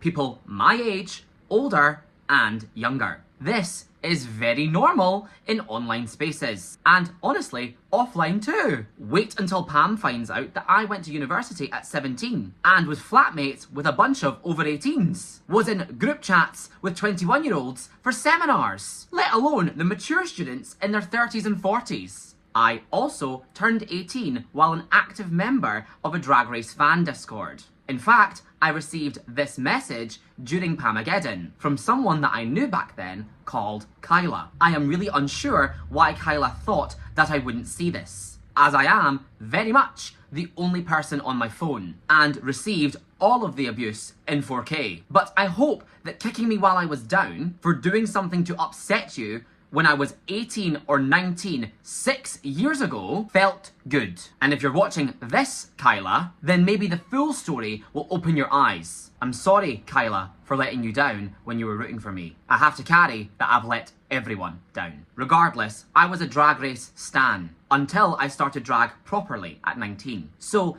even within the realm of drag, I have experienced this from the other end. I was the under 18 in group chats to talk about the Hunger Games, Glee, Drag Race. And newsflash, that all traumatized me significantly less than being an actual drag queen, sharing community with Pam, Lucy, and the rest of the Scottish drag scene. Team Scotland consisted of many people who either did drag or went on to do drag, including Jude, Cherry West, Dandelion, Becksavers, and prominent 2021 era drag fans such as Caitlin Envy, Hayden, Jenna and Rachel, Kirsty, and honestly more that I can't remember. The group was primarily people over the age of 18 who would go on to be my friends and supporters in the Suck You Cycle 2 era. I was not in this group upon its creation. However, I was added to it as a prank during a call of about 12 people by one of the audience members. I actually cannot remember who, in all honesty, but almost all of these people still engage with the local drag scene, so maybe one of them will remember. The vibe was, oh my god, one of the queens is here, and to add me while I was being fawned over, particularly by Dandelion and Cherry West, as a gag, as this group of people would attend Bingo Wigs Glasgow religiously, which I was also regularly attending, and as such, they had become fans of mine. Think of that video of Bob the Drag Queen adding Tia Coffee to the call with Thorgy Thor. That is what happened. I think we need talked to about get this. you and Tia Coffee together. Yes. Well, remember we talked about this when we did like the first episode where I went off about Tia Coffee. I remember this. And it was like the first one, right?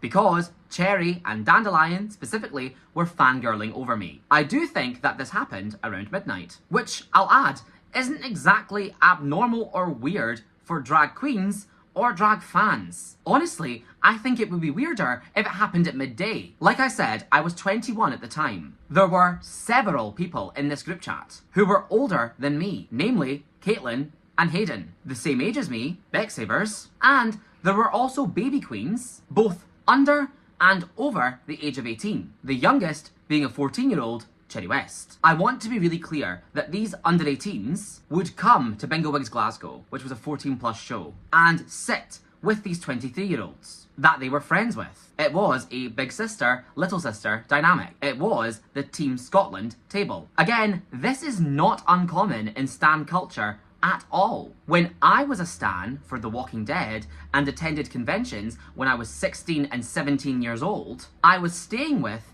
and going around the Olympia with friends of mine through the fandom who were anywhere between 18 and 27. These people did not groom me, nor were they ever inappropriate with me. We simply had a shared interest in a TV show. Also, it was similar at Bingo Wigs Dundee, where Cadenza, Jude and Dandelion would all sit together, despite Cadenza being over the age of 18, while the others were not. And I'll add that all three of those people were in a Bingo Wigs family group chat, which I saw Cadenza message in during Suck You Cycle 3's Cabaret and Variety Week, which included Lilith, Demi, Mimi de la Lane, and Moses, among others. Some people in this chat, such as Jude, were under the age of 18. I hung around in this call for a bit, but ultimately I felt weird because the dynamic was exclusively fawning over me, and it was even weirder to hear people like Rue Jazzle, CJ Banks, or even Lawrence Chaney and Ellie Diamond spoken about in the way that I used to speak about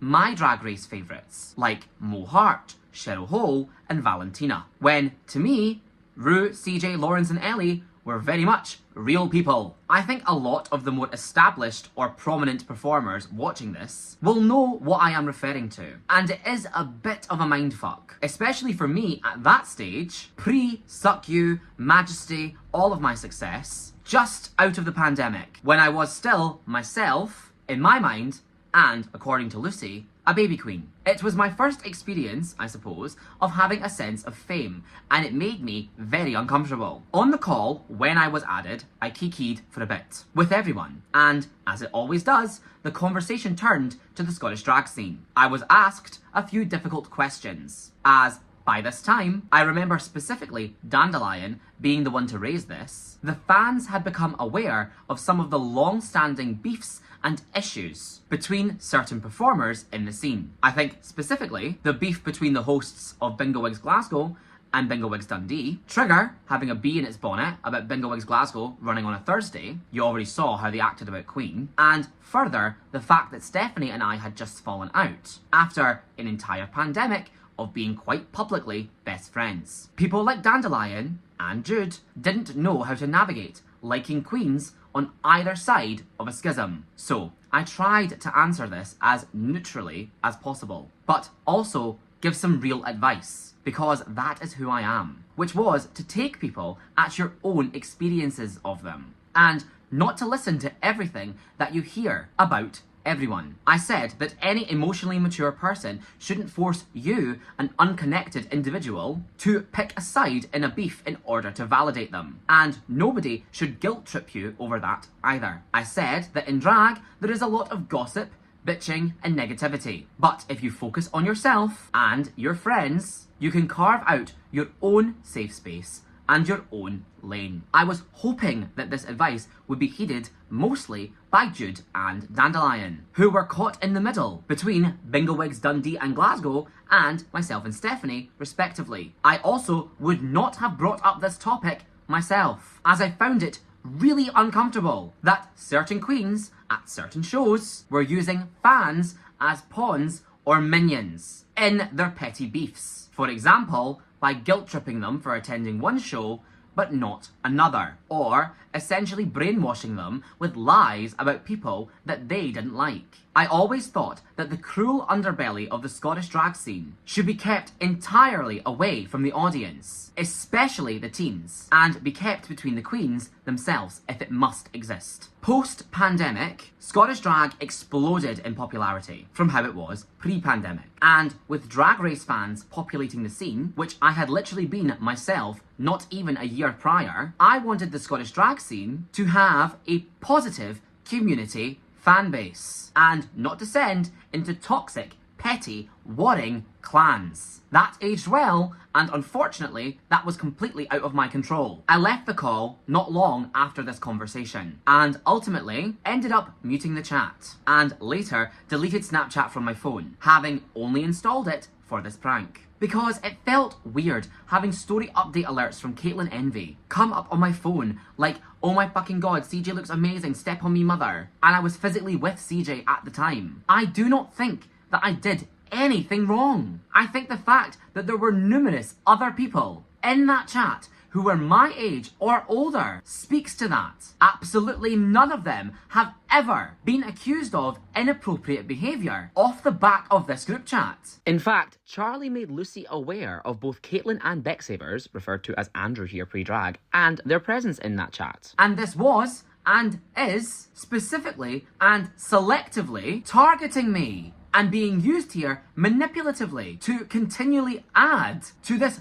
false narrative about me as being inappropriate with children with no evidence. It is bad faith. It is twisting the situation to the most negative possible interpretation. This is homophobic bullying. Nobody in that chat has ever accused me of behaving inappropriately in it. And my presence there was not a crime. Indeed, all of the underage drag queens that were a part of Team Scotland went on to apply to perform in my shows or be a fan of mine for an extended period of time. I can, do and will engage with my fans, but with a level of distance. You already saw what my conversations were like with Cherry in 2021 and 2022. Contemporary to this group call, and when she was under the age of 16. The idea that somebody over the age of 18 and somebody under the age of 18 having a conversation with each other is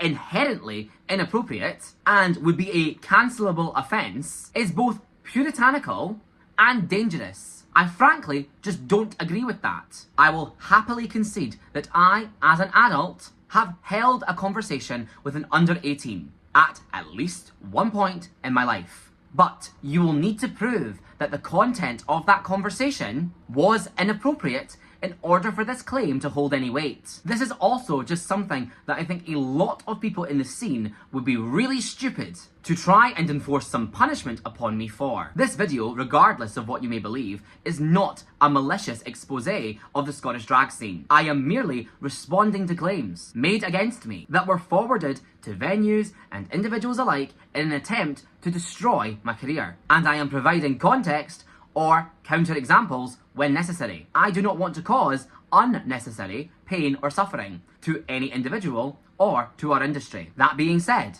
there are plenty of people within the Scottish drag scene, and they know exactly who they are, who have either been in group chats or on group calls with people under the age of 18. Group chats where they have discussed, or I suppose, bitched about the drag scene, or group calls where they have behaved explicitly, up to and including sticking dildos to their forehead and down their throat. And I do have screenshots to back that up. So, if the community truly wants to open this conversation and actually unpack the interactions which take place between under and over 18s within the drag scene, then the first port of discussion should have been bingo wigs. Beyond everything that I've already outlined, the fact that Lilith and Demi's bingo wigs created a situation in which a 17-year-old Jude and a 30-year-old Lavish McTavish were in a pop group together, spending time together outside of the show's environment, should be,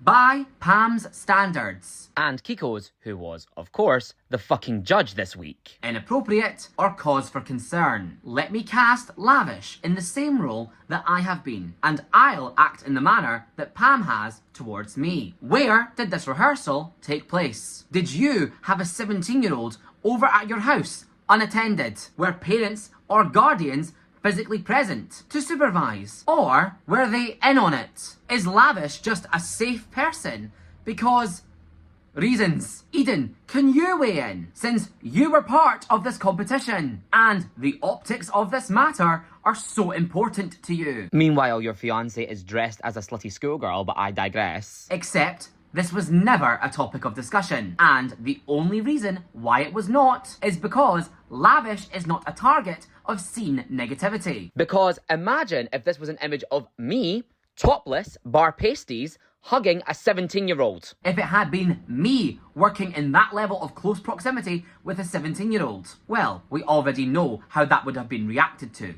don't we? And further, because Lavish and Scorpio Ho and Mimi De La Lane, for that matter, and Jude are not cis gay men. Therefore, their relationships with each other are not over-sexualized. Despite Mimi De La Lane being guilty of the exact same crime as me, being in a group chat with someone under the age of 18. By homophobic bullies. I wasn't actually going to bring this person up, but it's got back to me that she has been spreading negativity around the scene about Cherry West and calling her a bigot for choosing to work with me, even after crying to me at AXM on Halloween about how the scene was fucked, begging me to come back and fix it, and talking about how Shigo is so evil and you have to lick her arse for gigs. So here we go. Another example of someone who is not a target of scene negativity and so has gotten away with this kind of behaviour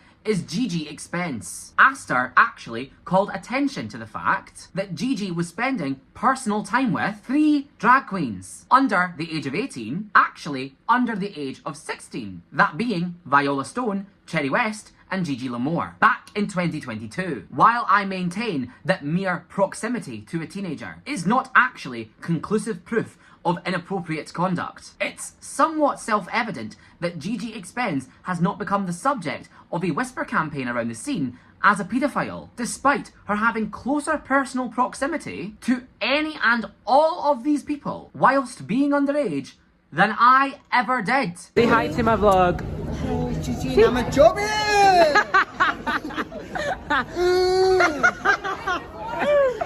Not this, not this. What are you doing? Jobby, doing a jobby. Right now, right here. Hello,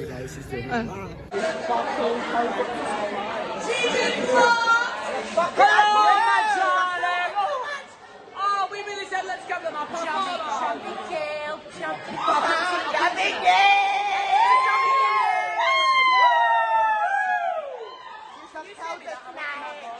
Honestly, I'm so happy. I love you so much.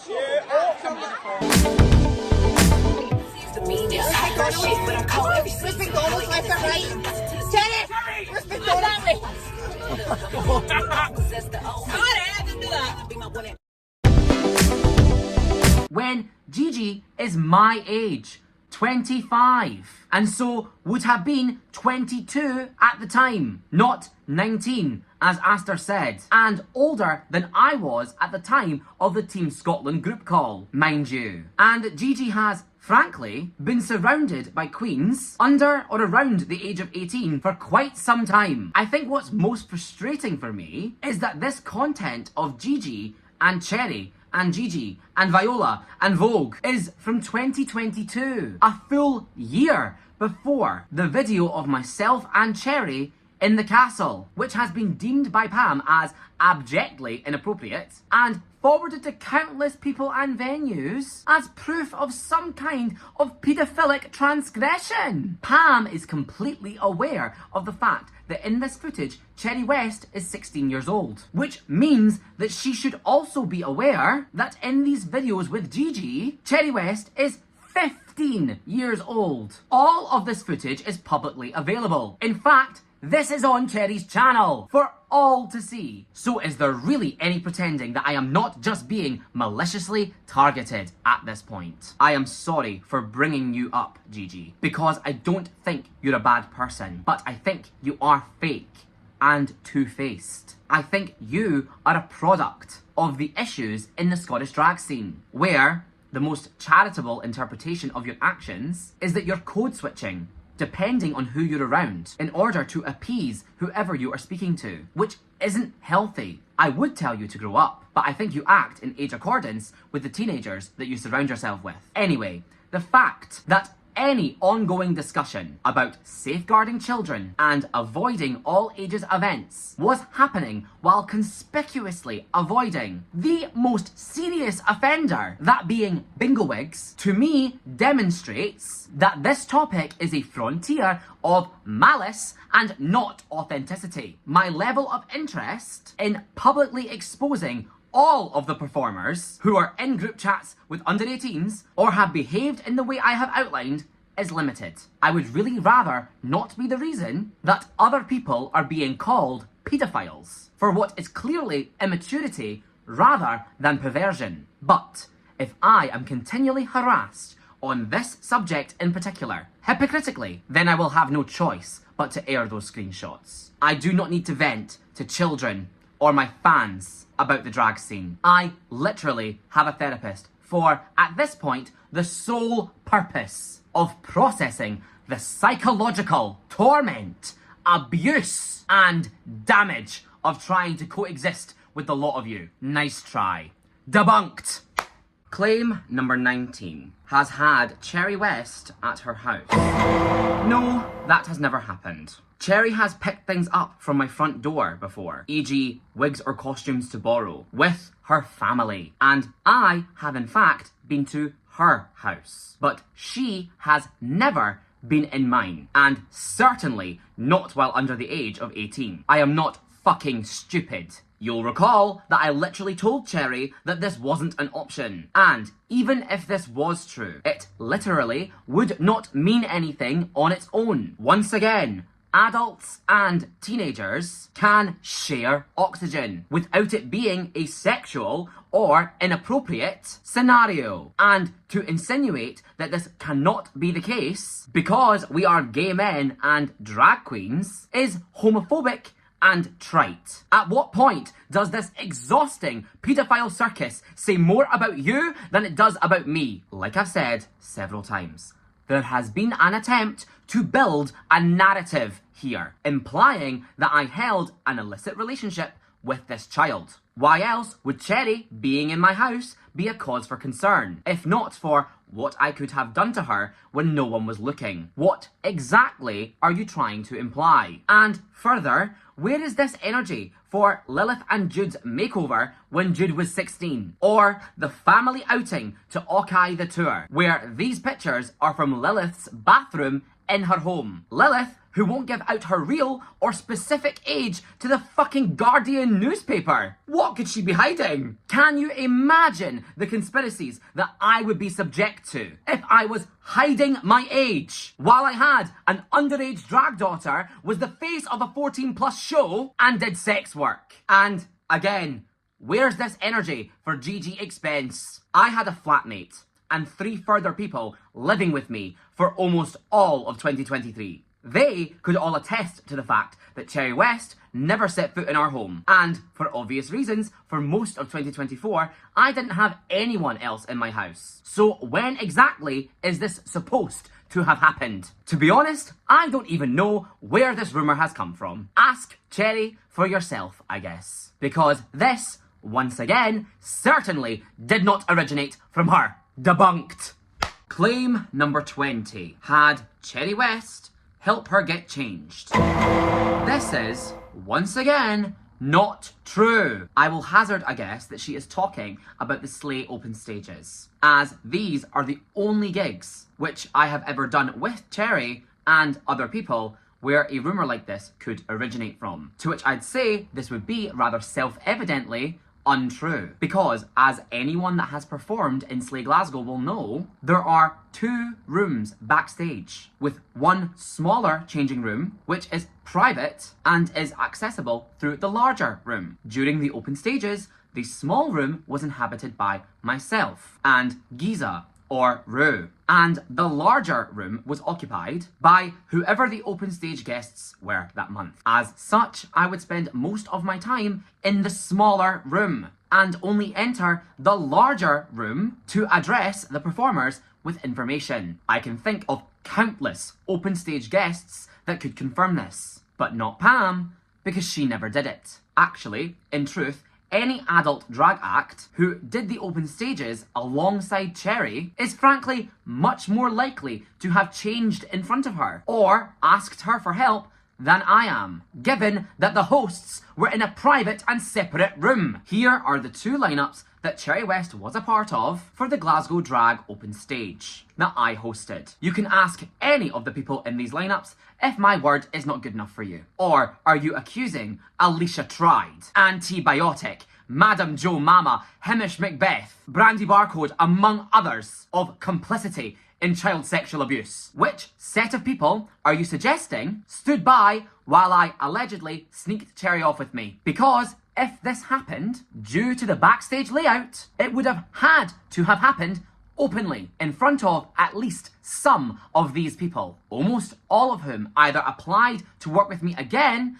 or got booked by me directly in the time between then and Pamageddon. Also, I almost never got changed at the open stages. I usually wore one outfit for the entire show when I performed at it, unlike the guest acts who usually changed, especially for the lip sync tournament at the end. So it is, again, actually significantly more likely that one of these people asked Cherry for help getting changed than I. I'm also known by anyone who works with me regularly to almost always arrive to gigs fully ready head to toe. And I travel to gigs in full drag, not just face. But Pam wouldn't know this, because we have never met in any substantial manner, and we have certainly never worked together. The reason why I did not spend time backstage with the guests and preferred to remain in the smaller room was twofold. Firstly, having done open stages and baby drag competitions myself, a sense of camaraderie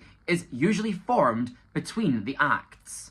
Later this year, I'm going to the wedding of someone that I did my first drag competition with back in 2019. I don't know if we would have become close if the host had been hovering around us or trying to befriend us themselves. There was a group of queens who were very much the slay open stage girls who took turns doing or supporting the show. I felt it was best for me to have a level of professional distance from them rather than trying to hang out with them. Secondly, I literally had work to do. Usually when I would arrive, I would have to download the tracks, rename and order them, then transfer them to a USB and ensure that everything was working with the DJ. I would then have to memorize this order, communicate it to my co-host, and then also ensure that all of the acts knew when they were due to perform. And because there was a lip sync tournament at the end, I would usually spend the break handwriting each act's name and all of the songs. So that's about 16 different slips of paper. And then arrange either an audience member or a non-competing act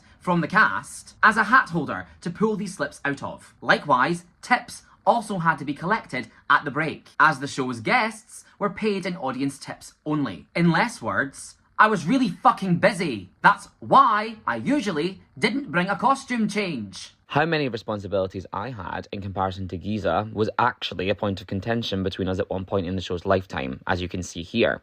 After this conversation, I transferred all of these responsibilities in producing and operating the show to Giza, as I was busy at the time with other projects, such as Playdate and Candyland, and the Slay Open Stage was her only residency at that point. Cherry was not booked by Giza for any open stage after this. Whenever I was asked questions by castmates, I directed them to Giza also.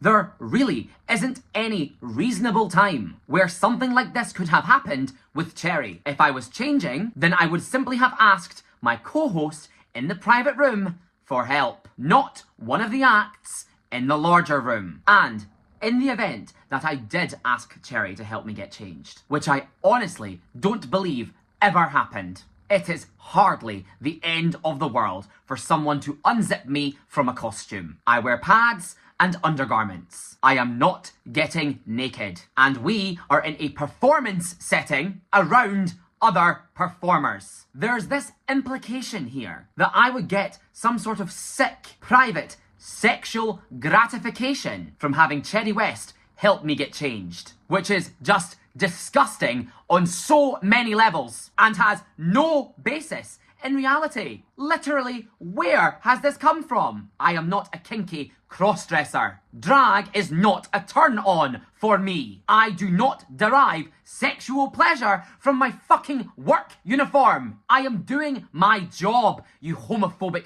freak. This was actually another thing that got brought up in the legal letters, where Lucy, via her lawyer, referred to me as an unrelated adult male in reference to the cause for her concern about my presence backstage. I suppose, yes, in a sense, this is accurate, because I am not anybody's blood relative. I am an adult, and I am, for all intents and purposes, a man, though I am unsure why that is relevant. But I am present backstage because I am working at this event. Everybody that applied for this show was aware that I was one of the hosts. And again, even Lucy encouraged people to apply for this particular open stage. It is a very rational and unremarkable expectation that backstage, in a changing room, people are going to get changed. And the host of the event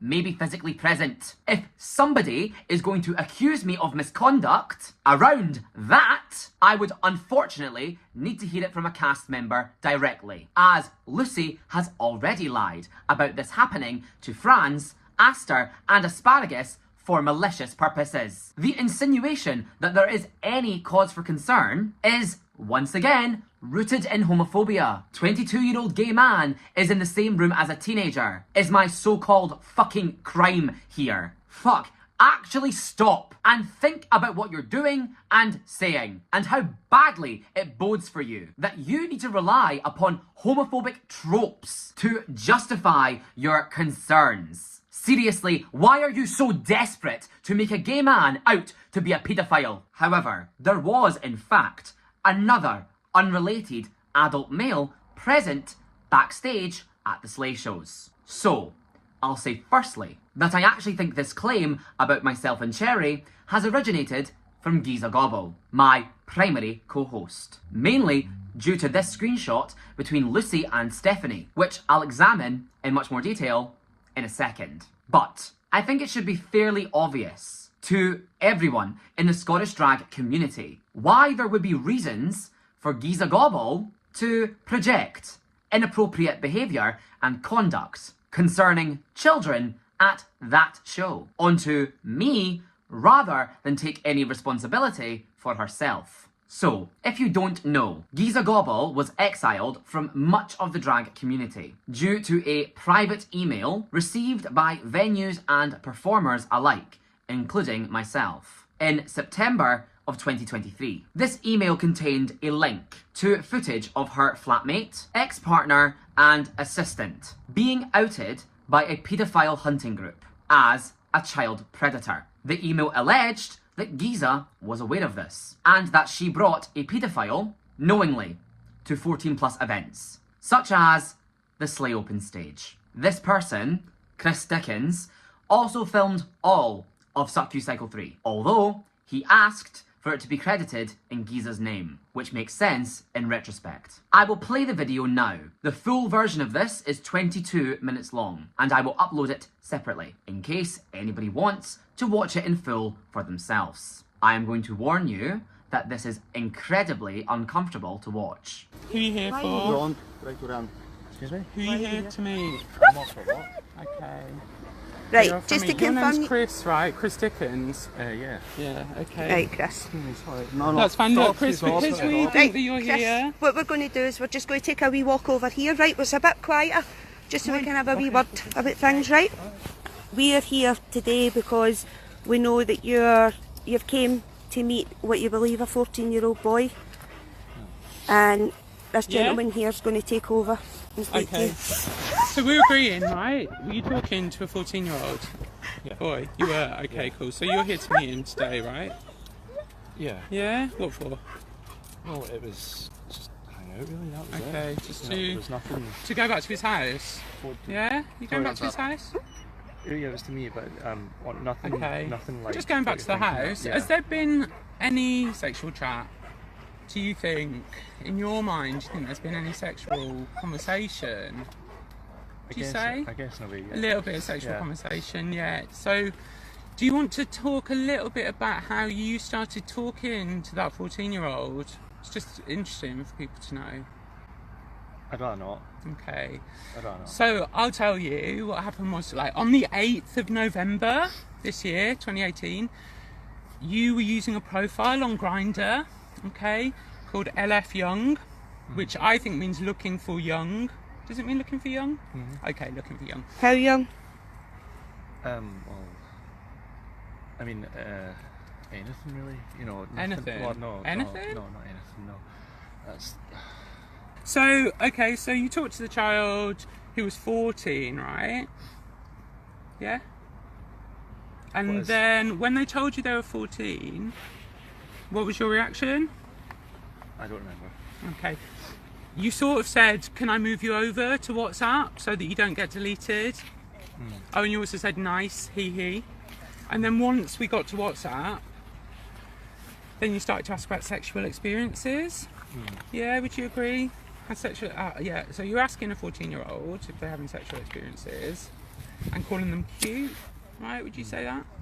And then over the next week, do you think that you began to talk a little bit about whether the decoy kind of touched themselves sexually? Yeah, I'm just going to say it. I'm sorry. Okay. You know. You don't need to say sorry to us. I'd rather. You don't need to say sorry to You us. know. You can say sorry to the police or to the judge. That's probably like the best situation. Do you talk to anyone when you're on the apps? Like, is there anything else on your phone? No. No, well, you're looking for young. And also, if you're looking for young, you've found one. So I'm just curious to know how many more you've Yeah, how younger. proactive you've been in No, that? I mean, it was. I think it's just a fantasy that, you know, has just got out of hand. And Okay. I was, Fantasy. How long has No. the fantasy been going for? How long have you been looking for young? I don't know. Would you say? You don't remember? I don't remember. Do you have a Pokemon app name or anything like that that you use? Okay, what is that? Oh, I'd rather not say. Okay. What was your plans when you went back to the boys' house? Instead of going to the cinema today, you asked if you could go back to the boys' house. I honestly had no plans. There's no plans, There was so no intentions. Just no a plans. children relaxing time. Was I that a think you said. Netflix and chill, Netflix maybe? and chill sort of vibe. Okay. Not that sort of vibe. But, Okay. you know. But do you think, would you agree that in the messages you did suggest that the child and you played with each other's penises? Not that I remember. Okay.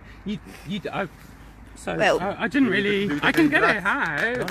You got anything on you? Sharp? Okay. Anything sharp? Nothing. So that's the chat Let's just that see. we're going through. It's quite thick. Yeah. Quite thick. But as I said, it has only been going on since the 8th of November. I was going to ask about your phone, if you get any images of children, anything, penis pictures, anything indecent that you should let us know about. And inappropriate Yeah. pictures.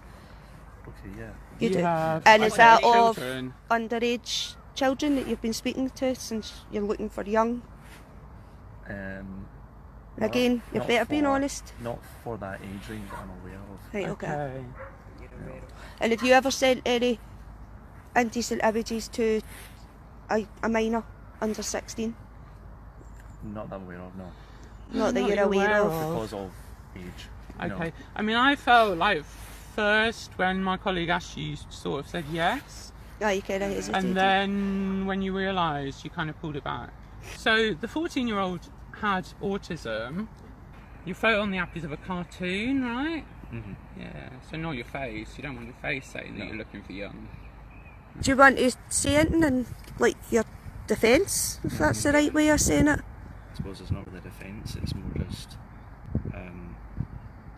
I shouldn't have went the extra step. Looking for young? It was a stupid thing. Yeah. I know, it's like It's quite specific. Well, your a word was it fetish. was a fantasy. Fantasy, yes. Yeah. Probably the closest words, you know, but it's something I Can I regret. advise that Yeah. like maybe you should look into when all this is dealt with, trying to get some help if that's a fantasy. You've got to understand that that's not a normal fantasy No, I know. to have. I know. So how would you feel if you found out that one of your friends had done this, do you think you'd still be friends with that person? Probably not. No, I'd say no. No, okay. That's a shame, isn't it? What about if it was a member of your family that had done it? Would you stand by them? I'd want to know why. You'd want to know? Yeah, why, you know. Okay, so maybe if you explain it to your family. Do you have any learning disabilities, anything that we should know about? Not that I'm aware of. Nothing, right, that's right, okay. What about, do you take any drugs? Anything? No drugs. No drugs. So you were sober, right, when you were sending the messages as well? Just, okay, good. That's totally good. If it puts their minds at ease, the name is Lego Lube. Lego Lube? Yeah, it's a stupid name. What is it? Lego Lube. Lego Lube. I've had that. Lego Lube? I've had that tag name for years. Okay. For years. It was a stupid thing to come up with. L-O-O-P, I think. Yeah. No. Lube, as in like lube? Yeah, it was Lego a stupid thing. lubricant. It was a stupid thing I come up Like with. a mix of lubricant and a child's toy? That's nice. Oh, great. Okay, and you work as well, don't you? Got quite a good job, haven't you? Yeah. Aye. I remember reading the chat logs. You live on your own, right? No. Oh, you don't live on your own? Okay. Do you live with flatmates? Yeah, or... Your parents? Partner, your boyfriends. You live with your boyfriend. Okay, so you've Okay, got... I didn't know that before, so... Apologies to the boyfriend as well. The boyfriend, I've assumed the boyfriend wouldn't have known anything about this. No. No. Okay. Where's he today? He's Okay. Right, That'll okay. be nice for him when he gets back. That'll be... Poor boy. Do you admit it is a problem? It's a problem and it's the stupidest thing I've ever done and I regret it. Right. I really do. And do you know that as well? I don't believe you're only talking to him. That decoy. Don't believe it for a minute. At an event in the summer of 2023, a former colleague of Giza's from the Student Loans Company approached me at an after party and she asked me if I knew Giza. We got on quite well, so this person became a mutual of mine and we stayed in sporadic contact. After this email was received and Giza began to get dropped from venues and friendships alike, she released a statement essentially denying all knowledge and saying that she would cease all ties with the offender. Not much of this situation ever made its way online or was discussed publicly, but it was a massive wound to the community at the time, as Giza was very well liked. I remember going to the Majesty Cycle 2, Week 1, the day we received this email, extremely triggered and distressed. And I remember that the vibe amongst all of us backstage who knew was morose. Only, perhaps expectantly, Shigo Sinner was treating it like it was juicy drama, bragging to everyone about dropping Giza from Gin 71's Deal or No Deal. Off the back of this, Giza's former colleague got in contact with me, as I was known as, and was, a regular colleague of Giza's at the time. She shared with me that Giza's statement was false, and that she categorically was aware of her ex-partner's crime, due to both parties working together at the SLC, and Chris being fired as a result of this. The boyfriend that Chris discusses being at work in that video is Giza. She shared some screenshots with me of the SLC group chat discussing the issue. For context, Giza is Jake. I never wanted to publish these screenshots before now, because it could endanger the drag community. I also didn't wish to drag a completely innocent SLC worker into this, and potentially publicise her identity. Nor did I ever wish to open a public conversation about paedophilia, because of very obvious reasons. One of which being Lucy's slander of me as a child predator. However, at this point, Pam and Lucy have already done so much damage that I don't see any point in continuing to conceal this. I suppose this fact may recontextualize a lot of Giza's tweets about her toxic work environment when she was employed at the SLC, which many of us, including me, were rooting for her to get away from. From what I understand, Giza has been able to spin the narrative that she was as taken aback by this as the rest of us were. But I do not believe that that is true. I personally think it's pretty apparent from what Giza's colleague has shared with me that Giza did know, and as such projected a lot of her guilt over this situation onto other people. mainly myself, by participating in the defamatory whisper campaign against me as a paedophile, calling me the Philip Schofield of drag on stage at Infectious, and a slayer of stages and a predator at primary schools at a roast. Giza's Twitter account was filled near exclusively of her responding to politicians, religious leaders, or other right-wing public figures being outed as paedophiles. In retrospect, this strikes me as the lady doth protest too much. Honestly, I don't want to dwell on this. This video isn't about Giza Gobble and what she did or didn't do.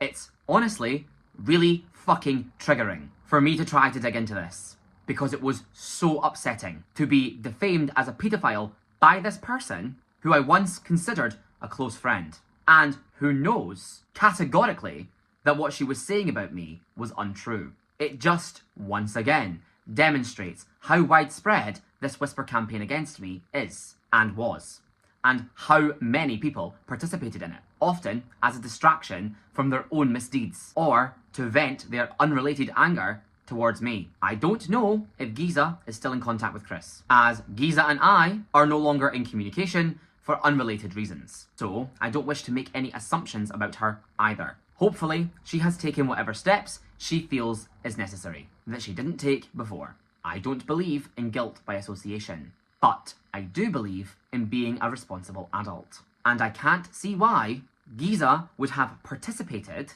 in the community-wide defamation of me as a paedophile whilst living with a known paedophile and bringing him backstage at 14 plus shows for any reason other than deflection. What I will say to Giza, and I am sure that I do not need to say this out loud, but based off of what I have shared in this video, you can probably understand why this affected me on a very deep level. Ironically, Chris helped me get changed, and I would have never let him backstage if I knew what he'd done. And I am truly sorry to every person that performed at the Slay Open stage, especially those who were under the age of 18, who, without their consent or awareness, found themselves in the presence of this person. There were several bars that did not drop Giza, such as Katie's Bar in Glasgow and Planet Bar in Edinburgh, which I do believe is their prerogative, as these are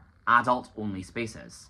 In fact, that includes Tracks at Subway Cowgate, as Giza performed there on the Monday following this email on the Friday. What I find interesting is to take that fact in tandem with how venues, in fact, in one case, the same venue that supported me, were treated by Pam and Company.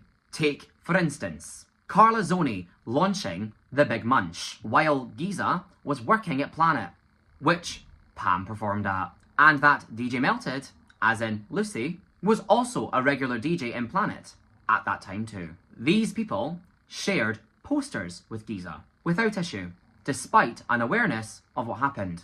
So, how can they present their bullying of me as protecting the scene and ensuring the scene's safety, while this is a non-issue to them, especially for Lucy, for whom the protection of under 18s is allegedly so fucking important, because all of these people will drop out of, boycott, and or harass venues if I get booked there, bemoaning that it is no longer a safe space.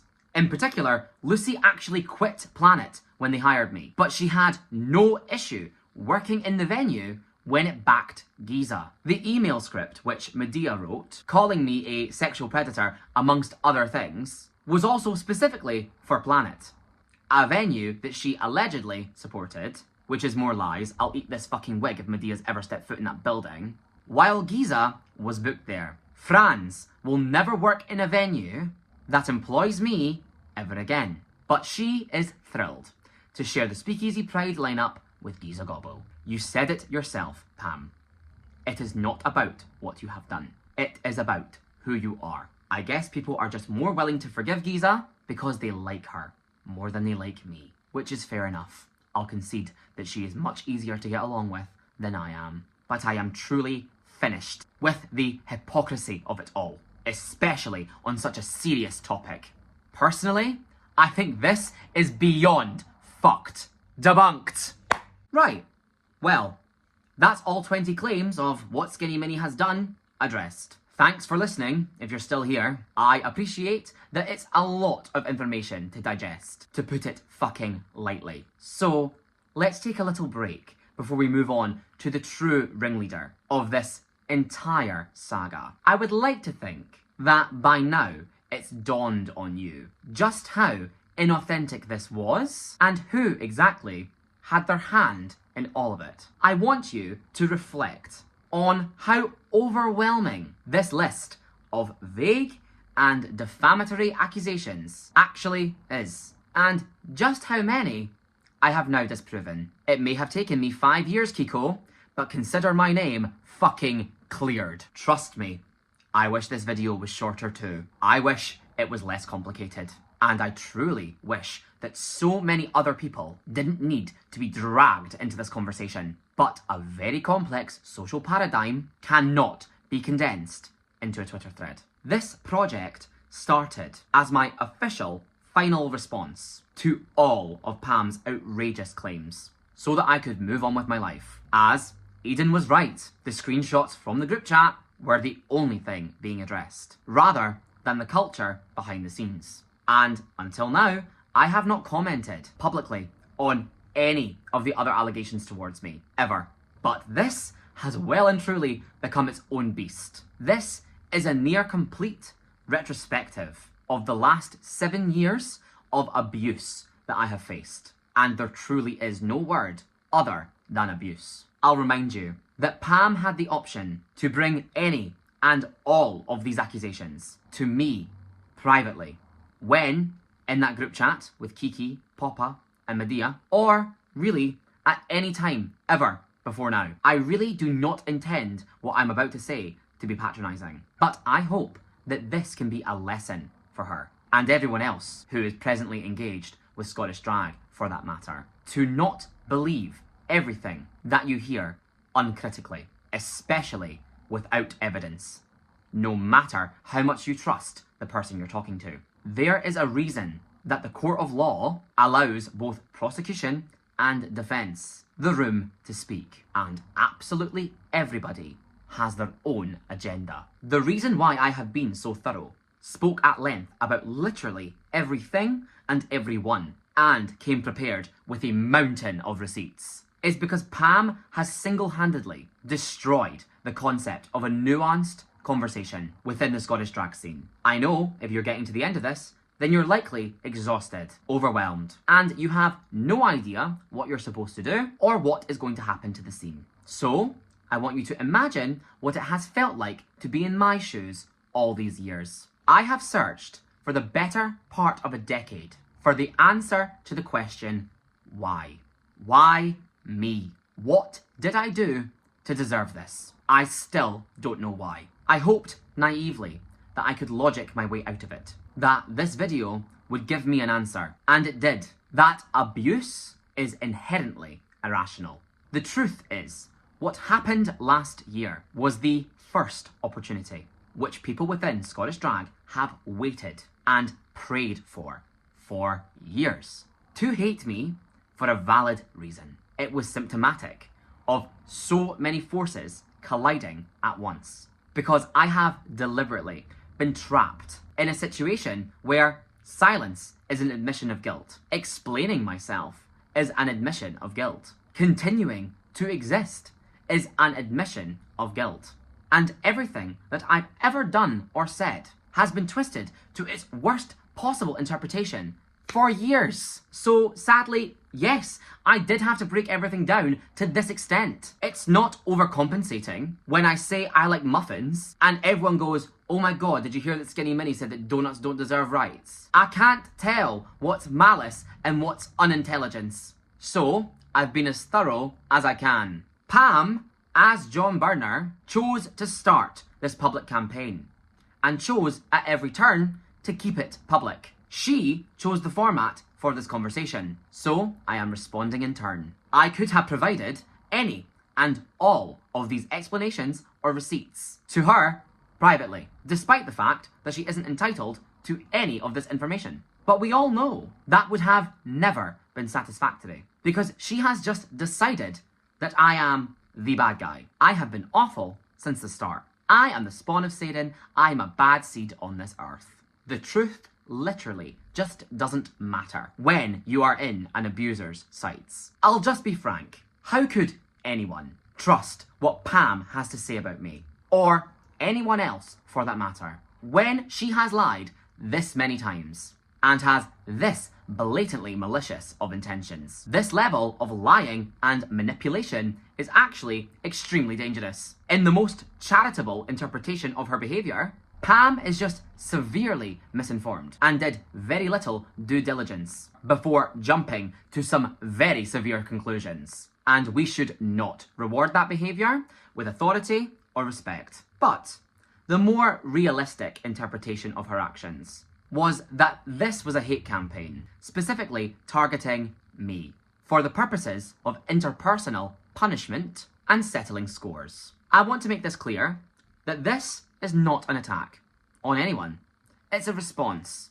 I completely realise that a tremendous amount of people are going to be very angry with me for publicising their own misconduct. But not only did you, A, choose to act this way as adults, as did I, that's the whole fucking point of the video, but B, you chose the punishment of public humiliation and exile as fitting for the crime. I hate to say, don't hate the player, hate the game, but I truly have just held you all to your own standards. So if that's something that you don't want, then it's time to change the way the community deals with one another. I don't believe in eye for an eye, but I also don't believe in maiming one person while sparing another for no discernible reason. Don't worry though, I'm sure you'll all find it within yourselves to forgive each other for all the shit you've done, while still maintaining a way to blame me for absolutely fucking everything. As you now all know, before this, I was perfectly happy, living my life in my lane, despite literally all of this bullshit floating around. Everything from as a drag queen with 2 female drag daughters, I didn't believe that women could do drag, to as a CSA survivor with POCD, I was molesting Cherry West, the house down boots, in plain view of everyone at the Slay Open stage, being proliferated by liars and believed by people who knew no better or who wanted a reason to hate me. And the thing is, I would have happily continued coexisting in peace, something that I am actually capable of, and dealing with the constant comments of, you know, everyone says that you're evil, but you're actually really nice. Whenever I met new people, I had just accepted it, and I have well and truly given everyone in the community ample opportunity to leave me the fuck alone in the last year. I was at peace, and I wasn't a danger to anyone. My only crime was in a private group chat of housemates that nobody knew about, and was years ago.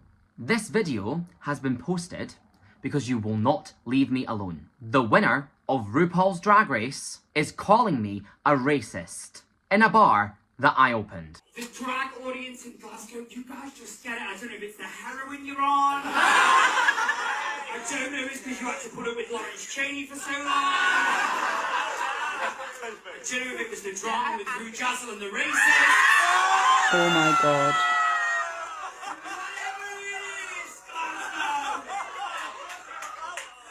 You bitches just get it. Is that okay? Would you mind me saying that?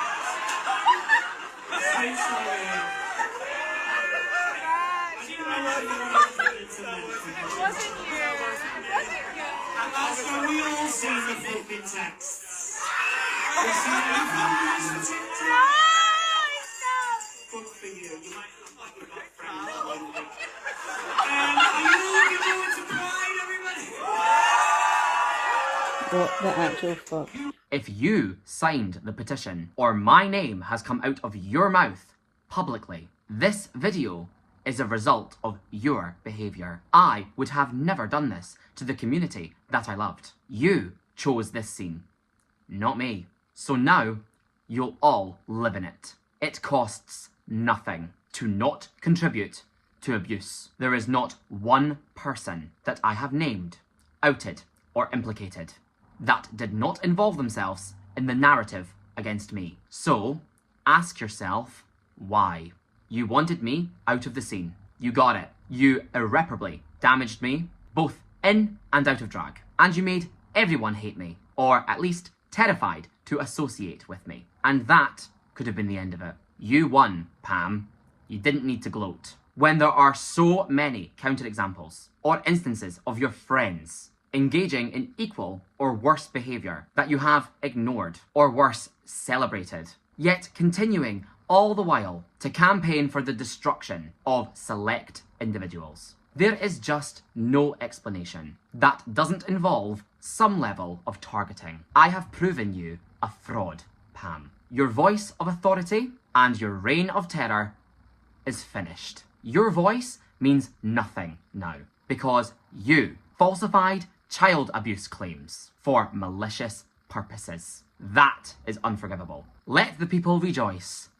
It's done. Because this was no revolution. This was no overthrowing the system. This was targeted, narcissistic, and honestly homophobic abuse that you manipulated the community into sanctioning. That is why so many people have dropped off from your side, Pam. They realise that something isn't adding up and that the community went through all of this trauma for nothing because the shows that we stepped down from are now less diverse. There are less opportunities overall. I am still doing drag full time and all of you are fucking miserable, living under Pam's surveillance panopticon of distrust. Who's getting exposed next? All of you. By me, it seems. You can exhale now, and trauma is the word for it, by the way.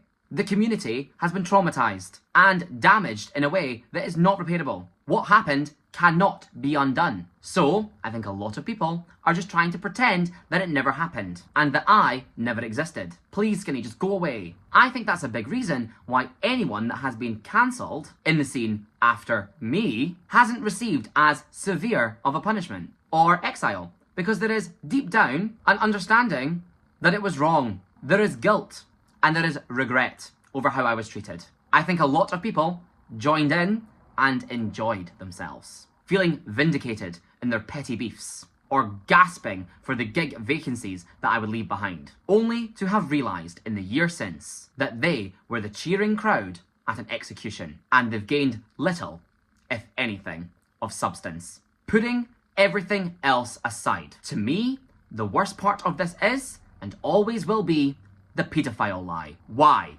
Literally, why do you want a child to have been abused so badly? To sit and pray that poor fucking Cherry has been groomed and molested and abused just because you hate me so much. You would wish that on an innocent child just to ensure my demise. Some fucking activist you are. Some fucking community leader you've turned out to be. How are you going to explain this to your mother? You are going to hell, Eliza. I guess I'll see you there. But somehow, you're actually not the real villain here. Sadly, you are as much a victim of abuse as you are a perpetrator of it. Because you have been manipulated, Pam. And I don't even know if you're aware of that. You have been knowingly lied to, fed selective information, and set upon people like an attack dog by someone who is too cowardly and too calculated to ever pull the trigger herself. I don't know how deeply she has brainwashed you, but I hope when you finally see the cold, hard evidence of her lies, it may finally click for you exactly how you have been used and what she's done to you, and that all the mental turmoil that you've experienced and the dehumanized symbol that you have become within the scene is all built on a lie. She has completely destroyed and traumatized us both. Truly, she is our abuser. If and when you do realize this, Pam, I will be there for you with open arms. Because the truth is that I forgive you, and I really mean that. You did this because you thought you were doing the right thing. You thought you were standing up for your friend. And you believe that I am someone that I am not. So, when you see the truth, I am here for you, and we will move forward together. Because it wasn't about racism. It wasn't about ableism. It wasn't about diversity on lineups. It wasn't about sexual misconduct. It wasn't about safeguarding children. It wasn't about legal threats. It wasn't even about wealth. These were all just your weapons of choice. So, what was this really all about? Why did you do all of this to me? It's time to talk about DJ Melted, formerly known as Havana Meltdown, also known as Lucy Jane Grant.